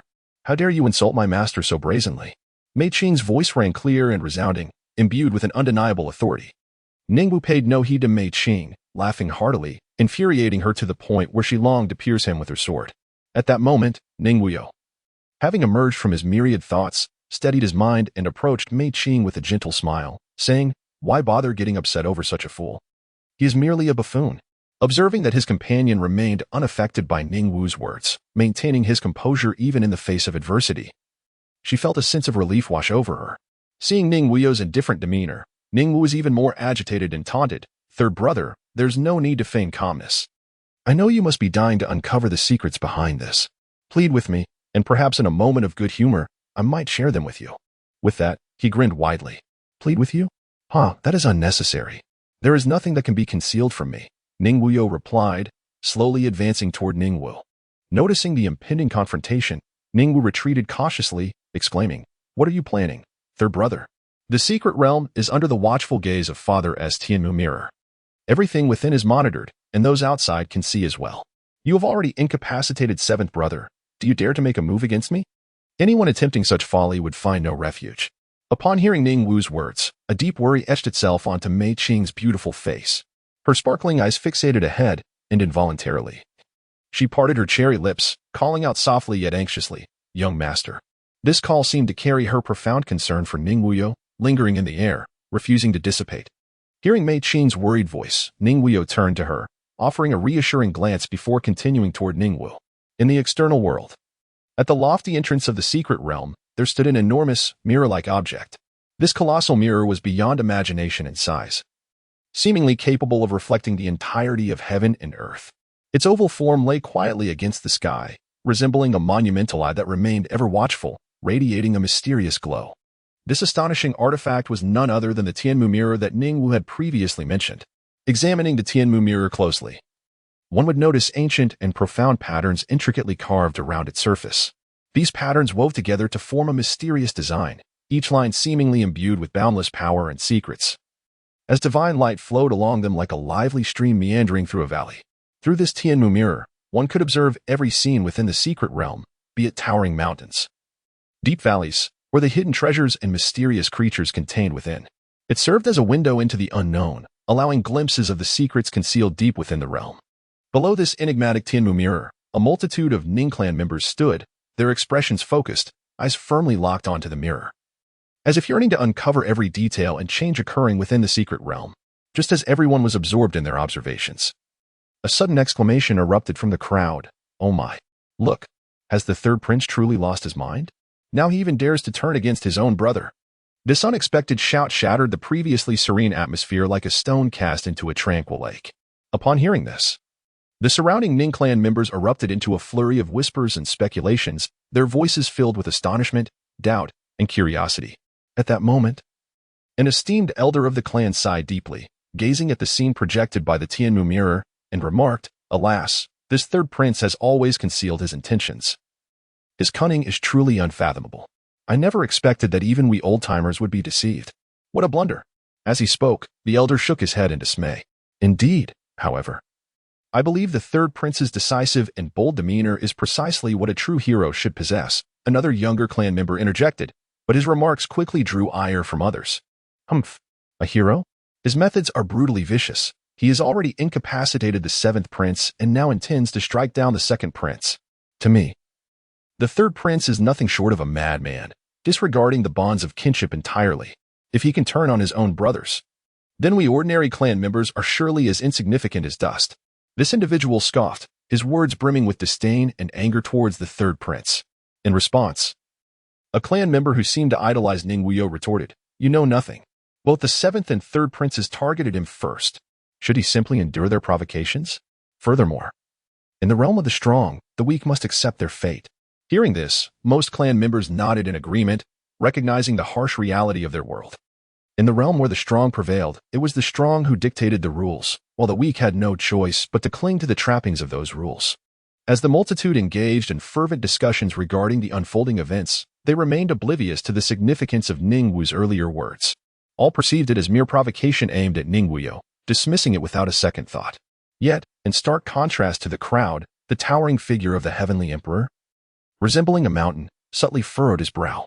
A fleeting ripple of emotion crossed his otherwise tranquil visage, only to vanish as swiftly as it appeared, revealing a hint of contemplation and doubt. Just then, someone exclaimed, "Look, the third prince is about to make a move." At this, the crowd turned their attention back to the Tianmu mirror, where Ning Wuyou had slowly approached Ning Wu, transmitting, "Since you are aware of the Tianmu mirror's existence, you should understand that your earlier words have reached that individual's ears. I suspect he will uncover certain truths." Realizing the implications of his own words, Ning Wu's expression shifted as he understood the gravity of his earlier impulsive statements. Although he had not been explicit, if that individual were to investigate, he would undoubtedly uncover the deeds of the past. Panic arose within him, beads of sweat forming on his brow as he stammered. "What I said was merely to provoke you. I didn't think you would take it seriously. There is no need for you to question me. I was just fabricating nonsense." Ning Wu's voice echoed loudly, as if afraid others might not hear him. Seeing Ning Wu's desperate attempts at denial, Ning Wuyou regarded him with the disdain one might afford a jester, calmly stating, "Enough of these futile efforts. Hand over the blood of the white tiger." Upon hearing Ning Wuyou mention the blood of the white tiger, Ning Wu was momentarily taken aback, exclaiming, "How did you know I possessed the blood of the white tiger?" The matter of the white tiger's blood was known only to a select few of his confidants, leaving him trepidatious. Had one of his own revealed this secret to Ning Wuyou?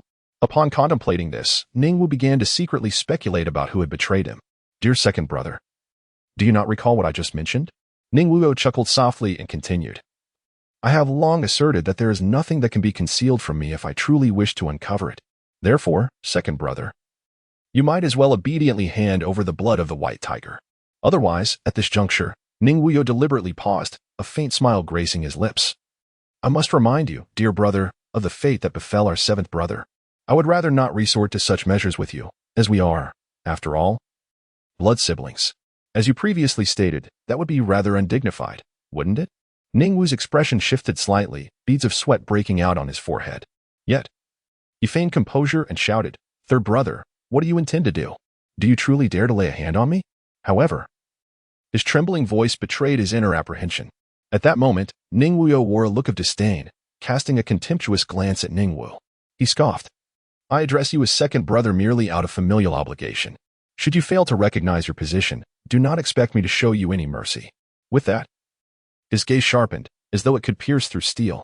Ning Wuyou then took a step forward, exuding a formidable aura as he fixed his gaze on Ning Wu, asking, "So, second brother, do you wish to test whether I dare or not?" No sooner had he spoken than the atmosphere around them thickened with tension, as if a tempest were imminent. Realizing that Ning Wuyou might genuinely take action against him, Ning Wu hesitated to gamble. Losing could condemn him to a fate akin to that of the seventh prince, perpetual insignificance. Left with no choice, Ning Wu slowly retrieved a porcelain vial emanating a faint divine glow from his storage ring. With a gentle touch on the vial, a drop of blood, glowing crimson, soared into the air, swirling gracefully. This drop of blood hovered silently, resembling a resplendent ruby, radiating an unsettling brilliance. Upon closer inspection, the surface of the droplet appeared to be adorned with a layer of enigmatic, ethereal patterns, reminiscent of the most ancient and profound runes in existence. Suddenly, an indescribably potent energy surged forth from the blood droplet, akin to a raging torrent, instantly engulfing the entire space. Accompanying this energy was an overwhelming aura of slaughter. Palpable and chilling, a presence that could freeze the very marrow of one's bones. It roared like a malevolent spirit from the depths of the abyss and resonated with the wrath of ancient war deities, spreading an inexorable will to kill and command throughout the surroundings. Indeed, the blood of the white tiger proved to be enticing. Even I am tempted. Were it not for the allure of the flying immortal pool, I would have coveted it for myself. Ning Wuyou shook his head and, with a casual gesture, returned the white tiger's blood to the vial. After reluctantly relinquishing the precious blood, Ning Wu's face was etched with reluctance and sorrow. Yet he steeled himself to turn and leave. Just as he began to pivot away, a faint voice interrupted, "Are you leaving so soon?" despite its softness. The voice carried an invisible weight that halted Ning Wu in his tracks. Slowly, he turned back to find Ning Wuyou gazing calmly at him, his inscrutable eyes revealing nothing. Ning Wu felt a tightening in his chest, uncertain of the true meaning behind Ning Wuyou's words. Could it be that he harbored other demands? As this thought crossed his mind, Ning Wu's expression darkened, and suppressing the unease within, he mustered the courage to inquire, "Third brother, what more do you desire? I have already given you the blood of the white tiger. What do I desire? Naturally, it is to eliminate you. You hold no value to me any longer." Ning Wuyou replied coldly, a hint of murderous intent flickering in his demeanor. Upon perceiving the palpable threat from Ning Wuyou, Ning Wu broke into a cold sweat, hastily exclaiming, "Third brother, do you not wish to understand why our father and mother have suddenly altered their stance towards you? If you spare my life, I shall divulge all these secrets." As he spoke, he retreated, nearly reaching the edge of the long river, swallowing hard and adding, "Moreover, if you were to kill me, our father and mother would not let you off lightly. They observe everything that transpires here." The onlookers from the outside world, witnessing the events through the celestial eye, began to murmur among themselves, some unconsciously glancing towards the colossal form of the heavenly emperor. Within the secret realm, upon hearing Ning Wu's words, Ning Wuyou slowly shook his head, a faint smile gracing his lips. "You may take your secrets with you to the grave. You have become quite a nuisance to me. As for our father and mother, they no longer hold significance." With that, Ning Wuyou pointed decisively at Ning Wu. Seeing Ning Wuyou employ that earth-shattering technique once more, Ning Wu was instantly struck with terror, crying out, "Father, save me." Just as that lethal finger was about to make contact with his body, an astonishing scene unfolded. A thunderous roar erupted, as if the very secret realm trembled in response. The terrified individuals still within the realm looked up to witness the previously tranquil sky being violently torn apart by an irresistible force, revealing a vast and profound fissure. Soon after, an enormous hand, obscuring the sun and casting an overwhelming shadow, slowly emerged from the rift. This hand exuded a chilling aura, each finger as robust as a towering pillar, with a mysterious glow pulsating from its palm. In a flash, it lunged ferociously towards Ning Wu's position. Under the oppressive weight of terror, Ning Wu found himself utterly incapable of reacting, as he was instantaneously ensnared by the immense hand. As that colossal palm constricted, Ning Wu's form gradually faded from sight, as though he were being transported to an unknown realm. Following the departure of the gigantic hand, the sky of the secret realm began to mend itself slowly. The gaping fissure diminished gradually, ultimately returning to its original state, as if all that had transpired moments ago was merely a fleeting dream. However, everyone present was acutely aware that the scene they had just witnessed was no illusion, but rather an undeniable reality that had indeed occurred. As the enormous palm appeared, Ning Wuyou ceased his movements, fully aware that it was the intervention of his imperial father. He slowly lifted his gaze towards the direction where the colossal hand had vanished and remarked with a hint of irony, "It appears you truly are biased." In the outside world, the clansmen who had witnessed this series of events fell silent, exchanging cautious whispers among themselves. They lowered their voices, fearful that their words might summon unforeseen calamity, yet unable to suppress their astonishment and emotions. At that moment, one clansman murmured, "It seems the second prince has indeed won the favor of His Majesty the Celestial Emperor, even receiving the priceless last drop of the white tiger's essence, allowing him to enter the immortal pool and undergo a transformation." However, the second prince's fortunes were also quite dire. Not only had the white tiger's essence been seized by the third prince, but he had nearly lost his life at the hands of the third prince. Had it not been for the Celestial Emperor's unparalleled might tearing through the secret realm to rescue him, the second prince would likely have met a fate akin to that of the seventh prince, rendered utterly powerless. Another clansman joined the hushed discussion, their voices dripping with sympathy for the seventh prince. "Indeed, our emperor appears to show clear favoritism. In stark contrast, the seventh prince has suffered greatly. Even when he was rendered powerless, the Celestial Emperor did not intervene," lamented one of the whispering clansmen. "Have you lost your mind? How dare you so recklessly speak of His Majesty? If you wish to perish, do not drag us along with you. Quickly, step aside to meet your end, lest you involve us all." At this sharp rebuke, the crowd dispersed as if fleeing a plague, hastily distancing themselves from the one who had dared to comment on the emperor. In the blink of an eye, that individual found himself surrounded by an eerie void, a desolate space devoid of company. At that moment, the speaker felt a chill surge through his spine, engulfing his entire being in terror as he surveyed the fearful faces around him. Regret washed over him, and beads of sweat cascaded down his forehead, quickly soaking his back, rendering him a pitiful sight as if he had just emerged from the depths of water.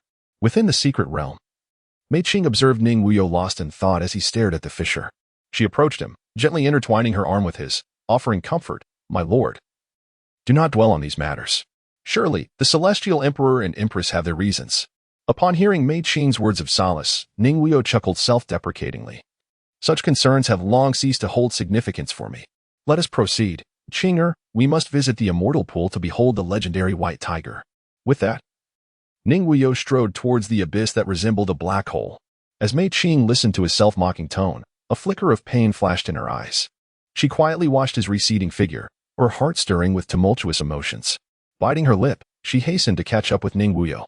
As they drew closer to the black hole, a powerful force of attraction emanated from within, as if it sought to swallow everything whole. Mei Qing felt a pang of anxiety, yet upon seeing Ning Wuyou vanish into the darkness, she summoned her courage and pressed onward. Together, they stepped into the boundless abyss. Just after Ning Wuyou and Mei Qing entered the chasm-like black hole, those watching from outside the secret realm lost sight of them. Why can't we see the third prince and the others? A clansman, who had been intently observing Ning Wuyou's movements, questioned. Bewilderment etched on the faces of the surrounding clansmen. Hearing this, an elder clansman stepped forth to explain, the immortal pool lies beyond the gaze of the celestial mirror. Why is that? The crowd inquired. Confusion evident in their expressions. The elder, pleased to be the center of attention, signaled for silence and continued, long ago, our clan's great emperor made an agreement with the white tiger divine beast, requiring the beast to guard the immortal pool for 100,000 years before being granted freedom. To prevent outsiders from casually peering into the location of the immortal pool, the emperor established a barrier. Thus, even treasures like the celestial mirror, capable of reflecting the heavens, cannot glimpse into the immortal pool. As the elder divulged this secret, the clansmen, already filled with reverence for their legendary emperor, felt their admiration deepen. Marveling at the emperor's might, time lost its meaning as they traversed the unfathomable darkness of the black hole. Just as Mei Qing began to feel anxious and ready to inquire about Ning Wuyou, a faint glimmer of light appeared ahead. Instantly, Ning Wuyou summoned his divine fire clone. Vanishing from their location, the two figures streaked through the dark expanse like lightning, and in an instant, they found themselves within a vast cavern. Upon entering this mysterious cave, a rich essence of heaven and earth surged towards them like a roaring tide. However, to their surprise, aside from the omnipresent and nearly liquid-like essence surrounding them, they beheld only a tranquil pool of water, as still as a mirror. The pool, neither too large nor too small, occupied the central position of the cave. Seemingly the heart of the subterranean realm, the water shimmered in an extraordinary golden hue, vibrant and captivating, resembling molten gold slowly coalescing. They noticed that the golden liquid appeared to swirl around a hexagram design, continuously radiating dazzling light, so resplendent that it nearly blinded them. My lord, look at that golden pool ahead. It must be the fabled immortal pool, Mei Qing exclaimed, her voice quivering with excitement as she pointed towards it. Unable to contain her exhilaration, Ning Wuyou followed the direction pointed out by Mei Qing, nodding slightly and responding with a gentle smile. Indeed, judging by the surrounding environment and the abundant essence of heaven and earth, it perfectly aligns with the characteristics of the legendary flying immortal pool documented in our clan's texts. This must undoubtedly be the fabled flying immortal pool. However, as their gazes swept across the area, they found no trace of the legendary white tiger. A frown creased Ning Wuyou's brow, a hint of perplexity lingering in his heart as he murmured softly, strange, according to the texts. The white tiger was supposed to guard this place as per our original agreement. But where, I wonder, has it concealed itself? Hearing her master's uncertainty, Mei Qing brushed aside her flowing hair with a smile, saying, Young master, since the white tiger is not present, we can conveniently save a drop of its precious blood. Ning Wuyou shook his head. It is not so simple. As the two conversed, a thunderous roar echoed from an unknown source, reverberating throughout the vast cavern. It seemed as if the entire expanse of the cave was engulfed by this sound. Those with insufficient mental fortitude might find their internal organs shaken by the force of the roar. Fortunately, both Ning Wuyou and Mei Qing possessed considerable cultivation, otherwise they would have suffered grave injuries. White Tiger, do you not intend to come forth and meet this palace? Ning Wuyou turned to gaze at a dark wall of the cave. Humph, you little creature speak quite boldly. You are the first to dare to refer to yourself as this palace in my presence. Even your ancestral Ning would not have the audacity to address me so. The same thunderous voice emanated from the direction Ning Wuyou was looking, revealing that it belonged to the legendary White Tiger, one of the 4 divine beasts renowned for its prowess in battle. Merely a caged beast, and yet you presume to bark, Ning Wuyou waved his sleeve dismissively. Upon hearing such humiliating words, The white tiger roared in fury. "Ah, you dare to insult me, young one? Do you believe I would not devour you? Devour me? Ha! If you possess such capability, then come forth, but do not keep me waiting," Ning Wuyou mocked. Appearing utterly unfazed by the once mighty white tiger that had roamed the celestial realm 100 millennia ago, just as Ning Wuyou's words fell, the cave was suddenly engulfed by a series of thunderous roars from the white tiger. The sound was akin to a thunderclap, reminiscent of a stampede, imbued with overwhelming pressure and ferocity, as if it sought to rend the very fabric of the world asunder. Each roar struck like a hammer against the hearts of Ning Wuyou and Mei Qing, instilling trepidation and dread, accompanied by the white tiger's spine-chilling roar. The entire cavern began to tremble violently. The walls quaked precariously, stones periodically plummeting from above, kicking up clouds of dust. The ground beneath them felt as though it had lost its foundation, swaying incessantly and making it nearly impossible to stand. Mei Qing, standing to the side, turned as pale as paper, her head buzzing, and the world around her blurred. The white tiger's roar struck her spirit like an invisible hammer, leaving her dizzy and unsteady. Just as she was on the brink of collapsing, Ning Wuyou acted swiftly, extending his finger to gently touch her forehead. In an instant, a refreshing sensation flowed from Ning Wuyou's fingertip into Mei Qing's being, like a clear spring nourishing parched earth, soothing her terrified spirit. Her nearly shattered consciousness gradually regained clarity, and her body found its equilibrium once more, allowing her to stand firmly and evade the potential injuries from a fall. Witnessing this young one not only remain unscathed but also assist another in stabilizing their spirit, the white tiger felt a flicker of surprise within. Despite being trapped for 100 millennia and significantly diminished in power, he never expected that a mere youth of around 20 could withstand such a roar, which was imbued with a soul attack. Could it be that this youth's spirit had ascended to the supreme realm? Impossible. How could that be? Ning Wuyou's soul had not yet transcended to the supreme realm. However, the white tiger divine beast could never have anticipated that Ning Wuyou possessed the Hongming purple chi pearl, a treasure capable of nurturing the soul within its depths. Thus, the white tiger's soul attacks proved utterly futile against Ning Wuyou. After a moment of contemplation, realizing that it had no leverage against Ning Wuyou, the white tiger assumed a faade of authority and declared, "Young one, what you have just experienced was merely a trifling punishment from me. Now, relinquish your blood, and you may enter the immortal pool for 3 hours at your discretion." Despite the previous formidable and earth-shattering assault of its soul, it had failed to inflict even the slightest harm upon Ning Wuyou. Presently, it found itself ensnared, firmly trapped in this place. Yet, as a proud divine beast, it was imperative to uphold its innate dignity and fierceness at all times. The pride and nobility inherent in its bloodline could not be diminished or desecrated in the slightest. "Oh, is that so? Weren't you just eager to devour me? I am still waiting, so do hurry," Ning Wuyou remarked, a slight smirk gracing his lips as he gazed at the dark wall. Observing that he had offered a way out, the white tiger was incensed to the point of contemplating self-destruction to take Ning Wuyou down with it, its teeth grinding audibly. Nevertheless, it maintained its divine beast's dignity and solemnly insisted, "I have already given you a minor reprimand. Out of respect for your ancestors, I shall not hold this against you. Quickly surrender your blood, and you may enter the immortal pool." "Ah, what is this? You have been confined here by your ancestors for 100,000 years, and now you feel a sense of loyalty towards them? Was it not your own clan's ancestors who trapped you here? And yet you speak of honoring them." Ning Wuyou feigned astonishment, laced with sarcasm. You. The white tiger's eyes widened in fury, repeating the word "you" thrice, its voice resonating as though it could shatter the surrounding air. In a hidden corner, unseen by outsiders, its massive form quivered with rage, each strand of its white fur standing on end like steel needles. Clearly, Ning Wuyou's words had thoroughly provoked this fierce beast. At that moment, the white tiger was consumed with boundless wrath and resentment. Had it not been for some powerful force binding it, it would have long since pounced on Ning Wuyou and torn him to shreds. Yet, the harsh reality was that despite its overwhelming strength, it was confined here, helplessly watching as Ning Wuyou dared to provoke it. If there ever came a day when it could successfully extricate itself and regain its freedom, the white tiger silently vowed to exact a dreadful price from Ning Wuyou. At that time, even if it were to flay him 1,000 times over, the deep-seated hatred within its heart would remain unquenched. "Enough of your incessant you. Let us get to the point. I have no time to waste with you," Ning Wuyou interjected, his brow furrowing in evident impatience. No sooner had he spoken than the white tiger trembled with fury, muttering incessantly, "You insolent wretch! How dare you speak to me in such a manner? This is an intolerable affront. Once I am free, I shall ensure your body is shattered into 1,000 pieces, your bones scattered to the winds, leaving you to suffer a fate worse than death." At this moment, the white tiger was utterly incensed, its emotions teetering on the brink of madness. Meanwhile, Mei Qing, who had been quietly observing the entire exchange, could not suppress a soft laugh. In her heart, she mused, "Oh, how utterly amusing. This is one of the 4 great divine beasts, the white tiger. Who would have thought that mere words from my master could incite such fury? I wonder how much longer it will continue like this before truly losing its mind and becoming a foolish simpleton."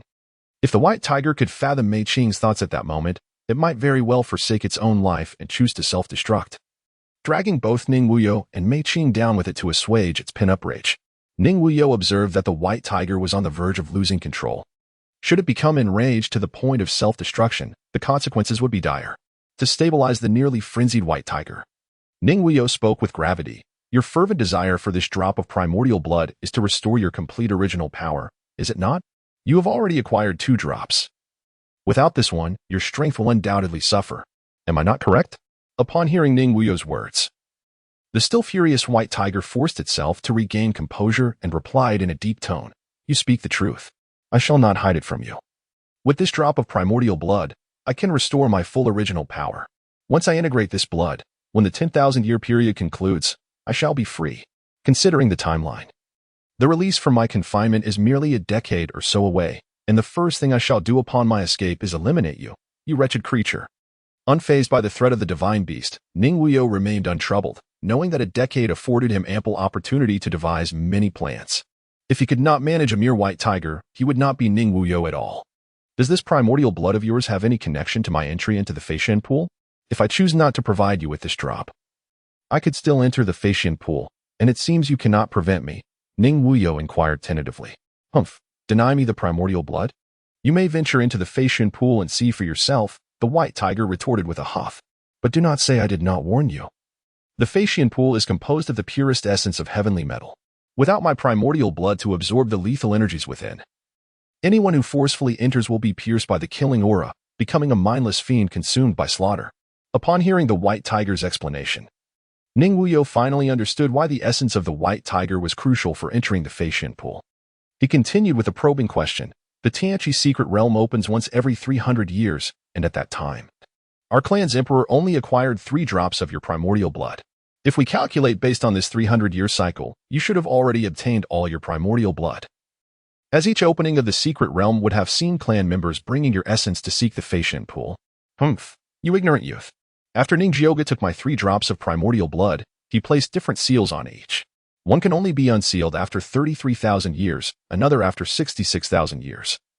And the final drop, which you possess, can only be unsealed after 99,000 years," the white tiger fumed. From this explanation, Ning Wuyou gleaned why only 2 of the 3 drops had been utilized thus far. It seemed the emperor had meticulously calculated the timing. The confinement of the white tiger within its vessel was set for 100,000 years. Had the white tiger obtained all its primordial blood prematurely, the consequences of a potential escape would have been catastrophic. It was evident that the emperor had considered the long-term implications. Ning Wuyou also learned the name of the clan's emperor, Ning Jioga. "What then is my course of action to utilize this primordial blood to neutralize the killing aura of heavenly metal within the Feishan pool?" Ning Wuyou inquired, his brow furrowed in contemplation.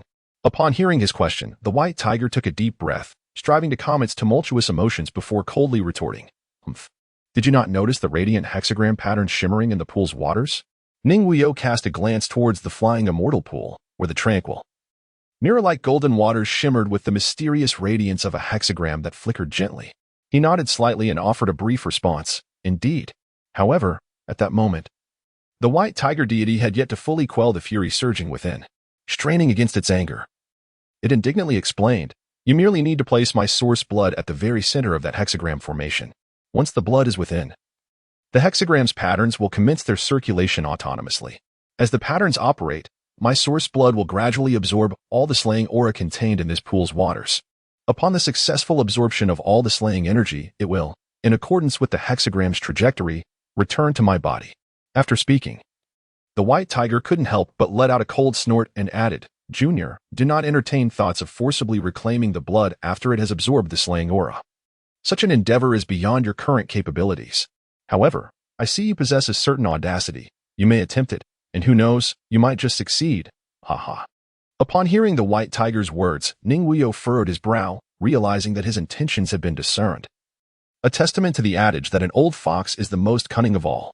Indeed, those who have lived long are wise, their very demeanor often betraying their shrewdness. Ning Wuyou squinted at the white tiger's confinement and murmured softly, "Aha, Junior, you are quite cautious. Most would likely falter under such temptation. For not only would they gain my source blood, but also the fortuity of the flying immortal pool. Why would one not seize such an opportunity? Perhaps I am truly deceiving you. Feel free to test it," the white tiger exclaimed with laughter. "I have no habit of wagering my life." Ning Wuyou waved his sleeve and said, "I have another question for you. After your primordial blood has absorbed the lethal aura of the gung metal in the Feishan pool, will it reemerge after a certain period?" "Indeed, you are quite astute," replied the white tiger. "No matter the method used to eliminate the lethal aura from the Feishan pool, it will inevitably return to saturate the pool once more after 3 hours.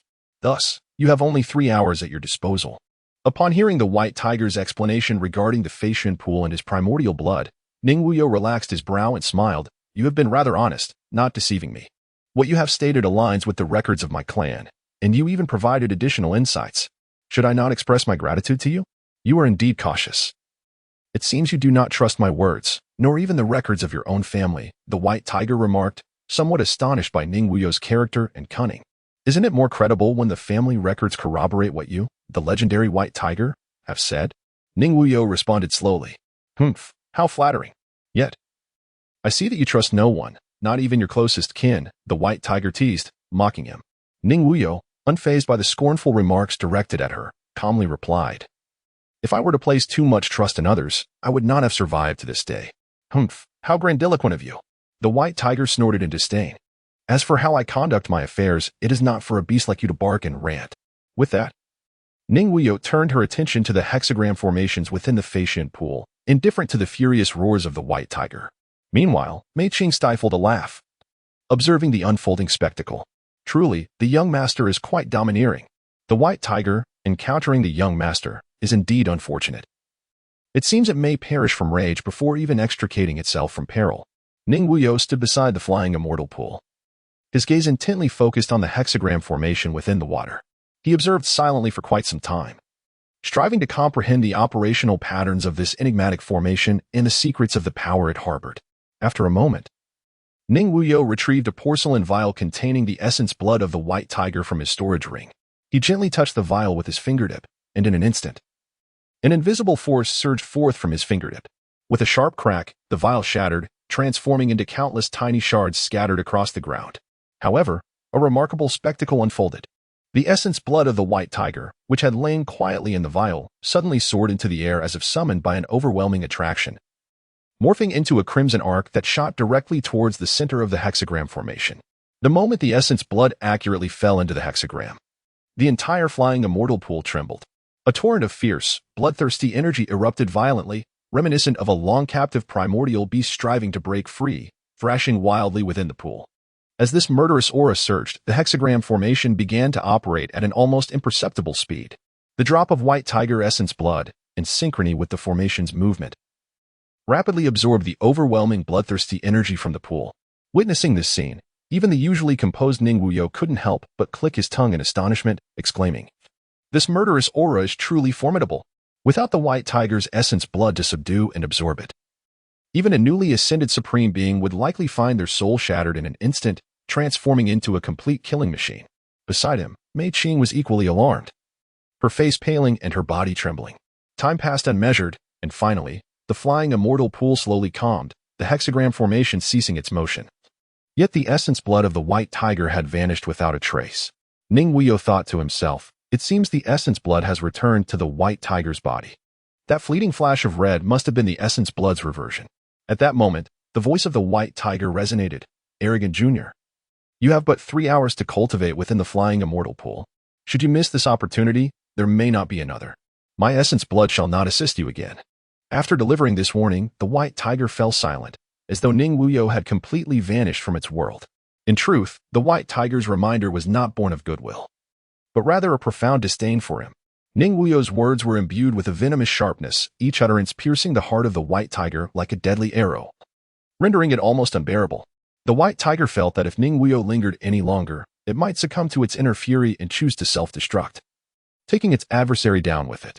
This notion, once conceived, spread through the white tiger's heart like rampant weeds. Yet, reason ultimately triumphed over impulse. The white tiger understood that this was not the moment to clash with Ning Wuyou. It could only suppress the flames of anger within. Silently praying for Ning Wuyou to swiftly attain the blessings of the flying immortal pool and depart from this place. Once Ning Wuyou was gone, the white tiger could devote itself to devising an escape from its predicament. At that juncture, it would exact its vengeance, ensuring that this loathsome creature met a gruesome end to alleviate its pin-up wrath. Ning Wuyou, seemingly oblivious to the white tiger's feigned benevolence, proceeded with his customary caution. Every action he undertook was the result of prolonged contemplation, ensuring that it was meticulously planned before execution. At that moment, upon discerning the absence of any malevolent aura in the flying immortal pool, his heart found solace. Gradually, he turned to face the graceful Mei Qing behind him and softly spoke. "Qing'er, this place is an exquisite sanctuary for cultivation, rich with the essence of heaven and earth. Such abundance is rare to encounter in the outside world. Therefore, you may rest assured and cultivate here diligently." Mei Qing, upon hearing his words, nodded obediently and replied, "Qing'er shall heed the young master's instructions and cultivate well while awaiting your return." With that, she bestowed upon him a radiant smile, as enchanting as the blossoms of spring. Seeing that everything was in order, Ning Wuyou hesitated no longer. With a swift motion, he plunged directly into the flying immortal pool. The moment he entered, the previously tranquil waters erupted as if awakened, emitting a gentle humming sound. Immediately, the mysterious six-pointed star formation surrounding the pool began to spin at an astonishing pace, radiating brilliant light that illuminated the entire flying immortal pool as brightly as day. As Ning Wuyou stepped into the Feishan pool, an overwhelming and potent essence, exuding both the utmost yang and rigidity, surged into his being like a torrent breaking free from a dam. This essence was as fervent as fire, seemingly intent on engulfing him entirely in flames.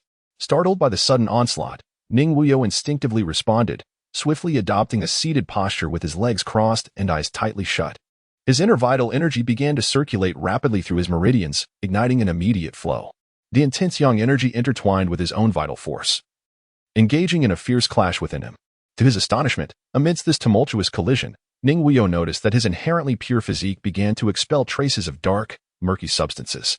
His vital energy commenced a cyclical flow within his body, synchronized with the relentless yang essence. In that moment of contact, he found himself relinquishing control over his physical form, helplessly witnessing the unfolding events. For the very first time in his life, he sensed that circumstances were beyond his grasp, a disconcerting realization that unsettled him profoundly. As the dark substances continued to expel from his body, time passed inexorably. Remarkably, the very form that had been shrouded in those dark remnants began to shimmer with resplendent divine light. This radiant glow dazzled like a sun suspended in the heavens, illuminating the entire Feishan pool with its brilliance. Even Mei Qing, who was meditating nearby, was stirred from her trance by this spectacle, her gaze drawn toward the center of the pool.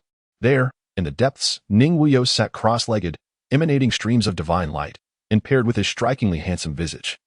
He captivated Mei Qing, leaving her entranced. At the moment when the last vestiges of dark matter completely departed from Ning Wuyou's body, an inexplicable sensation surged within him, and his previously ungovernable body regained its control in an instant. With the reins of his physicality restored, Ning Wuyou wasted no time. He promptly closed his eyes again, focusing his mind inward to examine his being. To his astonishment, he discovered that after the baptism in the Feishan pool, he felt as though he had been reborn. His already formidable physique had become unyielding, with each muscle and bone glimmering with a crystalline radiance, imbued with boundless strength. Moreover, his spirit had also undergone a significant enhancement, akin to a brilliant sun suspended in his consciousness, radiating an awe-inspiring pressure. "Incredible!" Ning Wuyou murmured to himself, marveling that the Feishan pool had allowed him to undergo a second metamorphosis, achieving a state of perfect harmony between body and spirit. This sensation transcended mere transformation. It felt as though the very essence of his life had reached a qualitative elevation. At this moment, Ning Wuyou could distinctly sense the surging energy flowing within him, nourishing every limb and sinew. He perceived that his speed, strength, and reflexes had undergone a transformative change, elevating him to new heights. After undergoing the purifying embrace of the ethereal essence within the celestial pool, Ning Wuyou emerged even more flawless than before he first entered that mysterious sanctuary. His skin, visage, and demeanor exhibited no trace of imperfection, however minute. Were an unfamiliar outsider to behold Ning Wuyou at that moment, They would undoubtedly be awestruck by the extraordinary aura he emanated.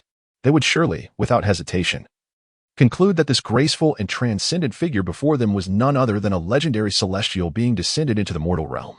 After experiencing the profound transformation brought about by the cleansing of his marrow, Ning Wuyou instinctively waved his arm lightly. Feeling the surge of newfound power coursing through his muscles and bones, he pondered to himself, although my cultivation has not made any substantial breakthroughs, the sheer strength of my newly forged body should be more than sufficient to easily suppress a being at the Divine King level. No longer will I need to expend tremendous effort, as I did against Ning Wu's followers, to unleash divine abilities like the Celestial Finger to vanquish them. At this very moment, I am utterly eager to step outside and seek a worthy opponent among the Divine Kings to test whether my physical prowess could indeed shatter them with a single punch. With this thought, a glimmer of excitement and combativeness sparked in Ning Wuyou's eyes, as he reveled in the extraordinary sensations brought about by his physical transformation. A deep sense of shock and reflection welled up within him. He finally comprehended why even the exalted and formidable emperors held the mysterious flying immortal pool in such high regard. At this juncture, Ning Wuyou felt as though every cell in his body was being nourished by a powerful yet gentle force, rendering his already impeccable physique even more indomitable. Brimming with boundless energy, this strength was not merely superficial. It had deeply permeated his very marrow, affecting a profound metamorphosis from within. Moreover, as time passed, Ning Wuyou discovered that his perception of the surrounding environment had grown increasingly acute. Even the softest whisper of a breeze against his skin or the delicate descent of a falling leaf was detectable, allowing him to appreciate the subtle changes around him and further recognize the wondrous nature of the flying immortal pool. At the edge of the pool, Mei Qing remained entranced by Ning Wuyou, her bright eyes shimmering like stars, unwilling to divert her gaze from his figure. Meanwhile, the once dazzling golden waters of the pool had transformed into a crystal-clear reflection, mirroring everything around it. Suddenly, Ning Wuyou's figure flickered as he leapt from the flying immortal pool like a bolt of lightning, landing gracefully beside Mei Qing in an instant. This unexpected movement startled Mei Qing, who was lost in her daydreams, prompting an involuntary scream as she quivered. Once she regained her composure, Mei Qing gazed at Ning Wuyou with astonishment, stammering, "Young master, your transformation is truly remarkable." Amused by Mei Qing's exaggerated expression, Ning Wuyou chuckled, gently teasing her by brushing his fingers against her petite, delicate nose, the corners of his mouth lifting into a tender smile. "What? Is it that I have changed so drastically?" Mei Qing, flustered, quickly shook her head and waved her hands, eagerly explaining, No. Your appearance remains as striking as ever. Just as it was before. It's just that I cannot quite articulate it. There is an indescribable aura about you now that makes you even more captivating." As she spoke, a faint blush crept onto her cheeks, resembling a ripe apple in its charm. In response to Mei Qing's words, Ning Wuyou merely shook his head lightly, a subtle smile gracing his lips as he replied softly, "I have just undergone a transformative experience in the flying immortal pool. It is only natural for such a significant change to occur." Mei Qing's eyes widened in surprise at his revelation, her cherry lips parting slightly as she exclaimed, "Oh, so that's it. No wonder you seem so different now. Not only is your aura more extraordinary, but your countenance appears as if sculpted with meticulous care, making you even more enchanting." As she spoke, her cheeks flushed with warmth, and she lowered her gaze shyly. At that moment, the furious roar of the white tiger echoed from afar. "Ignorant child, having obtained such immense fortune from the flying immortal pool, why do you not take your leave promptly? Do not linger here." Clearly, the white tiger was deeply agitated, wishing fervently for Ning Wuyou to vanish from its sight immediately, unwilling to tolerate even a moment's delay. However, Ning Wuyou was unperturbed by the white tiger's vehement insistence. Instead, a playful smile graced his lips as he retorted, "If you would graciously bestow upon me a few drops of your invaluable white tiger essence blood, I would undoubtedly depart without hesitation, without so much as a moment's delay. Surely, this request is not unreasonable." With that, Ning Wuyou crossed his arms and regarded the direction of the white tiger with a nonchalant demeanor. As expected, the moment his words fell, a thunderous roar erupted, reverberating through the cavern like a clap of thunder, causing the surrounding stone walls to tremble. "Impudent fool! Insolent wretch! Begone! Flee as far as you can. Cease this reckless chatter, or else what? Do enlighten me." Ning Wuyou interjected, a teasing glint in his eyes, his smile lingering as he regarded the white tiger with feigned innocence. In the eyes of Ning Wuyou, there flickered a hint of mischievous provocation, as if to intentionally incite the ire of his opponent. Upon hearing Ning Wuyou's words, The white tiger trembled with rage, a fierce fire igniting within its heart. It could scarcely believe the audacity of this junior, who displayed such arrogance and disdain. At that moment, even the white tiger began to question its own sanity. The instant Ning Wuyou's words left his lips, an uncontrollable fury surged within, nearly overwhelming its restraint, compelling it to resort to self-destruction as a means of venting its pent-up wrath. Observing the white tiger rendered speechless by its own fury, Ning Wuyou understood the necessity of moderation. Should the divine beast truly succumb to madness, it would spell disaster. With a calm smile, Ning Wuyou remarked, "Enough. I was merely jesting. Now, I must take my leave. Will you not emerge from the shadows to allow me a glimpse of your majestic form, a white tiger?" "Humph.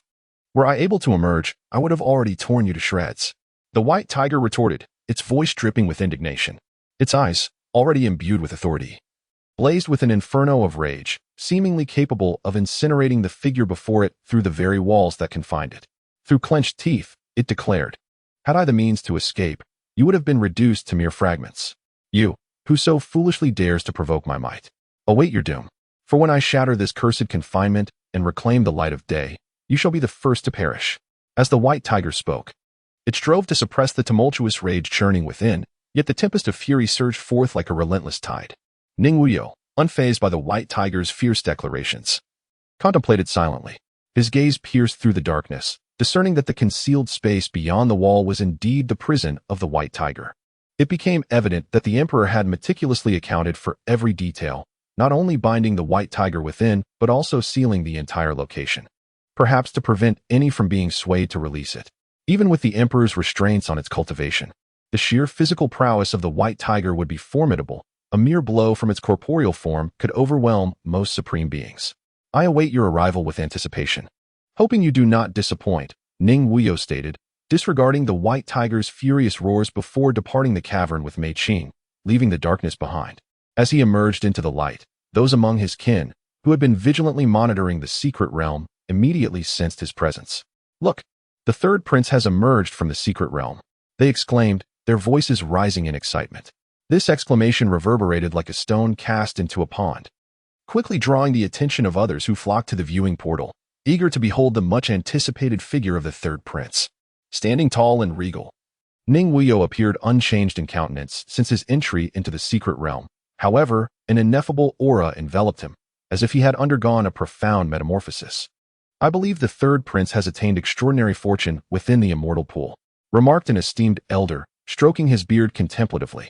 His words served as a calming anchor amidst the murmurs of the crowd, prompting many to nod in agreement, as they too sensed the unmistakable transformation in Ning Wuyou. Yet, amidst the awe of his kin, a pair of venomous eyes lurked in the shadows, fixated on Ning Wuyou with a seething hatred. "Wait, third prince. The humiliation you have bestowed upon me shall be repaid tenfold. The moment you step out of the secret realm will mark your demise." This figure was none other than Ning Wuyou, the one rescued by the emperor from the grasp of the secret realm. The memory of nearly being slain by Ning Wuyou ignited a fury within him that was difficult to contain.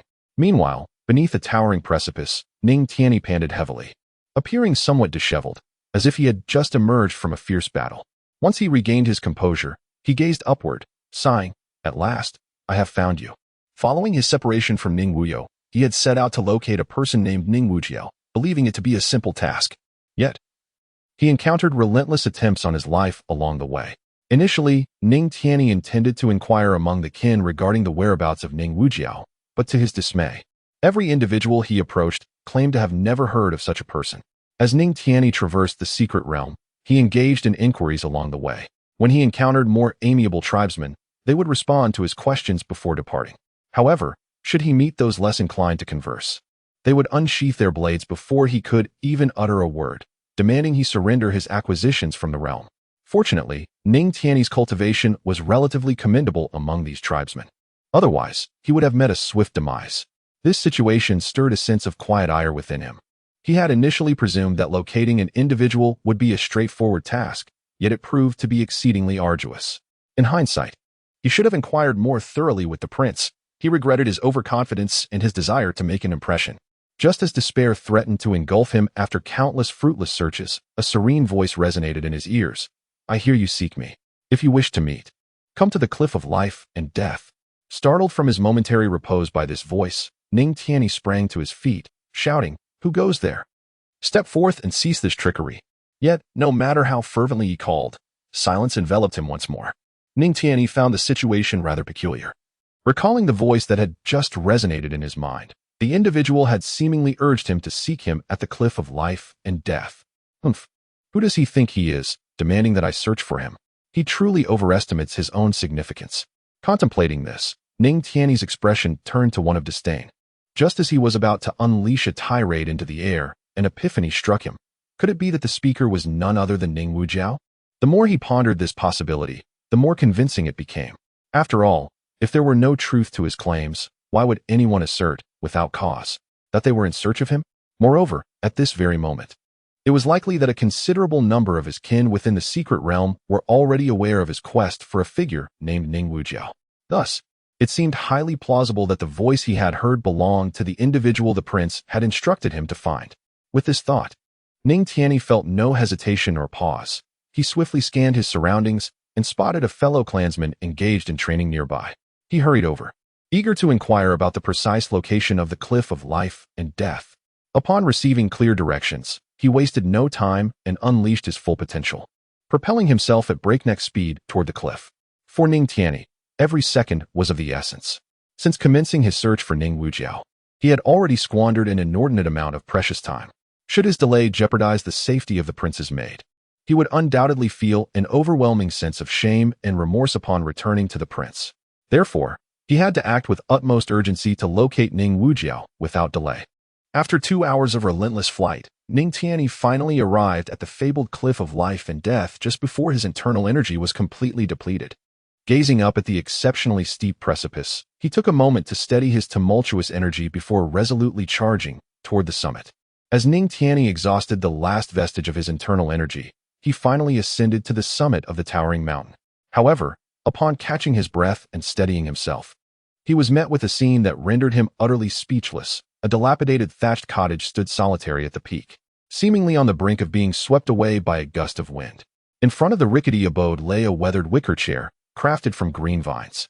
At that moment, an elderly man, well past his 60th year, with a face etched in deep wrinkles, sat quietly in the chair, his eyes closed as if indulging in a serene slumber.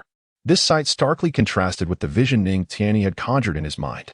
For a moment, he began to doubt whether he truly had been lured to this desolate place, as others had claimed. Alas, having gone to such lengths to arrive here, he could not simply turn back empty-handed. It was prudent to inquire about the situation first. Resolving this in his mind, Ning Tianyi took a deep breath to calm his spirit, then strode purposefully towards the resting elder. Just as he approached within 2 or 3 meters of the old man, the latter abruptly opened his eyes without warning. Those eyes blazed like twin bolts of lightning, piercing directly into Ning Tianyi's advancing figure. In an instant, Ning Tianyi felt as though an unseen force had anchored him in place, rendering him immobile. A wave of unprecedented fear and reverence surged within him, and he involuntarily exclaimed, "A formidable master." As Ning Tianyi felt the pressure from the elder's imposing aura cause his veins to bulge and his body to tremble, the overwhelming force suddenly receded like a tide, allowing him to exhale in relief as he gasped for breath. Once he regained a semblance of strength, he gradually lifted his head and gazed in the direction of the elder. To his astonishment, he found that the old man's demeanor was strikingly similar to what he had witnessed upon his arrival at the mountain's peak. The elder lay comfortably in the ancient wicker chair, his eyes once again closed in peaceful repose.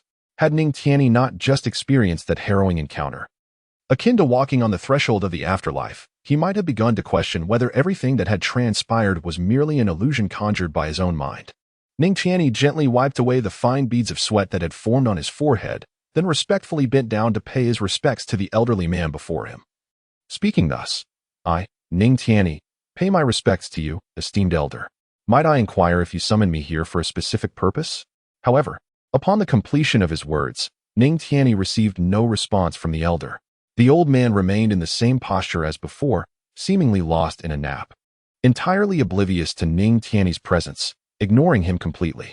After a considerable amount of time had passed in this manner, Ning Tianyi, who had been standing with his head bowed in deference, began to feel the weight of the silence and resolved to inquire once more of this enigmatic elder. Just then, a soft, ethereal voice suddenly reached his ears.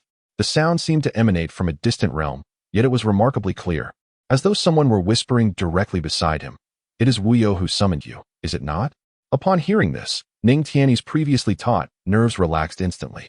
The elder's unabashed mention of the third prince's name sent a jolt through him.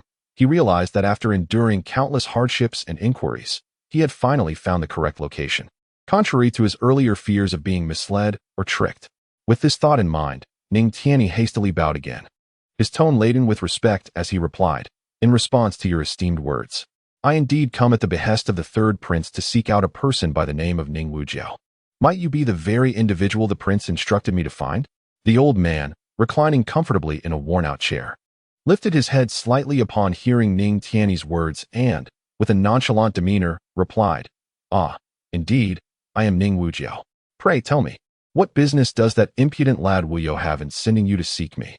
Upon encountering the venerable elder before him, Ning Tiany was overcome with uncontainable joy, realizing that he was indeed facing Ning Wuyou himself.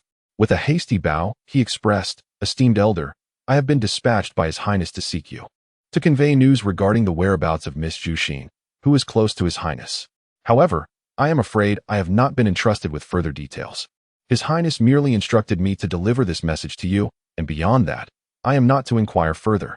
Enough, I am already aware. Depart. Do not disturb my rest any longer." As the words left his lips, Ning Wuyou reclined languidly upon a chair woven from blue vines. With a hand that appeared withered yet brimming with latent strength, he waved gently. In an instant, an astonishing spectacle unfolded. Ning Tiany vanished as swiftly as a flash of lightning, leaving no trace behind. Before he could even comprehend what had transpired, he found himself standing at the foot of the mountain where he had begun his ascent. This abrupt turn of events left Ning Tiany utterly astounded, his shock palpable.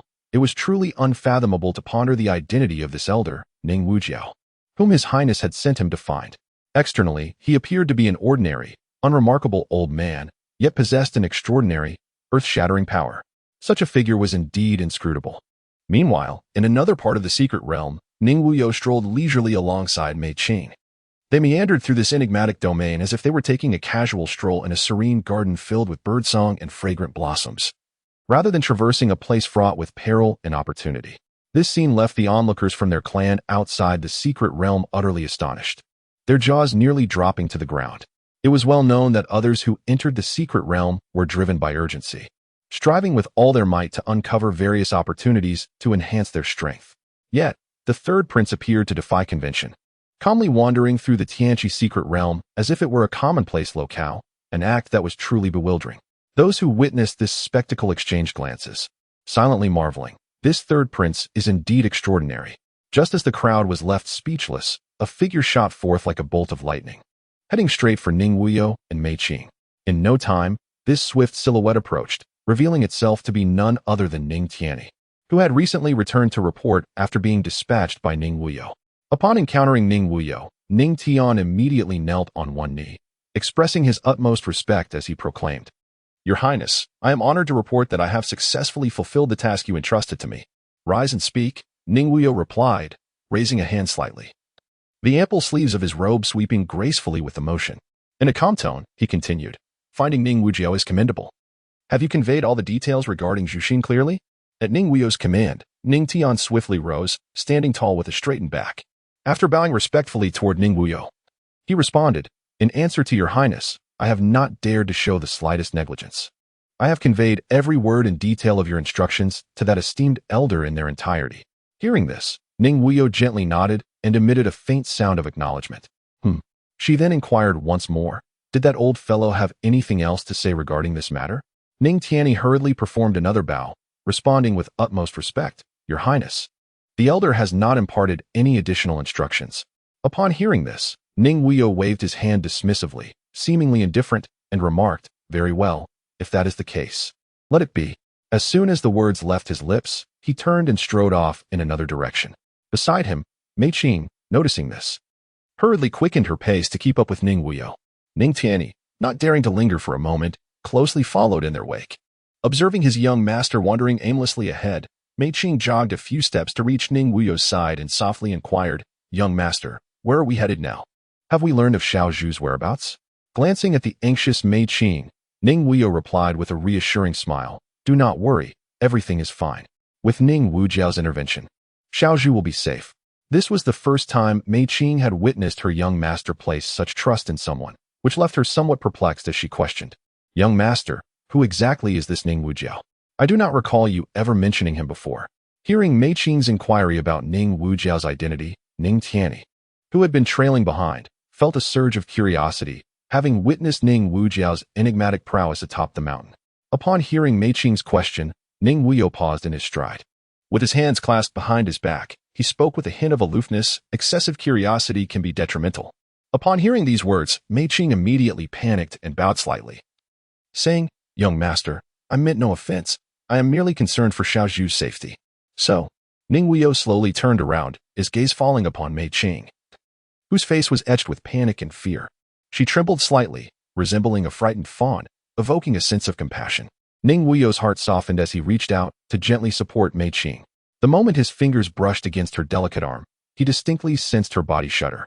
A frown creased Ning Wuyou's brow as he looked down at Mei Qing's face, pale as parchment. In that moment, her beautiful eyes were filled with terror, and tears brimmed at the edges, as if they were poised to spill over at any moment. Ning Wuyou let out a soft sigh and, with a nonchalant tone, gently reassured Mei Qing, "It's nothing." These two simple words, though brief, failed to entirely dispel the fear lurking within Mei Qing's heart. Nevertheless, she mustered her emotions and nodded in acknowledgement. Once she had calmed Mei Qing, Ning Wuyou turned away with an impassive expression and strode towards Ning Tianyi. Upon noticing the third prince approaching him, Ning Tianyi felt a tightening in his chest, beads of perspiration forming on his forehead. He dared not show any sign of negligence and promptly knelt on one knee, lowering his head in utmost respect, and said, "Your Highness, I was momentarily foolish and harbored inappropriate thoughts. I beseech your Highness for forgiveness. I shall certainly remember this lesson and vow never to err again." As soon as his words fell, Ning Tianyi pressed his forehead even lower, nearly touching the ground.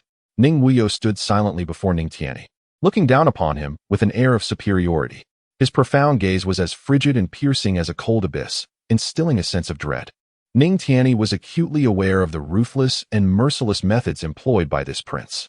Should this incident sow seeds of suspicion in the prince's mind, he feared that only a dead end awaited him. Contemplating this, Ning Tianyi's body involuntarily began to tremble. Ning Wuyou slightly narrowed his eyes, his gaze akin to two piercing shafts of icy light, fixated intently on Ning Tianyi, who knelt before him, showing no inclination to allow him to rise. At that moment, he resembled a silent mountain, enigmatic and inscrutable, leaving one to ponder the depths of his contemplation. Meanwhile, the unfortunate Ning Tianyi was utterly terrified, his complexion ashen, beads of sweat the size of peas cascading down his forehead, while his back was already drenched in perspiration. In the span of mere breaths, what felt to him like an interminably protracted ordeal seemed to stretch across the years. Ning Wuyou stood silently before him. Yet the seemingly tranquil posture exuded an oppressive aura that far surpassed the shock and pressure he had experienced on the mountaintop at the hands of Ning Wujiao. The terrifying authority emanating from him was enough to instill a deep-seated fear, leaving one breathless. Just as Ning Tianyi felt his heart pounding and feared he might not endure much longer, Ning Wuyou finally spoke. His tone laced with extreme indifference. "Some knowledge is of no benefit to you. Curiosity is a natural human trait, and I can certainly comprehend it. However, should that curiosity spiral out of control, the consequences may prove unpleasant. Do you grasp this principle?" As Ning Wuyou's words reached Ning Tianyi's ears, the weight that had been pressing upon his heart fell away like a heavy stone. At that moment, he exhaled deeply, feeling as if his entire being had suddenly become light. He realized with clarity that his life had been spared. Ning Tianyi released a long, pent-up breath, then hurriedly and respectfully replied, "I understand, and there shall be no next time. Should there truly be a next time? I shall take my own life before the throne as an act of contrition." His tone was imbued with sincerity and resolve.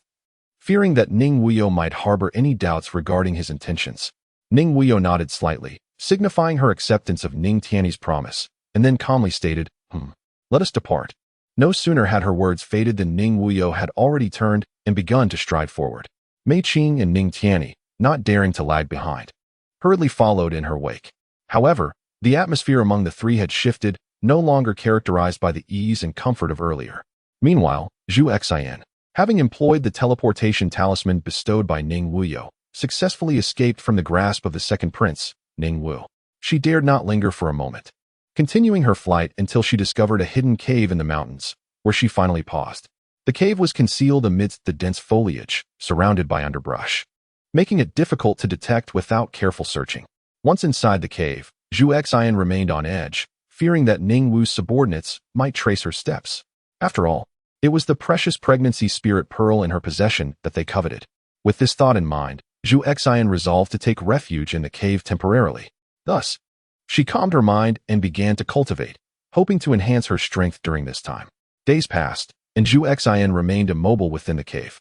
As the closure of the secret realm drew ever closer, her apprehension only intensified. Finally, after she had spent over half a month in the cave honing her skills, a languid voice suddenly echoed from outside. "Miss Zhu Xian, you may come out now. It is safe." Upon hearing this voice, Zhu Xian, previously immersed in her cultivation, abruptly opened her eyes, her gaze piercing like twin bolts of lightning toward the cave entrance. There, leaning lazily against the wall, stood a man clad in blue robes. With sword-like brows and starry eyes, a subtle smile graced his lips, giving him an air of nonchalance.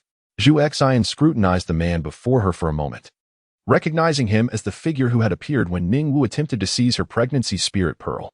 "How did you find me?" Zhu Xian inquired coolly, her vigilance evident in her demeanor. The man in blue did not respond directly to her question, but instead glanced at her within the cave, saying, "You can rest assured and leave. I believe the second prince will no longer have the opportunity to trouble you, in this secret realm, to be precise." With that, he turned to depart. Seeing the blue-robed man preparing to leave, Zhu Xian furrowed her brow in confusion. Was he merely here to inform her of her newfound safety? Shaking her head in disbelief, she asked, "So, you came here just for this?" The blue-robed man, about to take his leave, turned back with a languid shrug, saying, "What else would you expect? Do you think I have ulterior motives?" He added, "And I am not that person. My name is Ning Wuyou." "Very well, Ning Wuyou. What do you mean by saying that the second prince can no longer trouble me?" Zhu Xian inquired, her confusion deepening. Ning Wuyou glanced at Zhu Xian and, touching the jade pendant at her waist, remarked with a smile, "You understand the literal meaning, do you not? I am inquiring about the specific reason." Zhu Xian, with a face full of discontent, replied coldly, "Oh, is that so? Very well, I shall extend a gesture of kindness and enlighten you." Observing Ning Wuyu's carefree demeanor, Zhu Xian felt an overwhelming urge to pierce her with a sword.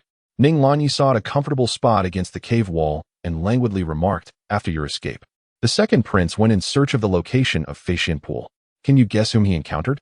Ning Wuyou, with a playful air, teased as she gazed at Zhu Xian, "Come now?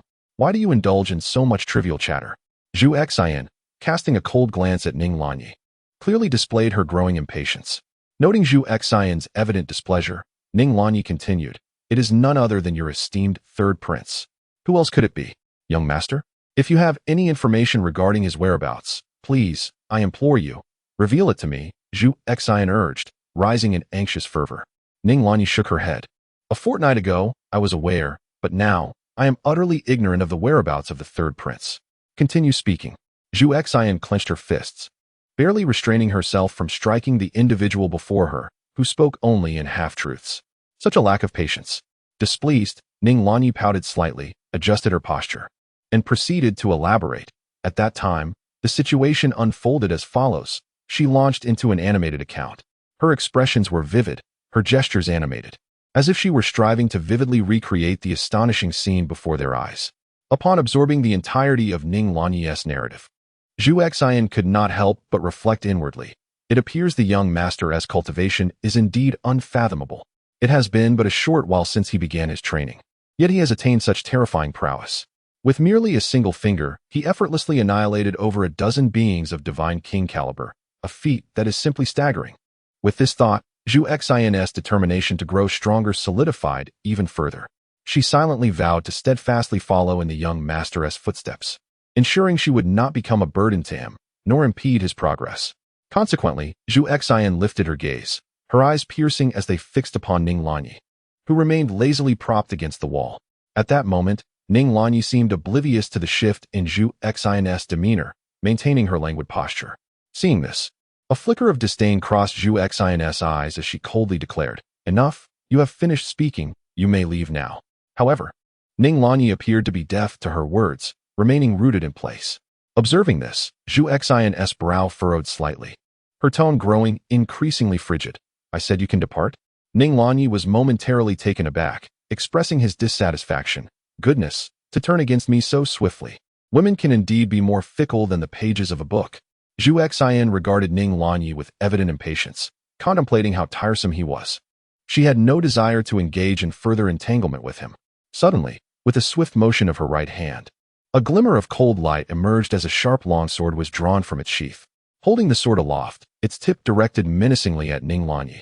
Her gaze was as frigid as frost, and her voice pierced through the air with an icy chill. Will you leave or not? The formidable aura surrounding her seemed capable of freezing anyone in an instant. Ning Wuyou was taken aback by Zhu Xian's sudden action, but he quickly regained his composure. As he retreated, he waved his hands repeatedly, exclaiming, "No, no, no. Is it not sufficient for me to leave? Honestly, I have lent you a small hand, and yet you do not even utter a word of thanks. Moreover, even if we were to engage in a confrontation, you are hardly my match." With that, he shook his head in resignation, a hint of reproach evident on his face. Upon hearing Ning Wuyou's remarks, Zhu Xian could no longer contain the fury that surged within her.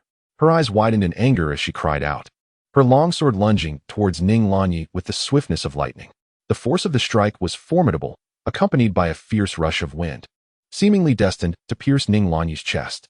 However, Ning Wuyou, being exceptionally skilled, evaded the lethal blow with a swift motion akin to a specter. In an instant, he sprang into the air, deftly escaping the confines of the cave.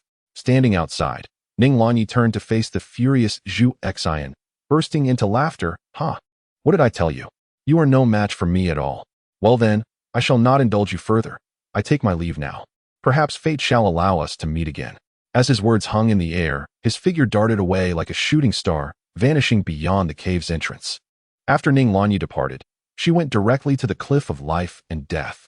Following her exit, Zhu Xin also emerged from the cave in search of Ning Wuyou and Mei Qing. In a boundless plain within the secret realm stood a dilapidated palace, strikingly out of place. At that moment, Ning Wuyou, accompanied by Mei Qing and Ning Tianyi, emerged from the palace. During this period, Ning Wuyou had scoured various locations in the secret realm with the two, but they had yielded little in terms of significant discoveries. According to ancient texts, this crumbling palace was believed to house the elusive spirit-nurturing pearl, prompting Ning Wuyou to bring his companions here. However, upon arrival, they realized that the coveted pearl had already been claimed by someone else. With a resigned sigh, Ning Wuyou shook his head and remarked, "Well, if it is not meant to be, then so be it. The gains from this Tianqi secret realm have been ample enough." With that, he led the two away from the site. As they continued their journey and arrived at the banks of a gently flowing stream, Ning Wuyou halted. There, he observed Mei Qing gazing vacantly into the crystalline waters, her face displaying a poignant expression of melancholy that tugged at the heartstrings. Ning Wuyou furrowed his brow slightly, a wave of displeasure rising within him. He turned to Mei Qing, his gaze piercing, and spoke in a tone that was both low and serious. "Qing, there are matters I prefer not to elaborate upon. I hope you can comprehend this. As a woman, being overly sentimental and pretentious will only serve to irritate me." With that, he gently waved his sleeve, as if to dispel the nameless anger that had taken root in his heart. Upon hearing Ning Wuyou's inquiry, Mei Qing remained silent, merely responding with a soft mm. She stood quietly in place, her hands instinctively fidgeting with the hem of her garment, her gaze cast downward, unwilling to meet Ning Wuyou's eyes. At that moment, she was still ensnared by the coldness of his earlier words, unable to extricate herself from the turmoil they instigated. Observing Mei Qing's demeanor, Ning Wuyou understood her feelings. Although he had shown her considerable favor in the past, some matters were not to be freely inquired about. He slowly lifted his gaze to the mysterious and profound sky of the secret realm. His voice contemplative as he murmured, "The Tianqi secret realm has been open for over 2 months. It is time we begin preparing for the related affairs." Mei Qing, who had maintained her silence, suddenly summoned a significant amount of courage and cautiously asked, "My lord, is there anything you require me to prepare?" Her beautiful eyes were fixed intently on Ning Wuyou, revealing a hint of anxiety and anticipation. Upon hearing her question, Ning Wuyou turned to face her, noting her continued timidity. He couldn't help but shake his head in resignation, yet a gentle smile graced his features as he replied, "Qing, after our successful expedition to the Tianqi secret realm, I shall entrust you with an important intelligence organization. I hope you will not disappoint me and manage it wisely and diligently." With that, Ning Wuyou gently tapped Mei Qing on the forehead. The tension that had gripped her features dissipated like a breeze in spring. replaced by a radiant smile reminiscent of blooming flowers. Her bright eyes formed crescent shapes, sparkling with joy. Mei Qing took a graceful step forward, bowing slightly to Ning Wuyou in respect, and in a sweet voice declared, "I shall not fail your expectations, my lord. I will devote myself wholeheartedly to managing this intelligence organization, ensuring you are not disappointed." "Some matters are best understood," Ning Wuyou remarked as he regarded Mei Qing. She softly responded with an and inquired, "My lord, what preparations do you need me to undertake?" "No preparations are necessary. But understand that in the final 10 days of the Tianqi secret realm, many may perish," Ning Wuyou replied solemnly. Startled by his words, Mei Qing asked in confusion, "My lord, will something occur during these last 10 days? Do you know why the Tianqi secret realm is deemed a forbidden place?" Ning Wuyou questioned, looking at both Mei Qing and Ning Tianyi. Upon hearing this, both Mei Qing and Ning Tianyi shook their heads in unison, indicating their lack of understanding. "You will comprehend everything when the final 10 days arrive," Ning Wuyou stated, clasping his hands behind his back and gazing into the distance. Outside the secret realm, the many clansmen who had been eagerly observing the scenes through the Tianmu mirrors suddenly found the image blurring as the 10th day approached. As if veiled by a thin mist, the clamorous discussions erupted among the crowd, prompting speculation about the potential malfunction of the Tianmu mirror. Just then, a thunderous silence resonated in the minds of all present, halting their chatter as they turned to bow respectfully to the colossal figure of the Heavenly Emperor. The immense and formidable figure of the Heavenly Emperor slowly spoke. "Only 10 days remain until the Tianqi secret realm's conclusion. You need only wait quietly and refrain from noise."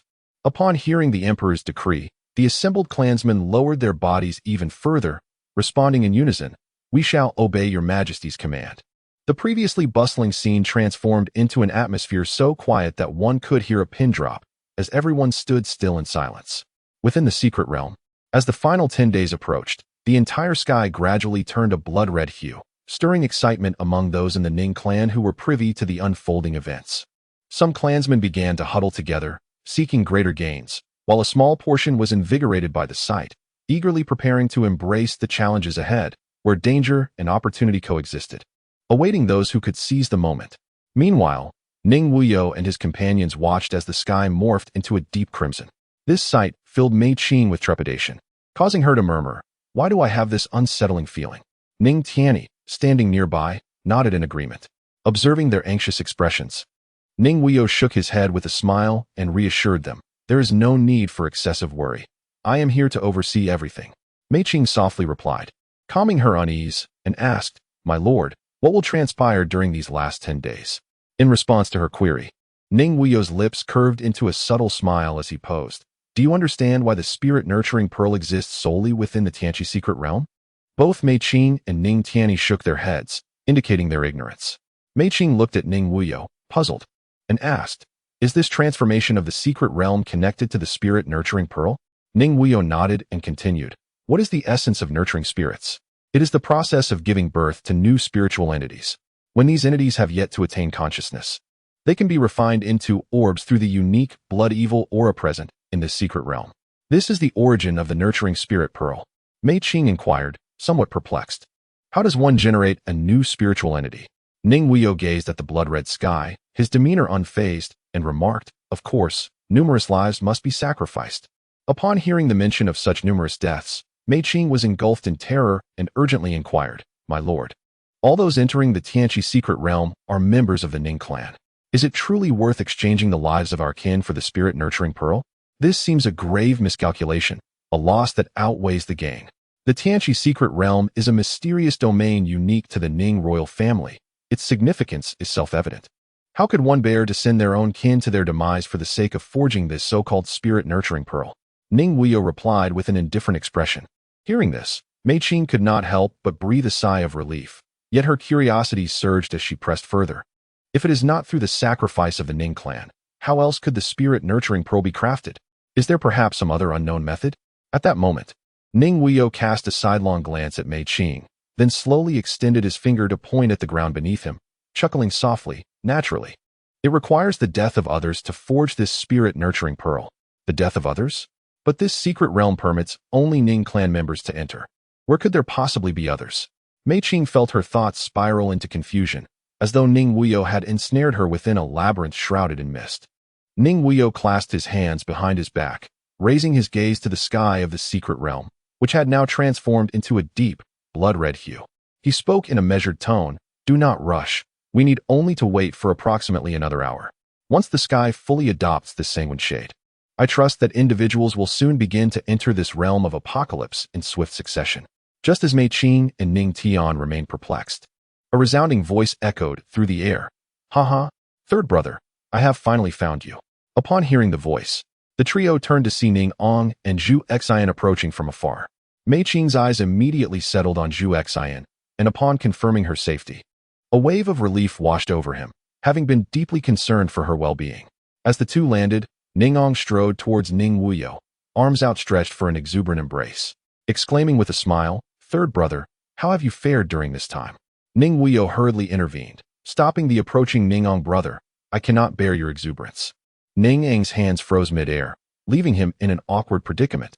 Observing this scene caused those nearby to involuntarily tremble slightly, their faces flushed, fearful of betraying their amusement and offending the esteemed prince. "If you wish to laugh, then laugh. Isn't it uncomfortable to stifle it?" Ning Ong jested, displaying no airs befitting a royal, instead appearing somewhat endearing. This brought a sigh of relief to Ning Tianyi, who was still getting acquainted with Ning Ang's character, as he feared inadvertently laughing and incurring the prince's displeasure.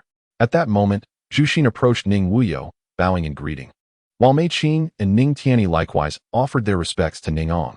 No need for such formalities in this secret realm.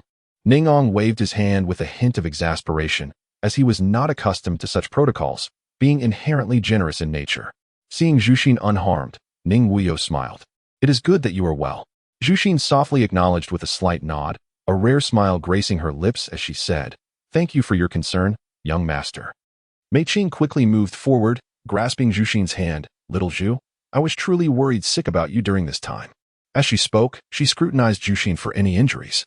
While examining her, she casually inquired, "How did you come to meet the crown prince?" The concern shown by her master and older sister warmed the typically aloof Zhu Xin's heart. "Sister, I am fine, unharmed. I encountered the crown prince shortly after setting out to find you," she replied. Zhu Xin then recounted in detail all that had transpired in the secret realm. Upon hearing Zhu Xin's experiences, Mei Qing expressed her sentiments. "Little Zhu, you need not worry any longer. Those who pursued you have been dealt with by our young master. Moreover, the second prince received a lesson from him on your behalf." With that, Mei Qing gently shared her own experiences alongside their master. After listening to Mei Qing's account, Zhu Xin gratefully bowed to Ning Wuyou, saying, "Thank you for your concern, young master." With that, she produced a blood-red orb, the size of an egg, shimmering with a mysterious light, presenting it to Ning Wuyou. "Young master, I found this in a dilapidated palace. It appears to be a spirit-nurturing pearl." Mei Qing glanced at the orb in Zhu Xin's hand and exclaimed, "Young master, no wonder we could not find the spirit-nurturing pearl in that palace. It was taken by little Zhu. What a serendipitous encounter." Ning Wuyou nodded slightly and said to Zhu Xian, "Since you have discovered the pregnant spirit pearl, you should keep it for yourself to enhance your spirit." Zhu Xian, filled with gratitude, replied with her eyes glistening, her heart touched by how much the gentleman cared for her. Observing this, Ning Ong, standing nearby, interjected, "Miss Zhu Xian, since my younger brother has offered it to you, there is no need for further reluctance. Furthermore, there may be more pregnant spirit pearls appearing shortly." However, aside from Ning Wuyou, the others present looked on in confusion, completely unaware of what Ning Ong meant by the possibility of more pregnant spirit pearls, yet out of respect, none dared to inquire further. Zhu Xian blinked her big, watery eyes, gazing eagerly at Ning Wuyou, resembling a pitiful little rabbit, her heart filled with hope that he would accept the invaluable pearl she held.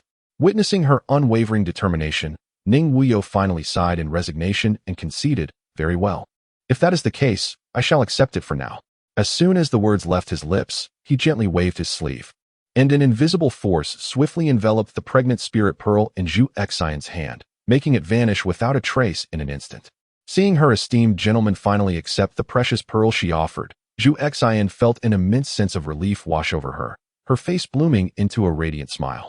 Thus, the gathering of individuals continued, engaging in laughter and lively conversation.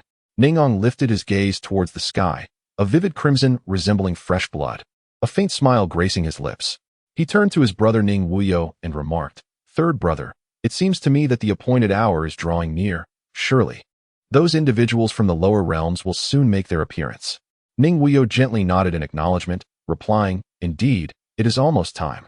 However, this exchange left Mei Qing and the others perplexed, as they were unaware of the underlying context. The three of them exchanged glances, each wearing a look of bewilderment and confusion. Ning Ong, noticing the reactions of those around him, could not help but feel a twinge of surprise. He turned to Ning Wuyou and inquired, "Third brother, have you not yet disclosed this matter to them?" Ning Wuyou shook his head, responding with a palpable sense of helplessness. "I was actually planning to remind them, but your arrival has interrupted the conversation." "Haha, no worries, no worries. Since it has come to this, allow me to elucidate the matter for everyone, so that we may all be mentally prepared." With that, Ning strode confidently towards a smooth, flat boulder and sat down with a carefree and generous demeanor. Ning Ong sat down and began to speak slowly to the crowd. "I believe the origin of the pregnancy spirit pearl has already been explained to you all by my third brother, so I won't elaborate further. But do you know why the secret realm requires 300 years to open each time?" Mei Qing and the other two shook their heads in confusion, their eyes fixed on Ning Ong, awaiting his next words. At this point, Ning Ong adjusted his posture into a more comfortable position and continued, "The celestial revelation secret realm opens once every 300 years. Over this span of time, the accumulation of blood and baleful energy within the realm reaches its peak. Based on our clan's experience, we've deduced that the final 10 days after the realm's opening mark the blood baleful illumination. During this period, the entire secret realm becomes saturated with an overwhelming aura of blood and slaughter."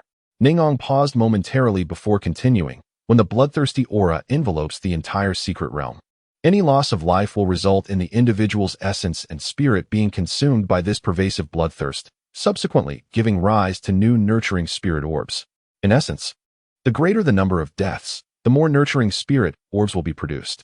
Moreover, these orbs possess the ability to devour one another, growing even more powerful in the process." Upon hearing this, Mei Qing and the others felt their pupils dilate in astonishment. At that moment, the composed Zhu Xian inquired in a hushed tone, "Are you suggesting that individuals from other realms are essentially here to nourish the bloodthirsty aura, thereby facilitating the formation of these nurturing spirit orbs?" Ning Wuyou gazed at Zhu Xian with a smile, her eyes shimmering with admiration. Before continuing her explanation, as Xiao Zhu mentioned, "The individuals from other realms that my elder brother referred to are, in fact, utilized to nourish the blood fiend energy within the secret realm. Each time the secret realm opens, our clan endeavors to establish a connection with the lower realms. Prior to this, we meticulously inform them of the advantages and disadvantages of entering the secret realm, allowing the practitioners from these lower realms to independently decide whether to step into this enigmatic territory. However, due to the inherent restrictions of the Tianqi secret realm, there exists a limit on the cultivation age for those coming from the lower realms. Consequently, their maximum cultivation level can reach only that of the Divine King, akin to our clan members. The essence of those from the lower realms differs fundamentally from that of our celestial domain, thus imposing a further age constraint of under 500 years for them." At this moment, Ning Ong nodded slightly in agreement and took over the conversation, stating slowly, "Indeed, even after clearly outlining the potential risks and rewards to the practitioners from the lower realms, they still rush forth, seizing every fleeting moment to grasp this rare opportunity that could elevate them to extraordinary heights." With a hint of derision at the corners of his mouth, Ning Ong continued, "Moreover, some realms, in their desperate pursuit of securing a place in the secret realm, are willing to incite wars between realms for the mere chance of success." Upon hearing this, Mei Qing, who had been listening intently, couldn't help but furrow her brow, a look of confusion crossing her face as she interjected, "But if these individuals from the lower realms are fully aware of the potential for death, why do they still choose to come without hesitation?" "Ha ha ha, it's undoubtedly for profit," Ning Ong replied. "Upon entering the secret realm, these individuals not only seek opportunities, but also benefit from the vastly denser spiritual energy compared to that of the lower realms, making their cultivation efforts exponentially more effective. Furthermore," he scoffed disdainfully, "if these lower realm ants were to acquire even a modest spirit-nurturing pearl to take back, it would be an immense gain for them. Such pearls are exceedingly rare and invaluable, significantly enhancing one's spiritual essence. If they manage to return to the lower realms with one, they might even reverse their fate." Ning Ong paused for a moment, raising his head to gaze at the crimson sky, thick with a bloodthirsty aura, before continuing, "When the inhabitants of the lower realms arrive, it shall be the time for our clan to reap." "Reap?" Mei Qing asked, her brow furrowed in confusion as she looked at Ning Wuyou. Noticing Mei Qing's bewilderment, Ning Wuyou offered a faint smile and explained, "Of course, it means to harvest the lives of those descending from the lower realms. However, the principle remains the same. It is also possible that our clan's members entering the secret realm might face slaughter, although the likelihood of that is extremely low. This, in a way, grants the inhabitants of the lower realms a fair opportunity."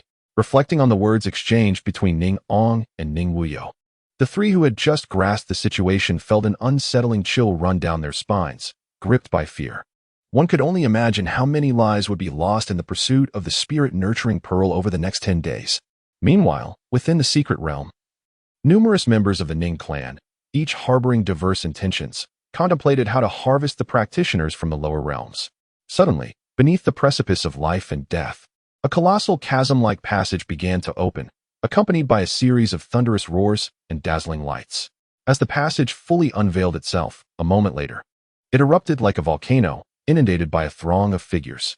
These practitioners hailed from dozens of different realms below the God King level, all of them the cream of the crop.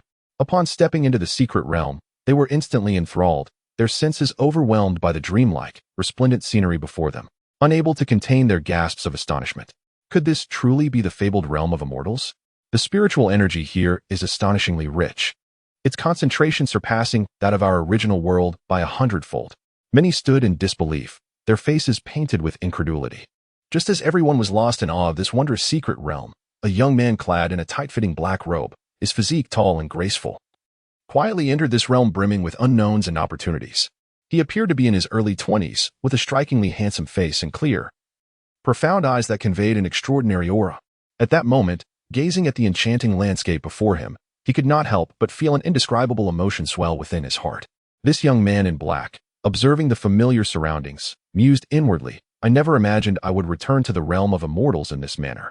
At that moment, a similarly young man beside him, noticing the black-clad figure lost in thought, playfully nudged his shoulder and chuckled, "What's wrong? Are you overwhelmed by the rich spiritual energy of the immortal realm?" The young man in black shook his head, casting aside the chaotic thoughts in his mind, and replied with self-deprecating humor, "Indeed, if I were cultivating in the immortal realm, I should have achieved true immortality by now." This young man in black was named Chen Qingxian, while the one beside him was Zhao Mingkai. Both hailed from a realm known as the Misty Continent. In their respective worlds, they were exceptional prodigies, enjoying considerable renown. Their journey together was driven by a desire to witness the legendary realm of immortals and discern how it differed from their own, as well as to bridge the gap between mortals and immortals in pursuit of attaining true immortal cultivation. Once all the individuals from various realms had entered the secret realm, the immense chasm began to slowly heal, vanishing without a trace. At that moment, an aged figure leaped down from the precipice of life and death, hovering in midair before the throng of lower realm practitioners below. This elder, having remained atop the precipice, was none other than Ning Wuyou. Ning Wuyou cast a cold, indifferent gaze upon the multitude of cultivators below, resembling a swarm of ants. An unmistakable impatience flickered across his countenance as he intoned solemnly, "Let this old man enjoy some peace. Should anyone dare to utter another word aloud, do not blame me for my ruthlessness. I shall send them straight to the netherworld."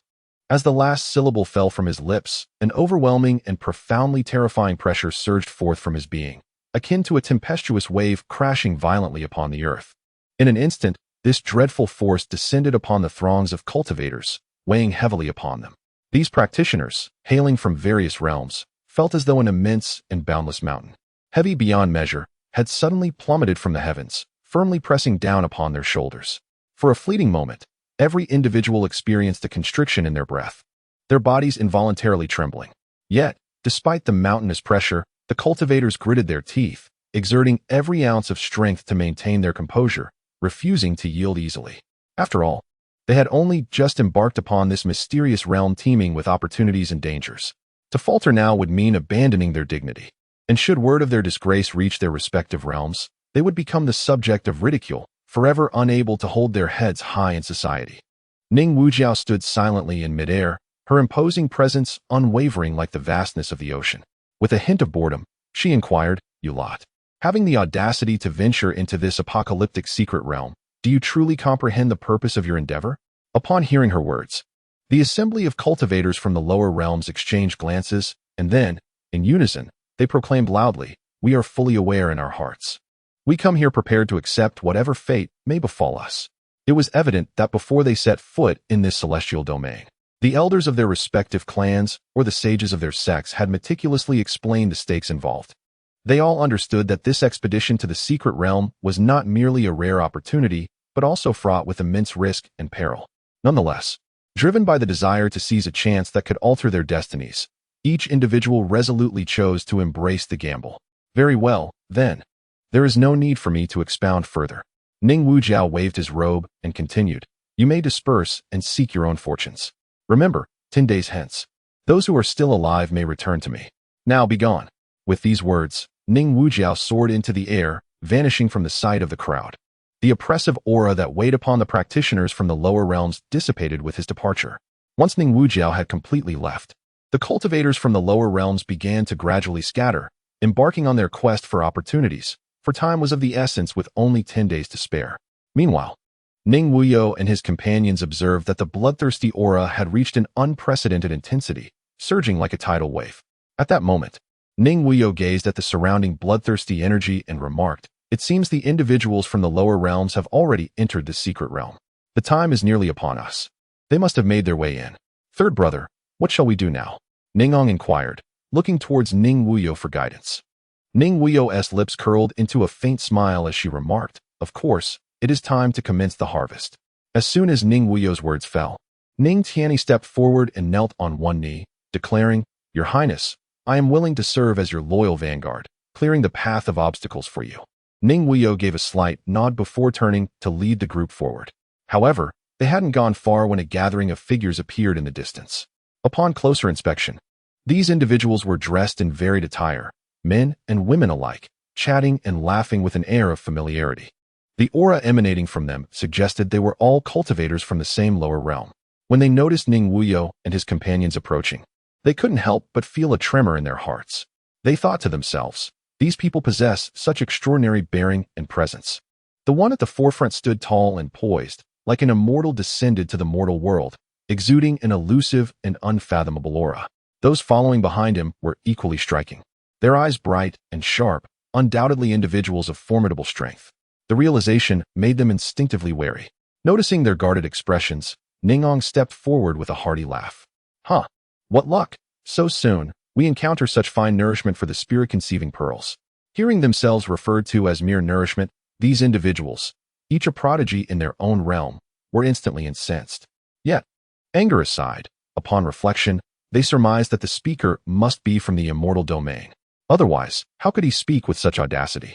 If these were indeed denizens of the immortal domain, they would need to carefully assess their own strength before acting.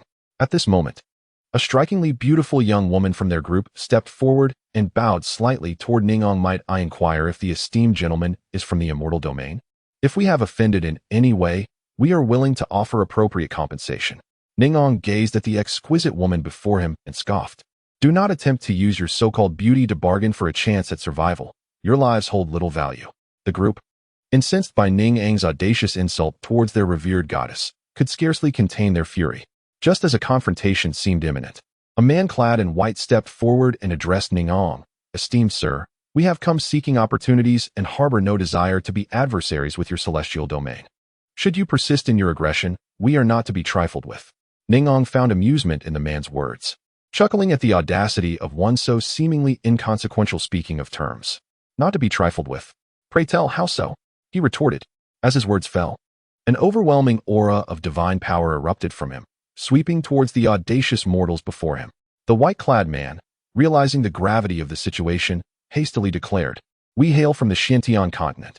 My name is Bai Ming, a descendant of the vice-commander of the Feiyu Guard of the Tianqi celestial dynasty. Do you dare lay a hand on me?" Ningong, intrigued by this self-proclaimed lineage, turned to his companion Ning Wuyou and remarked, "Brother, what is this vice-commander of the Feiyu Guard? Is he a mere ascendant from the lower realms?" Bai Ming, infuriated by the dismissive tone, shot back, "Allow me to enlighten you. The Feiyu Guard is a direct imperial guard of the Tianqi celestial dynasty, answerable only to His Majesty the Heavenly Emperor. Who do you think you are to belittle me? If my esteemed ancestor were to hear your words, you would find no escape from calamity." Even as a member of the Ning clan, his pride swelling, Bai Ming's words emboldened those who accompanied him, who now glared defiantly at Ning Wuyou. The previously insulted beauty, now emboldened by Bai Ming's status, inclined her head slightly and smiled. "Thank you, young Master Bai, for your timely assistance." Bai Ming, captivated by the goddess of his heart, swiftly took her hand and replied, "Yaqing, there is no need for such formality between us. As we hail from the same realm, it is only natural that we support one another to endure the trials ahead. Would you not agree?" He then dramatically flared his robes and adopted a pose he deemed dignified. Hearing Bai Ming's words, the enchanting woman named Yaqing nodded in agreement, reflecting inwardly. Who would have thought the unassuming Bai Ming possessed such a significant identity? It seems I must cultivate a closer relationship with him henceforth. Ning Wuyou, witnessing this group still engaging in idle banter, could not help but burst into laughter. "Ha! This is utterly ridiculous. A mere deputy commander of the Feather Guard dares to put on airs before me. Has he grown weary of life?"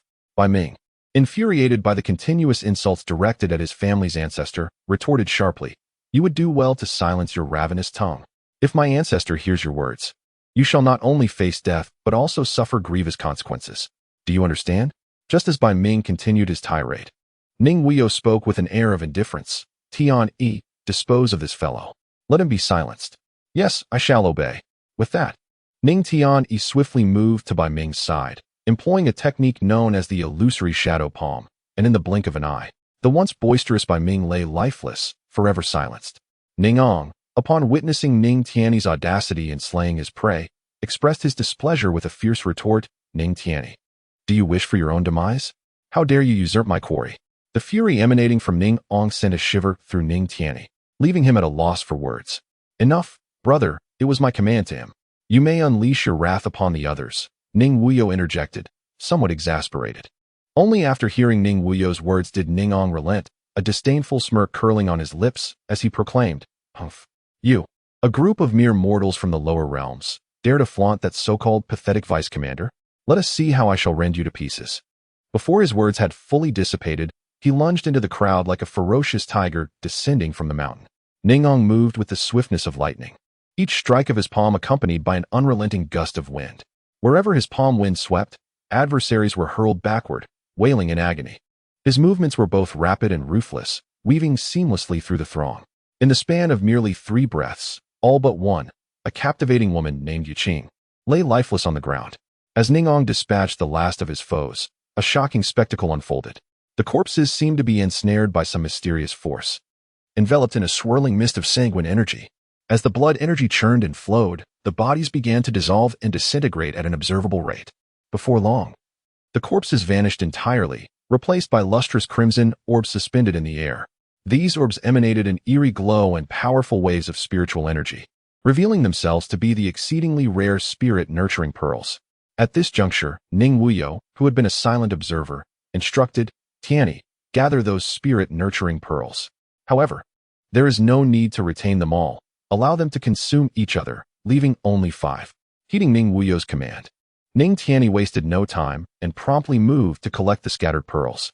With utmost care, he gathered the orbs together, employing a unique incantation to incite their mutual consumption and fusion. Ultimately, only 5 spirit-nurturing pearls remained, resting quietly in their place. Ning Tian meticulously placed each pearl into separate jade boxes for safekeeping. Witnessing this rapid turn of events, Yaqing was struck with astonishment. Who could these individuals be, so bold as to disregard even the vice commander of the Celestial Dynasty's Feiyu Guard? Moreover, they had mercilessly slain all their companions without a hint of restraint. What should I do now? At that moment, a figure slowly emerged before her. It was none other than Ning Wuyou. His expression was as cold and unyielding as ice. Each step he took towards Yaqing seemed to carry an invisible weight, causing the air around them to feel as if it had solidified. Upon reaching a mere few paces from her, Ning Wuyou halted, towering over her with an indifferent gaze. In a voice devoid of emotion, he stated, "I shall pose the questions, and you shall answer. Should you dare to conceal anything, humph, you may join your companions in the abyss. Do you comprehend?" His cold snort resonated like thunder in Yaqing's ears, causing her to tremble involuntarily. Nodding vigorously, she affirmed her understanding of Ning Wuyou's words. Ning Wuyou approached Yaqing and inquired, "How many individuals from various realms have descended to the lower realms?" Upon hearing the question posed by this seemingly celestial gentleman, Yaqing promptly responded, "I am aware that 10 realms have sent individuals to the lower world, and I hail from the Xiantian continent, from which approximately 1,000 souls have ventured forth. As for the numbers from the other realms, I am not privy to the specifics." After listening to Yaqing's words, Ning Wuyou nodded slightly and continued, "Surely, those from the Xiantian continent must possess some means of communication. You must know how to locate them, do you not?" At the very moment Ning Wuyou's words fell, Yaqing's previously composed countenance turned ashen, bereft of color, resembling a sheet of paper. It was evident that her heart was engulfed in terror and panic. In a fleeting instant, the astute Yaqing discerned the intentions of the elegant gentleman standing before her. The mere thought of this realization sent her into uncontrollable tremors, as if she were ensnared by an unseen, formidable force. Ning Wuyou observed everything with keen perception, his gaze piercing like two bolts of cold lightning directed at Yaqing. Indifferently, he remarked, "It seems you have already guessed my intentions, have you not?" Faced with Ning Wuyou's unabashed inquiry, Yaqing was utterly terrified, stammering in response, "No, my lord, you misunderstand. I truly know nothing, absolutely nothing." At that moment, her voice trembled, her entire being swaying like a flickering candle in the wind. Yet, Ning Wuyou was unmoved by Yaqing's abject terror. His expression remained as impassive as water, coldly scrutinizing the quaking woman before him. He spoke softly, "You are indeed a clever individual, and I have always been rather lenient towards the astute. If you candidly reveal the whereabouts of those individuals, I shall spare your life. Otherwise, the consequences, I trust, do not require elaboration." As he spoke, an unintentional aura of formidable coldness emanated from him, causing the very air around them to feel as though it had solidified. Yaqing trembled under the weight of Ning Wuyou's overwhelming presence, her legs giving way as she collapsed onto the cold, hard ground like a rag doll. Her complexion was as pale as parchment, her lips quivering as she managed to utter, through choked sobs, "Please, spare them. I beg you, have mercy." However, Ning Wuyou merely cast a frigid glance at Yaqing, devoid of any semblance of compassion. His voice resonated with the chill of the netherworld. "Humph. If they had the audacity to come here, they should be prepared to face death. Having made such a choice, they must bear all ensuing consequences." With that, his gaze returned to Yaqing, his tone increasingly frigid. "My patience is not boundless. I grant you 3 breaths to ponder. Will you choose to sacrifice yourself for their slim chance of survival, or will you barter their lives for your own? The choice is yours." Having spoken, Ning Wuyou fell silent, standing with his hands clasped behind him, awaiting Yaqing's response. The 3 breaths felt like an eternity for Yaqing. She could only envision the horror that would ensue should she divulge her companion's whereabouts to this formidable lord. None of them would likely survive. Yet, if she remained silent, death was the inevitable fate that awaited her. The thought pierced her heart like 1,000 needles, leaving her in a state of profound turmoil. After all, she was still so young, with countless beautiful moments yet to experience. She was loath to depart this world so easily. It was truly regrettable. An opportunity to live had been bestowed upon you, yet you failed to cherish it. Do not blame me for my ruthlessness." Ning Wuyou spoke with an expressionless demeanor, then raised a finger, pointing directly at Yaqing's forehead. As Ning Wuyou's fingertip drew ever closer to Yaqing's skin, a palpable aura of lethal intent enveloped the air. Sensing the unmasked menace emanating from Ning Wuyou, Yaqing could no longer maintain her composure. Just as his fingertip was about to make contact with her forehead, she could no longer suppress the surging tides of fear and anxiety within her, and cried out, "I will tell you. I will tell you." No sooner had the words escaped her lips than tears cascaded from her eyes like a dam bursting, and she crumpled to the ground, weeping inconsolably. In that moment, her life became the paramount concern. The fates of others paled in comparison when confronted with the specter of her own mortality, rendering their lives insignificant and unworthy of the cost of her existence. Observing Yaqing's state, a faint smirk of derision graced Ning Wuyou's lips as he coldly remarked, "It seems you have made the right choice. Congratulations, you may continue to live. There is no shame in being selfish in the face of life and death." At the sound of Ning Wuyou's taunting words, Yaqing trembled. Yet, she quickly stifled the humiliation and resentment boiling within her, taking a deep breath to steady herself.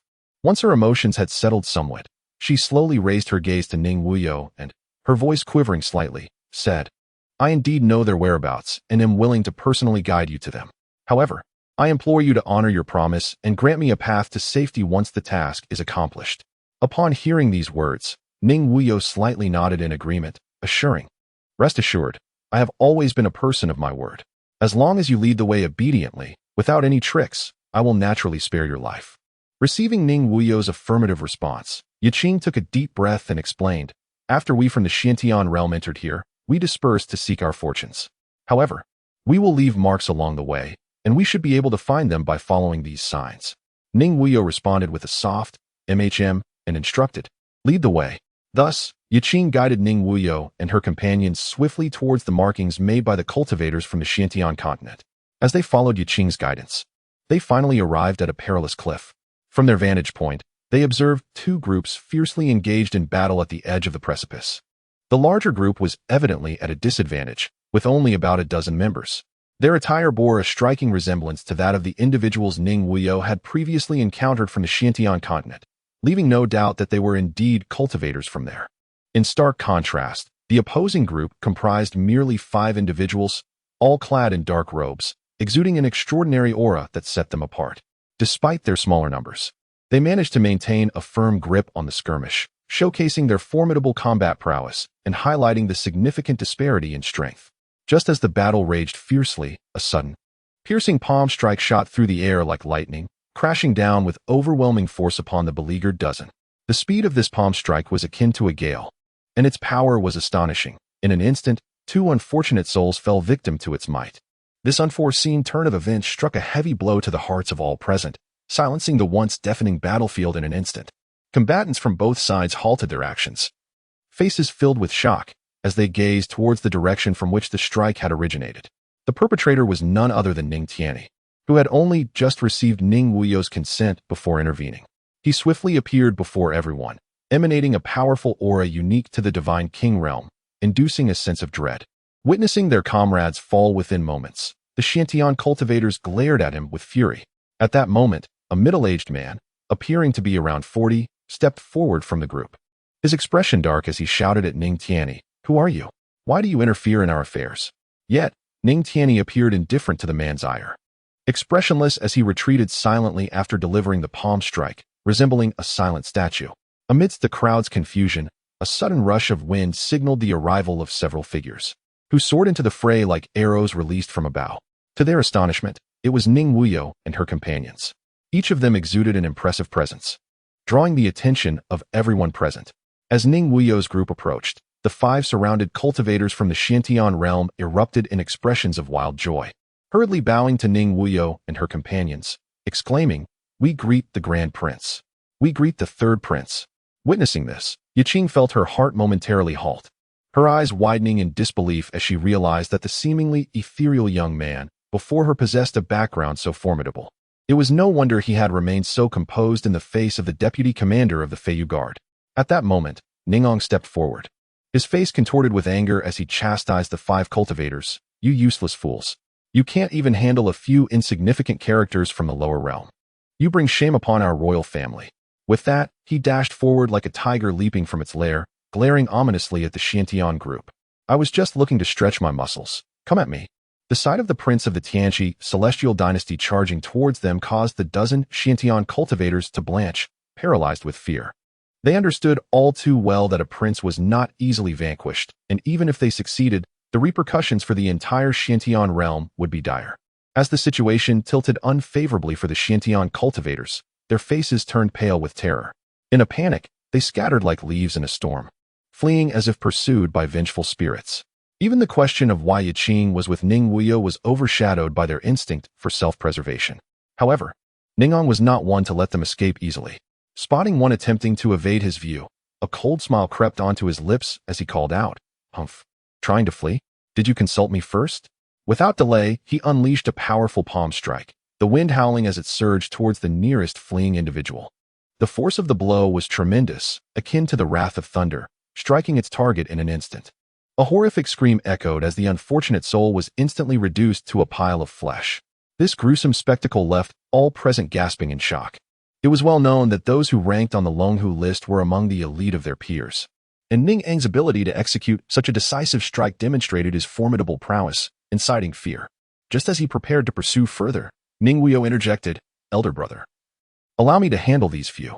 Initially intent on continuing, Ningong paused mid-motion, turning to smile, "Third brother, just watch. Let me take care of these ants." With that, he resumed his relentless pursuit. Ning Wuyou, with a sense of helpless resignation, shook his head. In the blink of an eye, he found himself enveloped by a blazing inferno, akin to a resplendent meteor that vanished instantaneously from sight. This unforeseen turn of events struck those around him like a bolt from the blue, leaving them in a state of sheer terror. Among the gathered crowd, only Mei Qing had ever witnessed Ning Wuyou's extraordinary ability to summon the divine fire clone. All present gaped in astonishment as they beheld him disappear in an instant. In the next moment, a shocking scene unfolded. Ning Wuyou appeared as if by teleportation beside an individual from the Xintian continent who had fled several miles away. This sudden appearance sent the fleeing figure into a state of panic, causing him to tremble violently, nearly plummeting from midair. Yet, before he could regain his composure from the fright, an even more astonishing event transpired. Ning Wuyou swiftly extinguished the raging flames that enveloped him. He then raised his right arm with a simplicity that belied the power behind it, delivering a direct and unadorned punch aimed squarely at the Xintian individual. Faced with what appeared to be a dismissive attack from Ning Wuyou, the Xintian man was consumed by rage. How dare he underestimate me? He thought, resolving to cease his flight. Instead, he summoned every ounce of spiritual energy within him, concentrating it in his palms, and boldly met Ning Wuyou's fist head-on. Meanwhile, Ning Ong, who had been indiscriminately hunting on the other side, noticed the commotion. He halted his actions and turned to gaze in Ning Wuyou's direction. That single glance left him utterly astonished, mirroring the disbelief and shock that filled the hearts of the others present. In a heartbeat, a thunderous crash resounded as Ning Wuyou's fist collided fiercely with the Xintian man's palm. In that instant, an unparalleled force erupted from their point of contact, leaving onlookers agape. Astonishingly, before the Xintian man could utter a single cry of despair, he was obliterated into a mist of blood, vanishing into thin air without leaving a trace. Meanwhile, Ning Wuyou remained suspended in midair, utterly unmoved. In the stillness above, Ning Wuyou surveyed the immense power manifested by his punch, a subtle smile, curving his lips in satisfaction. The fist, imbued with an unstoppable gale, surged forward, tearing through the air and producing a series of piercing explosions in its wake. Ning Wuyou contemplated quietly within his heart. With the tempering of the flying immortal pool, my physical strength has likely approached the threshold of the sovereign realm. It seems I have underestimated the wonders of the flying immortal pool. The prospect of surpassing the formidable beings of the sovereign realm with my physical prowess is exhilarating. Since undergoing the profound transformation at the flying immortal pool, he had distinctly sensed an earth-shattering change within his body. His already formidable physique had become remarkably resilient, and his strength had multiplied geometrically. Now, his physical capabilities had vastly exceeded his cultivation realm, creating a striking contrast that could bewilder his adversaries. As Ning Ong and the others gazed in astonishment, unable to fathom the scene before them, Ning Wuyou uttered a soft command, swiftly forming seals with his hands, and immediately, flames erupted around him. In the blink of an eye, he unleashed the astonishing divine fire clone technique once more. With a series of whooshing sounds, 6 figures identical to Ning Wuyou materialized. These 6 figures, akin to deities of fire, moved with unparalleled swiftness, racing towards the fleeing cultivators of the Xintian continent. Not only did they bear an identical appearance to Ning Wuyou, but the aura emanating from them was also strikingly similar. They unleashed fierce punches and wielded sharp sword energies, encircling the fleeing individuals from various directions. It is crucial to note that these divine fire clones were not merely numerous. Each clone possessed approximately 70% of Ning Wuyou's original strength, rendering them formidable beyond the capacity of ordinary cultivators to resist. Should Ning Wuyou refine this divine fire clone technique to its peak, he could conjure 9 identical clones in an instant, highlighting the terrifying nature of this ability. At this moment, all present were rendered speechless by the spectacle unfolding before them, their eyes wide and mouths agape, as if witnessing the most unfathomable marvel of the world. The 5 members of the Ning clan were particularly astounded, their mouths agape enough to fit an entire egg, one of them exclaiming, "It seems the rumors are true. This third prince truly is a hidden gem." However, in the brief moment of their astonishment, the dozen or so cultivators from the Xintian continent who had been desperately fleeing were all met with their demise, having had no opportunity to resist as they were ruthlessly slain by Ning Wuyou and his clones on the spot. As the dust settled, Ning Wuyou gradually retracted the flames enveloping him, and the 6 clones dissipated like phantoms into the air. Subsequently, he flashed back to his original position. Ning Ong, who had already stepped aside, gazed at the returning Ning Wuyou with a face full of astonishment, unable to contain his laughter. "Third brother, I never expected you possessed such extraordinary abilities." The demeanor of the others shifted to one of utmost reverence upon witnessing Ning Wuyou's prowess, even surpassing their previous attitudes. Particularly the 5 Ning clan members, who now appeared almost ready to prostrate themselves on the ground, their faces filled with awe and bodies trembling as if in the presence of an unattainable deity. At that moment, everyone present, save for Ning Ong, instinctively bowed in unison, offering their respects to Ning Wuyou, exclaiming in chorus, "We pay our respects to the third prince." Their voices resonated like thunder, echoing through the air. Yet, Ning Wuyou merely regarded them with a cold, expressionless nod, reflecting inwardly. Only strength serves as the true foundation for earning respect. As this thought surged within him, an invisible pressure radiated from Ning Wuyou, causing those around him to feel their breath catch. His gaze swept across the crowd, icy and piercing like a cold star, deterring anyone from meeting his eyes. Despite this, they could still sense an intangible pressure emanating from his gaze, instilling fear in their hearts. At that moment, aside from Ning Ong, everyone present had failed to notice a crucial detail. Ning Wuyou had executed his actions entirely relying on his unparalleled physical strength, not a trace of spiritual energy having been released. After effortlessly dispatching his foes with such thunderous efficiency, he calmly turned to Ning Tianyi beside him and issued a command. "Tianyi, swiftly gather the spirit-nurturing pearls." Ning Tian, upon receiving the command, dared not exhibit even the slightest hesitation and promptly departed. Meanwhile, Yiqing remained enveloped in the aftermath of Ning Wuyou's recent merciless display of slaughter, her eyes wide with disbelief and her lips slightly parted, as if still entranced by the gruesome spectacle. She had witnessed her companions fall one by one at the hands of Ning Wuyou, vanishing in a manner so complete that their very souls seemed unable to escape, reduced to mere mist of blood, dissipating into the air with each crushing blow. In that moment, gazing at Ning Wuyou's retreating figure, she murmured, "Demon, demon." Just as fear gripped her heart, she suddenly sensed a formidable presence drawing near. She looked up abruptly to find Ning Wuyou had silently approached her. In that instant, Yiqing felt as though her heart was ensnared by an invisible hand, her breath quickening. Confronted by this enigmatic figure of immeasurable power, noble lineage, and extraordinary demeanor, she was overwhelmed by an unprecedented sense of constraint and trepidation. Ning Wuyou approached Yiqing with a gentle smile and said, "Lady Yiqing, please continue. I believe there are still many among the people of Xiantian continent who have yet to transcend. Allow me to assist them on their journey, if you would be so kind." Upon hearing Ning Wuyou's words, Yiqing felt as though her heart had momentarily ceased to beat. Terror gripped her as she thought, "A demon. This seemingly suave gentleman is, in truth, a veritable fiend, so nonchalantly speaking of murder." Noticing Yiqing's silence and her expression of fear, Ning Wuyou furrowed his brow slightly and asked, "What is it? Is Lady Yiqing unwilling?" The threat in his tone was palpable. "And no, I am willing," Yiqing stammered, snapping back to reality from her fright, fearing that a delayed response might provoke Ning Wuyou to strike her down. She had no faith in his capacity for compassion. Ning Wuyou nodded in satisfaction, a warm smile gracing his face as he said, "Congratulations, you answered correctly and preserved your life."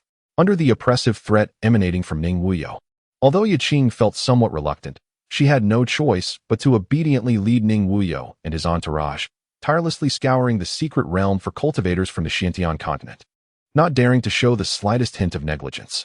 However, during their quest to find the Xiantian cultivators, they encountered several groups of practitioners from other planes. These lower realm cultivators had initially intended to approach Ning Wuyou and his companions to introduce themselves and state their intentions.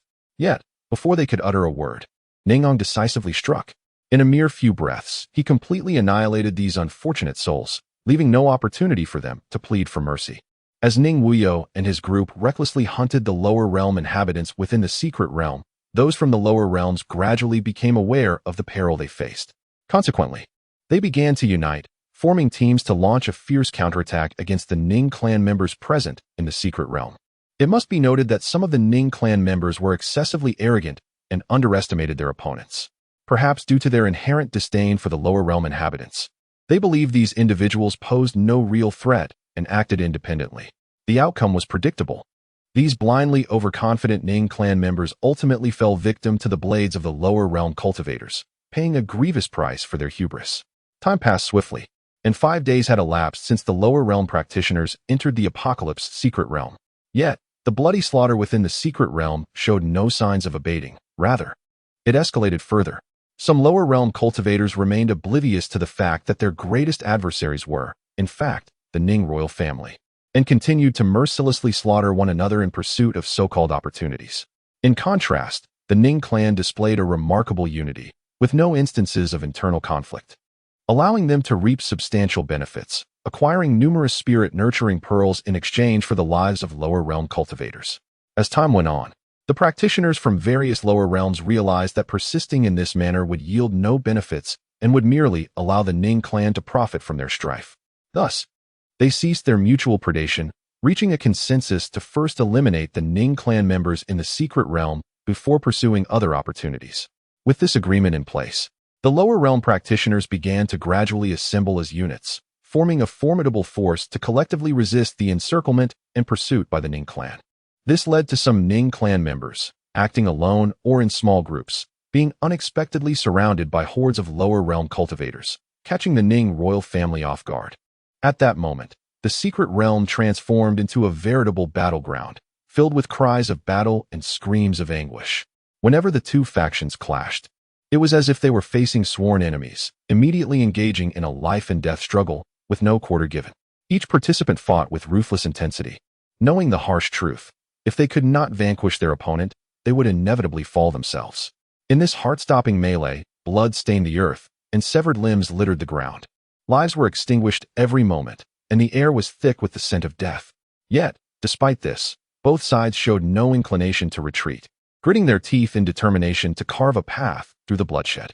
As the lower realm practitioners began to gather, their numbers swelled, while the Ning clan faced significant casualties, succumbing to the encirclement of the lower realm cultivators, forever resting beneath the soil. This tragedy jolted the once arrogant and self-satisfied Ning clan members into a stark realization: relying solely on individual strength was no longer a viable strategy.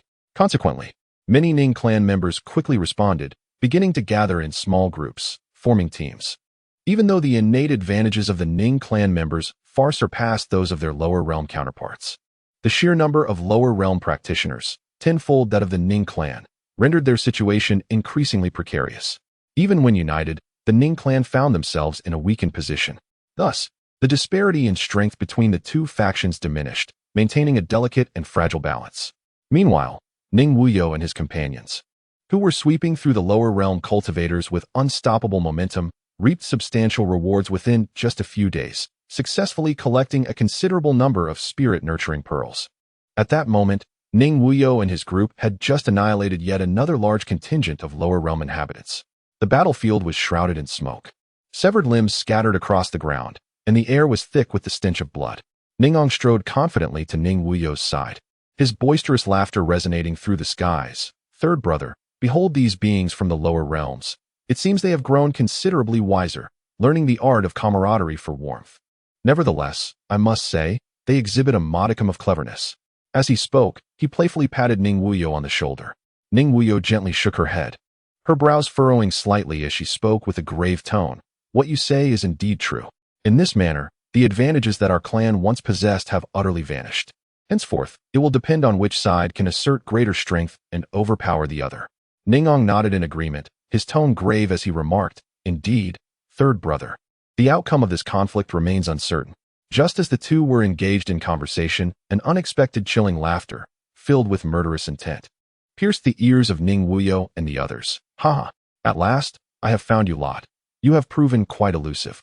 In that instant, an unforeseen event transpired. From seemingly nowhere, a multitude of lower realm cultivators surged forth like a relentless tide, appearing from all directions. A cursory glance revealed that their numbers swelled into the thousands, a scale so immense it was nearly unfathomable. It would not be an exaggeration to assert that every living soul from the lower realm had converged upon this spot. As Ning Wuyou and his companions were on the brink of being completely encircled by this formidable throng of lower realm cultivators, the situation grew increasingly dire. However, just as the tension reached its peak, a new contingent arrived at the scene with remarkable speed. Upon closer inspection, these newcomers were none other than members of the Ning clan. At that moment, every Ning clansman bore expressions of fury and sorrow, as though they had suffered a great calamity. Their gazes were fiercely fixed upon the densely packed throng of lower realm individuals, their anger threatening to erupt at any moment. Simultaneously, Ning Tianyi, who had just completed the task of gathering the nascent spirit beads, noticed the arrival of his kin. Upon surveying the scene, he was taken aback. The sight before him left him speechless. The once formidable and numerous clan members had dwindled to a mere fraction. Moreover, even those few remaining bore wounds of varying severity. Appearing utterly beleaguered, the beleaguered Ning clan members quickly spotted Ning Wuyou and Ning Ong, as if they had found their beacon of hope, and swiftly converged toward them. As they reached Ning Ong, the sight ignited a volcanic rage within him, surging like molten lava. His expression darkened, and his gaze turned icy as he scrutinized his kin, demanding, "What has transpired? Where are the others?" At the sound of Ning Ang's inquiry, a slightly wounded clan member stepped forward, bowing and speaking with a quavering voice. "Your Highness, we were ambushed by the lower realm cultivators. We are all that remains. The others have perished." With that, the clan member collapsed to the ground, sobbing uncontrollably. Upon hearing this, Ning Ong was consumed with fury, wishing he could obliterate the lower realm cultivators on the spot. Meanwhile, Ning Wuyou, after listening to the clan member's account, furrowed his brow in deep contemplation as he turned to another clan member, stating solemnly, "What exactly happened? Speak the truth." "Yes, third prince, the events unfolded as follows," began the clan member, and as he recounted the tale, the expressions of Ning Wuyou and the others grew increasingly grave. Standing beside them, Ning Ong, already ablaze with anger, trembled uncontrollably as he absorbed the clan member's narrative. Veins bulged upon his broad forehead, resembling grotesque worms. His eyes bulged, seemingly ready to burst from their sockets, glowing a fierce crimson. The events had transpired just days prior. During that time, several unfortunate Ning clan members found themselves isolated in a secluded valley. Suddenly, without warning, a group of lower realm cultivators emerged from the shadows, surrounding them. Faced with overwhelming numbers and realizing escape was futile, the Ning members prepared to fight to the death when a strikingly handsome young man stepped forward from the group, addressing them. "I offer you a chance at survival. Whether you cherish it is entirely your choice." The encircled Ning clan members exchanged glances upon hearing his words, contemplating his intentions. At this moment, an elder member of the Ning clan stepped forward and inquired, "What do you intend to do?" The handsome young man smiled slightly, his expression tinged with subtle mockery. He replied lightly, "Oh, there's no need to be alarmed. It's nothing particularly sinister. I simply believe that taking advantage of the outnumbered is rather dishonorable. Wouldn't it be a laughingstock if word got out that we, from the lower realm, lack etiquette?" Upon hearing this, the elder Ning clan member furrowed his brow, his mind racing with thoughts. He pondered the trustworthiness of the young man's words, for in such a perilous situation, any decision could mean life or death for the clan. Yet, it seemed the young man had pierced through their hesitation as he continued, "Rest assured, I guarantee there are no traps set. To be frank, we number only around 200. If you fear losing, you are welcome to gather more of your kin to confront us. That way, we can engage in fair combat without wasting time." When the Ning clan members hesitated further, the young man taunted, "I thought the members of the Ning royal family were all capable of facing 100 foes alone. It appears I was mistaken. You are but timid mice." His words ignited anger among the besieged Ning members, and one bravely stepped forth, stating, "Very well, we shall see.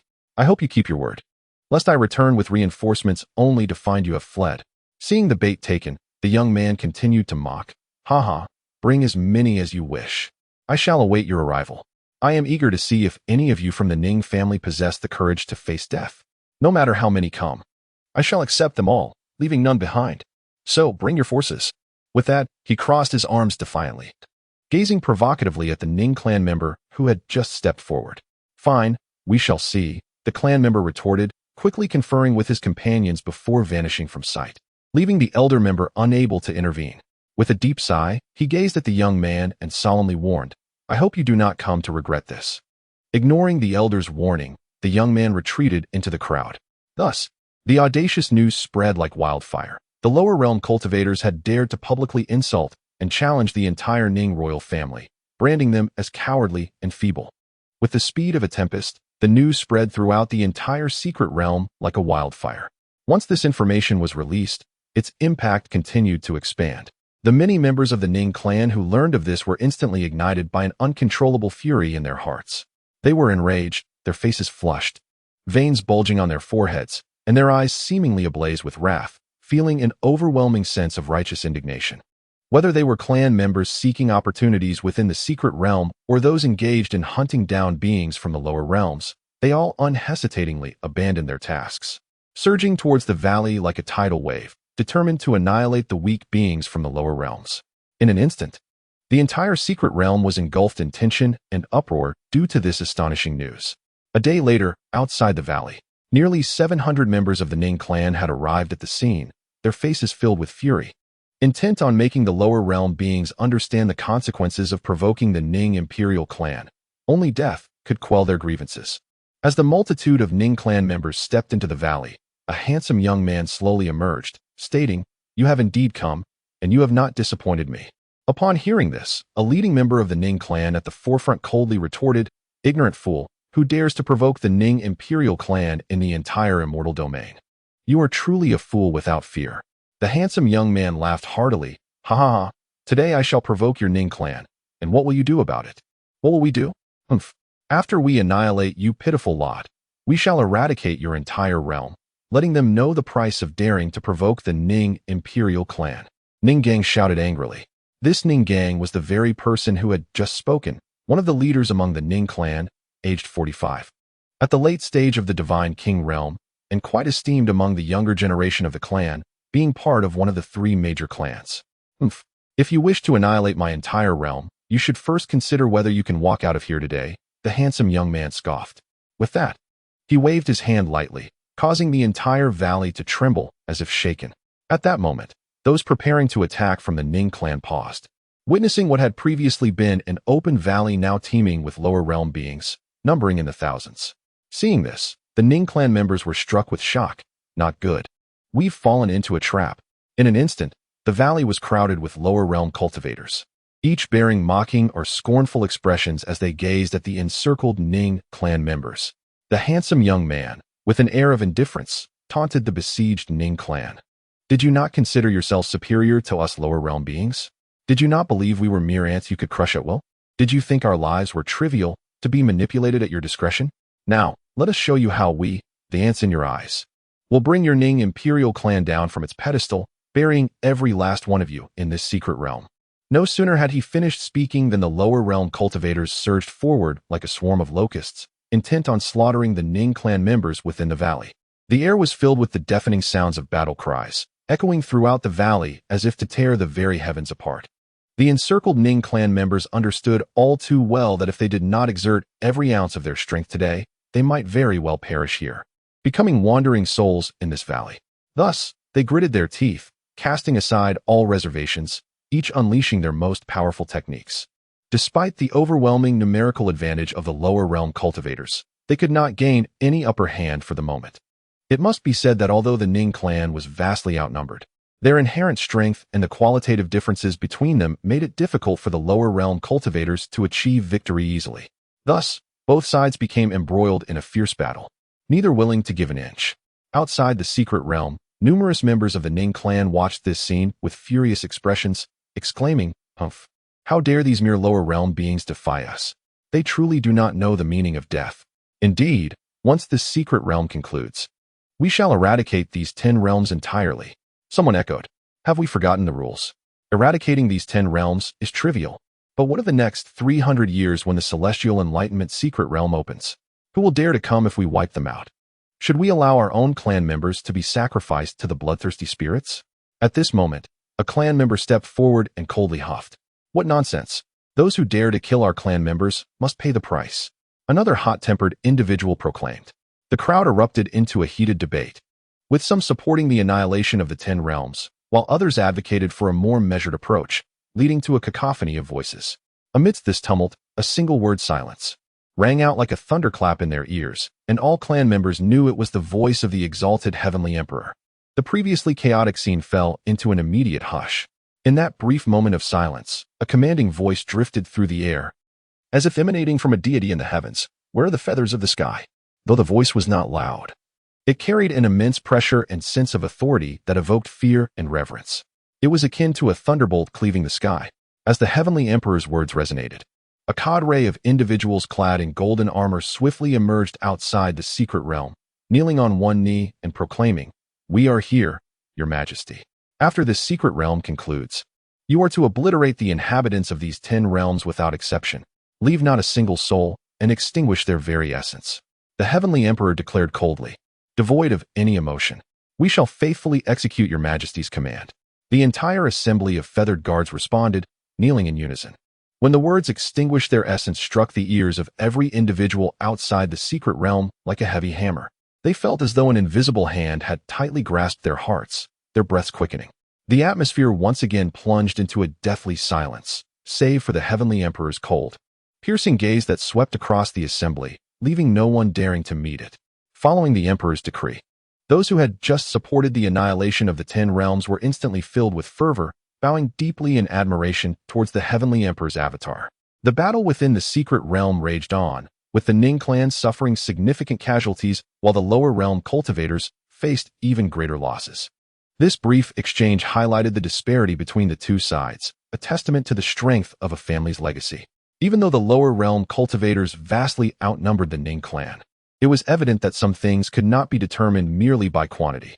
For instance, when Ning Gang unleashed the Thunderbolt Law, several lower realm cultivators fell en masse. Some lower realm cultivators had never even encountered such techniques, illustrating the gap between the two sides. The Ning clan members, fighting for their lives, unleashed their trump cards and powerful techniques, instilling fear in the hearts of the lower realm cultivators, who were as numerous as locusts. Qing Xian, how shall we continue this battle? As the battle commenced, we had already suffered nearly 1,000 casualties, while the opposing side had only a few dozen losses. With such a stark disparity in casualties, could this conflict not be deemed a certain defeat? One onlooker, filled with concern, voiced his apprehension to the elegant man beside him. This man was none other than Zhao Mingkai, who had originally ventured into this enigmatic realm. Standing silently next to him, his expression grave, was Chun Qingxian, clad in black attire during their initial foray into the secret domain. Humph, Chun Qingxian, is this what you call a brilliant plan? It certainly commands our respect, remarked a powerful deity-level warrior nearby, his face twisted with displeasure, laden with mockery towards Chun Qingxuan's strategy. A mere youth who has yet to touch the realm of true immortality, I had harbored some expectations for you, thinking you might possess substantial abilities. It appears you are merely a superficial jester. At that moment, a beautiful woman among the crowd unleashed her scorn without reservation, her disdainful gaze resembling that directed at an insignificant ant. Yet, just as their derisive words fell, Zhao Mingkai, unable to contain his fury any longer, retorted loudly. When Qingxian proposed this plan, it was with unanimous agreement. Now, in the face of adversity, what purpose does it serve to blame him? Unfortunately, before Zhao Mingkai could finish his statement, the beautiful woman abruptly struck him with a powerful palm, sending him hurtling away. A thunderous crash echoed as Zhao Mingkai's body soared like a kite with its string severed, crashing heavily to the ground. You insolent brat! This is not a place for you to speak. How dare you spout such nonsense? She bellowed, her eyes blazing with fury. Her strike was formidable, clearly fueled by genuine wrath. The surrounding onlookers fell silent, too intimidated to utter another word. As the debate continued to escalate, a strikingly graceful woman stepped forward. Addressing the agitated crowd, Senior Li, Senior Hua, please temper your anger. I believe he may still possess a counter-strategy. Let us observe the unfolding situation. This speaker, Zhao Yimo, hailing from the Xintian continent, was at the early stage of the deity realm, merely 26 years old, and was the senior disciple of Chun Qingxian. Her status as a celestial figure at such a young age in the lower realms was remarkable. The woman known as Senior Hua, who had just sent Zhao Mingkai flying, was named Hua Qingru, a late-stage deity realm practitioner from the Yuntian continent. Seeing her normally aloof senior sister come to his defense, Chun Qingxian quickly turned to Zhao Yimo and expressed his gratitude. Thank you, senior sister, for coming to my aid. No need for thanks. I merely wish to prevent internal strife at this juncture. You had best devise a solution swiftly, or none shall be able to protect you, Zhao Yimo replied coldly. Noting her perpetual indifference towards him, Chun Qingxian clenched his fists, responding, I understand. Thank you for the warning, senior sister. Zhao Yimo ignored him and moved to the side, focusing intently on the ongoing clash in the valley. The battle in the valley raged on, both sides now locked in a stalemate. The members of the Ning clan wielded their various mystical powers and techniques with ease, retreating towards the valley's exit while simultaneously unleashing an array of devastating artifacts from their spatial rings upon the densely packed individuals from the lower realm. This relentless onslaught left the outnumbered lower realm denizens in a state of helplessness. Not only did they fail to inflict any substantial harm on their adversaries, but their own cultivators were also falling in droves, the disparity in foundational strength proving insurmountable, far beyond what mere numbers could rectify. Nearby, Qin Qingxian and Zhao Yimo, along with several other formidable beings of the Divine King realm, furrowed their brows in concern, witnessing their side falter, especially as the Ning clan approached the valley's exit. The beautiful woman Hua Qingru, who had just chastised Qin Qingxian, turned to him with a cold gaze and remarked, "Qin Qingxian, is this your strategy? Truly a waste of effort." As Hua Qingru's words fell, Zhao Yimo, her expression icy, added, "Junior brother, if you fail to devise a countermeasure soon, and this group from the Ning clan manages to escape, it will spell our doom. I shudder to think how you will justify yourself." Realizing he had no choice but to resort to a drastic measure, Qin Qingxian sighed inwardly. "If you have a solution, then use it swiftly. Are you waiting until we are all dead before acting?" A burly man in his 40s barked angrily. Ignoring the man's outburst, Qin Qingxian addressed Zhao Yimo, saying, "Sister, the technique I plan to employ is called the blood prison formation. It requires a sufficient amount of blood energy to activate. Once initiated, it cannot be halted until all within the formation are perished." "Only what?" Hua Qingru interjected sharply, clearly impatient. Qin Qingxian nodded solemnly. "However, the current blood energy is insufficient to form the array. We need—" His words trailed off, but the surrounding audience grasped his implication. "You mean to say that more lives must be sacrificed before you can invoke this blood prison formation?" Zhao Yimo inquired, her eyes fixed on him. Qin Qingxian confirmed with a heavy heart, "Indeed. I estimate we require the death of approximately another 1,000 individuals to activate this formation." As soon as he spoke, numerous late-stage divine kings glared at him in fury, their eyes brimming with murderous intent. "Humph." Hua Qingru's brows knitted in displeasure, her voice laced with indignation. "Such a treacherous strategy, sacrificing 1,000 lives to save yourself. How could you even conceive of such malice?" Her eyes, reminiscent of autumn waters, sparkled with anger as she glared at Qin Qingxian. The burly man beside her chimed in vehemently, "You are utterly correct. I believe you harbor ulterior motives. Is it that you wish to see your compatriots from the Xiantian continent decimated in this secret realm while dragging the rest of us down with you? Once we are all battered and bruised, you will seize the opportunity to plunder our precious resources. Do you take us for fools?" His eyes, wide as saucers, glared at Qin Qingxian, his hand gripping the hilt of his sword tightly, ready to strike at any moment. At that moment, Zhao Mingkai, who had just been flung aside, sensed the rising tension and quickly interjected, "Esteemed seniors, while Qingshuan's actions may seem unwise, they are the only recourse we have." Just as Hua Qingru prepared to dismiss Zhao Mingkai with another blow, a tremendous explosion reverberated through the air as Ning Gang bellowed with laughter, "Ha! Those unafraid of death, come forth. Watch as I obliterate you with my thunder bomb." As Qin Qingxian and the others turned to look, they beheld Ning Gang clutching a mysterious orb pulsating with arcs of lightning. This orb, translucent and radiant, resembled the most brilliant star in the night sky. Lightning flickered across its surface, accompanied by faint crackling sounds, suggesting it contained boundless energy and power. The group speculated that the earlier deafening explosion had been triggered by this electrifying orb, understanding that its might would likely intimidate even the most formidable of Royal Realm experts. The lower realm cultivators in the valley were now acutely aware of merely the tip of the iceberg that was the Ning clan's profound strength. Hua Qingru turned to Qin Qingxian with a cold demeanor. "Are you satisfied now? Can you finally summon your so-called formation? Do not dare claim the blood energy is insufficient. That explosion surely claimed more than 1,000 lives." Qin Qingxian gazed into the valley and nodded. "It is nearly sufficient." With that, he formed intricate hand seals, murmuring incantations under his breath. Moments later, he proclaimed loudly, "Blood prison formation, coalesce." Suddenly, the blood energy within the valley began to converge rhythmically towards the Ning clan members. And Ning Gang, who had been reveling in his slaughter, felt a sudden chill as he looked around, witnessing the countless tendrils of blood energy encroaching upon them. Ning Gang's expression changed dramatically as he suddenly raised his voice, exclaiming, This is indeed the blood fiend great array of my clan. What on earth has transpired?" While he shouted, he swiftly turned to cast his gaze upon his clansmen behind him. However, to his astonishment, those kinfolk were equally bewildered, glancing around at one another with confusion, clearly at a loss regarding the sudden emergence of this formidable array. utterly unaware of who could have conjured such a powerful formation. Just as the entire Ning clan found themselves engulfed in profound puzzlement, Ning Gang's eyes suddenly locked onto a figure, none other than Qin Xingxian, who was fully engrossed in manipulating the blood fiend Great Array. In an instant, a surge of fury erupted from the depths of his being. With eyes wide and teeth clenched, Ning Gang seethed, "What an audacious wretch! How dare you brazenly steal the secrets of my clan's blood fiend Great Array? Do you not comprehend that such actions will bring about your own ruin? It seems you are intent on dragging your entire realm down with your reckless folly."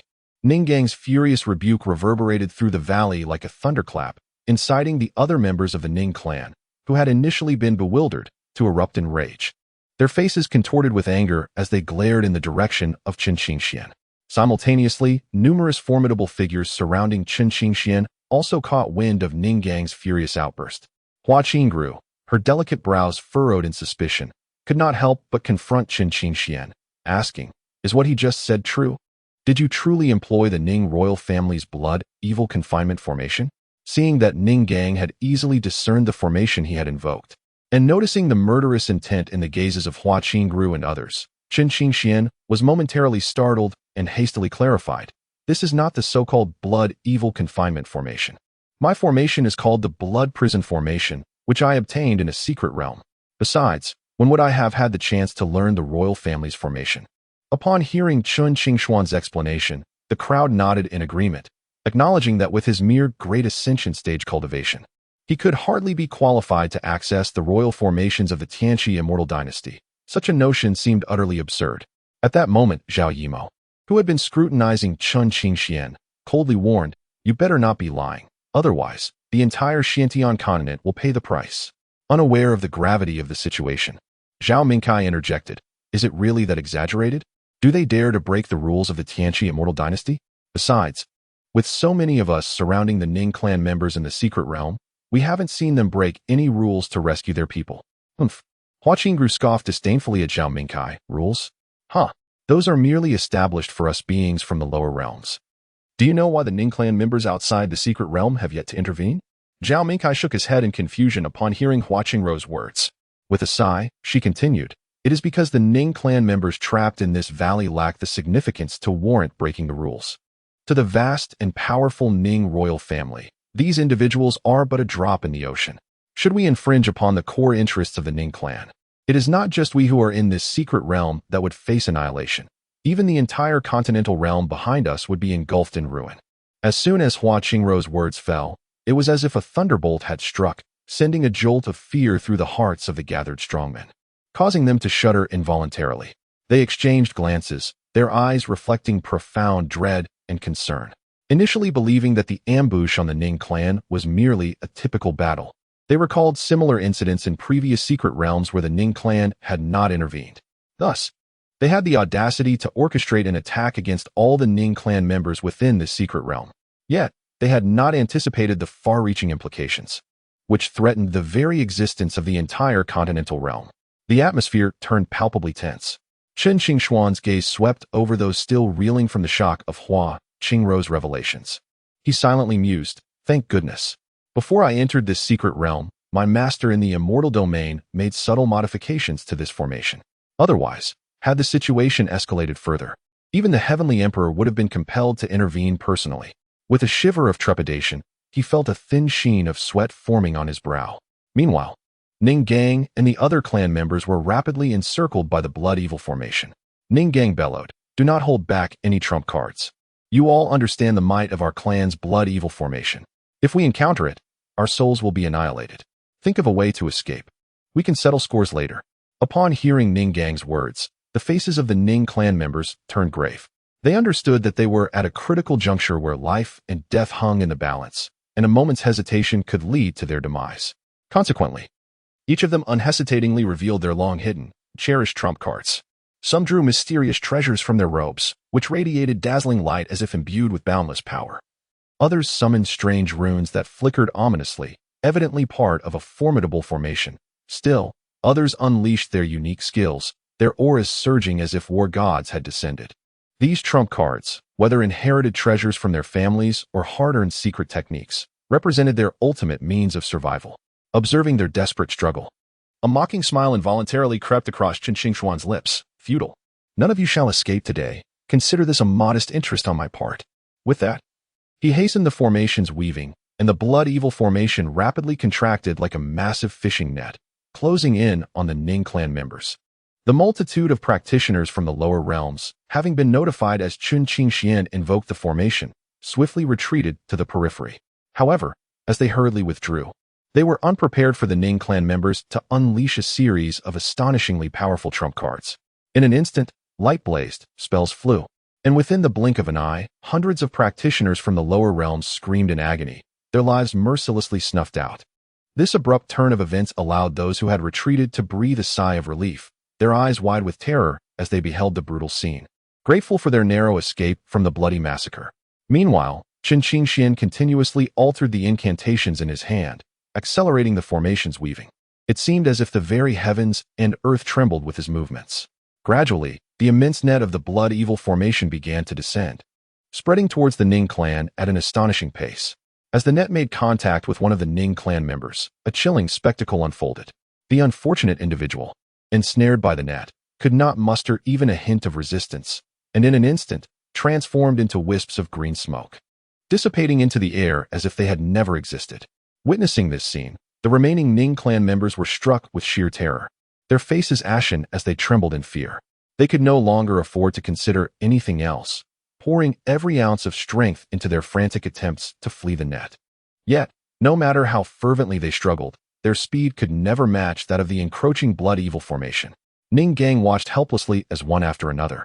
His kin were swiftly engulfed by the terrifying and insatiable blood net, transforming into streaks of azure light that vanished into the void.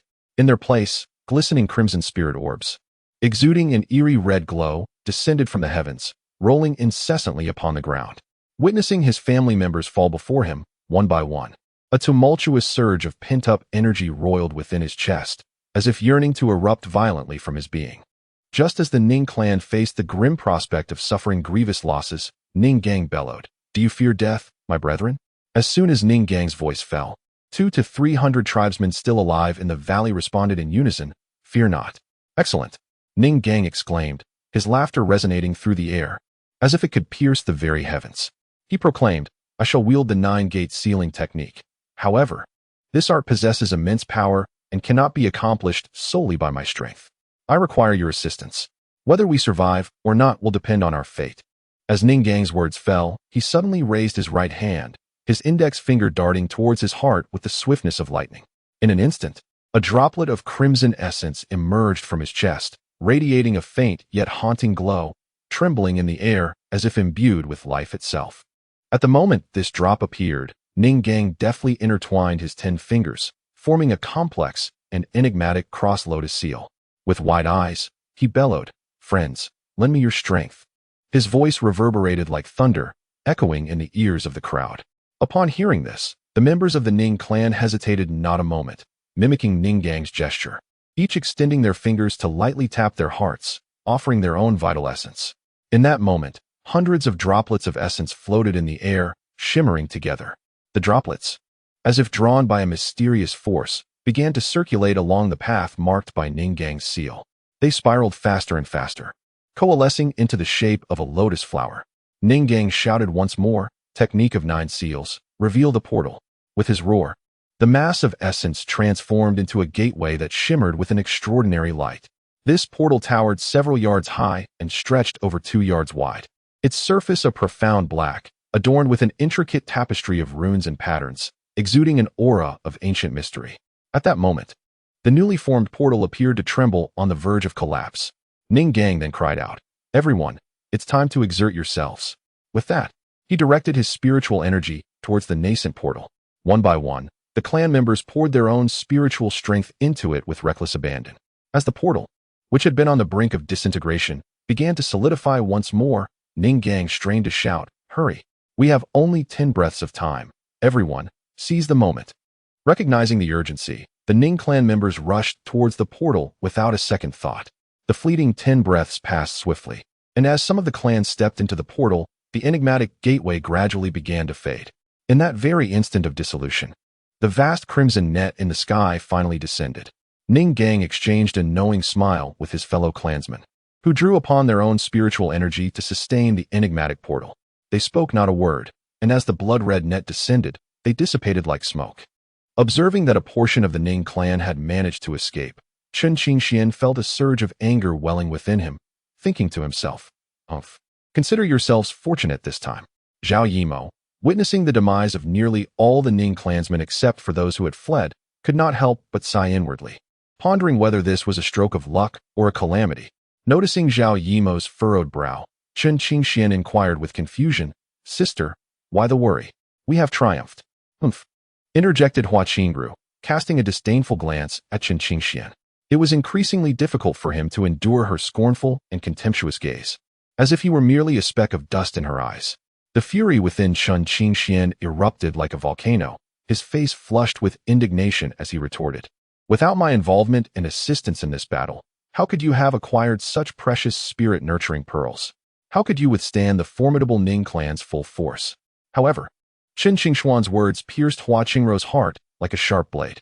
Her brows knitted tightly, and a glint of cold light flickered in her beautiful eyes. With a slight tremor of her delicate form, she raised her hand, unleashing a fierce gust of wind towards Chen Qingxian, rebuking him sharply. "How dare you, ignorant fool, speak so brazenly here? It is not your place to dictate." Just as her palm was about to make contact with Chen Qingxian, Zhao Yimo effortlessly intervened, dissipating Hua Qingru's furious strike with a casual wave. Hua Qingru's eyes widened in disbelief as she regarded Zhao Yimo, astonished that such a seemingly frail figure could so easily neutralize her full-powered attack, far exceeding her expectations. With a frown, she scrutinized Zhao Yimo anew, her gaze hinting at a mix of wariness and skepticism. Meanwhile, Zhao Yimo stood calmly beside them, a faint smile gracing her lips as she addressed Hua Qingru. "Elder Hua, please do not be angered. We find ourselves in this secret realm with limited time. The most pressing matter is to judiciously allocate these invaluable spirit-nurturing pearls. Subsequently, we should utilize the remaining days to explore the other opportunities within this mysterious domain, seeking greater gains. Should we allow arrogance and rashness to cause us to miss out on this golden opportunity, it would be a grave loss. I implore you to reconsider, Elder Hua." Upon finishing her words, Zhao Yimo offered a slight bow to Hua Qingru. After contemplating Zhao Yimo's remarks, Hua Qingru nodded gravely, acknowledging, "It appears that Miss Yimo possesses a sense of propriety." With that, she cast a disdainful glance at the now flustered Chen Qingxian. As the group of lower realm cultivators divided the various celestial materials and spirit-nurturing pearls, Chen Qingxian stepped forward, suggesting, "Everyone, we ought to eliminate the fleeing Ning clansmen first. Otherwise, we may face relentless retaliation in these final days." As soon as he spoke, Zhao Yimo admonished, "What do you intend to do? There are only a little over 100 left. Do you wish to eradicate them entirely? Are you not afraid of provoking the Ning royal family?" "Indeed, they pose little threat now," chimed in another lower realm cultivator at the divine king level. "We should focus on gathering opportunities in these last few days." Seeing his words dismissed, Chen Qingxian unleashed an astonishing revelation. "Do you know what the greatest opportunity in this secret realm is?" Curiosity surged among the crowd as they clamored for an answer. Chen Qingxian smiled faintly, then continued, "The greatest opportunity here is undoubtedly the flying immortal pool. It is said to possess immense transformative power, capable of refining one's essence and enhancing a cultivator's comprehension and physical constitution. Most crucially, what is it? Do not keep us in suspense. Please tell us." His words stirred a wave of anticipation, akin to a stone cast into a still lake, rippling through the crowd. After surveying the eager faces around him, Chen Qingxian leisurely revealed, "The most significant aspect is that this mysterious flying immortal pool conceals the chance to become an emperor." When the words "become an emperor" left Chen Qingshuan's lips, it was as though a thunderclap had reverberated through the air, rendering all present speechless and frozen in disbelief. For those hailing from the lower realms, the term emperor seemed a distant legend, and to hear such an extraordinary declaration was utterly astonishing. A profound silence enveloped the atmosphere, broken only by the sound of hurried breaths. After a long moment, someone in the crowd finally regained their composure and stammered, "Become an emperor? How is that possible?" A chain reaction ensued, with others awakening from their stupor, erupting into exclamations of wonder, skepticism, and excitement. Amid the commotion, an elder, appearing nearly 200 years old, yet actually under 50, stepped forward to demand silence. He then turned to Chen Qingxian, asking, "Are you serious?" Chen Qingxian nodded earnestly, affirming, "Absolutely. I learned it from an ancient text in the lower realm." The elder, known as Niu Qingdong, a late-stage divine king, scrutinized Chen Qingxian with unwavering intensity, as if attempting to see through him. Suddenly, Niu Qingdong reached out, attempting to press his hand against Chen Qingxuan's crown. At that critical moment, Hua Qingru intervened softly. "Elder Niu, what are you trying to do? If you wish to harm him, I will not stop you. But you must allow him to reveal the whereabouts of the flying immortal pool first." Niu Qingdong, thwarted, waved his hand dismissively, explaining, "I merely wish to search his soul to ascertain whether he speaks the truth. Why are you so anxious?" Understanding his intent, the crowd finally grasped Niu Qingdong's purpose. Hua Qingru nodded in agreement. While soul searching is reliable, a misstep could prevent us from learning the location of the flying immortal pool. I suggest we spare the boy's life for now and seek out the pool first. What does everyone think? Having surveyed the crowd, many lower realm cultivators concurred with Hua Qingru's reasoning, nodding in agreement. "Very well, let us spare this boy's life for the time being. Should he deceive us, I shall be the first to end him." Niu Qingdong cast a threatening glance at Chen Qingxian after finishing his words. Noticing the consensus among the crowd, Chen Qingxian continued, "Ladies and gentlemen, to enter the flying immortal pool, there is a requisite item." Just as the assembly began to grow impatient and prepare their inquiries, Chen Qingxian elaborated. "That item is in the possession of the Ning clan, who have been hunting the people of our Xiantian continent. I am unaware of its specific nature, but I can assert that one of them has brought it here." Upon hearing this, Niu Qingdong spoke sternly, "Boy, are you attempting to leverage us to avenge your people from the Xiantian continent?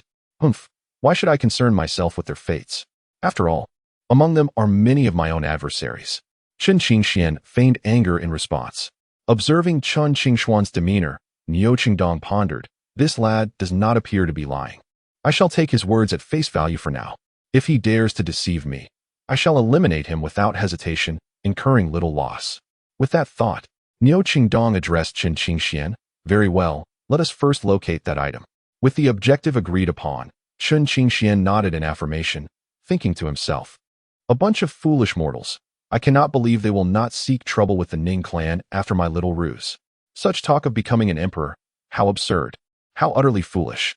Having concluded his thoughts, Chen Qingxian leaped into the air and soared towards the valley's exit, closely followed by the group of practitioners from the lower realm. On the other side, after hearing the entire account from his kin, Ning Wuyou maintained an unruffled demeanor, showing no signs of change. Ironically, it was this abnormal tranquility that sent shivers down the spines of those around him. Meanwhile, Ning Ong was losing his patience. The fire of rage within him intensified to the point of becoming uncontrollable. Just as he was about to take action, Ning Wuyou reached out to stop him, saying, "Elder brother, I am quite curious to meet this Chen Qingxian. It is indeed a clever scheme." Observing Ning Wuyou's calmness in the face of his clan's tragic demise, Ning Ong huffed in dissatisfaction. "Third brother, did you not hear what he just said? You still wish to meet that Chen Qingxian? Stay put, and allow me to capture him for you." As soon as Ning Ang's voice fell, he planted his foot firmly on the ground and soared towards the multitude of practitioners from the lower realms. The very earth he had just traversed was left marred by cracks resembling a spider's web, a testament to the fury that had reached its zenith within him, demanding that someone pay in blood to quell the tempest of his wrath. In that fleeting moment of Ning Ang's ascent, a late-stage divine king named Niu Qing charged forth with a boisterous laughter, exclaiming, "At last, I have found you lot. Surrender the items required to enter the flying immortal pool, and I may spare your lives." Ning Ong paid no heed to Niu Qingdong's words, for at that moment, his sole desire was to take a life. He hovered in midair, his eyes ablaze with fury as he regarded the approaching Niu Qingdong, slowly extending a hand forward. It was then that Ning Ong bellowed with arrogant defiance, "Allow you to experience the essence of the world within my grasp." It was a rare occasion for Ning Ong to refer to himself as this palace, a testament to the depth of his rage at that moment. As Ning Ang's voice fell, a golden palm imprint surged forth from his hand, hurtling towards the direction where Niu Qingdong was approaching. Unbeknownst to Niu Qingdong, who remained blissfully unaware of his impending peril, he greeted the seemingly innocuous palm imprint with a booming laugh, exclaiming, "Ha ha ha, such trivial skills, daring to play tricks before me." Yet, before he could fully articulate his words, they were abruptly silenced. The reason was simple. What appeared to be a feeble palm imprint instantaneously transformed. expanding into a colossal golden hand that blotted out the sky, seizing Niu Qingdong with astonishing swiftness. Observing Niu Qingdong, who now lay ensnared in his grasp, Ning Ong erupted into a furious laugh, declaring, "Dare to slaughter my kin? I shall obliterate your very soul, condemning you to eternal damnation." With that proclamation, Ning Ang's palm closed tightly. In an instant, the once arrogant Niu Qingdong was reduced to mere dust, unable to even emit a cry, his soul not given the chance to escape. Witnessing this harrowing spectacle, the cultivators from the lower realm were gripped by terror, their legs trembling uncontrollably as they instinctively recoiled.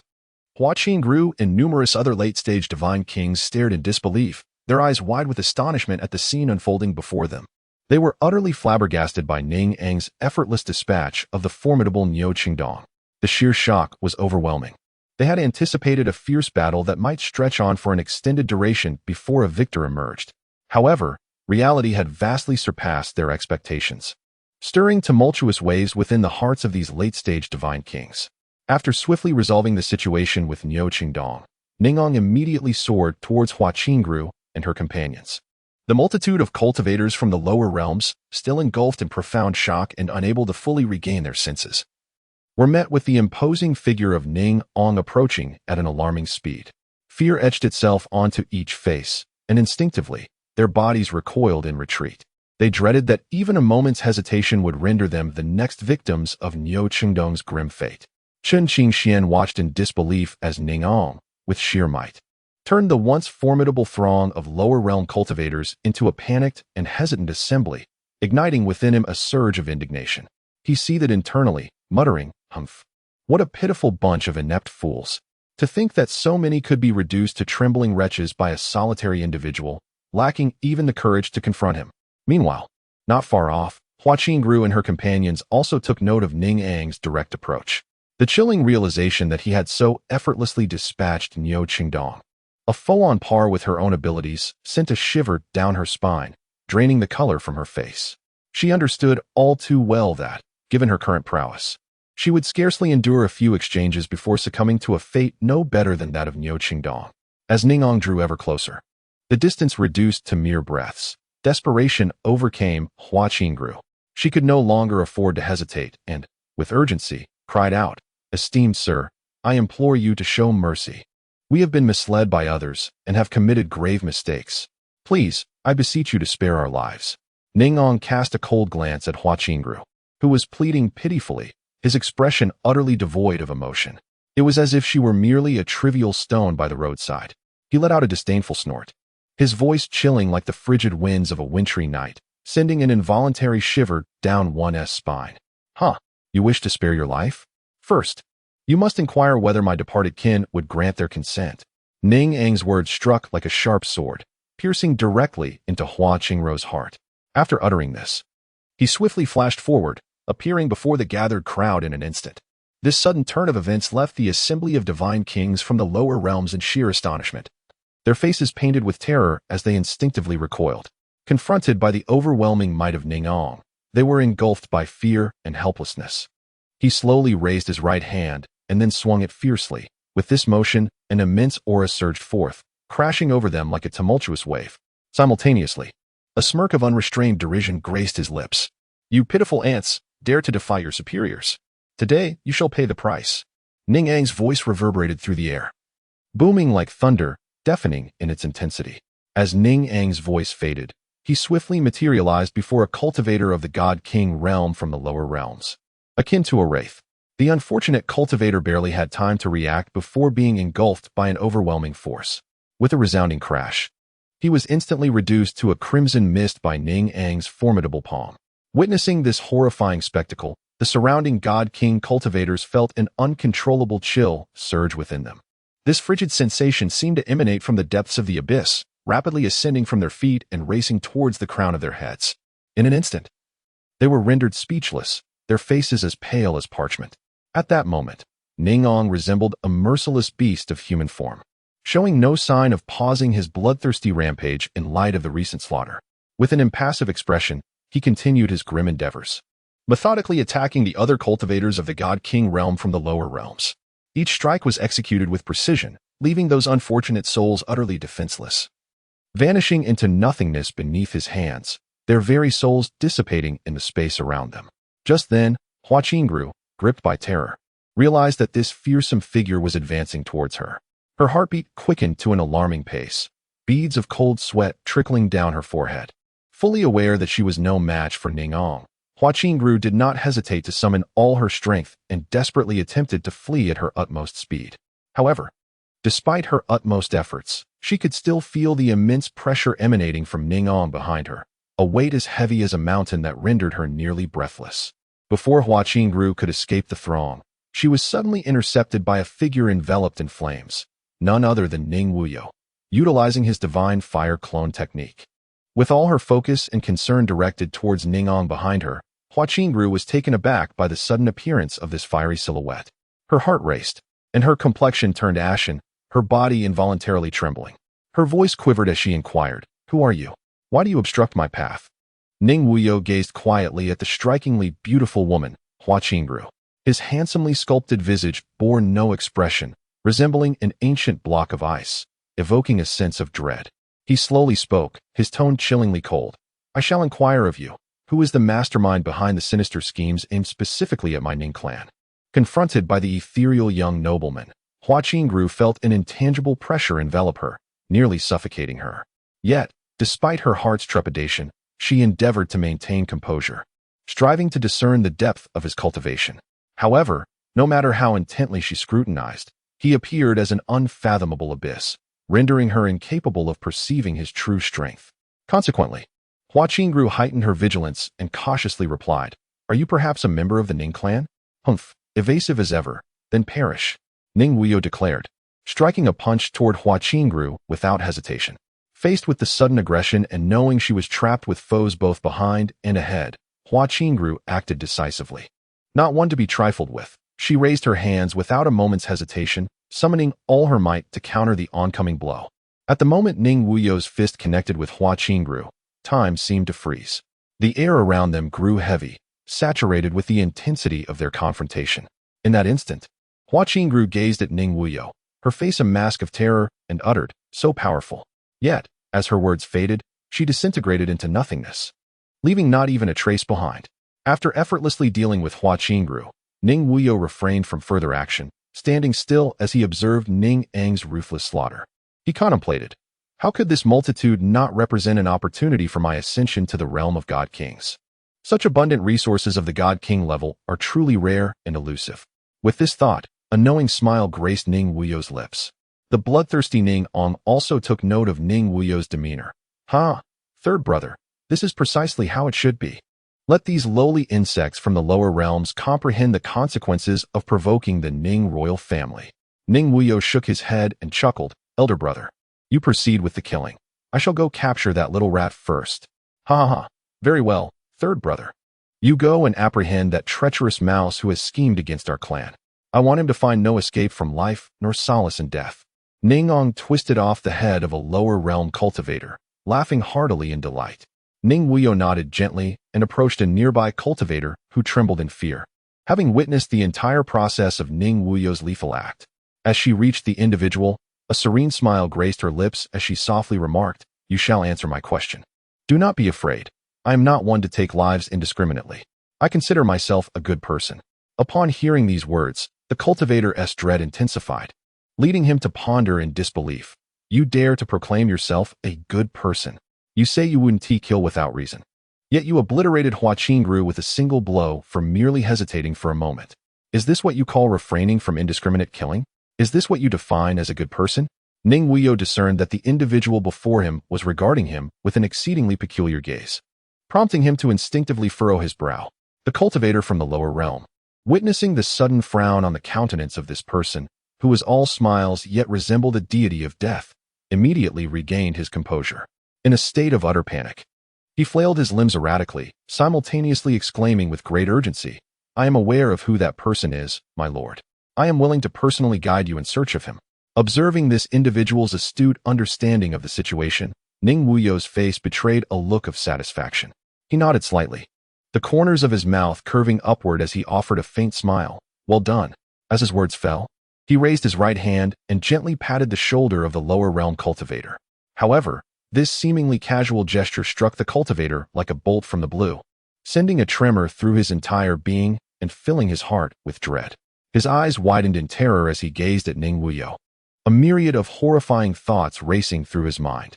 He instinctively feared that this figure, akin to a god of slaughter, would soon treat him as he had with Hua Qingru. Were it not for the clear sensation of his own survival, he might have already knelt in supplication, pleading for mercy. The cultivator, trembling, raised a hand to wipe away the beads of cold sweat that perpetually emerged on his forehead. Then, with utmost reverence, he addressed Ning Wuyou. My lord, to the best of my knowledge, the person you inquired about seems to hail from the Xiantian continent, named Chen Qingxian. I shall promptly lead you to find him. After speaking, he cautiously stole a glance at Ning Wuyou, awaiting his further instructions. Ning Wuyou, with an expression devoid of emotion, nodded slightly in agreement to let him lead the way. The underworld cultivator, as if granted a reprieve, hastily turned away, his trembling steps guiding Ning Wuyou towards the direction of Chen Qingxian. Along the way, he dared not utter a sound, fearful that any misstep might provoke the ire of this formidable figure. Meanwhile, Chen Qingxian, concealed among the throngs of underworld cultivators, observed Ning Eng's rampant slaughter with growing anxiety, exclaiming, with so many of us, are we truly afraid of just him? Let us strike together. No sooner had his words faded than a voice, laced with sarcasm, emerged from an unseen corner. Humph, you seem quite formidable. If you have the ability, why not step forward? You are merely a complete failure, lacking even the realm of true immortal. The words struck Chen Qingxian like a thunderbolt, igniting a spark of anger in his eyes as he scanned the crowd. His voice a cold retort. Who dares to speak? Step forward and speak to my face. Hiding behind the shadows and wagging your tongue does not make you a hero. At that moment, another disdainful voice rang out. Humph, I shall step forward. Do you think I fear you? Do not overestimate yourself, believing you to be someone of significance, capable of leading us.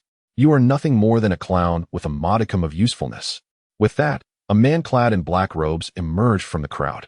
He was tall and grim-faced, his eyes cold and piercing like the chilling stars, fixed disdainfully upon Chen Qingxian. As he approached, he continued to taunt, I am here now. What will you do? Since you claim to possess skills, I offer you a chance. Stop that man immediately. If you succeed, I shall acknowledge your abilities.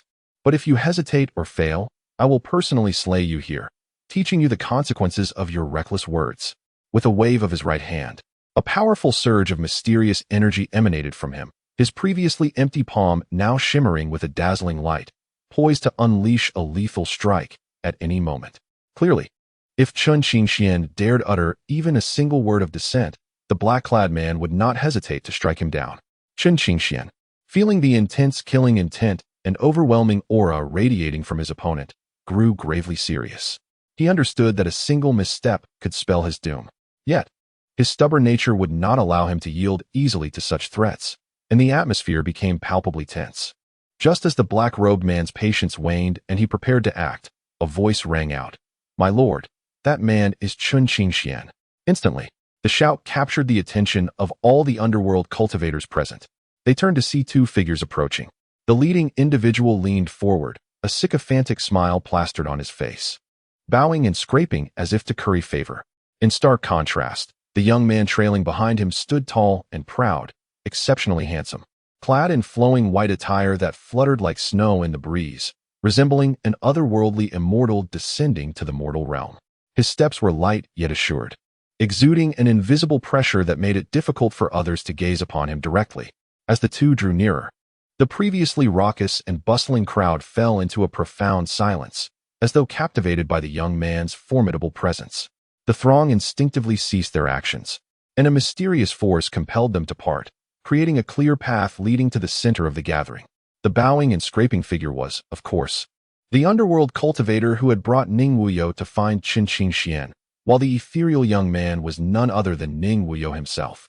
As Ning Wuyou approached Chen Qingxian at a leisurely pace, the latter's keen gaze quickly locked onto their figures. He felt a surge of caution as he focused intently on Ning Wuyou, dismissing the bowing cultivator entirely. Upon recognizing the approaching figure, a flicker of confusion crossed his mind. This celestial being was a stranger to him, and the aura he emanated was certainly not that of an ordinary cultivator from the underworld. Chen Qingxuan's previously relaxed brow furrowed slightly, as if an unseen hand had tightly gripped it, transforming it into a deep furrow. Simultaneously, a foreboding thought struck him. This person belongs to the Ning clan. A chill coursed down his spine, spreading throughout his body. In an instant, his nerves tightened like a drawn bowstring, and he could not help but roar in anger. He is one of the Ning clan. Everyone, quickly, let us unite and strike him down. To his utter astonishment, the underworld cultivators, instead of rallying to his call, began to retreat in unison, their faces painted with fear and hesitation. Seeing this, Chen Qingshuan's face turned pale with rage, his chest heaving violently, as if about to erupt. He glared at the retreating cultivators, his voice hoarse with fury. What are you afraid of? He is but one man. We are many. If we do not unite now to confront him, what awaits us? Undoubtedly, we will become easy prey. Upon hearing Chen Qingshuan's words, the underworld cultivators began to regain their composure. Yes, he is just one person. Why should we fear him? Is he truly more terrifying than the one who is slaughtering? With this newfound resolve, they hastily brandished their weapons and charged toward Ning Wuyou. Yet, rather than displaying any sign of panic, Ning Wuyou erupted into hearty laughter. Ha! How timely. I was just contemplating how to find a pretext to eliminate you all. Who would have thought you would deliver yourselves to me? With a sly smile curling at the corners of her lips, she cast a meaningful glance at Chen Qingxian and continued, I must thank you. For it seems I no longer need to concoct an excuse. After all, I have always been a kind-hearted person, never one to indiscriminately slay the innocent. As soon as Ning Wuyou's words fell, his hands, which had been resting behind his back, began to slowly extend forward. Those hands, pale and slender, resembled exquisite jade sculpted from mutton fat, yet at this moment, they exuded an overwhelming aura of might and power.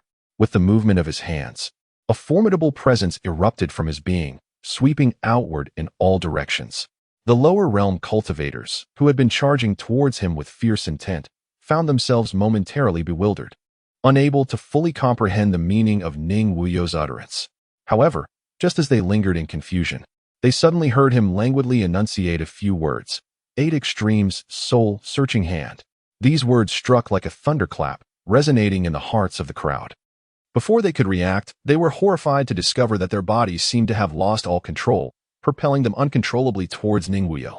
As the multitude of lower realm cultivators drew perilously close, merely 2 or 3 meters away from him, they abruptly halted as if ensnared by an immobilizing spell.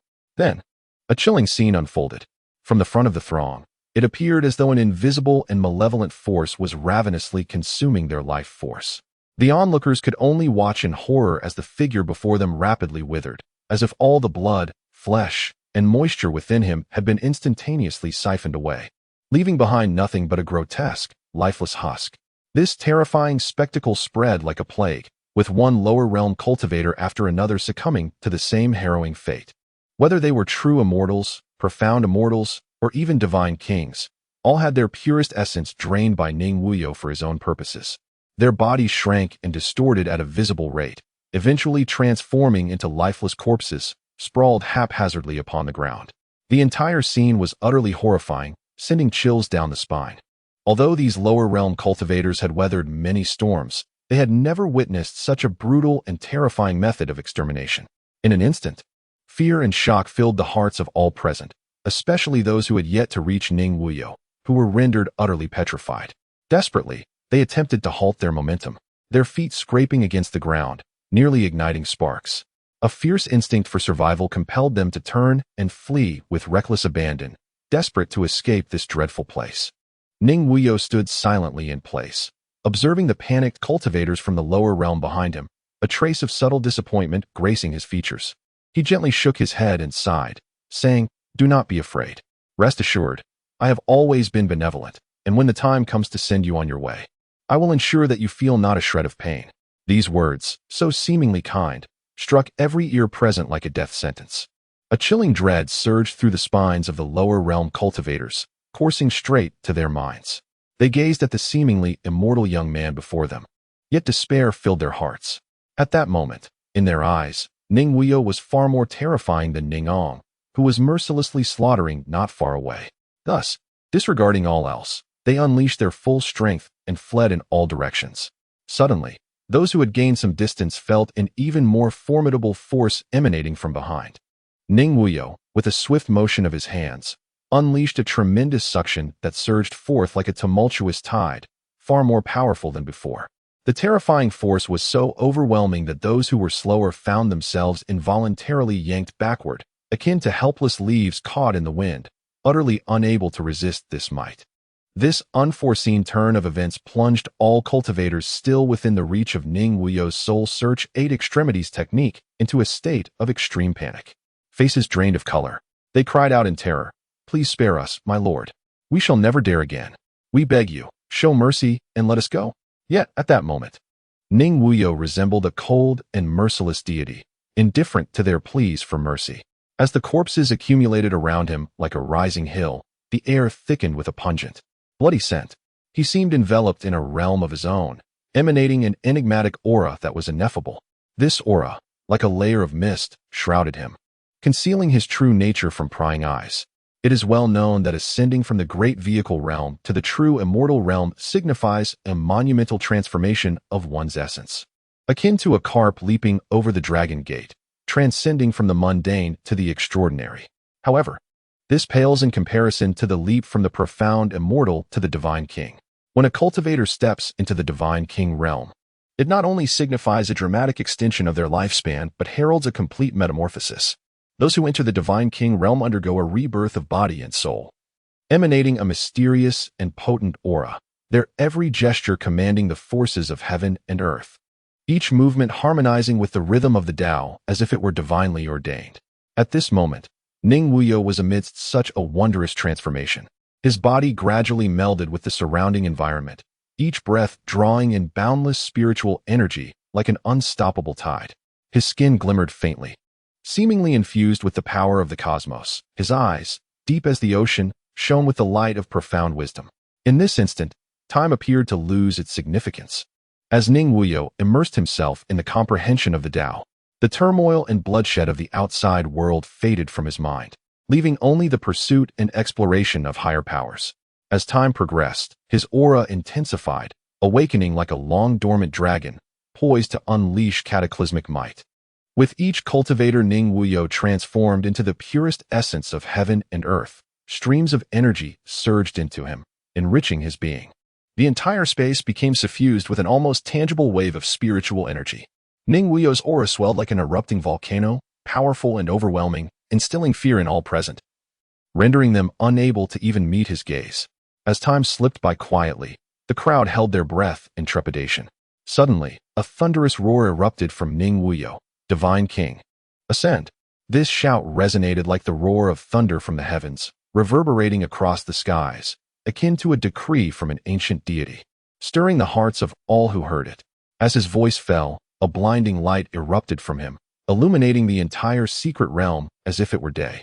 Within that brilliance lay boundless power of laws and arcane symbols, dazzling like the stars of the universe. In the wake of this, an earth-shattering force radiated from Ning Wuyou, shattering the void, reversing mountains and rivers, causing all creation to tremble and submit. Not far off, Ningong was ruthlessly engaged in a bloody massacre of the lower realm cultivators. Yet, just as he reveled in his slaughter, he suddenly sensed an unusual disturbance emanating from the direction of Ning Wuyou. Ningong pondered silently. Is my third brother on the verge of transcending to the realm of the divine king? Or is he about to step into the path of sovereignty? The aura he emanates is astonishingly formidable, almost beyond belief. Meanwhile, the numerous members of the Ning clan, who had been observing from a distance, were initially awestruck by the terrifying power displayed by Ningong. Their eyes widened in disbelief as they watched him. Like a demonic deity, Reap lives, their hearts brimming with reverence. However, as their gaze shifted to Ning Wuyou, their hearts leapt into their throats. Countless practitioners from the lower realms charged towards him with murderous intent. Yet, to everyone's astonishment, Ning Wuyou faced this perilous situation with unwavering composure. With a casual flourish, he unleashed a horrifying divine technique, and in that instant, the very heavens and earth seemed to shift. The air was filled with the harrowing cries of terror and pleas for mercy, as those previously menacing lower realm cultivators scrambled in panic, reduced to pitiful, lifeless husks strewn across the ground. Ning Wuyou's fierce tactics truly left onlookers astounded. Even the members of the Ning clan stood in stunned silence. They gaped, Unable to close their mouths for quite some time, their hearts collectively sighing. Our third prince, who usually remains unassuming, has concealed his depth so profoundly, revealing an unexpectedly formidable strength. As the crowd was immersed in their deep reflections, a deafening roar suddenly echoed, akin to a thunderclap, sending shivers through everyone's hearts. Following the sound, they beheld Ning Wuyou radiating a dazzling brilliance, his imposing aura seemingly merging with the heavens and earth. The clan members were taken aback, their eyes widening in disbelief at the spectacle before them. Someone could not help but exclaim, "My heavens, given this momentum, the third prince is about to break through to the divine monarch realm." This revelation struck the crowd like a bombshell, creating a tumult of astonishment. In an instant, the entire scene fell into a profound silence, as all were rendered speechless by shock. They stared blankly at Ning Wuyou, filled with awe and admiration. A clan member finally regained composure, murmuring in disbelief. A 20-year-old divine monarch. His voice trembled, laden with uncontainable excitement. What terrifying talent this is! How many in the world can compare? Others joined in, their words brimming with admiration and envy for Ning Wuyou's exceptional gifts. At that moment, someone suddenly recalled the past rumors about Ning Wuyou's inability to cultivate, and fury erupted. Who was the scoundrel that spread such nonsense about the third prince? If I find out who it is, I shall personally flay him alive. This sentiment resonated among the others, as they silently cursed the one who had spread the rumors. Just as Ning Wuyou completed his breakthrough, an overwhelming surge of energy erupted from within him, a brilliant light that seemed to envelop the entire secret realm. Yet, mere moments later, this tumultuous energy began to retract into his body, like a tamed beast. As the energy subsided, Ning Wuyou's previously closed eyes slowly opened, quietly experiencing the astonishing changes occurring within him. Faced with such a marvelous transformation, Ning Wuyou couldn't help but ponder, is this the change brought about by the divine monarch realm? This sensation is simply ineffable. After breaking through to the divine monarch realm, Ning Wuyou delved into his own essence, and to his astonishment, he discovered that his vital spirit, crucial for any cultivator, had leaped from the early stages of the divine monarch realm directly to the early stages of the imperial Dao realm. Such a monumental leap represents a significant advancement. This remarkable enhancement is truly awe-inspiring. Of course, this extraordinary leap in his vital spirit was, on one hand, a consequence of Ning Wuyou's successful breakthrough to the divine monarch realm, which triggered a qualitative change in his life level. On the other hand, it was equally attributable to his long-term nurturing of his vital spirit within the precious Hongmeng purple chi pearl. Due to the constant nourishment and infusion of the mysterious and potent power from the Hongmeng purple chi pearl, his vital spirit had been gradually and continuously elevated. It can be said that without the aid of this treasure, achieving such a significant leap would not have been an easy task. Besides the tremendous enhancement of his vital spirit, his physical body also experienced remarkable improvements. When Ning Wuyou cautiously probed into himself, he could hardly believe what he felt. He was astonished to find that the physical strength, previously caught between the divine monarch and imperial Dao realms, had surged forth like a wild stallion, breaking through the bottlenecks of the early and mid phases of the imperial Dao realm, firmly settling into the late phase. The magnitude of this enhancement was truly beyond imagination, even more astonishing than the improvement of his vital spirit. It is important to note that this was not merely a leap across one major realm, but an entire shift through one major realm and 3 minor realms. Such rapid progress could only be described as defying the heavens. Moreover, Ning Wuyou keenly perceived that the capacity of his dantian to hold spiritual power had expanded more than tenfold. Similarly, his meridians had transformed, becoming vast and boundless, like rivers surging within, with spiritual power flowing through them unimpeded. While the changes in his physical body were monumental, the 36 primordial Dao bones within remained unchanged, still radiating an arcane glow, each inscribed with mysterious ancient runes. After concluding his meticulous observation of his own transformations, Ning Wuyou slowly raised his head, his gaze as cold as frost, surveying the mountain of gruesome corpses surrounding him. His expression remained stoic as he spoke softly. The early stage of the divine monarch realm? To me, this is merely the beginning. Since you, people of the lower realms, are so enthusiastic, then let us carry this goodwill to the end and contribute to my strength. As his words faded, Ning Wuyou clasped his hands together, swiftly altering his hand seals while chanting incantations. In an instant, A powerful energy erupted from within him, transforming into 6 dazzling beams of light. As the radiance gradually converged, 6 identical figures of Ning Wuyou materialized before the crowd. These doppelgangers exuded a terrifying aura, rushing towards the fleeing cultivators from the lower realm like specters. Meanwhile, those cultivators, having been paralyzed by fear since Ning Wuyou's breakthrough to the divine monarch realm, were now frantically escaping, employing their most desperate techniques and treasures in a bid for survival. However, in the face of Ning Wuyou's relentless doppelgangers, their efforts appeared utterly futile.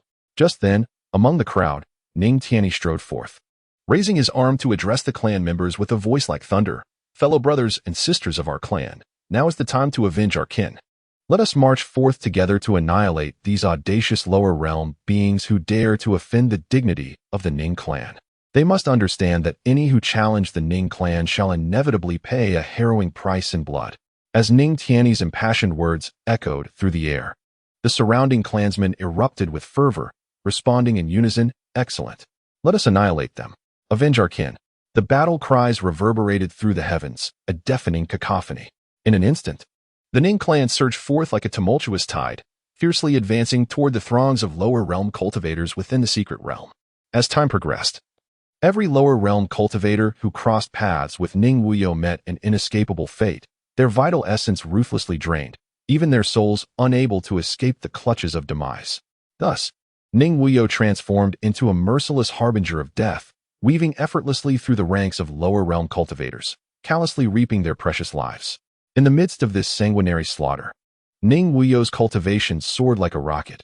It had not been long since he broke through to the divine king realm, and now he encountered yet another opportunity to advance, propelling him into the mid-stage of the divine king realm. Feeling the surging power within him, he mused privately, such an astonishing speed of cultivation. I owe it all to Qin Qingxian for gathering so many lower realm cultivators here. Otherwise, how could I have seized such an opportunity? I must express my gratitude for his goodwill. Reflecting on this, a smirk, laced with sarcasm, involuntarily graced Ning Wuyou's lips. However, to the unfortunate lower realm cultivators, he had become the most terrifying entity imaginable. Faced with the specter of death, they were paralyzed by fear. Abandoning all else as they frantically fled toward the cliff of life and death, believing that perhaps there lay a glimmer of hope for survival. They recalled the cryptic old man who had once told them upon entering this mysterious realm that if anyone remained alive after 10 days, they should seek him at the cliff, where he would return the survivors to their respective realms. Now, with only 3 days remaining until the secret realm's closure, they understood that enduring these harrowing days could grant them a chance at rebirth. With this thought, the lower realm cultivators exerted every ounce of their strength, disregarding everything else in their desperate flight. The precious opportunities, the legendary flying immortal pool, and even the tantalizing mystery of ascending to the throne paled in comparison to the value of their own lives. Meanwhile, Ning Wuyou descended upon the scene like a deity of death, the fleeing cultivators akin to lambs led to slaughter, utterly powerless against him. As the carnage continued unabated, Ning Wuyou's aura grew increasingly formidable, and unbeknownst to him, he achieved yet another breakthrough, advancing to the late stage of the divine king realm. Should others learn of his astonishing rate of advancement, they would likely be left agape, consumed by envy. Yet, at this moment, Ning Wuyou had no time to ponder the thoughts of others. With his cultivation reaching the late stage of the divine king realm, the mysterious technique Song of Freedom, which had accompanied his birth, also ascended to its 3rd layer. Accompanied by a resonance akin to the voice of the Tao reverberating in his heart, Ning Wuyou successfully transcended to the 3rd layer of the Song of Freedom. At this moment, he radiated a powerful and enigmatic aura, as if he had become one with the very essence of the heavens and the earth. Ning Wuyou slowly opened his eyes, gently squinting as he surveyed his surroundings. He beheld the scene of the once fiercely resisting lower realm cultivators, now reduced to a mere remnant of their former numbers, many lying lifeless in pools of blood, while others fled in disarray, their speed markedly diminished. Observing this grim tableau, Ning Wuyou contemplated, alas, even if I were to hunt down every last one of these remaining lower realm cultivators, their numbers would scarcely suffice to propel me into the realm of the sovereign path. Given this, it would be wiser to spare them for now. The pressing matter at hand is to delve into the remarkable transformations brought about by my ascension to the 3rd tier of the Zizai Go. He mused that the 3rd tier surely held great promise.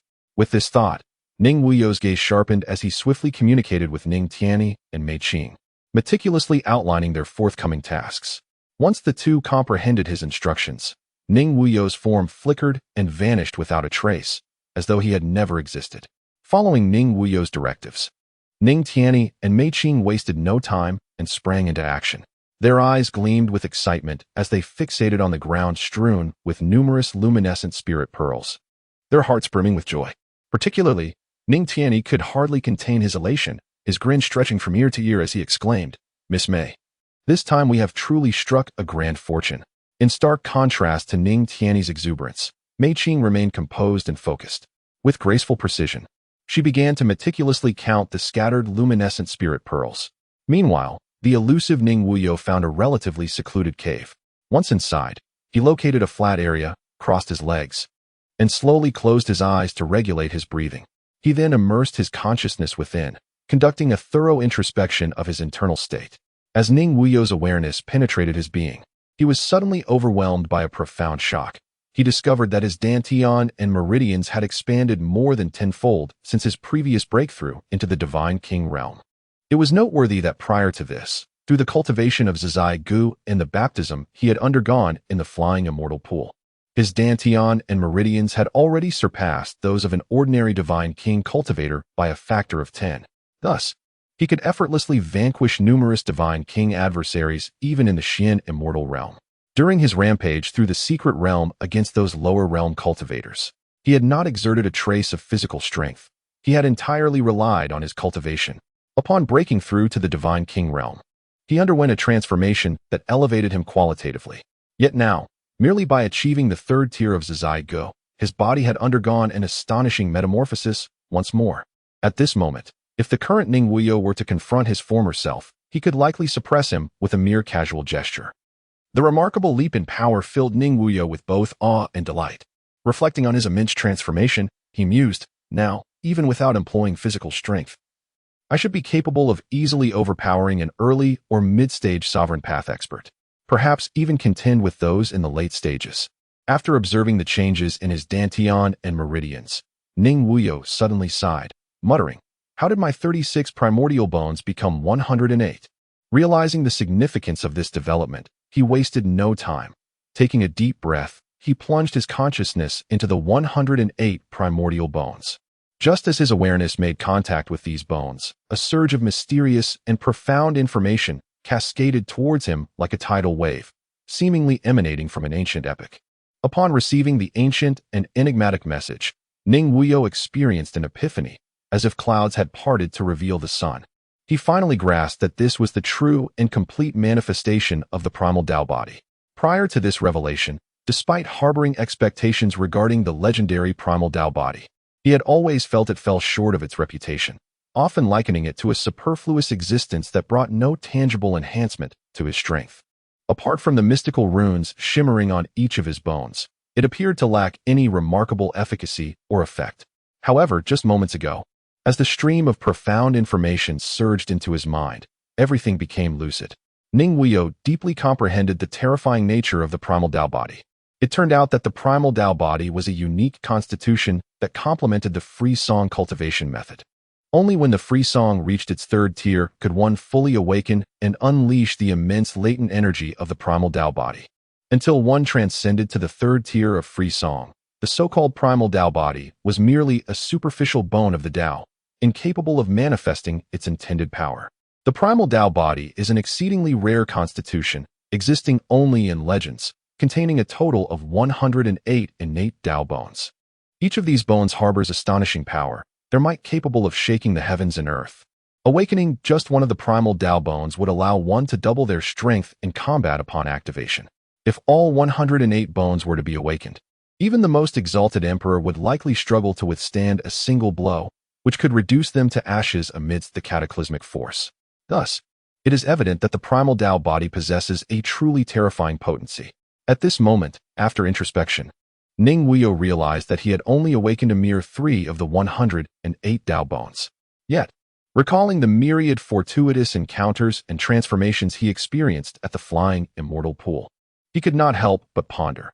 It was likely the mysterious power obtained there that facilitated the awakening of these three bones. However, since the primal Tao body had yet to undergo a complete metamorphosis and evolution at that time, he had been unable to perceive such changes promptly. It seems that to awaken more Tao bones in the future, he would require opportunities akin to those at the flying immortal pool. When his cultivation advanced to the God King realm, his physical prowess naturally reached the latter stages of the sovereign Tao realm, likely aided by the primal Tao body. Now that he had awakened three Tao bones, combined with his cultivation and physical strength at the late stage of the sovereign Tao realm, he wondered if he could contend with the Supreme. The opening of the celestial revelation secret realm had truly brought him a delightful surprise. With this thought, a wicked smile curled at the corners of Ning Wuyou's lips. After Ning Wuyou thoroughly understood the various transformations in his newfound strength, he had yet to savor the experience. Suddenly, he felt a jolt of awareness, as if an invisible force had stirred him. Immediately, a mysterious wave rippled through the depths of his consciousness. At that moment, a surprising spectacle unfolded. In the vast ocean of his mind, a dense array of arcane symbols began to emerge unexpectedly, twinkling like stars in the night sky. These characters were arranged in an intricate pattern, interwoven to form a passage as profound and enigmatic as ancient scriptures. Had it been another, even a fleeting glance would have left them bewildered, grappling with the obscurity of this intricate script. He tapped his forehead, murmuring to himself, "Alas! How could I have forgotten the accompanying powers of the third layer of the free song breakthrough?" With a gentle shake of his head, he turned his gaze to the mysterious symbols, pondering softly, who would have thought this power would manifest in such an unusual form? In my previous breakthroughs, the powers were directly infused into my mind, yet this time is markedly different. Very well, let me discover what sets this power apart. The cryptic and elusive script hovered within the boundless sea of his consciousness, shimmering faintly as if imbued with life, pulsating with an unsettling aura. However, just moments later, these symbols began to dissipate gradually, not vanishing in an instant, but rather unfolding like a dreamlike performance. The lengthy passage of ancient scripture slowly broke down into countless tiny particles, which, as if guided by an unseen force, transformed into ethereal entities radiating a gentle glow. These spirits danced gracefully, racing towards Ning Wuyou's hidden soul within the primordial purple chi pearl. Wherever they passed, they left behind trails of ethereal light, adorning the entire sea of consciousness in a splendid, vibrant spectacle. At the moment these intricate symbols merged with his soul, an enlightening awareness surged within him.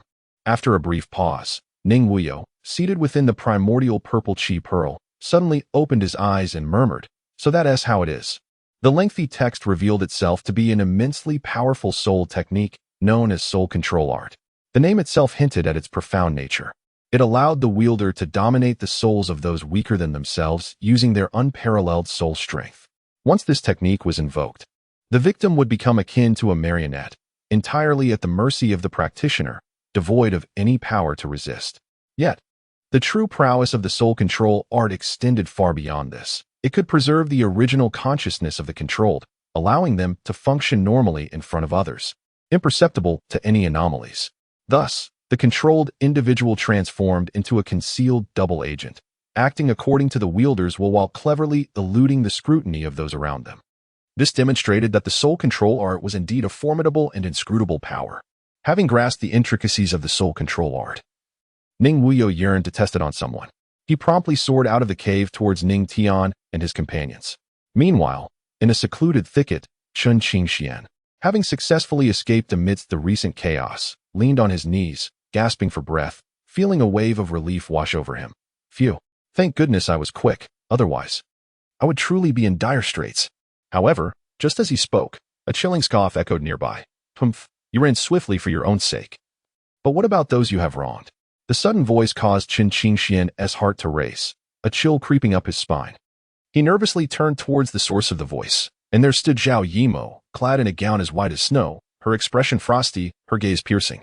Upon recognizing Zhao Yimo, Chen Qingxuan's tension melted away, and he exhaled deeply. "Ah, it's just you, senior sister. You nearly frightened me. You still haven't answered me. What do you intend to do about those you harmed?" Zhao Yimo's voice was as cold as ice. Seeing her relentless demeanor, Chen Qingxian could only explain, "Senior sister, you saw the scene. It was utterly terrifying. There were thousands of people, all of whom fled in panic. In such a situation, what other option did I have but to escape? Should I have stayed behind to await my doom? After speaking, Chun Qingxian couldn't help but chuckle. Senior sister, weren't you also fleeing? You. Zhao Yimo was momentarily speechless. Indeed, she too had fled, and even more swiftly than Chun Qingxian, having recognized the danger before Ning Wuyou's breakthrough. Seeing Zhao Yimo at a loss for words, Chun Qingxian couldn't resist a jibe. Senior sister, once you've done it, you must own up to it. Running away isn't shameful. Hearing his taunt, Zhao Yimo offered no further response, merely casting a cold glance at him before leaping away. Witnessing her disdain, Chun Qingxian felt a surge of irritation. Humph, what are you pretending for? You think you're so superior, yet you fled just like me. With that, he turned and made his way towards the cliff of life and death. On another front, as the lower realm cultivators fled like a tide, the once tumultuous battlefield fell eerily silent. At that moment, the Ning clan members remaining in place wore expressions of delight, eagerly gazing at the ground strewn with glowing spirit-nurturing pearls, their eyes gleaming with greed and longing. They eagerly bent down, swiftly collecting the pearls, tossing them into their storage rings as if they were bottomless pits, showing no signs of being filled. Just then, Mei Qing, who had been watching coldly from a distance, took notice of this scene. Her brows furrowed, her eyes widened in anger as she exclaimed, "What are you doing? Those spirit-nurturing pearls belong to the young master. How dare you steal them so audaciously?" Her voice rang out clear and melodious, echoing across the empty battlefield, causing the Ning clan members to tremble and freeze mid-action. After a moment of stunned silence, they exchanged glances before resuming their frantic collection of the pearls, undeterred. It seemed as though Mei Qing's words were merely a trivial breeze, having no impact on their actions. Observing the group's reaction, Ning Tian furrowed his brows, his expression dark enough to draw water. He took a deep breath, suppressing the rage within, and solemnly addressed the clan members. "You may choose to disregard Miss Mei's counsel, but should His Highness return and find us failing to act according to his directives, I would be most curious to see how you will explain yourselves to him. Surely, you are all aware of His Highness's temper, which is not something that an ordinary person can endure." At this juncture, Ning Tian paused, casting a cold gaze over each individual present. He then emphasized, "I advise you all to contemplate the consequences of your actions before proceeding. Do not let fleeting greed lead you to calamity. Take heed, and do not bring about your own downfall." After delivering this admonition, Ning Tian chose to ignore the clan members, stepping aside to observe their movements in silence.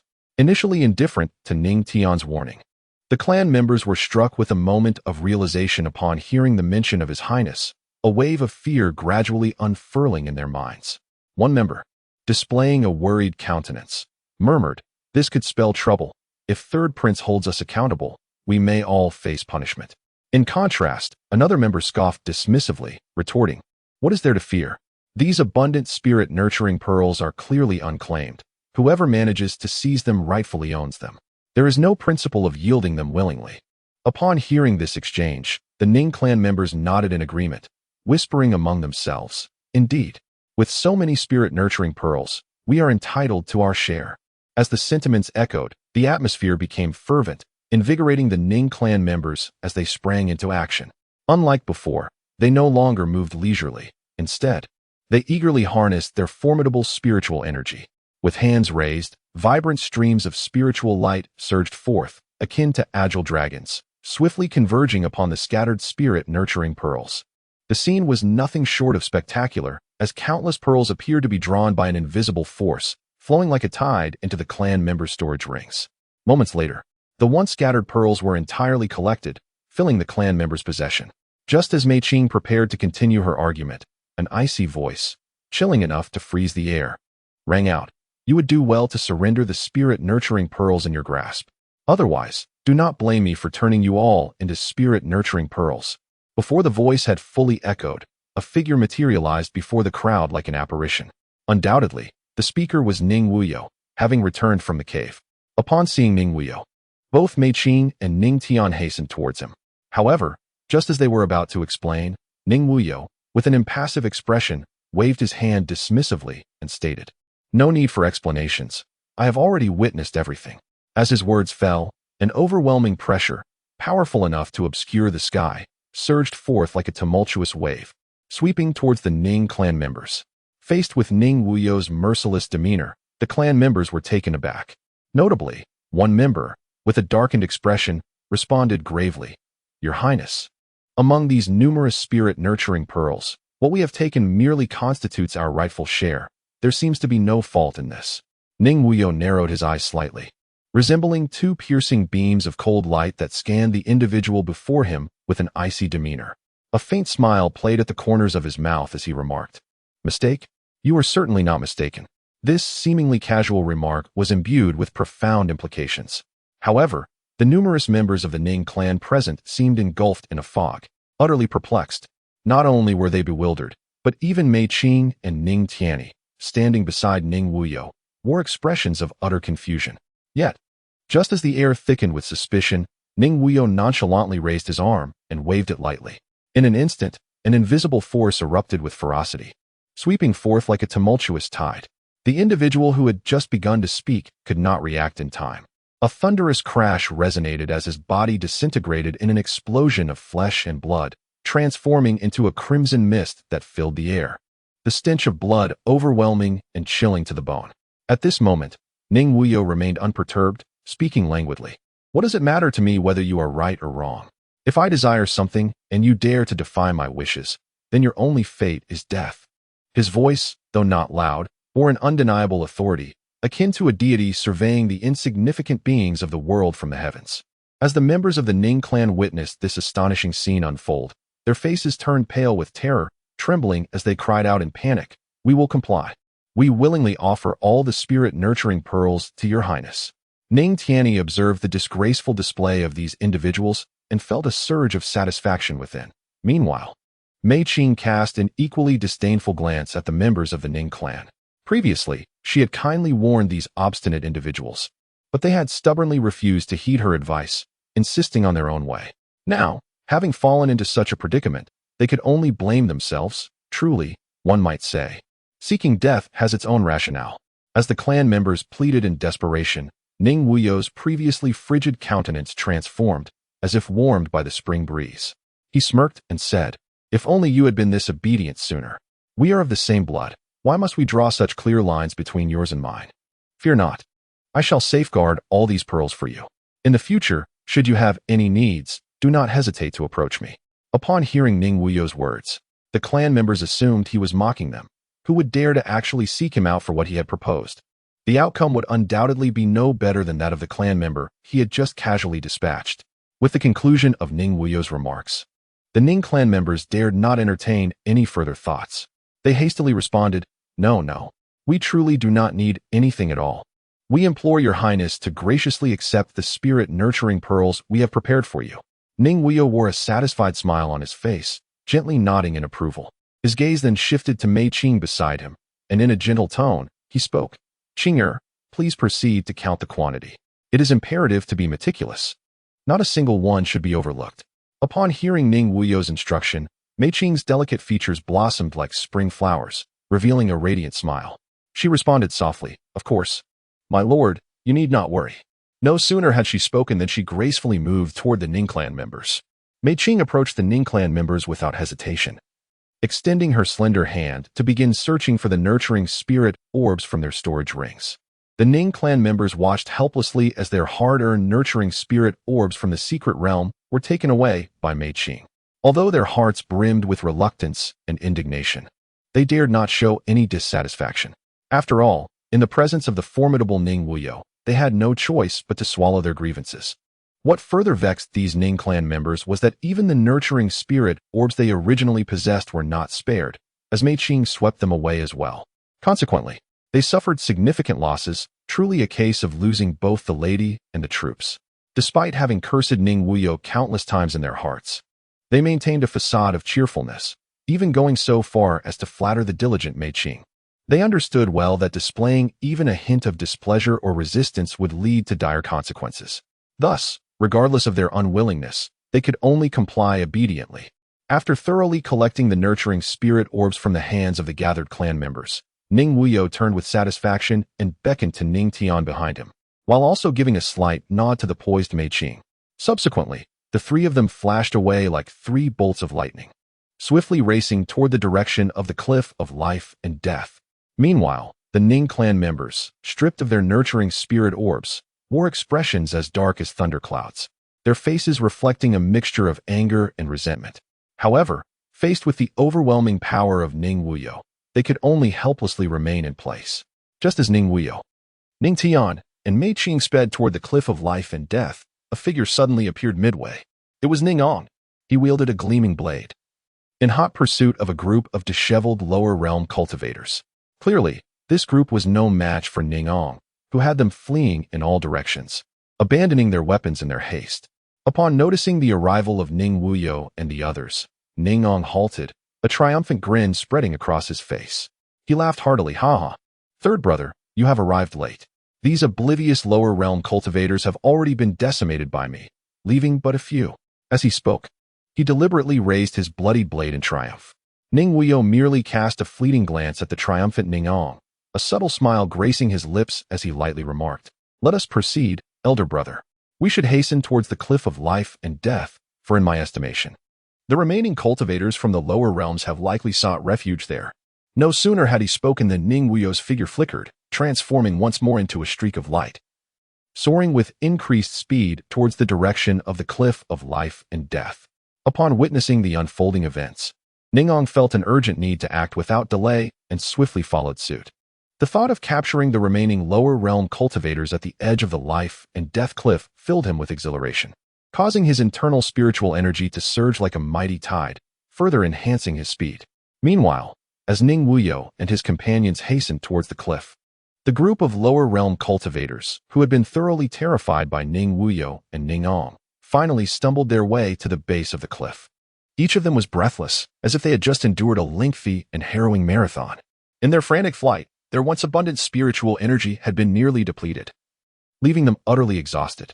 Shortly after these lower realm cultivators arrived, Zhao Yimo and Chen Qingxian also made their entrance. The moment the cultivators laid eyes on Chen Qingxian, their expressions, already filled with hatred and fury, grew even more menacing. At that moment, fewer than 1,000 lower realm cultivators remained, all of whom wore fierce and savage expressions, glaring at Chen Qingxian as if they intended to tear him apart limb from limb. Faced with such blatant and unrestrained hostility, Chen Qingxian felt a surge of panic, instinctively retreating step by step while stammering, "What do you want from me?" However, his display of weakness did not elicit a shred of compassion or mercy. A cold snort emerged from the crowd, and an elderly woman, her face etched with wrinkles and bearing an air of age, slowly stepped forward. In a sinister tone, she declared, "What do we want?" "Naturally, we seek to take your life and dismember you into pieces." With that, the old woman raised her hand, unleashing a formidable gust of wind directed at Chen Qingxian. He could only watch in horror as the fierce attack rushed toward him, realizing that with his current cultivation and agility, evasion was futile. Overwhelmed by fear and anxiety, he cried out for help, "Sister, save me." Yet, when his plea reached Zhao Yimo's ears, her response was cold and unyielding. "The consequences of your own actions must be borne by you." Upon hearing these words, Chen Qingxuan's heart sank. He understood that hoping for Zhao Yimo's assistance was now a lost cause. As the old woman's attack closed in, mere inches from claiming his life, a thunderous voice resonated throughout the life and death cliff. "Dare to kill on the life and death cliff? Do you not regard me?" This sudden outburst struck like a bolt from the blue, causing everyone present to shudder. The old woman, who had been poised to succeed in her lethal endeavor against Chen Qingxian, visibly paled. In that instant, her fierce attack encountered an invisible yet formidable resistance, dissipating like a candle flickering in the wind.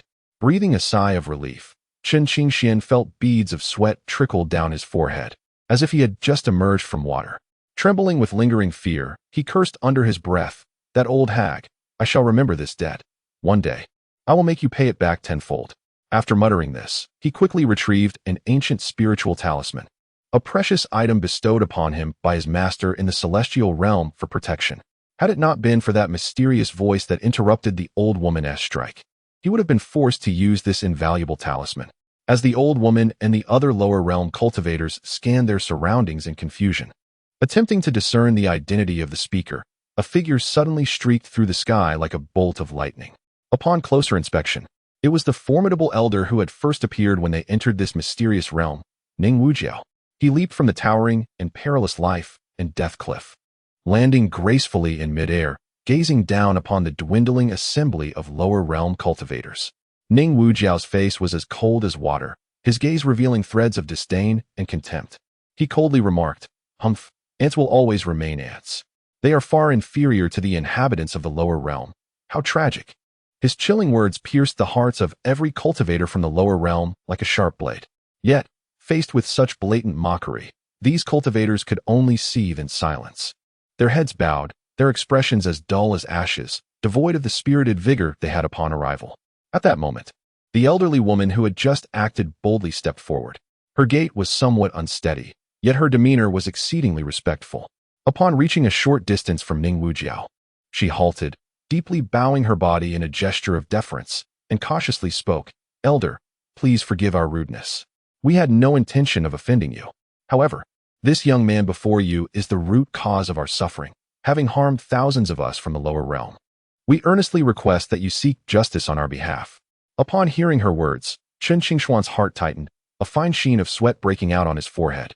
He was acutely aware of Ning Wujiao's peculiar temperament. Should he heed the elderly woman's one-sided account, he might find himself irrevocably trapped in dire straits. Thus, he hurriedly stepped forth from the crowd, clasping his hands in a respectful gesture towards Ning Wujiao, earnestly explaining, "Elder, please do not take her words at face value. These individuals have come here in pursuit of opportunities. As the saying goes, life and death are predestined, and fortune is determined by the heavens." However, before Qin Xian could finish his plea, Ning Wujiao abruptly interrupted him with evident impatience. "Enough of this nonsense," he exclaimed, waving his hand dismissively. "What grievances you hold amongst yourselves is of no concern to me. If you wish to settle personal disputes, take them outside the cliffs of life and death. Do as you please. But this is my domain, and I shall not tolerate your unruly antics here. Otherwise, do not blame me for being unkind." With that, an overwhelming aura erupted from Ning Wujiao, descending upon the gathered crowd like a towering mountain, compelling them into submission. Satisfied to see the cultivators quieted under his pressure, he nodded slightly and coldly remarked, "You have 1 hour before this secret realm closes, which shall also be your time to depart. Yet, congratulations are in order. You may leave alive." Upon hearing Ning Wujiao's words, the multitude of cultivators from the lower realm collectively exhaled a sigh of relief, secretly contemplating, at last, "We can escape this hellish place and no longer face the dreaded killing deity." However, amidst the general relief, Qin Qingshian appeared markedly different from his peers. His brow remained furrowed, as if he were pondering matters of great significance. After a moment of contemplation, he resolutely stepped out from the crowd and approached Ning Wujiao directly. Upon reaching him, Qin Qingshian respectfully bowed deeply and cautiously inquired, "Elder, may I dare to ask, does our remaining here beneath the cliffs of life and death truly signify that we have escaped the peril to our lives?" Hearing Chen Qingshuan's question, Ning Wujiao's expression instantly darkened. He had never anticipated that this young man, whom he had just rescued, would pose such a question that could shatter his composure. Ning Wujiao, consumed by fury, felt the veins on his forehead pulsate ominously. His large eyes, resembling bronze bells, glared fiercely at Qin Qingshian as he bellowed, "Umph. Within this precipice of life and death, it is my duty to ensure your safety, as long as I remain here as your guardian. Who among the foolish would dare to lay a hand on you? You insolent wretch, do you perhaps harbor disdain for me?" As Ning Wujiao's voice trailed off, she raised her right hand and delivered a resounding slap to Qin Qingshian with remarkable swiftness. The sharp sound echoed, and Qin Qingshian was sent flying backward, akin to a kite severed from its string.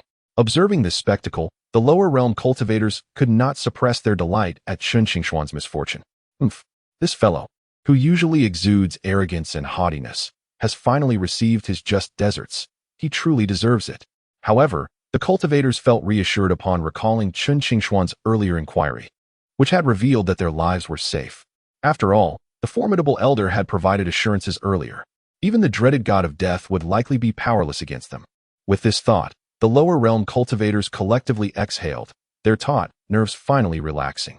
Some found a place to sit casually, while others sprawled on the ground, reveling in this rare moment of ease and comfort. At that moment, everyone felt exceptionally cheerful, as if the trials and tribulations they had faced were but a distant memory. Meanwhile, Chun Qingxian, who had just been sent flying by Ning Wuyou, found himself in a pitiful state, cowering in a distant corner. His face was smeared with dirt, and he appeared utterly miserable. After that encounter, Chun Qingxian no longer dared to voice any further inquiries, resigning himself to remain in silence until the secret realm concluded. Nearby, Zhao Yimou, lounging leisurely on a smooth, mirror-like stone, caught sight of Chun Qingxuan's disheveled appearance. Her brow furrowed, and she could not help but feel a flush of heat on her face, as if she had been publicly slapped. Biting her lip, her gaze was filled with disdain and disgust as she muttered indignantly, "Umph. Look at this wretched state of his. He has completely tarnished the reputation of our Xintian continent. I cannot fathom what the sect leader was thinking when he accepted such an insufferable individual into the sect. Had I known it would lead to this predicament, I would have vehemently advised the leader against admitting such a morally reprehensible person." The more she pondered, the angrier Zhao Yimou became, casting a fierce glare at the distant Chun Qingxian before her gaze shifted to the now disheveled patch of grass nearby. Not long ago, they had entered this enigmatic realm together, having agreed to look out for one another amidst the unknown dangers. Yet, who could have anticipated that this seemingly harmless Chun Qingxian would prioritize his own escape at the first hint of trouble, neglecting the safety of his companion Zhao Mingkai? With this thought, Zhao Yimou shook her head, her assessment of Chun Qingxian plummeting to an all-time low.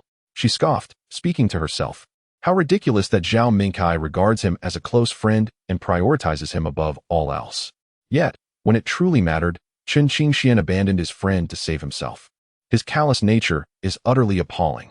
A person so selfish and unfeeling is destined to achieve nothing of significance in the future. Time passed, and the crowd remained enveloped in a state of profound relaxation. However, just moments later, a sharp, piercing sound sliced through the air, startling everyone from their tranquility. The sudden noise shattered the calm, and everyone sprang to their feet, panic etched across their faces. They quickly turned to the direction of the sound, their eyes fixated on the sky above.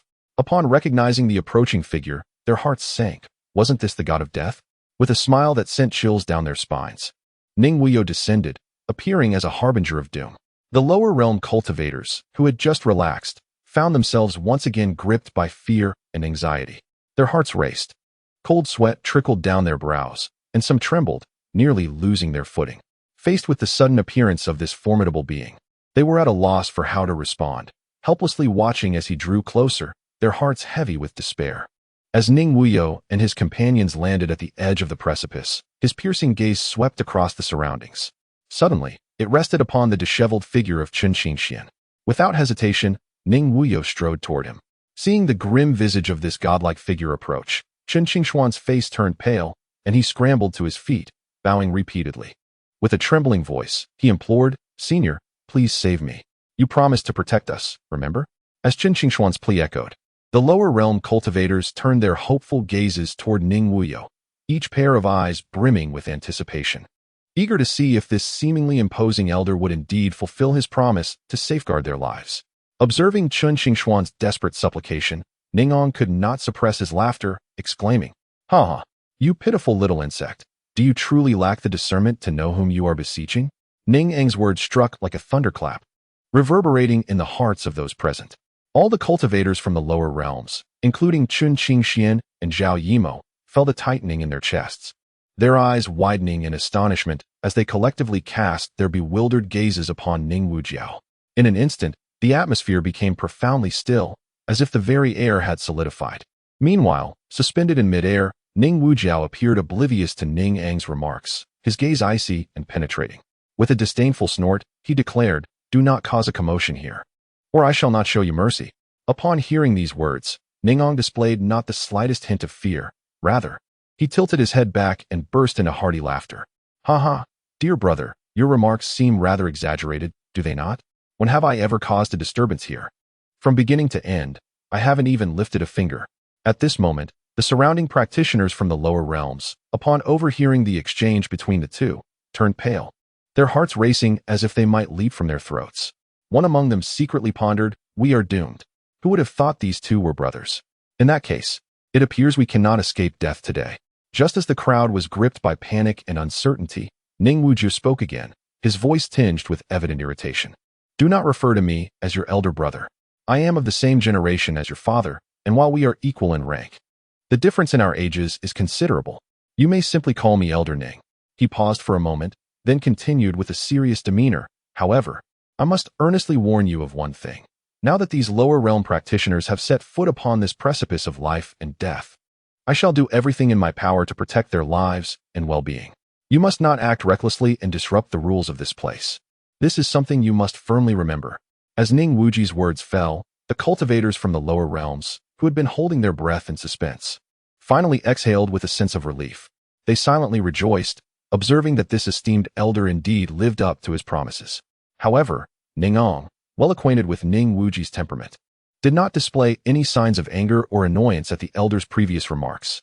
Instead, he regarded Ning Wuyou with a teasing expression and slowly spoke. "All right, I understand. However, as for what my third brother intends to do next, I find myself utterly powerless to intervene. You shall have to manage that on your own." With that, he stepped aside, crossing his arms and settling in to watch the unfolding drama. At that very moment, Ning Wuyou approached Chen Qingxian. His expression was devoid of emotion. Cold as ice, yet a subtle, enigmatic smile graced the corners of his lips as he softly inquired, "Tell me, should I feel gratitude towards you? Or should I simply erase you from existence right here and now?" Before the echoes of his words had fully dissipated into the air, Ning Wuyou abruptly struck, seizing Chen Qingxuan's neck with a speed so swift it was almost imperceptible. Ning Wujiao, witnessing Ning Wuyou's audacity in brazenly defying the rules of the life and death cliff, could not help but furrow his brow, revealing a hint of discontent. He raised his voice, addressing Ning Wuyou with authority. "Wuyou, do not forget the regulations of this place."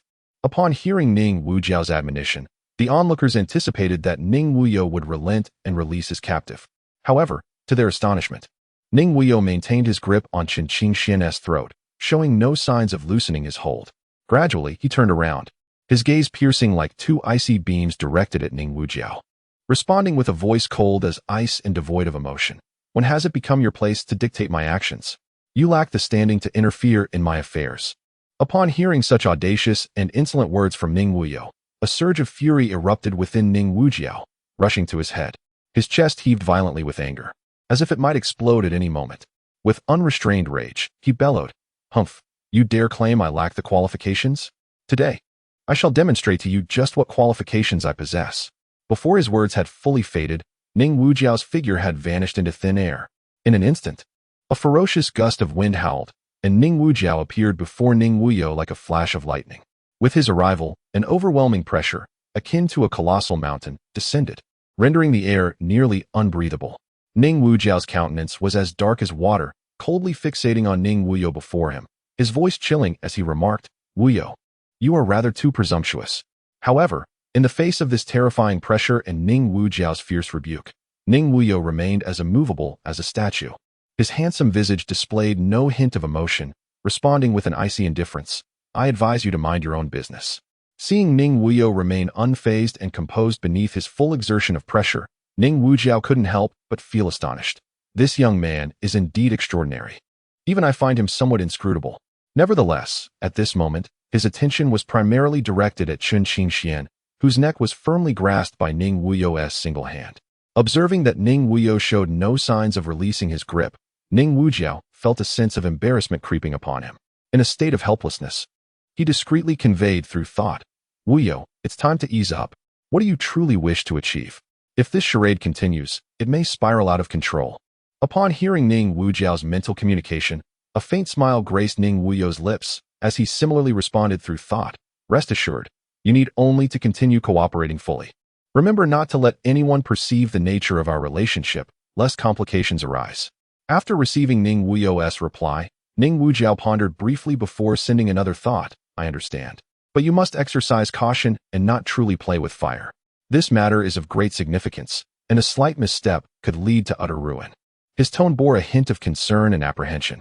As Ning Wuyou and Ning Wujiao exchanged their thoughts through this particular communication method, the gathered cultivators from the lower realms, along with Ning Ong and others, wore expressions of confusion, pondering the situation intently. They could not fathom why these two had been at an impasse for so long without engaging in actual combat. All eyes were fixated on Ning Wujiao, who radiated an overwhelming aura, his spiritual energy surging like a tide, as if he were on the verge of unleashing a cataclysmic attack. Yet, astonishingly, despite the outward display of aggression, all his actions were mere bluster, akin to a summer thundercloud, loud yet devoid of rain, leaving one with the impression of thunder without the downpour. Just as the crowd murmured in doubt and speculation, an astonishing scene unfolded before their eyes. Ning Wuyou held Chen Qingshuan's neck aloft with one hand, while the index finger of his other hand struck towards Chen Qingshuan's dantian with the swiftness of lightning. In an instant, an overwhelmingly terrifying force surged through Ning Wuyou's fingertip into Chen Qingshuan's body. The expression on Chen Qingshuan's face, once nearing suffocation, contorted into one of excruciating agony. He opened his mouth, emitting a heart-wrenching scream that reverberated through the heavens, as if attempting to rend the very fabric of the universe. Ning Wuyou merely gazed coldly at Chen Qingshuan, who had already been reduced to a mere shadow of his former self. A slight smirk of disdain curled at the corners of his lips.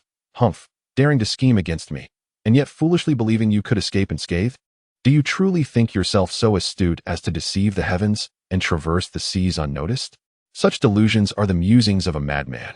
Before his words had fully resonated, he swept his arm dismissively, casting Chen Qingshuan aside like a worthless trinket, unceremoniously hurling him towards Ning Wuyou, who stood not far away.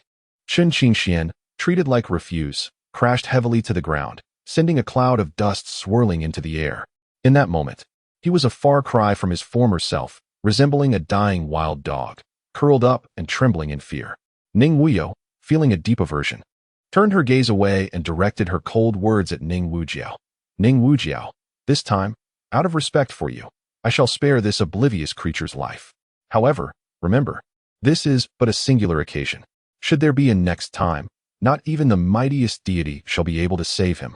Your meager influence is hardly worth such a high price. As she spoke, Ning Wuyou's body trembled, and a brilliant and intense flame erupted around her, illuminating the surroundings with an incandescent glow akin to the blazing sun. The fire blazed fiercely, painting the space around it in vivid crimson. Yet, in the blink of an eye, the flames rapidly retracted and vanished. Simultaneously, Ning Wuyou's figure disappeared, as if she had never existed at all. After witnessing Ning Wuyou's departure, Ning Ong and his companions felt an overwhelming sense of ennui, shaking their heads and sighing in unison. Their interest in the farce had waned, prompting them to follow in the direction Ning Wuyou had taken, gradually disappearing into the vast sea of humanity. The group of cultivators from the lower realms, having witnessed Ning Wuyou's true departure, finally felt their anxious hearts settle, collectively exhaling in relief. One among them, still haunted by the earlier events, murmured to himself, "This god of slaughter is indeed formidable. To dare to incapacitate Chen Qingshuan so ruthlessly before that immensely powerful elder." Others, upon hearing this, recalled the harrowing scene, shuddering at Ning Wuyou's merciless tactics, their gazes inevitably drawn to the now crippled Chen Qingshuan sprawled on the ground, their eyes reflecting a tinge of sympathy. Meanwhile, not far from the precipice of life and death, Ning Wuyou descended like a deity of fire, landing firmly atop a steep, perilous cliff. Before long, Ning Ong and his group, closely following his path, arrived at the summit of the cliff. Ning Wuyou stood there silently, resembling a statue, utterly motionless. When he noticed the arrival of the crowd, he merely turned his head slightly, his deep, pool-like eyes casting a gentle glance over each face. Then, he raised his gaze towards the distant sky, which no longer bore the glaring crimson hue it once did, and contemplatively remarked, "It seems that the time for this mystical realm to close is drawing near." Upon hearing this, Ning Ong hurriedly stepped forward, following Ning Wuyou's line of sight and nodding in agreement. "Indeed, that is the case. According to my estimation, we shall not remain here for more than the duration of a stick of incense before we can return to the outside world." After a brief pause, he inquired further, "However, third brother, did you have any remarkable discoveries during this expedition into the mystical realm?" Noticing Ning Ang's question, a flicker of ambiguity passed through Ning Wuyou's eyes, and he slowly replied, "Discoveries? You shall soon find out once we are outside." As Ning Wuyou's words fell, the crowd around him, except for Mei Qing, gazed at him with perplexity, unsure of the meaning behind his statement. Ning Wuyou, however, showed no intention of elucidation, choosing instead to stand with his hands clasped behind his back, awaiting the conclusion of the secret realm. Time slipped away like the smoke of an incense stick, and the once vibrant crimson of the secret realm appeared to be cloaked in a mysterious veil. The scarlet hue no longer shone as brightly as it once did, gradually deepening into a somber, shadowy tone, reminiscent of an endless sea of blood that flowed and spread languidly. Just as this eerie blood sea threatened to engulf the entire enigmatic domain, the environment where Ning Wuyou and his companions stood suddenly shattered like a fragile mirror struck with force, producing a crisp sound of breaking glass. Before beginning to peel away at an astonishing speed, falling apart piece by piece. This bizarre spectacle led one to ponder whether everything occurring around them was merely an illusory dream or a mere figment of their imagination. As the entire secret realm dissipated like a phantom from their sight, both Ning Wuyou and his companions, as well as other members of the Ning clan within the realm, were sequentially drawn back to the reality by an invisible force. Once the individuals within the secret realm returned one after another, the celestial mirror, which had hung ominously above the portal of the secret realm, emitting an otherworldly glow, began to move slowly, as if summoned by some unseen call, gradually vanishing into the depths of a spatial rift.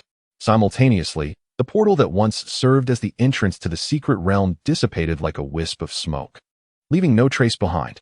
Following the disappearance of the portal, the celestial embodiment of the Heavenly Emperor also slowly faded away from the front of the Heavenly Emperor's hall. As Ning Wuyou's elongated figure emerged, an astonishing scene unfolded. The throng of Ning clan members, who had been bustling and densely packed in anticipation outside, seemed to be manipulated by an unseen force, parting to the sides in unison, creating a wide pathway. At the end of this passage, an elderly man clad in a gray robe, his eyes shimmering with divine light, approached Ning Wuyou with deliberate and measured steps. Though the elder appeared somewhat frail, each step he took exuded an indescribable aura of authority and pressure. When the elder came to a halt just a couple of meters from Ning Wuyou, he fixed his deeply sunken gaze upon him, his expression dark and foreboding, akin to the sky before a tempest. In a low, raspy voice, he addressed Ning Wuyou. "I am Ning Xing, the head of the punishment hall of the Ning clan. Today, by the decree of our clan sovereign, I am here to escort the third prince back to the punishment hall for accountability. Do you have any objections, Your Highness?" As Ning Xing's somewhat hoarse words resonated, the clan members, who had instinctively parted to the sides, were suddenly engulfed in shock, their expressions frozen in disbelief as if they had been struck by a spell of paralysis. Their gazes collectively turned towards Ning Wuyou, their minds speculating on how this third prince would respond to the unfolding situation. It was essential to note that Ning Xing was no ordinary figure. His profound cultivation was inscrutable, and he was renowned throughout the celestial dynasty as a formidable presence, notorious for his ruthlessness. Those unfortunate enough to fall into his hands rarely emerged unscathed. It is no exaggeration to say that within the Tianqi celestial dynasty, aside from the exalted Heavenly Emperor, no one could compel Ning Xing to show leniency. Ning Wuyou narrowed his eyes slightly, a glimmer of barely perceptible coldness flickering within them. With his hands clasped behind his back, he regarded Ning Xing before him with a condescending demeanor. The corners of Ning Wuyou's sharply defined lips curled upwards ever so slightly, forming a smile that was both icy and mocking, as if he held nothing but disdain and contempt for the person standing before him. "Ning Zhusuo," Ning Wuyou began, his voice deep and resonant, yet tinged with an undercurrent of chill. "I do not possess the luxury of time to accompany you to that so-called hall of punishment. If there is something to discuss, let it be addressed now." Ning Xing, witnessing Ning Wuyou audaciously defy the sovereign command of the Heavenly Emperor, wore a somewhat grim expression and remarked, "Third Prince, it would be far more prudent for you to accompany this old man to the Hall of Punishments. Should I forcibly escort you in front of everyone, it would certainly reflect poorly on us. Wouldn't you agree, Third Prince?" Ning Wuyou cast a sidelong glance at Ning Xing and coldly scoffed, "Humph, you still wish to forcibly take me away? Truly ignorant of your place. You are nothing more than a disrespectful servant. Do not flaunt your tail as if it were a flag. It is utterly disgraceful." These words, laden with humiliation, reverberated through the ears of all the clan members present. Upon hearing such remarks, the relatives gazed at Ning Wuyou with astonishment, as if to say, "The third prince is truly fearless, daring to insult even Ning Xing, equating him to a mere dog. Is this not provoking him to strike?" As Ning Wuyou's scathing words fell upon Ning Xing's ears like a thunderclap, the atmosphere turned instantly silent, with every gaze fixated on Ning Xing, seemingly anticipating an impending storm. Yet, to everyone's surprise, Ning Xing remained as still as a statue, not moving an inch. His expression betrayed no hint of emotion. as if the offensive words he had just heard were entirely irrelevant to him, or perhaps he simply did not take them to heart. Witnessing Ning Xing's unusual demeanor, the onlookers displayed expressions of shock and confusion. Amidst their astonishment, Ning Xing continued, "Third Prince, since you refuse to leave, I shall have to personally escort you." With that, an overwhelmingly terrifying aura surged around Ning Xing, propelling towards Ning Wuyou.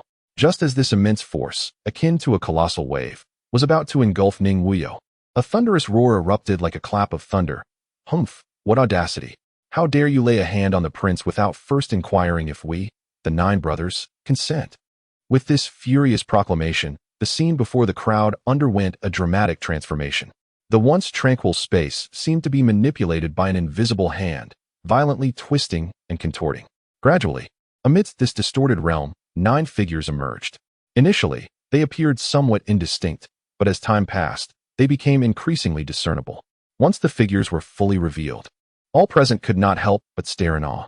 These 9 individuals stood tall like pines, their demeanor as frosty as the winter chill, exuding an intimidating presence that instilled fear. What was even more striking was that the moment they manifested, they unhesitatingly knelt before Ning Wuyou, collectively exclaiming, "We pay our respects to your highness." It turned out that these suddenly revealed figures were none other than the Dark Ones, Dark 1 through Dark 9, who had been stealthily safeguarding Ning Wuyou's safety. Their appearance at this moment was naturally prompted by Ning Wuyou's earlier commands. In response to the respectful gestures of the 9, Ning Wuyou merely nodded slightly and coldly commanded, "Subdue this person." Upon hearing Ning Wuyou's orders, Dark 1 and the others replied in unison, "Yes, we shall obey." Their voices resonated in perfect harmony, as if issued by a single entity. No sooner had they spoken than the 9 brothers surged forward like arrows released from a bow, their momentum erupting with ferocity akin to a raging tempest, enveloping the arena with an undeniable, terrifying power. As Ning Xing observed the approaching figures of an E and his companions, he disdainfully remarked, "You dare to show off your trivial skills before me? How utterly foolish." Upon finishing his words, he leisurely raised his palm, which shimmered with a faint glow, exuding an overwhelming aura. With a swift motion of his arm, he unleashed a powerful strike directed at an E and the other 9 brothers. Just as this formidable blow was about to make contact with them, the surrounding space trembled violently, as if a colossal stone had been cast into a tranquil lake. The resulting ripples spread outward at a visible pace, threatening to rend the entire fabric of the space apart. In the next moment, onlookers witnessed several figures being propelled backward like arrows released from a bow, blood spewing from their mouths, as they hurtled away at an astonishing speed. After tracing an arc through the air, they crashed heavily to the ground, raising a cloud of dust. All present widened their eyes in astonishment, swiftly turning their gazes towards the fallen figures. Upon closer inspection, they recognized that these were indeed Ning Wuyou through Jiao. At this moment, they lay on the ground, their complexions as pale as parchment, with fresh blood still staining their lips, clearly bearing the marks of severe injury. Surprisingly, an E and an C remained standing, albeit swaying precariously, struggling to withstand Ning Xing's powerful strike. Seeing that his attack had been countered by an E and an C, a flicker of surprise crossed Ning Xing's eyes. Nevertheless, his expression remained as tranquil as before, concealing any trace of inner turmoil. After a brief pause, Ning Xing finally spoke, "You have done well to withstand my strike. It demonstrates a degree of competence." His voice, though not loud, resonated clearly in every ear. An E and the others were filled with trepidation as they surveyed the scene before them. Initially brimming with confidence, they had found themselves at a disadvantage in mere moments.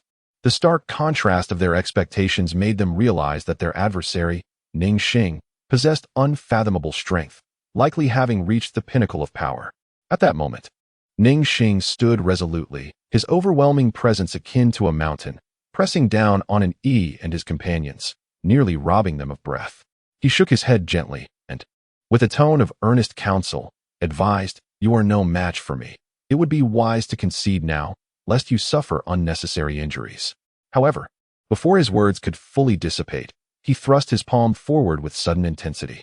In an instant, a torrent of force surged forth, sweeping towards an E and his companions with the might of a tidal wave, capable of obliterating any obstacles in its path. Despite their utmost efforts to resist, an E and his companions found themselves unable to withstand the terrifying assault. Their anguished cries echoed as they were flung backward like kites severed from their strings. The 9 brothers exchanged glances, each face etched with despair and self-reproach. They were acutely aware that they had failed to fulfill the task entrusted to them by their lord, feeling deeply remorseful for betraying his trust and expectations. Despite their grievous injuries, they endured the excruciating pain, painstakingly making their way towards Ning Wuyou.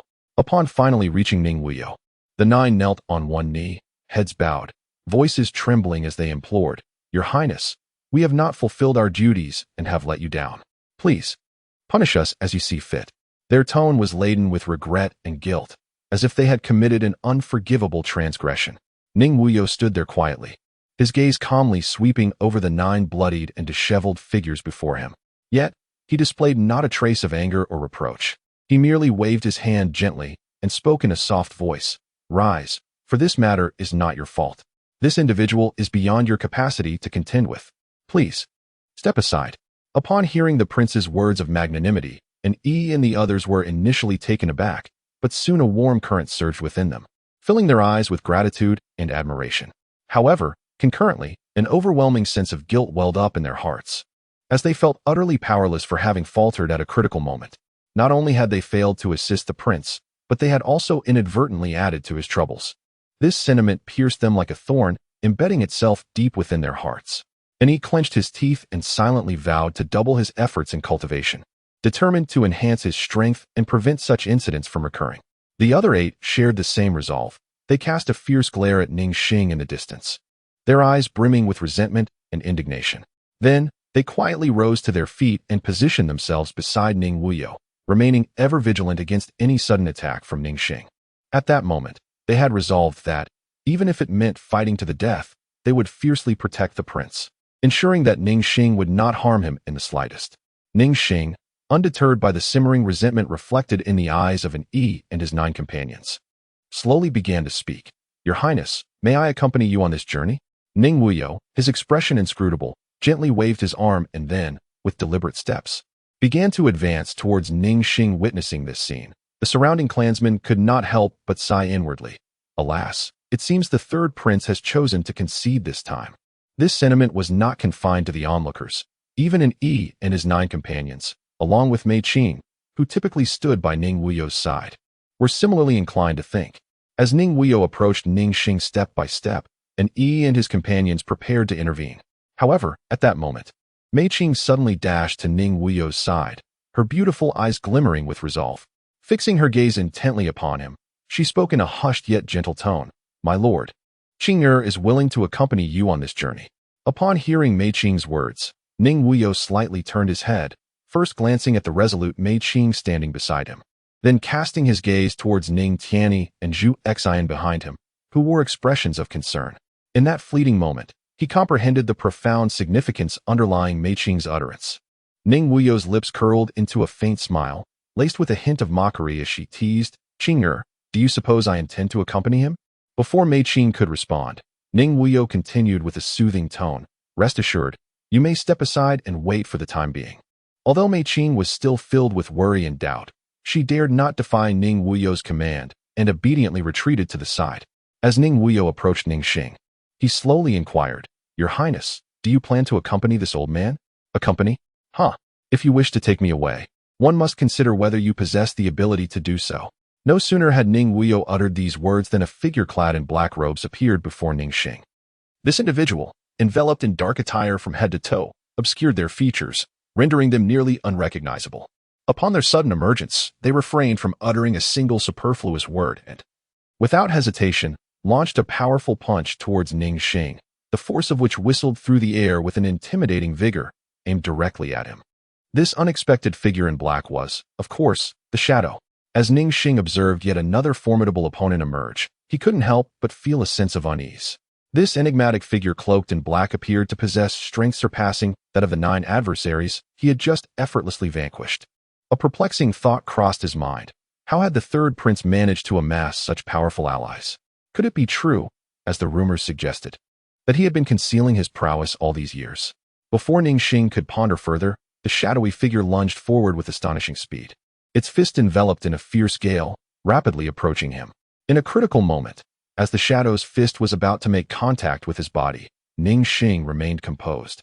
slowly raising one hand. His movement, seemingly gentle and languid, concealed an invisible force within. This was the very technique he had previously employed against the likes of an E. At the instant their fists collided, the atmosphere seemed to freeze, as if time itself had paused. The clash of their immense powers erupted with a resounding boom, akin to a thunderous explosion, reverberating through the surroundings. The air was violently stirred by the shockwave, creating visible ripples that swept outward in all directions. When Ning Xing witnessed that the figure in the black robe effortlessly blocked his powerful strike, a flicker of astonishment surged within him. This person, despite possessing merely the pinnacle of the imperial path, could withstand an attack from an elder like himself. Evidently, his true strength should not be underestimated. However, in stark contrast to Ning Xing's complex thoughts, the shadow that had just unleashed the punch was devoid of any distractions in his mind. For him, the singular focus at this moment was to annihilate the individual before him completely. Upon realizing that his previous punch had inflicted no tangible damage upon the foe, the shadow's expression darkened slightly. Without hesitation, he extended a finger and precisely pointed it to the center of his brow, bellowing, "Swift." As the command echoed, a mysterious radiance erupted from his brow, hurtling directly toward the figure in the black robe. "Humph, mere trifles." Ning Xing scoffed, his countenance as serene as still water. Stepping forward with unwavering resolve, he joined his hands together and softly intoned a cryptic incantation, silencing palm. As the words left his lips, a remarkable scene unfolded. Fine, inky threads began to materialize upon his broad palms, resembling serpents in their fluid motion, weaving and coiling as they exuded an unsettling aura. Maintaining an air of nonchalance, Ning Xing casually thrust his palm toward the shadow ahead. Yet, this seemingly ordinary gesture was imbued with boundless power and enigma. In an instant, his palm collided fiercely with the brilliant beam of light emanating from the shadow's forehead. The resulting sound was a thunderous roar, akin to the crack of lightning. Deafening in its intensity, a formidable shockwave radiated from the two combatants, sweeping outward with a ferocious wind. Even Ning Wuyou, who stood quietly observing from a distance, contemplated to himself, "It appears the shadow has made considerable progress in strength during this time." As their skirmish concluded, Ning Xing remained unscathed, while the shadow bore traces of blood at the corners of his mouth, evidently wounded. The many members of the Ning clan, witnessing this spectacle, could not help but sigh. It seemed this black-robed individual was no match for Ning Xing, leaving them uncertain of what other means the third prince might possess. Ning Wuyou gazed intently at the shadow, his expression grave and contemplative. After a moment, he slowly spoke. "Whether you can ascend to the supreme position hinges upon your ability to survive his onslaught today." No sooner had he spoken than the shadow quivered slightly, but quickly regained his composure. With unwavering determination, he replied, "I shall give my all, and not disappoint the expectations of my lord." Ning Wuyou gently nodded and then spoke. "If you can truly break through to the supreme realm today, I shall grant you the opportunity to avenge your kin." Although his tone was calm, the underlying power in his words was undeniable. At this moment, a jolt surged through the shadow's heart. He lifted his gaze, and his eyes sparkled with an even more fervent light, as if intent on incinerating everything before him. He knelt on one knee before Ning Wuyou, clasping his fists in a gesture of respect, and earnestly declared, "Thank you, my lord. Even if I am reduced to ashes today, I shall undoubtedly achieve the supreme realm." Upon finishing, he rose, emanating an unparalleled aura, akin to a sword unsheathed, sharp and unstoppable. Just as the shadow concluded his declaration, his icy gaze seemed to ignite with two blazing flames, locking onto Ning Xing. He then broke into a sinister and triumphant grin, exclaiming, "Ha! I must thank you immensely today. Were it not for you, I might have never had the chance to avenge my people's blood feud. Allow me to use you as a stepping stone to transcend to the supreme realm." With these words, the shadow's spiritual energy surged forth like a torrential flood. In an instant, an overwhelming force erupted from within him, a terrifying aura belonging to the pinnacle of the royal path engulfing him. Simultaneously, he struck out with his right fist, wielding a force akin to a meteor streaking across the sky, aimed directly at Ning Xing. Witnessing the shadow unleash such astonishing power, even greater than before, Ning Xing was momentarily taken aback, but quickly regained his composure. With a hoarse voice, he coldly retorted, "Humph. Do you wish to use me as your sharpening stone? We shall see if you possess the strength to endure until the end." Previously, out of respect for the third prince, he had shown mercy. But now that the shadow was courting death, he would not hesitate to be ruthless.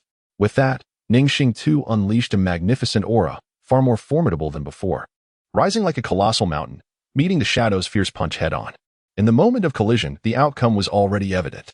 The shadow was propelled backward like a cannonball, while Ning Xing stood steadfast, unyielding as a mountain, not budging an inch. However, an unexpected turn of events occurred. The flying shadow executed a breathtaking 360-degree spin in midair. Then, like an arrow released from a bow, lunged at Ning Xing once more. Regrettably, the outcome remained unchanged. He was once again sent hurtling away, akin to a projectile striking a solid wall. Yet, the shadow did not relent, repeating the same actions, flying out, adjusting his posture, and charging back, as if impervious to fatigue, resembling an indomitable cockroach that could not be exterminated. This breathtaking spectacle unfolded before the observant eyes of the 9 members of the Dark One. Their gazes were riveted on the fierce battle, and not for a moment did they feel disappointment or disdain as the shadow was continuously repelled. Rather, a profound respect welled up from within them. This respect did not stem from the shadow's immense power, but from his indefatigable spirit and unwavering determination. Despite each assault ending in failure, he remained undaunted, courageously confronting someone far more powerful than himself. Thus, this seemingly one-sided and intense battle persisted for nearly a quarter of an hour. Astonishingly, Ning Xing stood firm throughout, without a single scratch upon him. In stark contrast, the shadow was now battered and bruised, a sight that was almost unbearable. Under the dual pressures of immense physical pain and mental strain, the shadow appeared on the verge of collapse, just a breath away from being crushed entirely. The 9 brothers of the Dark One, who had been silently observing, were taken aback, their eyes reflecting deep respect for the shadow. They had been aware of his existence beside the prince. Yet their innate arrogance as fellow practitioners of the royal path had led them to underestimate him. However, after witnessing this gripping showdown, they realized, as if awakened from a dream, that the shadow's strength was unfathomably profound, far surpassing their own. They had not lasted a single breath against Ning Xing. Though the shadow now looked utterly wretched, it did nothing to diminish their respect for a true strongman. It was only when faced with a supreme like Ning Xing that the shadow suffered such a fate. Had he confronted an ordinary royal path cultivator, he would likely have subdued them in mere 3 moves. Dark One was certain that had he fought the shadow, he too would not have lasted long. At that moment, a resounding thunderclap echoed in everyone's ears. They quickly turned their gaze, and indeed, nothing unexpected had occurred. The shadow was once again sent flying like a kite with its string cut, crashing heavily to the ground and stirring up a cloud of dust. Watching the shadow, whom he had effortlessly dispatched time and again, Ning Xing shook his head slightly, his already hoarse voice now sounding grave and somber. "Give up, young man. You have reached your limit. Should you attempt once more, I fear I cannot guarantee your survival." The fallen shadow struggled to rise, wiping the blood from his mouth. And with a grimace of defiance, he replied, "Even if I die here today, I will fight to the death. The hatred for my clan's annihilation cannot be left unavenged. This grudge must be settled." With his declaration, the shadow suddenly let out a thunderous roar. "Today, I shall break through to the supreme realm." In that moment, a flash of crimson light surged before the onlookers' eyes, as the shadow erupted with a torrent of blood energy that soared skyward. Simultaneously, his once lustrous dark hair turned white in an instant, as if time were racing past him. His gaze transformed into a chilling, detached stare, fixed intently on Ning Xing. Ning Xing, witnessing Shadow's willingness to sacrifice his own lifespan in exchange for an opportunity to ascend to the supreme realm, could not help but shake his head in resignation. Sighing, "Your self-destructive actions are truly a case of losing more than you gain. With your innate talent and abilities, given time, within a decade, there is surely a place for you in the realm of supremacy. Why the urgency?" Alas, Shadow seemed impervious to Ning Xing's words, disregarding them entirely. In the next moment, he flickered, akin to a ghostly apparition, launching himself toward Ning Xing with a speed that was almost imperceptible. Ning Xing, seeing the shadow yet remaining obstinately unyielding, expressed some impatience in a cold tone. "I hope you can withstand this move of mine." With that, Ning Xing grasped the air, unleashing an explosive surge of spiritual energy from his palm. As the energy became increasingly concentrated, a terrifying aura gradually emanated from his hand. Even the numerous members of the Ning clan surrounding him sensed the impending eruption of this formidable energy. Before they could speculate further, Ning Xing's palm, brimming with spiritual power, suddenly struck fiercely towards the approaching shadow. The crowd followed the trajectory of Ning Xing's palm imprint and witnessed it land squarely on the shadow's chest. Time seemed to halt in that instant. The The shadow, having taken the blow, froze mid-air, motionless, just as the onlookers remained perplexed. Pondering why Ning Xing's strike appeared to have fallen into an abyss without a ripple, a thunderous laugh erupted from the suspended shadow. Ha ha ha. Thank you, Ning Xing. Thanks to your powerful blow, I have successfully broken through to the supreme realm. As the shadow's words resonated, an astonishing spectacle unfolded. An ineffable, profound energy surged around it. This energy, akin to a tidal wave, initially expanded slowly from its body before rapidly enveloping the entire space. Simultaneously, the once clear blue sky was abruptly shrouded by an invisible hand, transforming into an inky blackness, as if night had descended prematurely. Soon after, a low, rumbling thunder echoed from the distant horizon, initially subdued, akin to the snoring of a slumbering beast. However, it quickly intensified, reverberating painfully in the ears of those present. Before the crowd could react, dazzling bolts of purple lightning streaked across the sky, crashing down upon the shadow with a cataclysmic force.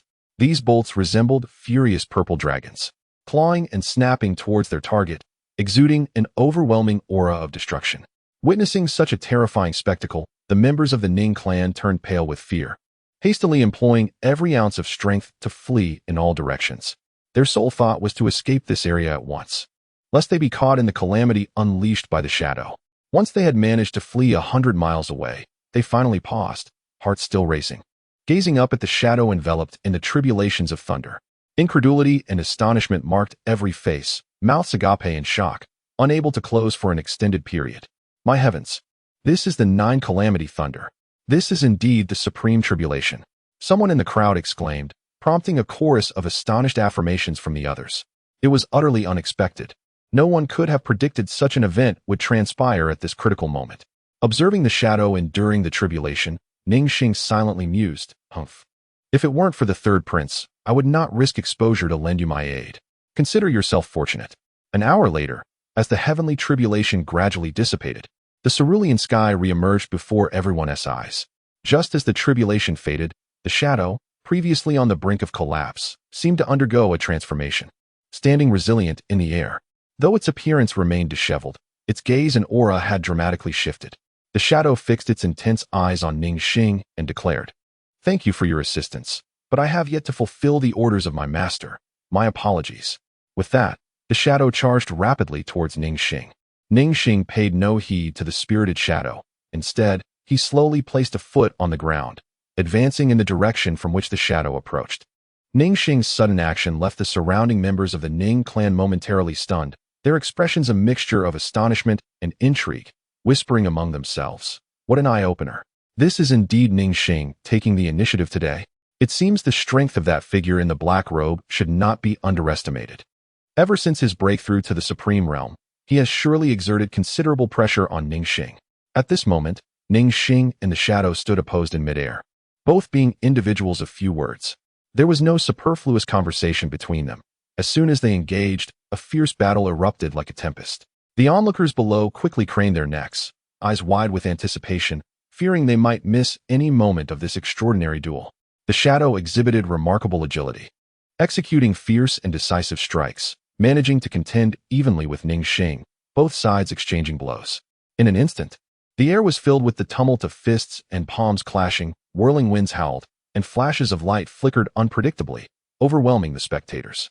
The crowd watched in trepidation, gasping in awe at the spectacle before them. After approximately the duration of a stick of incense, as the fierce confrontation continued, a faint yet distinct voice reached the shadow's ears. It was a transmission from Ning Wuyou. "That will suffice, Shadow. You have performed admirably, living up to my expectations. Ning Xing is one of my people. Let this contest come to an end." In the midst of a fierce struggle with Ning Xing, the shadow abruptly froze upon hearing Ning Wuyou's voice, filled with confusion and disbelief. He could not fathom that Ning Xing was indeed a person of the prince.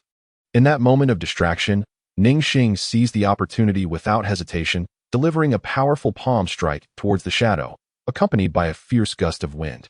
With a resounding bang, the shadow had no time to react, being forcefully struck to the ground, stirring up a cloud of dust. Ning Xing stood firmly in midair, looking down upon the disheveled figure below, while simultaneously communicating telepathically. "Youngster, you are indeed fortunate. were it not for His Highness's specific instruction for me to assist you in breaking through to the supreme realm. Given your audacious demeanor and utter lack of respect for your elders, I would have certainly taught you a proper lesson." Upon hearing Ning Xing's words and reflecting on what Ning Wuyou had just said, the figure's mind was suddenly illuminated, as if struck by a lightning bolt, leading to a profound realization of the circumstances at play. It turned out that this seemingly fierce battle was a meticulously orchestrated trial by Ning Wuyou, aimed at aiding him in overcoming his cultivation bottleneck. With this understanding, a deep sense of gratitude surged within him, filling him with immense respect for the thoughtful intentions of both Ning Wuyou and Ning Xing. The figure, upon landing, dashed like the wind to stand before Ning Wuyou, kneeling without hesitation. He then proceeded to bow 3 times with astonishing force, each impact causing the ground to tremble slightly, even breaking the skin on his forehead, which began to bleed. Yet, he appeared oblivious to the pain, continuing his bows. After the 3rd bow, he raised his head, his gaze now imbued with unwavering determination as he looked directly at Ning Wuyou. With a voice that quivered slightly, he expressed, "Thank you, Your Highness, for this life-giving grace.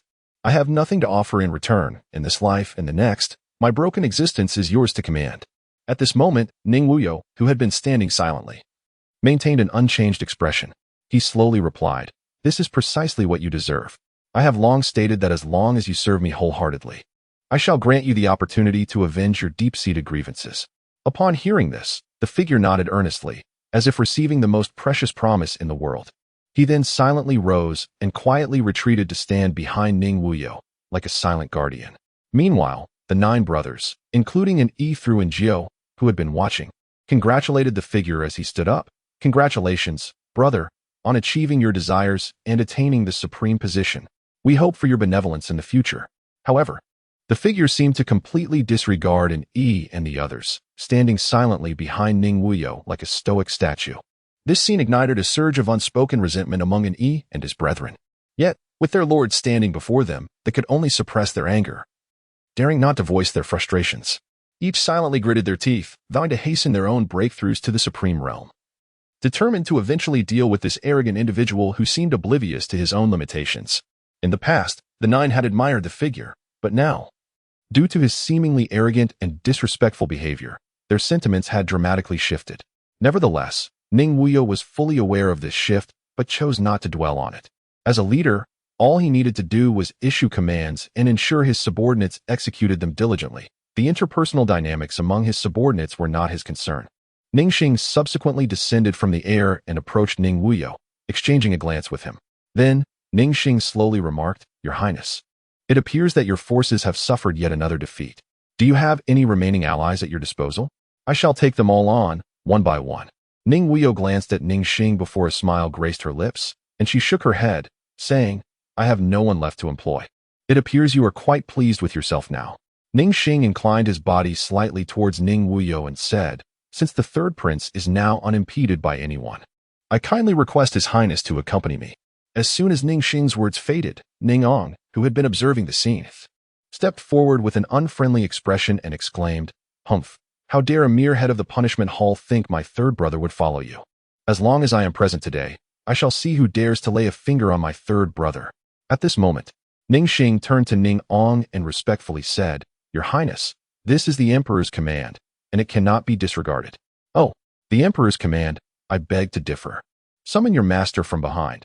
He is merely a coward, hiding in the shadows." Ning Ong scoffed.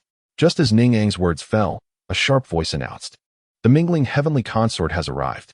With this proclamation, the members of the Ning clan hurriedly bowed in reverence, while only a few remained unmoved, showing no intention to pay their respects. As for Ning Wuyou and Ning Ong, their esteemed status as legitimate sons exempted them from bowing to the heavenly consort. Moreover, Mei Qing, Qing Zhu, as well as the Dark One and his 9 brothers, along with Ning Tianyi, stood tall, displaying no inclination to offer their respects. Only the shadow had long hidden itself, vanishing without a trace. At this juncture, a lavish palanquin approached, drawing the gazes of the crowd. As it drew nearer, the sound of jingling beads echoed, harmonizing with the atmosphere. Suddenly, a woman emerged from the palanquin. Though she appeared to be around 30, her beauty was striking, captivating all with her enchanting visage, truly a sight to behold. This woman was none other than the mingling heavenly consort, previously mentioned. The mingling heavenly consort was no ordinary figure. She was deeply favored by the heavenly emperor and stood out among the many consorts. More importantly, she was the biological mother of the current seventh prince, bestowing upon her an unparalleled status. As she stepped out of the palanquin, a lady-in-waiting swiftly approached to assist her. The consort placed her hand atop the lady's and glanced at Ning Wuyou with an icy demeanor, stating, "Ning shows was summoned you at my behest. This is, of course, also the emperor's intention. Now, do you require any further proof, Wuyou?" Ning Wuyou narrowed her eyes slightly as she regarded the indifferent mingling Tianfei, stating, "If you possess the emperor's decree, present it for this palace to examine." Naturally, this was conveyed by His Majesty directly to this palace. Could it be that this palace would dare to fabricate such a thing? Mingling Tianfei retorted with a cold snort as she gazed at Ning Wuyou. Without a moment's hesitation, Ning Ong let out a light "oh" and chuckled. "Whether it is true or false, only you are aware, we remain in ignorance." Upon hearing Ning Ang's words, the beautiful eyes of the heavenly concubine narrowed as she fixed her gaze upon him, declaring, "Impudence! How dare you accuse this palace of deception? Do you comprehend the gravity of slandering a celestial being?" Ning Wuyou slowly stepped forward, gazing at the indifferent mingling Tianfei, and remarked, "What if you accuse me of forgery? Even if it were true, I would still declare it false. What can you do about it? Even if it is slander, what can you possibly achieve? Can a mere Tianfei truly stir up a tempest?" As soon as Ning Wuyou's words fell, the surroundings plunged into an eerie silence, with the members of the Ning clan holding their breath in disbelief. Each of them secretly criticized, pondering how fearless the third prince was, daring to utter such words. This was indeed a significant embarrassment for the mingling heavenly concubine. Upon hearing Ning Wuyou's statement, the heavenly concubine's chest heaved with indignation, and she pointed an accusatory finger at him, exclaiming in a delicate voice, "How dare you insult me so? Ning Xing, seize him and bring him to justice." However, before she could finish speaking, an imposing voice resonated, declaring, "Today, I shall see who dares to touch Wuyou." At that moment, a resplendent and majestic phoenix carriage slowly approached. The carriage was drawn by 4 magnificent birds radiating a rainbow of ethereal light, adorned with intricately carved phoenix designs that seemed poised for flight. As the crowd beheld the approaching carriage, the previously reserved Ning clan members now displayed unprecedented reverence, bowing deeply and collectively proclaiming, "We welcome the Empress." Their voices resonated loudly and harmoniously throughout the space. Even the esteemed mingling heavenly concubine, upon witnessing the carriage, could not help but adopt a serious expression. Hastily bowing in respect, her movement swift and precise, showing no sign of negligence. Except for Ning Wuyou, who maintained an air of nonchalance, all present, including Ning Ong, bowed deeply to express their respect for the Empress. At that moment, a clear and authoritative voice emerged from within the carriage, proclaiming, "Mingling, how audacious you are! Do you think you can easily lay hands on my son?" Hearing the Empress's inquiry, the heavenly concubine's heart tightened. Yet, she composed herself and replied with a furrowed brow, "Your Majesty, please do not be angry. This matter was decreed by His Majesty himself, and it was not my intention to instigate it." "Humph, His Majesty's decree?" The Empress retorted with a cold laugh, continuing, "Very well, summon him at once. I wish to inquire why he would treat my son in such a manner." As her words echoed, a gentle breeze swept through, causing the doors of the carriage to slowly part. Subsequently, the Empress's noble and elegant figure emerged gracefully. Dressed in a splendid royal gown that flowed like clouds, adorned with dazzling jewels that shimmered intensely, her exquisite face bore no makeup yet radiated natural beauty. Particularly striking were her captivating eyes, which were now fixed on mingling, exuding a hint of frost. The crowd trembled at the sight of the Empress, instinctively bowing even lower. This moment alone illustrated the unparalleled authority she wielded in their hearts. Following the Empress's formidable inquiry, it struck like thunder in the hearts of everyone present. All fell silent. Even their breath softened, fearful that any slight movement might invoke the Empress's wrath. Mingling's heart was filled with rage, yet she dared not reveal a hint of her discontent. Suppressing her emotions, she responded with utmost respect, "Your Majesty, please do not be angry. This is indeed a command from His Majesty. Even if I had the audacity, I would never dare to deceive you." However, as soon as Mingling finished speaking, Ning Wuyou, who had remained silent beside her, suddenly clasped his hands behind his back, his gaze piercing as he slowly addressed her. "Humph, whether what you say is true or false is of no concern to me. However, judging by your demeanor, it seems you are intent on seeking vengeance for your son. If that is the case, I shall grant you this opportunity today." As Ning Wuyou's voice faded, he gently waved his sleeve, In an instant, the previously tranquil space began to twist violently. Following this, a procession of shadowy figures emerged from the distorted realm.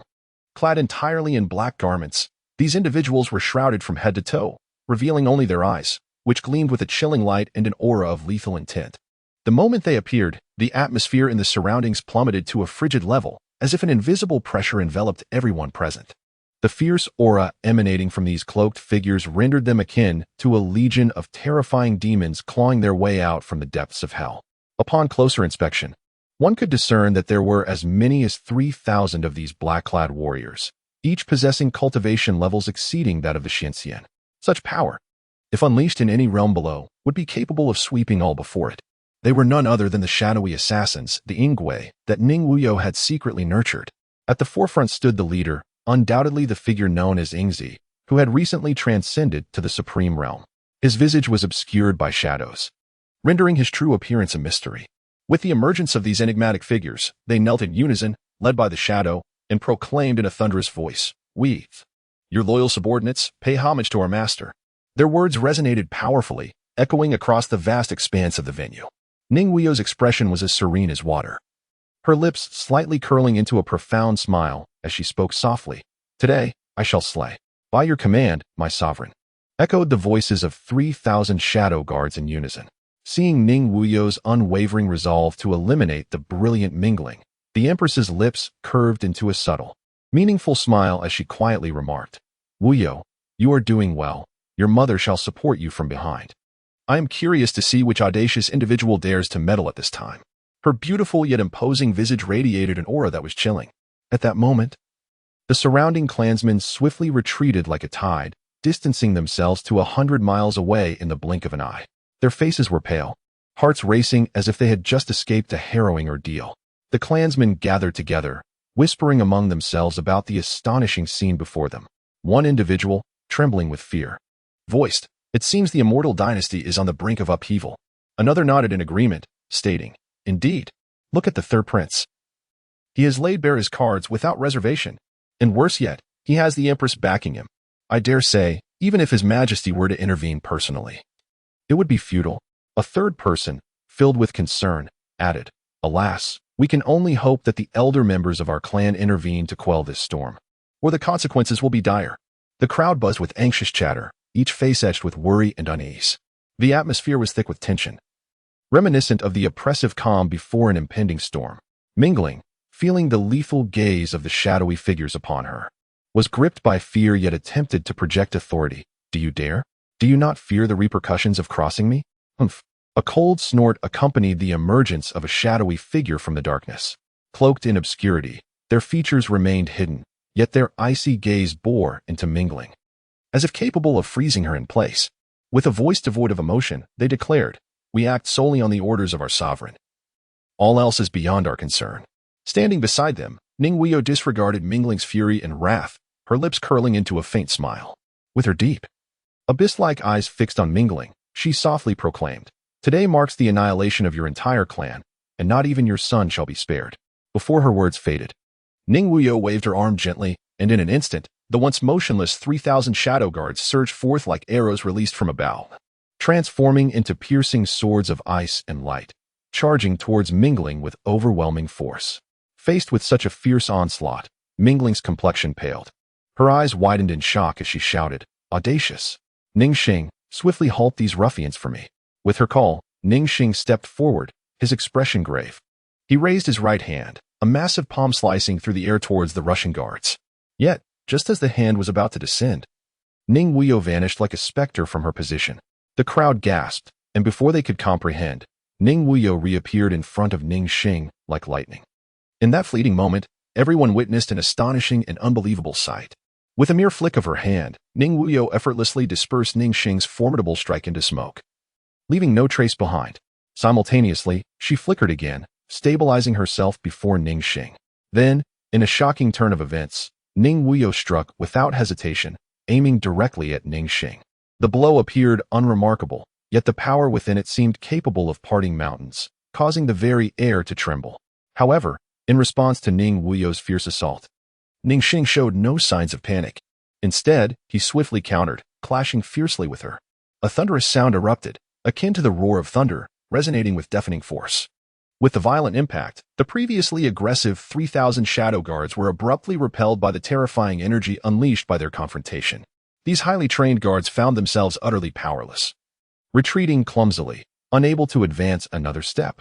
As Ning Wuyou and Ning Xing engaged, a tremendous surge of energy erupted, sending both of them reeling backward as if caught in a tempest. The clansmen, who had retreated to watch from a distance, were now on edge, their eyes glued to the unfolding spectacle. Ning Wuyou staggered back, each step appearing laborious, retreating nearly 10 paces before finally regaining her balance.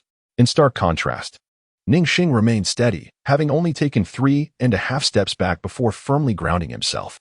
This scene drew gasps from all the Ning clansmen, sparking a flurry of whispered discussions. Good heavens, I never imagined the third prince possessed such formidable strength. This is the first time Ning Xing has shown any signs of retreat today, someone exclaimed in astonishment. Indeed, and let us not forget, Ning Xing is a supreme powerhouse, far beyond the ordinary initial stage of the supreme realm. I would wager he is at least at the second stage or higher. Another chimed in. Conversely, judging by the fluctuations of spiritual energy emanating from Ning Wuyou, it seemed she had yet to reach the royal path realm. Given such a vast disparity, it was truly remarkable that the third prince could force Ning Xing to yield even slightly. Yet another couldn't help but interject. After stabilizing his stance, Ning Wuyou waved his robe and remarked with a smile, Ning Xing, you are quite impressive. However, this is still insufficient. Upon finishing his words, he pointed a finger, releasing an overwhelmingly destructive aura that surged towards Ning Xing. Witnessed the might of this move. Facing such a threat, Ning Xing dared not be careless and approached the situation with utmost seriousness. Even he was uncertain whether he could withstand this strike unharmed. As his spiritual energy surged, the essence of supremacy emanated from him, indicating that he was prepared to give his all.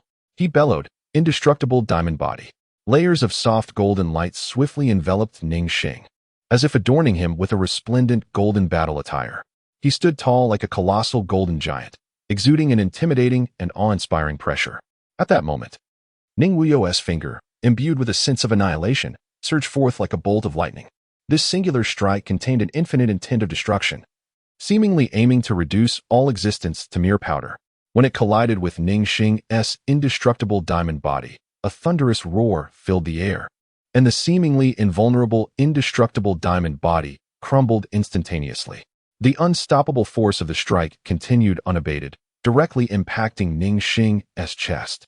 He had no time to react, feeling an overwhelming force surge into his body. In an instant, his throat felt sweet, and a spray of crimson blood gushed forth, sending him flying backward like a kite severed from its string. Ning Xing's body traced an elongated arc through the air, moving with astonishing speed. The towering peaks, which had previously loomed high above, crumbled effortlessly beneath the force of his impact. A series of deep, resounding crashes echoed as these mountains were breached, leaving behind colossal, human-shaped voids with debris scattering and dust swirling into the atmosphere. This exemplified the terrifying power of the heavenly finger. After landing a decisive blow, Ning Wuyou did not pursue further. Instead, he cast a stoic glance at the shadow guards surrounding him and gently waved his hand. This gesture seemed to carry an intangible command.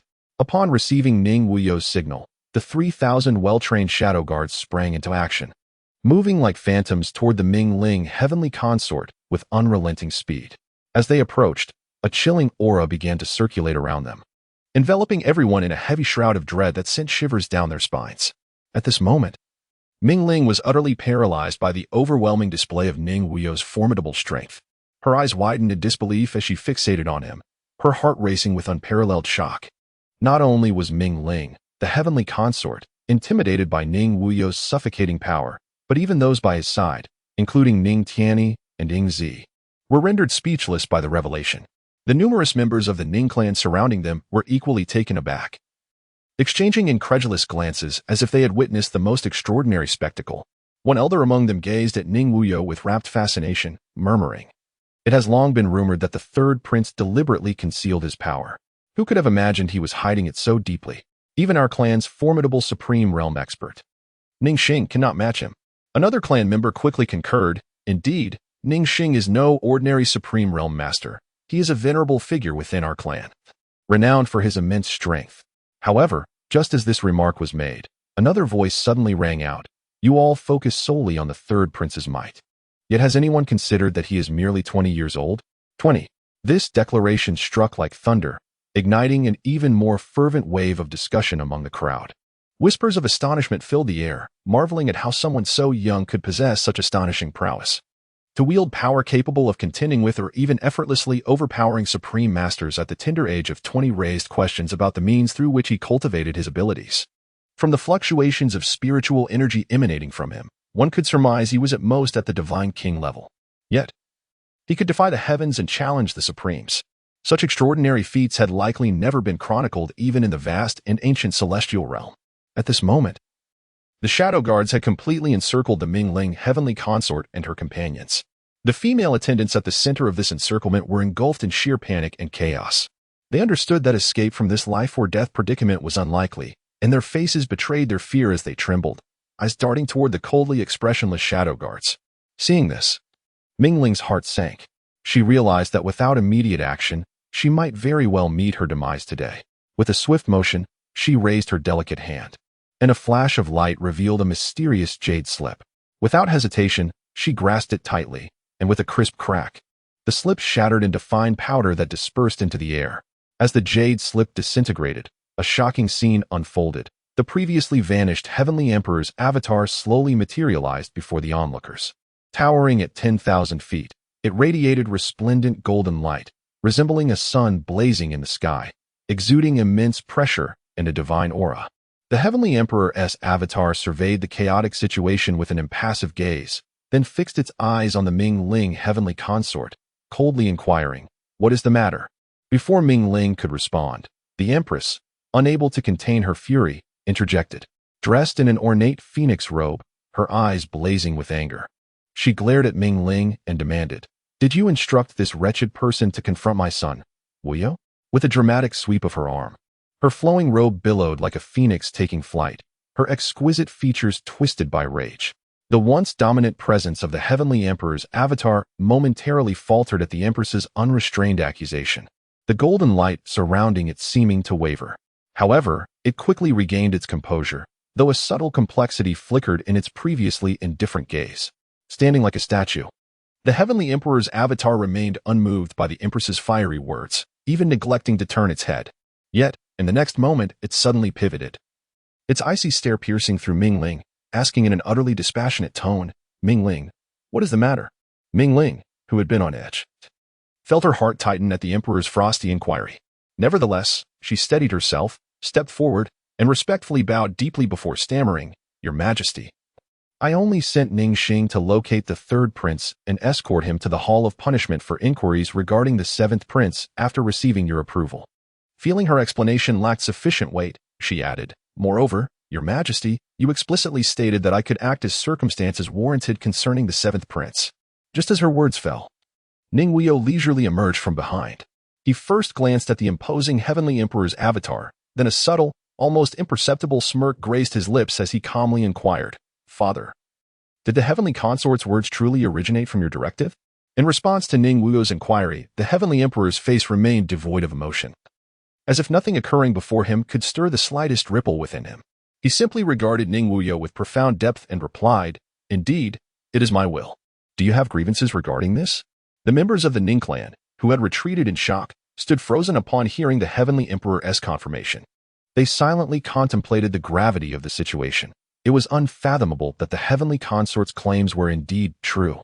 This was the Emperor's decree, and it was utterly astonishing. Among the crowd, someone scoffed and remarked sarcastically, "Humph, what is so hard to believe about this? The enchanting consort Mingling enjoys the profound favor of the Celestial Emperor, and it is only natural for him to bestow such favoritism upon her. As the saying goes, love the house and its crow." As soon as this remark was uttered, the other clan members enthusiastically concurred, creating a cacophony of voices engaged in fervent discussion. At that moment, Ning Wuyou turned to glance at consort Mingling standing not far away, then shifted his gaze to his mother beside him, a faint smile gracing his lips as he softly inquired, "Mother, how do you believe this matter should be handled?" The Empress slightly lifted her head, casting a disdainful glance at consort Mingling, a cold smile curling at her lips as she replied, "How should it be dealt with? Huh? She is merely an inconsequential illegitimate child. If she is discarded, then so be it.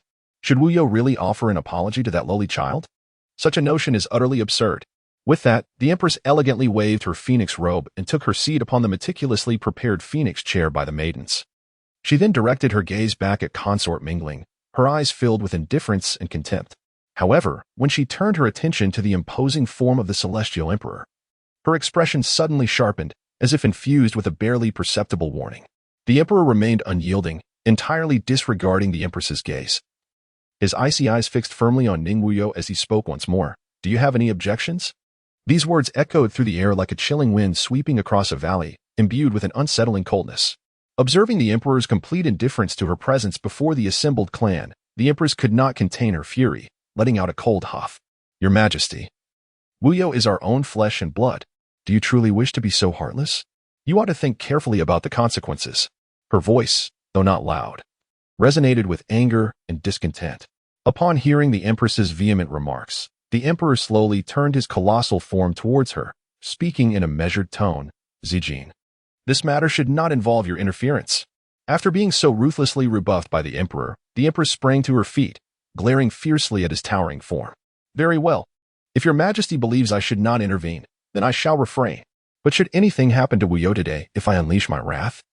The consequences may well be beyond your capacity to bear." With that, the empress swept her phoenix robe and stormed into her palanquin.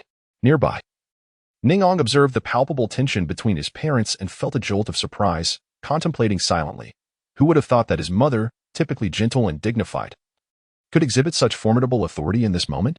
Ning Wuyou quietly observed everything around him without uttering a word, his gaze as tranquil as still water, revealing no hint of turbulence. He signaled to the shadows, who understood instantly and raised a hand. The 3,000 shadow guards, previously standing still, transformed into fierce apparitions, charging towards the enchanting Tianfei Mingling. The Tianfei's eyes widened in disbelief, her face a mask of incredulity. She could never have anticipated that Ning Wuyou would possess the audacity to strike at her in the presence of the heavenly emperor. Fear and rage surged within her, prompting an involuntary scream. "Your Majesty, save me." Initially, the heavenly emperor had been somewhat vexed and impatient due to the sudden outburst of the empress. However, upon hearing Mingling Tianfei's panicked plea for help, he turned sharply to witness Ning Wuyou brazenly disregarding his authority. In that moment, his anger flared, and he bellowed, "Preposterous! Where are the Feiyu guards?" At the emperor's furious command, countless figures surged forth like lightning from all directions, clad in uniform golden armor and wielding sharp spears. They moved with precision and discipline. In the blink of an eye, the Feiyu guards encircled the emperor's hall tightly, leaving no room for escape. They knelt on one knee in unison, proclaiming, "Your servants are here." The emperor's icy gaze swept over the assembly, then pointed at the 3,000 shadow guards behind Ning Wuyou, his tone frigid as he commanded, "Annihilate every last one of these audacious wretches, leave not a single soul." "Yes," the Feiyu guards replied in unison. No